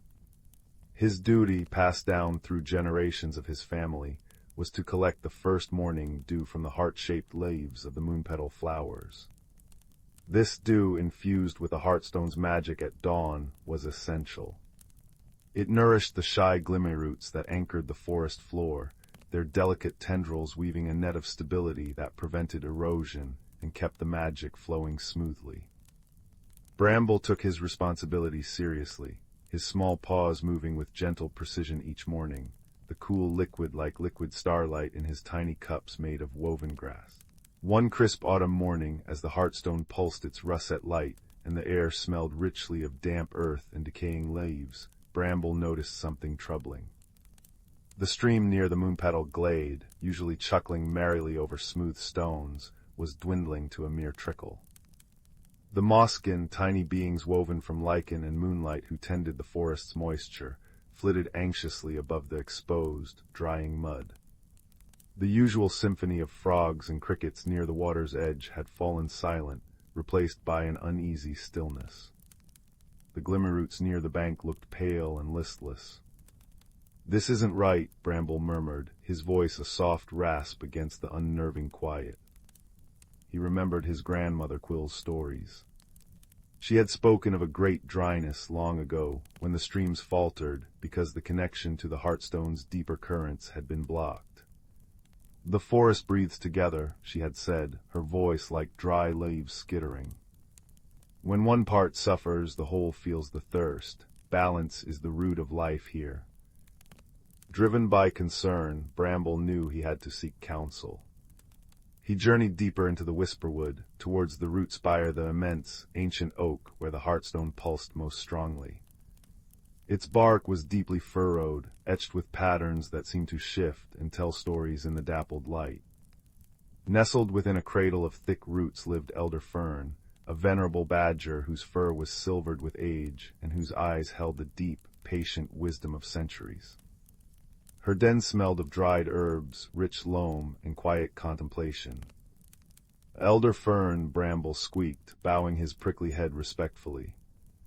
"The stream by the moonpetal glade weakens, the mosskin are distressed, and the Glimmerroots thirst." Elder Fern stirred, her deep-set eyes opening slowly. She sniffed the air, long and deep. "Ah, young Bramble." The dryness returns, a whisper on the wind. Her voice was low and resonant, like roots shifting deep underground. The Heartstone's autumn pulse is strong, yet something disrupts its flow beneath the earth. The great stones that channel its water song near the sunken ridge have shifted. An earth tremor, perhaps deep and silent. She sighed, a sound like wind through dry reeds. The balance tilts. "But what can we do?" Bramble asked, a tremor of worry in his voice. "Without the stream." "The forest acts as one," Elder Fern replied gently. "No voice is too small, no effort insignificant in the symphony of healing. Seek Willow, the swift squirrel. She knows the paths above, and gather the mosskin. Their touch understands the language of stone and soil." Bramble scurried back, his tiny heart pounding with purpose. He found Willow leaping effortlessly through the canopy, her bushy tail a banner of russet against the autumn sky. She listened intently, her bright eyes wide. "Sunken Ridge, that's a tricky climb, but I know the way. I'll see what the stones are doing." With a flick of her tail she was gone, a blur of movement through the golden leaves. Next, Bramble approached the shimmering cluster of mosskin, hovering anxiously near the dwindling stream. Their tiny forms glowed faintly green and gold. "Elder Fern says you understand the stones," he explained. "The Heartstone's water song is blocked near Sunken Ridge. Can you help guide us?" The mosskin chimed softly, a sound like tiny bells and rustling silk. They swirled together, forming a shimmering cloud that pulsed with agreement. light, their collective voice whispered on the breeze. The journey to the sunken ridge took them through parts of the whisperwood bramble rarely visited. They navigated carpets of fragrant pine needles, crossed clearings where giant mushrooms glowed with an internal, soft blue light, and skirted pools reflecting the fiery autumn canopy. Willow met them at the ridge, her expression grave. Below, nestled amongst giant, moss-covered boulders, was the problem. A recent landslide, likely caused by heavy rains loosening the earth, had tumbled several enormous stones directly onto the mouth of a spring. The water, meant to bubble freely and feed the stream below, was now dammed, pooling uselessly behind the rockfall. The air here felt heavy and stagnant, devoid of the forest's usual vibrant hum. "The stones are too big," Willow chattered, her voice tight with dismay. Even the strongest badger couldn't move them. Bramble looked at the impassive stones, then at the shimmering mosskin cloud, and then at the patient, wise eyes of Elder Fern who had quietly followed their progress. He remembered his grandmother's words, "Balance is the root of life." It wasn't about one strong force, but many working together. "The stones hold the water captive," Bramble said slowly, an idea forming. "But water seeks its own level and its own path. Mosskin, can you feel where the water wants to go, where the earth is softest, most yielding?" The mosskin pulsed brighter, swirling down to the base of the rockfall. They touched the damp earth, humming their soft, resonant song. Tiny points of light began to glow in the soil, tracing a faint, winding path around the largest stones, leading downhill towards the blocked stream's original course. "It wants to flow here," the mosskin whispered, their lights tracing the path. "But the way is narrow, choked with fallen earth." "Then we dig," Bramble declared. "We dig the channel the water yearns for. Willow, can you find others? The rabbits with their strong paws, the moles who know the earth." Willow bounded off instantly. Soon, rabbits with powerful digging legs arrived, followed by several moles whose sensitive noses twitched as they assessed the mosskin's glowing path. Even a family of patient tortoises offered their sturdy shells to help shift smaller rocks. Guided by the mosskin's illuminating touch, showing exactly where the earth was softest and the water's pull strongest, the creatures worked together. Rabbits kicked loose soil, moles tunneled beneath roots, tortoises nudged debris, and Bramble used his strong snout to clear smaller stones. Willow directed from above, pointing out the clearest route.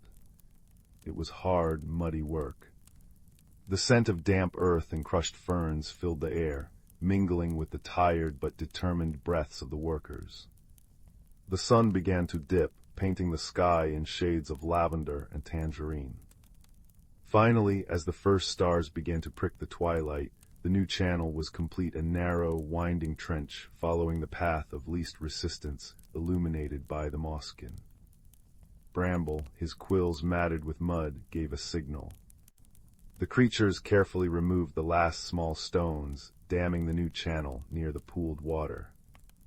With a soft, grateful gurgle, the pent-up spring water found the new path.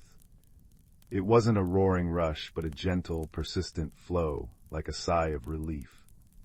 It trickled, then streamed, winding its way down the mosskin-lit channel, finding its way around the great fallen stones, singing softly as it went. Back towards the thirsty glade.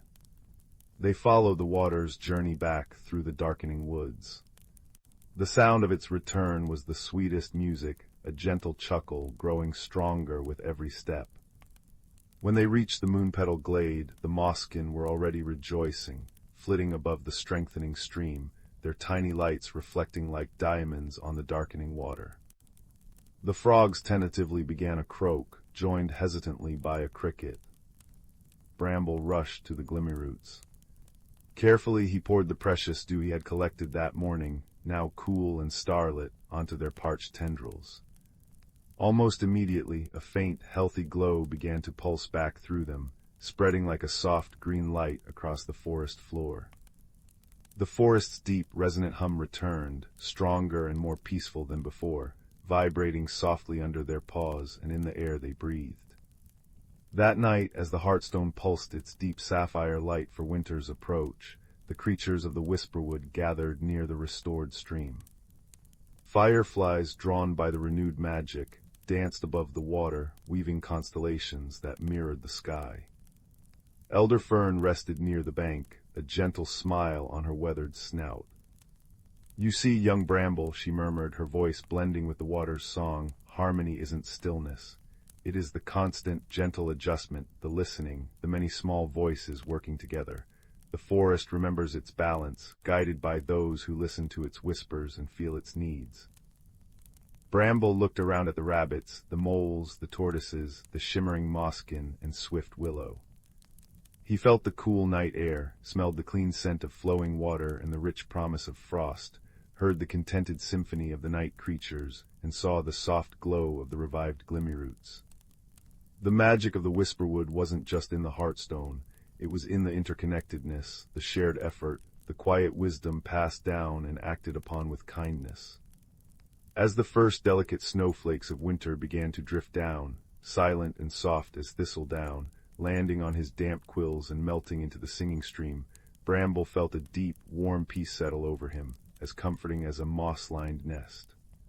The forest breathed easily once more, its ancient heart beating strong and steady in the starlit dark.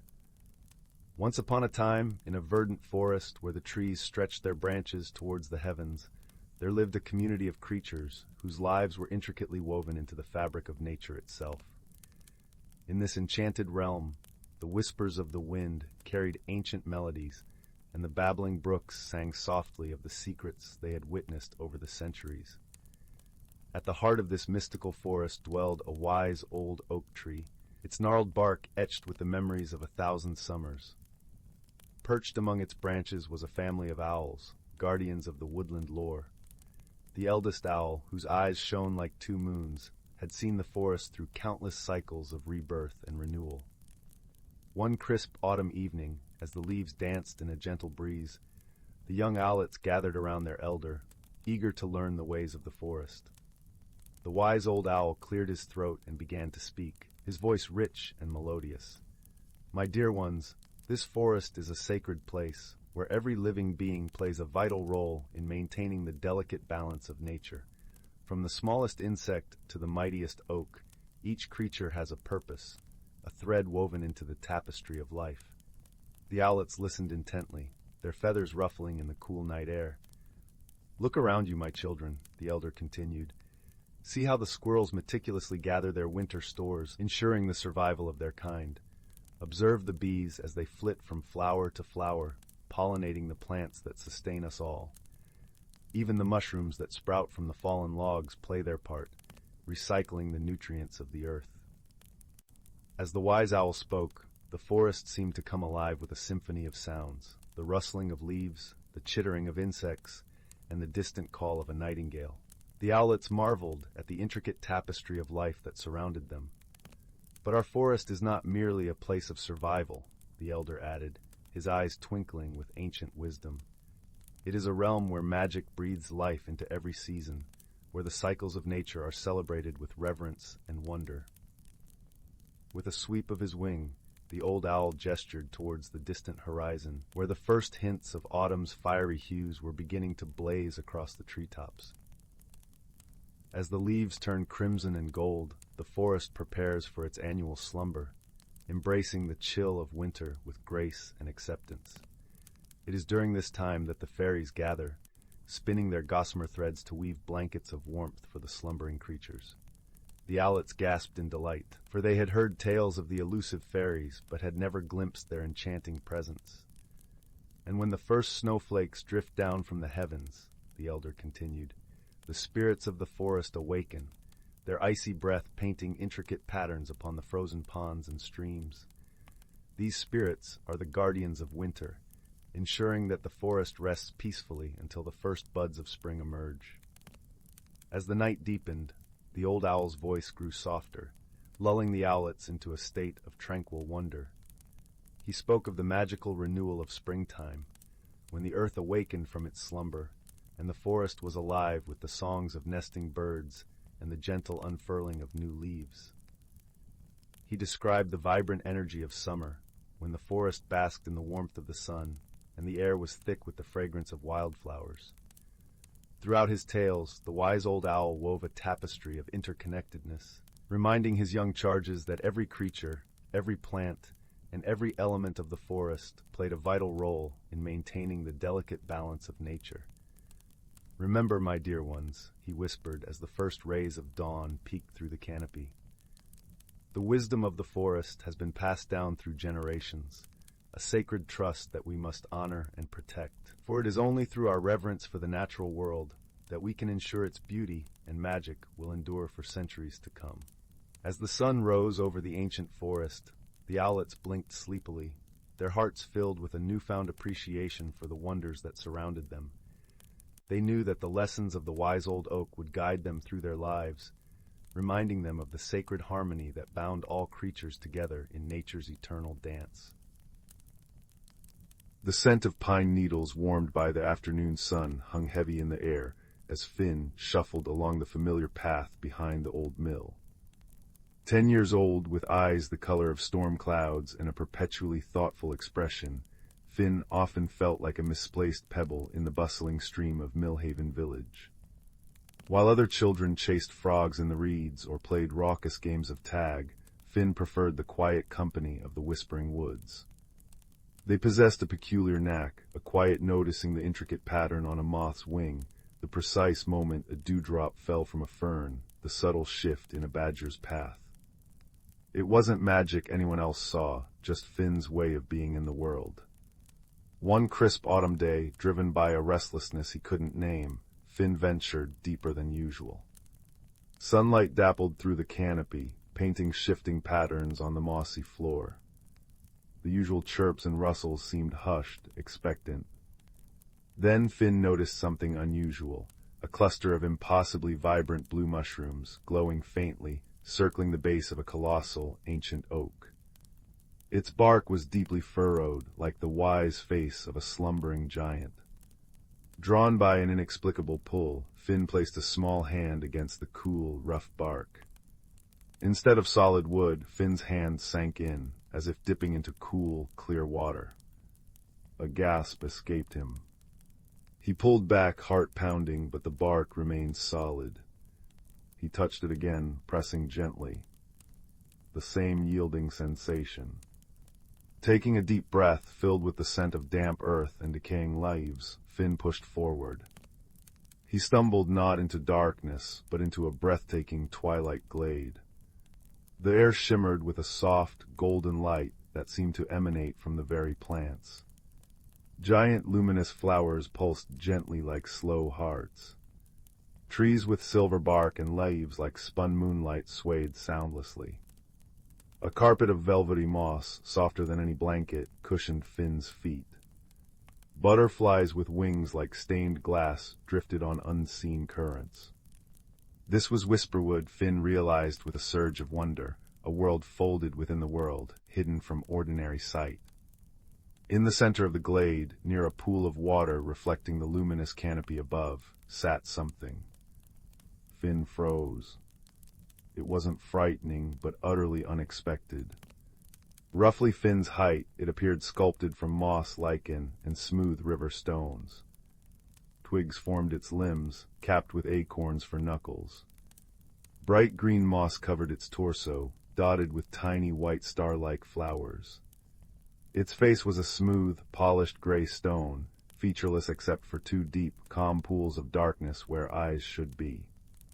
It radiated a profound sense of stillness and ancient patience. "Hello," Finn whispered, voice barely audible in the profound quiet. The moss being turned its stone face slowly towards Finn. A low, resonant hum filled the air, vibrating deep in Finn's chest.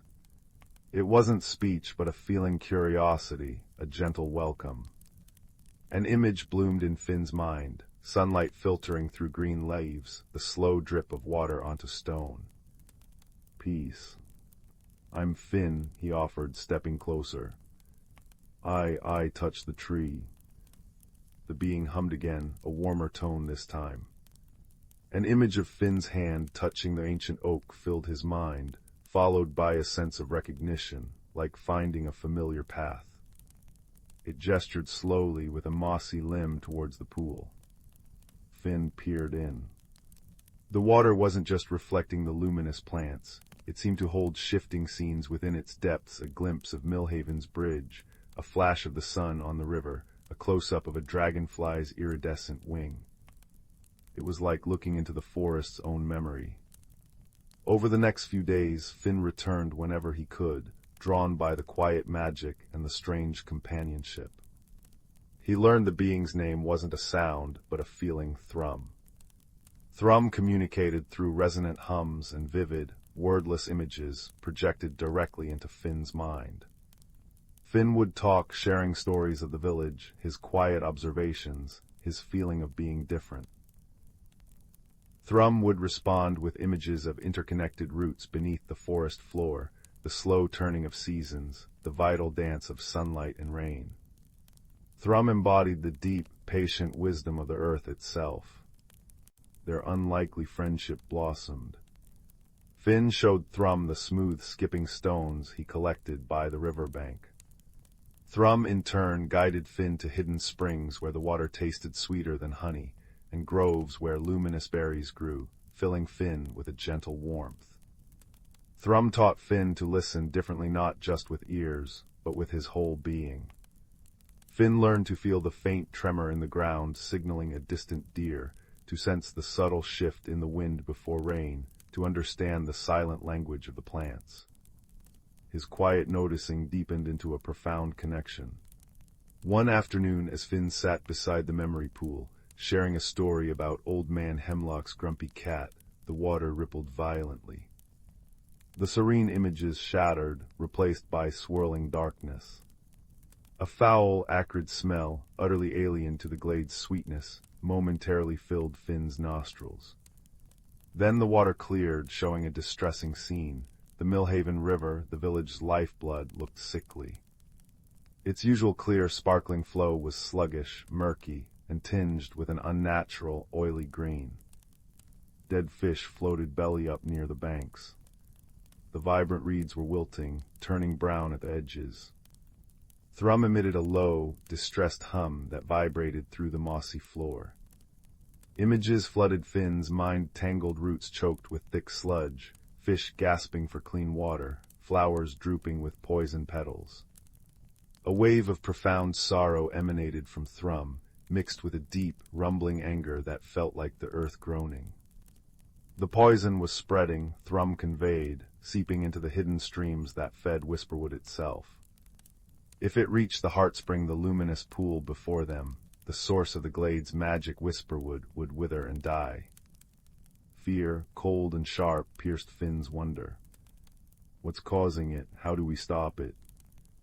Thrum projected an image of the river upstream, beyond the village boundaries, near the old, abandoned quarry. Then came images of thick, viscous liquid oozing from cracked barrels half buried in the earth, seeping relentlessly into the soil and groundwater. Human carelessness. Poison. The source needed to be found and cleansed, but Thrum's form, rooted in the slow rhythms of the earth, was ill-suited for navigating the human world quickly. Thrum could sense the sickness, understand the flows, perhaps even heal the land, but finding the precise source amidst the tangled human landscape required a different kind of sight.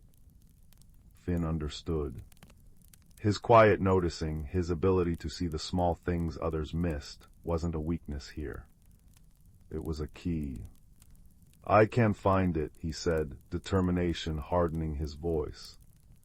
I know the woods around the quarry. I can find where the poison is coming from. Thrum hummed, a complex sound carrying both worry and immense trust. It reached out a mossy hand. In its palm rested a single, perfect acorn. But this acorn shimmered with an inner light, swirling with colors like captured sunlight and deep earth. Take this, the image came. It holds a piece of Whisperwood's heart. When you find the source, hold it to the earth. It will show me the way to mend. Finn carefully took the glowing acorn. It felt warm and alive in his hand, humming faintly against his palm, a tangible link to Thrum and the glade. He tucked it safely into his deepest pocket. "I'll find it," he promised. The journey back through the oak felt different.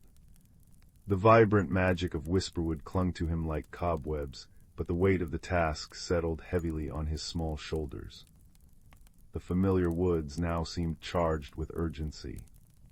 He noticed things he might have overlooked before: a patch of unusually wilted ferns near a deer trail, a faint, unpleasant tang beneath the usual forest scents carried by a breeze from the quarry direction. His quiet noticing became a focused search. Reaching the outskirts of the quarry was jarring. The lush forest gave way to scarred earth, steep gravel slopes, and the skeletal remains of old machinery. The river here was a narrow stream choked with debris, its banks stained with unnatural colors. The acorn in Finn's pocket pulsed warmly. He followed its subtle pull, scrambling over loose rocks, his eyes scanning the ground, the waterline, the crumbling quarry walls.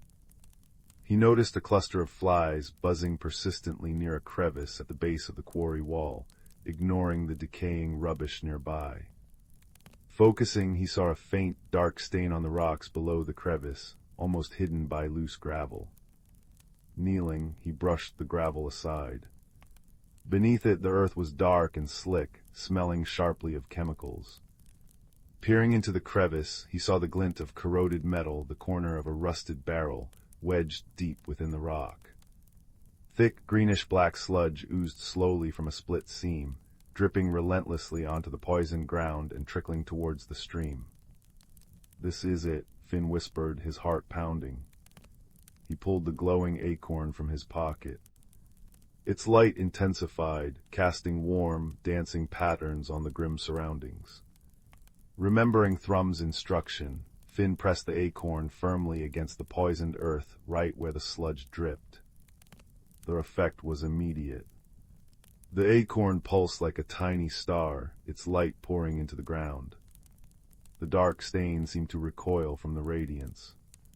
Finn felt a powerful vibration travel up his arm, not from the acorn, but through it, deep into the earth itself. It was Thrum's presence, vast and ancient, reaching across the hidden pathways of the world, guided by the acorn's beacon. He saw in his mind's eye Thrum in the glade, mossy hands plunged deep into the soil beside the heartspring, channeling Whisperwood's pure, life-giving energy along the invisible root lines and water veins straight to this poisoned source. Above Finn, the earth rumbled softly. Tiny cracks appeared in the quarry wall around the crevice. Not destructive cracks, but like the earth stretching. Roots thick and strong and glowing faintly with the same light as the acorn, snaked out from the surrounding soil. They moved with deliberate purpose, not like plants, but like intelligent tendrils. They pushed into the crevice, wrapping around the leaking barrel with surprising gentleness but immense strength. Finn watched, awestruck, as the roots seemed to absorb the oozing sludge, drawing the poison into themselves. The thick, toxic flow slowed, then stopped entirely. The dark stain on the ground beneath the acorn began to lighten, the foul smell dissipating, replaced by the clean scent of damp earth. The roots retracted, pulling the crushed, now inert barrel remnants deeper into the earth, burying the evidence of the poison far below. The cracks in the rock sealed seamlessly, leaving no trace. The acorn's light dimmed, returning to its gentle pulse. Finn felt the deep vibration fade, replaced by a wave of profound exhaustion, but also a surge of pure, clean energy washing over him from the cleansed ground. It was done. Exhausted but triumphant, Finn made his way back to the ancient oak. He touched the bark, felt the familiar yielding coolness, and stepped back into Whisperwood. Thrum was waiting by the heartspring, which now shimmered with renewed vigor. The distress in the glade had lifted, the air hummed with pure, vibrant life. Thrum's stone face seemed to radiate warmth. A deep, resonant hum of pure gratitude and joy filled the glade, shaking the luminous petals of the giant flowers. Images flooded Finn's mind, clear water rushing through the Millhaven River, fish darting silver flashes through the reeds, wildflowers blooming brightly on the banks. The village saved. Whisperwood safe. The connection between their worlds strengthened. Thank you, Seeker, the feeling resonated. Your seeing eyes found the wound. Your courage brought the cure. Finn sat beside Thrum, the glowing acorn resting in his palm. He didn't feel like a misplaced pebble anymore. He felt like a bridge, a vital connection between the bustling world above and this hidden, whispering world below. He had used his quiet gift not just to observe, but to act, to heal. He had found friendship in the most unexpected form and discovered his own place in the vast, interconnected web of life. The following days in Millhaven were filled with relieved chatter. The river cleared miraculously overnight, the fish returned, and the wilting reeds sprang back with astonishing vitality. Old Man Hemlock declared it a blessing, while the village elders scratched their heads, mystified. Finn listened, a small, secret smile playing on his lips. He noticed the cleaner scent of the water, the brighter song of the birds, the renewed vigor in the plants along the bank. He noticed the way the ancient oak by the mill path seemed to stand just a little taller, its leaves a deeper green. He visited Thrum often, sharing stories of the village's recovery. Thrum shared the deeper healing, how the poison streams beneath the earth were slowly clearing, how the heart spring pulsed with strong, clean energy. Their friendship deepened, a silent understanding passing between the boy who saw the small things and the ancient spirit who understood the vast flow of life. One crisp evening, as the first stars began to prick the twilight sky above Millhaven, Finn stood on the bridge, watching the river flow clear and strong beneath him.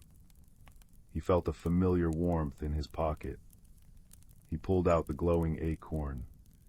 Its light was soft, steady, a tiny piece of Whisperwood's heart beating in rhythm with his own.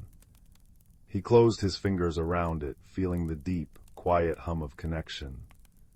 He wasn't just Finn anymore. He was the seeker, the bridge, the quiet guardian of the hidden glade. He looked up at the dark silhouette of the woods, knowing Thrum was there, a sentinel of moss and stone, watching over the deep magic. The world felt bigger, more mysterious, and infinitely more connected than it ever had before. He took a deep breath of the cool, clean air, scented with wood smoke from the village chimneys and the damp earth of the riverbank. A profound sense of peace settled over him, warm and comforting as a blanket by the fire. The adventure was over, but the friendship, the connection, and the quiet magic would endure, a secret strength tucked away in his heart, and in the gentle glow of an acorn, forever linking his world to the whispering heart of the woods. The river murmured its constant song below, a lullaby of renewal as Finn turned for home, the path lit by the first silver rays of the moon and the quiet, enduring light within. Once upon a time, nestled deep within the heart of a vast and ancient forest, there lay a village unlike any other. This village, known as Luminara, was a place where the air was always sweet, with the scent of blooming wildflowers, and the gentle rustle of leaves whispered secrets of old to anyone who cared to listen. Each cottage was quaintly adorned with climbing ivy and surrounded by vibrant gardens, creating a tapestry of colors that danced in the golden light of the setting sun. In this enchanting village lived a young girl named Anwen. Anwen was known for her boundless curiosity and the sparkle of wonder that never left her hazel eyes. She spent her days exploring every nook and cranny of Luminara, often accompanied by her faithful companion, a clever little squirrel named Thistle. Together, they would venture into the heart of the forest, where the sunlight filtered through the canopy like streams of liquid gold, and the ground was a plush carpet of moss and fallen leaves. One crisp autumn morning, as the world was painted in hues of amber and rust, Anwen and Thistle embarked on a journey to the farthest edge of the forest, where the trees grew tall and wise, their branches reaching out like ancient arms. It was said among the villagers that beyond those trees lay a hidden world, a place where magic was as natural as the air they breathed. Anwen's heart danced with excitement at the thought of discovering this realm. As they wandered deeper into the forest, Anwen noticed a peculiar glimmer beneath a pile of freshly fallen leaves. With a gentle brush of her hand, she uncovered an exquisite pendant, its surface shimmering with an iridescent light that seemed to pulse with a life of its own. The pendant was shaped like a teardrop, and within it swirled a myriad of colors, like the northern lights captured in a single drop of dew. "Look, Thistle," Anwen whispered, cradling the pendant in her palm. "It's beautiful." Thistle chittered softly in agreement, his small eyes reflecting the pendant's glow. Anwen felt an inexplicable pull towards the pendant, as if it held secrets waiting to be unveiled. She slipped it around her neck, feeling its warmth spread through her like a gentle summer breeze. As they continued their journey, Anwen felt a strange sensation, as though the forest itself was awakening to her presence. The leaves rustled with a language she could almost understand, and the path seemed to unfold before her, guiding her steps. It wasn't long before they reached the heart of the forest, where the trees formed a natural archway, their branches entwined like the fingers of old friends. Anwen paused at the threshold, her heart pounding with a mixture of anticipation and trepidation. "Do you think this is the entrance, Thistle?" she asked, her voice barely above a whisper. Thistle nodded, his tiny tail flicking with excitement. Together, they stepped through the archway and into a world that defied all imagination. Beyond the archway lay a realm of breathtaking beauty, where the air was filled with the sweet melody of birdsong and the faint tinkling of unseen bells. The sky was a tapestry of swirling colors, painting the world in a perpetual twilight that shimmered with magic. Here the flowers glowed with an inner light, and streams of crystal-clear water wound their way through fields of emerald grass. As Anwen and Thistle explored this hidden world, they encountered creatures that seemed to have stepped out of a dream. Gentle deer with antlers adorned with flowering vines, iridescent butterflies that danced in the air like living jewels, and wise old owls with eyes that held the wisdom of ages. It was in this magical setting that Anwen met Lyra, a kind-hearted fairy with wings that shimmered like sunlight on water. Lyra was perched upon a toadstool, her delicate wings fluttering as she watched them with a curious smile. "Welcome to the Glade of Whispers," Lyra said, her voice as soft as a breeze through the leaves. "We have been waiting for you, Anwen." Anwen blinked in surprise. "You know my name?" Lyra nodded, her eyes twinkling with a light of their own. "The forest speaks of you, young seeker. It senses your heart's desire to understand its mysteries." Anwen felt a warmth spread through her chest at Lyra's words. "I've always felt drawn to the forest," she admitted.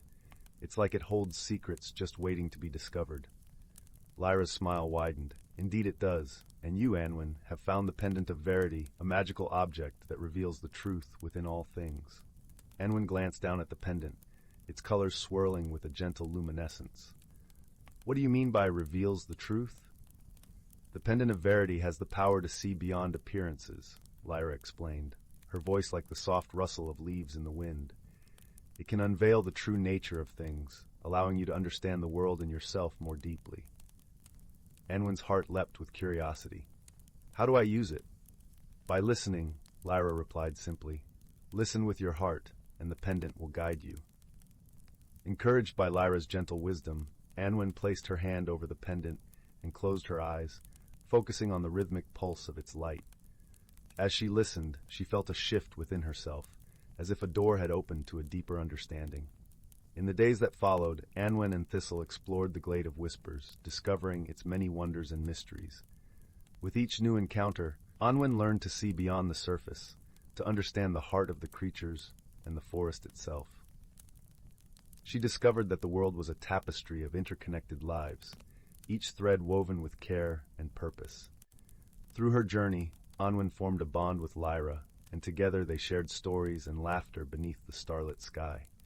Lyra taught Anwen the language of the forest, the songs of the wind, and the secrets of the streams.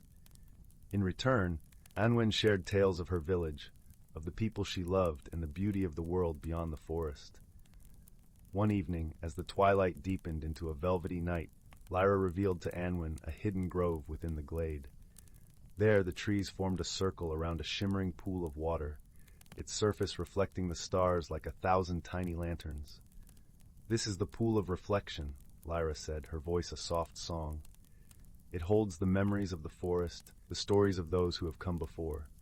With the pendant of verity, you can glimpse these memories and learn from them." Anwen knelt beside the pool, her heart filled with a mixture of awe and reverence. She leaned over the water, and as she gazed into its depths, the pendant began to glow with a gentle light. Images danced across the surface, scenes of joy and sorrow, of friendship and courage. Through the memories, Anwen saw the stories of those who had walked the forest paths before her. She witnessed their triumphs and challenges, their moments of kindness and bravery. Each story touched her heart, weaving a tapestry of understanding and compassion. As the final image faded, Anwen felt a profound sense of connection to the world around her. She realized that her journey was not just about discovering the magic of the forest, but about understanding the magic within herself. With this newfound wisdom, Anwen returned to Luminara, her heart forever changed by the wonders of the hidden world. She shared her experiences with the villagers, inspiring them to look beyond the surface and see the beauty and truth in all things. As the seasons turned, Anwen continued to visit the Glade of Whispers, her bond with the forest and its inhabitants growing ever stronger. The pendant remained a cherished reminder of her journey, a symbol of the wisdom she had gained and the magic that lived within her heart.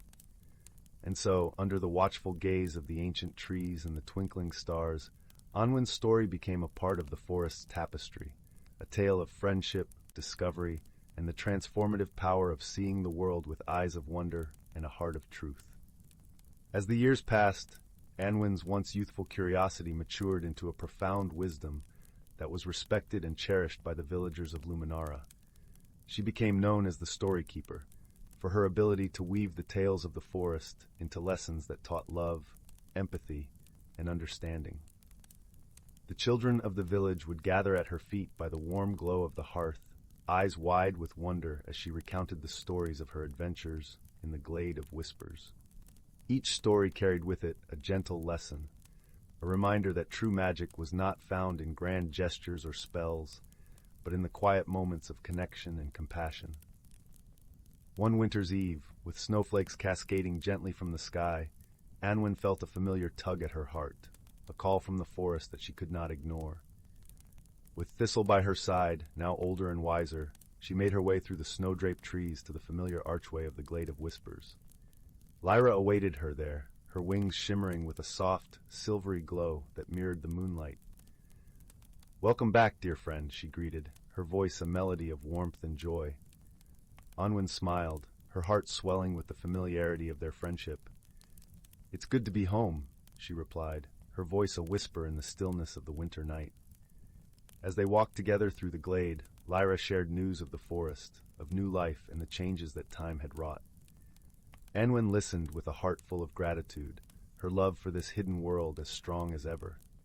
"Anwen," Lyra said softly, pausing beneath a towering oak, "the forest has a gift for you, a token of gratitude for all that you have given to us."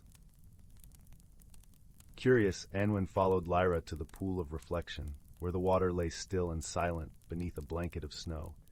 As she approached, the pendant around her neck began to glow, casting a gentle light upon the surface of the pool. With a soft murmur, the water parted, revealing a small, intricately carved box that shimmered with the iridescence of the pendant. Anwen reached out, her fingers brushing against the smooth wood, and she felt a warmth spread through her, a sense of peace and fulfillment. "This is the box of echoes," Lyra explained, her voice filled with reverence. "It holds the echoes of your heart, the memories and wisdom you have gathered on your journey. It is a reminder that your story is woven into the very fabric of the forest." Tears of gratitude filled Anwen's eyes as she accepted the box, feeling the weight of its significance. She knew that her journey had come full circle, that the magic of the forest was now a part of her, as she was a part of it. With the box in hand, Anwen returned to Luminara, her heart filled with a sense of purpose and belonging. She continued to share her stories, her wisdom growing with each passing season, her love for the village and the forest as enduring as the stars in the night sky. And so, the tale of Anwen and the Glade of Whispers became a cherished part of Luminara's history, a story passed down through generations, reminding all who heard it that magic was not just something to be found, but something to be lived, in every act of kindness, every moment of understanding, and every thread of connection that bound their hearts to the world around them. As the years turned to decades, Anwen's legacy endured, her stories becoming a source of inspiration and guidance for the villagers of Luminara. Her presence was felt in the gentle rustle of leaves, the whisper of the wind, and the songs of the forest creatures that continued to thrive in the hidden world she had discovered. The villagers often spoke of the storykeeper with fondness and admiration, recounting her tales by the fireside during long winter nights and beneath the starry sky on warm summer evenings. Anwen's stories became a bridge between generations, a reminder of the power of love, friendship, and the indomitable spirit of exploration. Children who had grown up listening to Anwen's stories would often venture into the forest themselves, guided by the lessons she had imparted. They would seek the archway to the Glade of Whispers, their hearts filled with the same wonder and curiosity that had once guided Anwen on her journey. Although the forest remained a place of mystery and magic, Anwen's wisdom had taught the villagers to respect and cherish its secrets, to walk its paths with reverence and gratitude.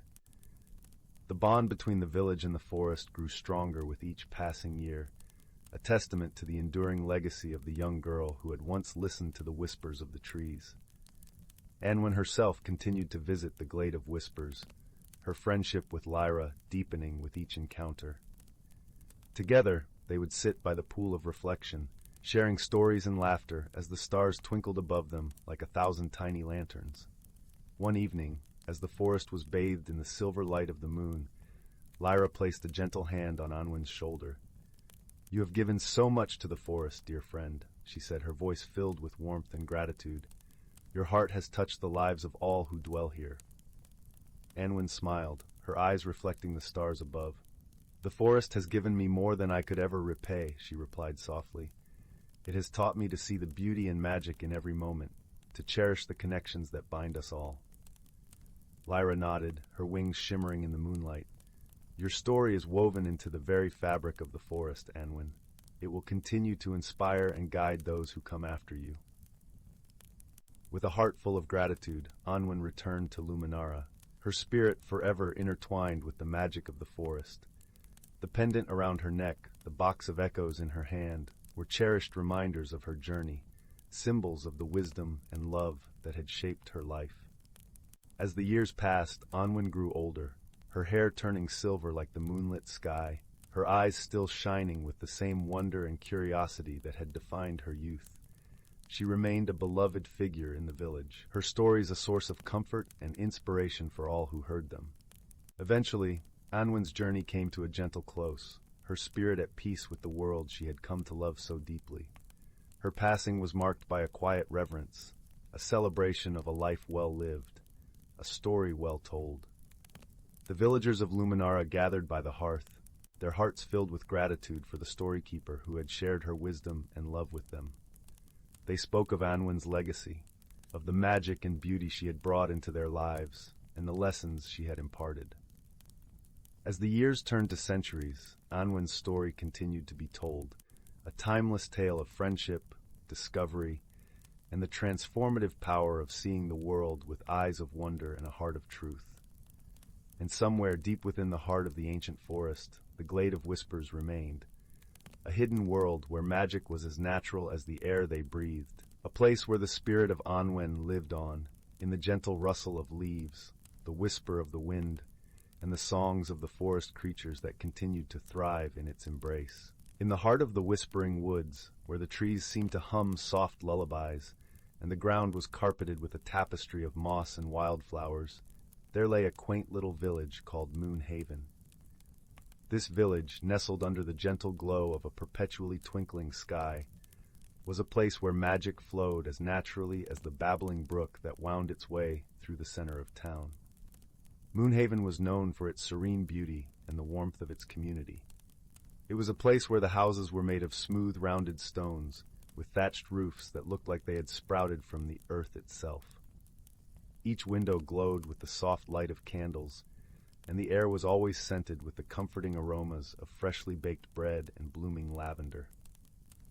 One crisp autumn evening, as the golden leaves danced gently down from the trees, a peculiar event began to unfold. The village's beloved clock tower, which stood proudly in the village square for generations, had started to chime at odd hours. Instead of its usual melody marking the passage of time, it now played a strange, lilting tune that no one recognized. This curious phenomenon puzzled the villagers, for the clock tower was enchanted to ensure it kept perfect time and harmony with the natural world. The villagers gathered in small groups, whispering under the glow of the street lamps, their breath visible in the cool evening air.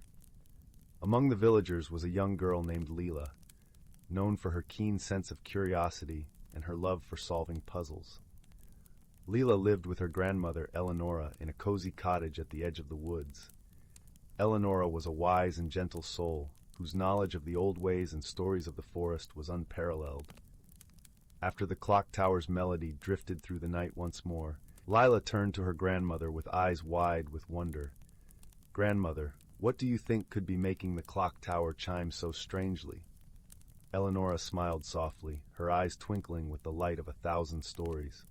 "Ah, my dear, the world is full of mysteries, each waiting patiently for the right heart to uncover them.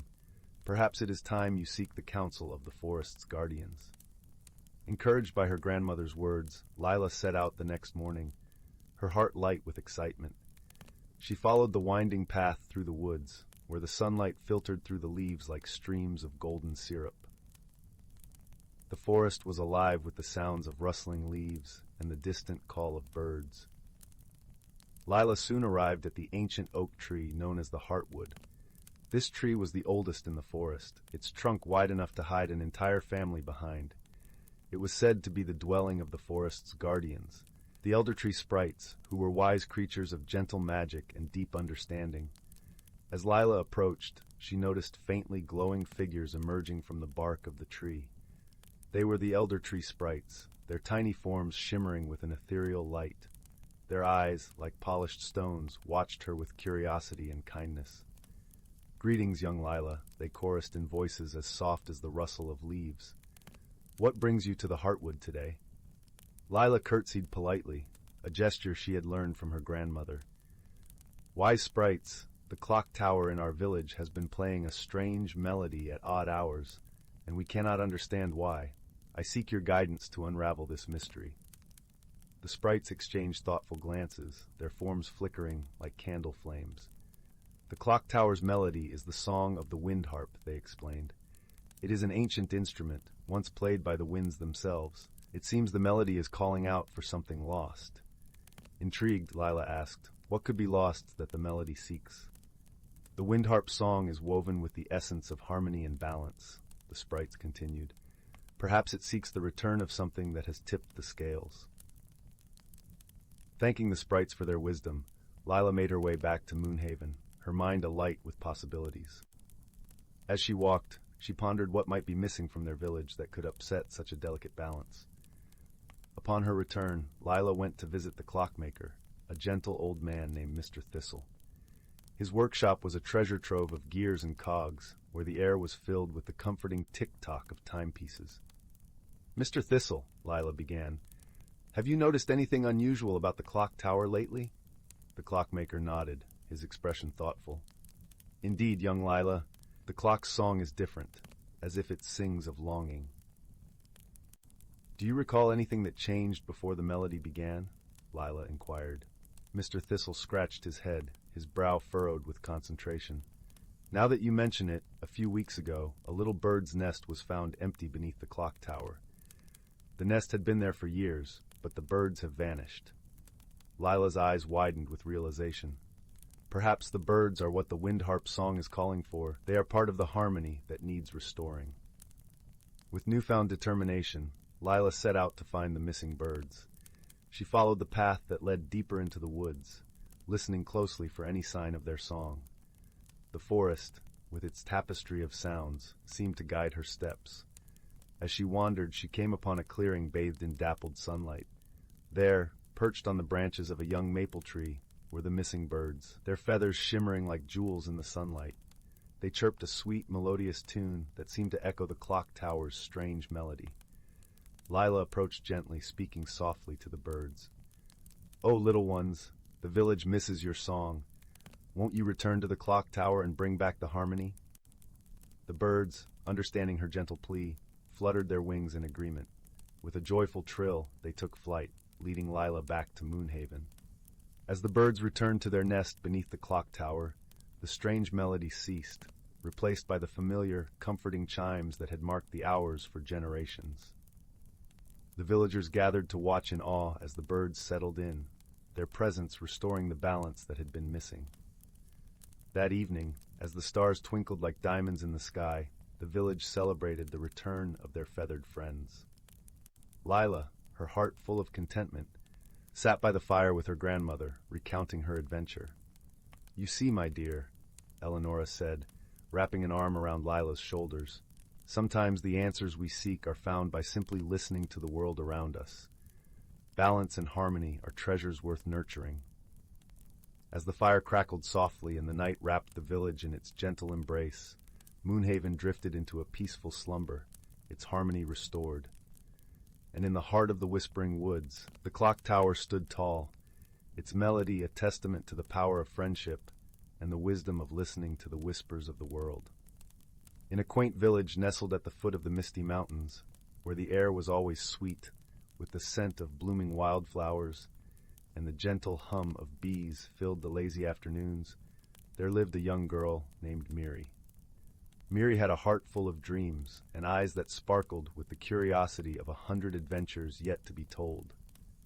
Her favorite pastime was to sit on the porch of her cozy little cottage, gazing at the mysterious mountains that loomed like ancient sentinels, their peaks hidden beneath a perpetual veil of mist.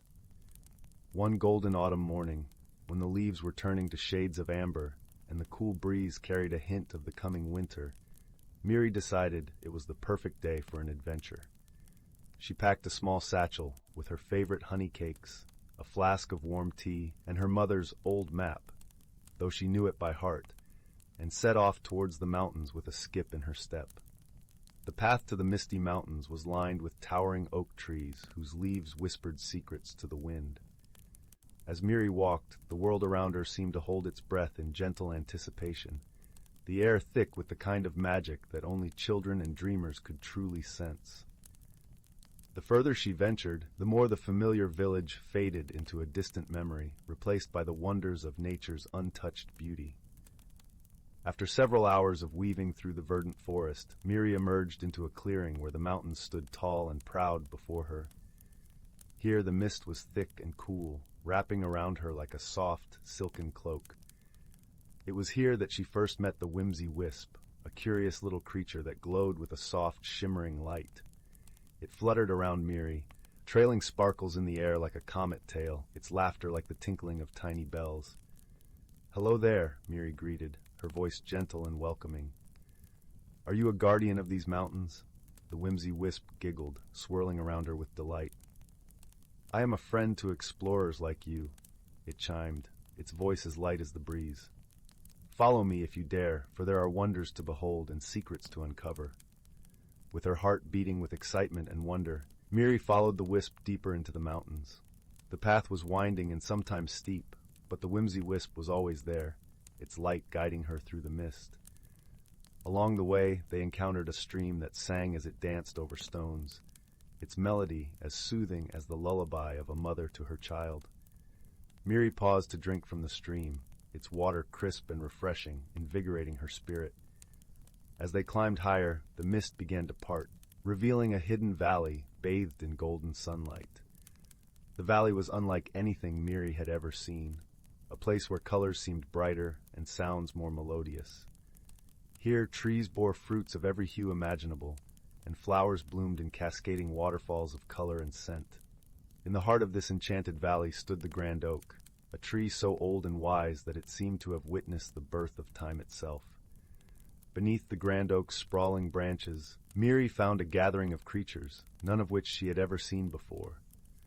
There was a fuzzle, a round, fluffy creature with fur that changed colors with its mood, a trillfin, a bird with iridescent feathers that sang in harmonies that echoed through the valley, and a gentle glimmerfox whose eyes sparkled like the first stars of evening. "Welcome, brave traveler." The grand oak's deep voice resonated through the air, warm and inviting. "You have come far and shown courage in the face of the unknown. What is it that you seek in this land of wonders?" Miri thought for a moment, her heart full of the beauty and magic surrounding her. "I seek to understand the world beyond my village," she replied softly. "To learn and grow, to see with my own eyes the miracles that lie beyond the familiar." The grand oak's leaves rustled approvingly, and the creatures gathered around her with smiles and nods. "You have shown courage, young one," the oak spoke, "for it takes a brave heart to step into the unknown. Know this, the world is full of wonders, and each step you take opens a new door to discovery." As the day wore on, Miri spent her time learning from the creatures, listening to their stories, and playing in the sun-dappled meadow. The fuzzle taught her how to weave crowns from the flowers that grew abundantly, while the trilfin sang songs that told tales of ancient times and distant lands. The glimmerfox, with its gentle gaze, showed her the beauty of stillness and reflection. As the sun began to dip below the horizon, painting the sky in shades of pink and purple, Miri knew it was time to return home. She bid farewell to her newfound friends, her heart full of gratitude and joy. The whimsy wisp once again became her guide, leading her safely back through the mountains, its light a comforting presence in the growing twilight. When Miri finally emerged from the mist and saw the warm glow of her village lights in the distance, she felt a peace settle within her. She had ventured into the unknown and returned with stories and wisdom that would forever be a part of her. As she curled up in her bed that night, the soft quilt pulled up to her chin, Miri closed her eyes with a smile. She knew that the world was vast and full of wonders waiting to be discovered, and she would face them all with courage and an open heart. And so, with dreams of shimmering valleys and starry-eyed creatures, Miri drifted into a restful sleep, her spirit as light and free as the whimsy wisp that had led her to her adventure.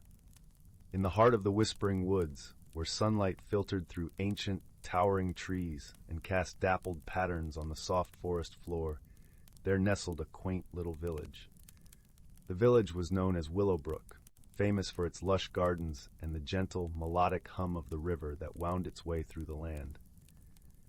In Willowbrook, the residents lived harmoniously with the magical creatures that dwelled in the forest. Among these creatures were the Fae, tiny beings with wings like gossamer, who tended to the flowers and whispered secrets to the wind. There were also the wise owls, who perched high above in their leafy abodes, watching over the village with kind, knowing eyes. One peaceful evening, as the sun dipped below the horizon and painted the sky in hues of orange and purple, an unusual event began to unfold. The villagers noticed that each morning the flowers in their gardens were blooming in peculiar patterns, spirals and stars, unlike anything they had seen before. The villagers were puzzled, for these flowers seemed to change their formations overnight, as if by some unseen hand. Among the villagers was a gentle-hearted girl named Leora. Her curiosity was as boundless as the forest itself, and she had a knack for noticing the smallest details. Leora loved the mysteries of the woods and often spent her days exploring its hidden paths and listening to the stories told by the forest creatures. Determined to uncover the mystery of the changing flowers, Leora set out one misty morning, her heart full of excitement. She wandered through the village, her senses alive with the scent of fresh earth and the sound of leaves whispering in the breeze. As she approached the edge of the village, she was greeted by the soft, musical laughter of the Fae, who flitted around her like a shower of glittering rain. "Good morning, Leora," sang a Fae with wings that shimmered like pearls. "What brings you to the woods today?" "Good morning, dear friends," Leora replied with a smile. "I'm hoping to solve the mystery of the enchanted flowers. Have you seen anything unusual in the forest?" The Fae exchanged knowing glances, their eyes twinkling with mischief and delight. "Perhaps you should speak with Elderwise," suggested another Fae, her voice as gentle as a lullaby. "He knows many things and might have the answers you seek." Eager to visit Elderwise, the wise old owl, Leora thanked the Fae and made her way deeper into the forest. The air was cool and fragrant with the scent of pine and wildflowers, and as she walked, the ground beneath her feet felt like a soft, comforting carpet of moss. Elderwise's home was a grand, ancient oak tree, its bark gnarled and wise, and its branches spreading wide like welcoming arms. Leora approached the tree with reverence and called up into the leafy heights. "Elderwise, wise owl of the forest, may I speak with you?" From high above, a gentle hoot echoed through the branches, followed by the soft rustling of feathers. Elderwise descended gracefully, his eyes as deep and mysterious as the night sky fixed kindly upon her. "Ah, young Leora," he said, his voice a warm, resonant melody. "What brings you to my tree this fine day?" Leora explained the strange occurrences in the village gardens, her voice filled with wonder and a touch of concern. Elderwise listened intently, nodding his head with understanding. "Ah, the flowers," he mused, his gaze turning thoughtful. "I have heard whispers of a playful spirit who roams the woods at night. This spirit, known as the petal weaver, delights in creating beauty in the most unexpected ways." Leora's eyes widened with intrigue. "The petal weaver? How fascinating! But why would this spirit visit our village?" Elderwise chuckled softly, a sound like the rustling of autumn leaves. "The petal weaver is drawn to places where love and harmony dwell. Your village, with its kind hearts and gentle ways, is a beacon to such a spirit. Perhaps it seeks to share its joy with you all." Leora nodded, her heart swelling with warmth at the thought. "Thank you, Elderwise. I shall share this with the villagers. Perhaps we can find a way to welcome the petal weaver." With a grateful heart, Leora made her way back to the village, her mind alive with ideas. As evening fell and the stars began to twinkle in the clear night sky, the villagers gathered in the square, eager to hear what she had discovered. Leora shared Elderwise's wisdom, her voice soft and soothing as she spoke. "The petal weaver means us no harm. It seeks to share its joy and art with us. I believe if we welcome it with open hearts, we might come to understand its ways." The villagers nodded, their faces alight with understanding and acceptance. That night they decided to leave small gifts of appreciation in their gardens, tiny lanterns, delicate ribbons, and fragrant herbs, hoping to show the petal weaver their gratitude. As the moon cast its gentle glow over Willowbrook, the petal weaver appeared, unseen by human eyes, but sensed in the gentle rustling of petals and the soft shimmer of moonlight on the flowers. It saw the villagers' gifts and felt their warmth and gratitude. The next morning, the village awoke to a wondrous sight. Each garden was a tapestry of breathtaking beauty, with flowers arranged in patterns that spoke of joy and friendship. The air was filled with a sense of magic and peace, and the villagers knew their hearts had made a new friend. From that day on, the petal weaver became a cherished part of Willowbrook's lore, its visits bringing delight and wonder to the village. And Leora, with her gentle spirit and love for the mysteries of the world, continued to explore the forest, knowing that the greatest magic of all was the love and kindness shared among friends. As the fire crackled softly and the shadows danced on the walls, the tale of Willowbrook and the petal weaver lulled the village into a restful slumber, their dreams filled with the colors and fragrances of a world where magic and friendship intertwined like the petals of a never-ending blossom.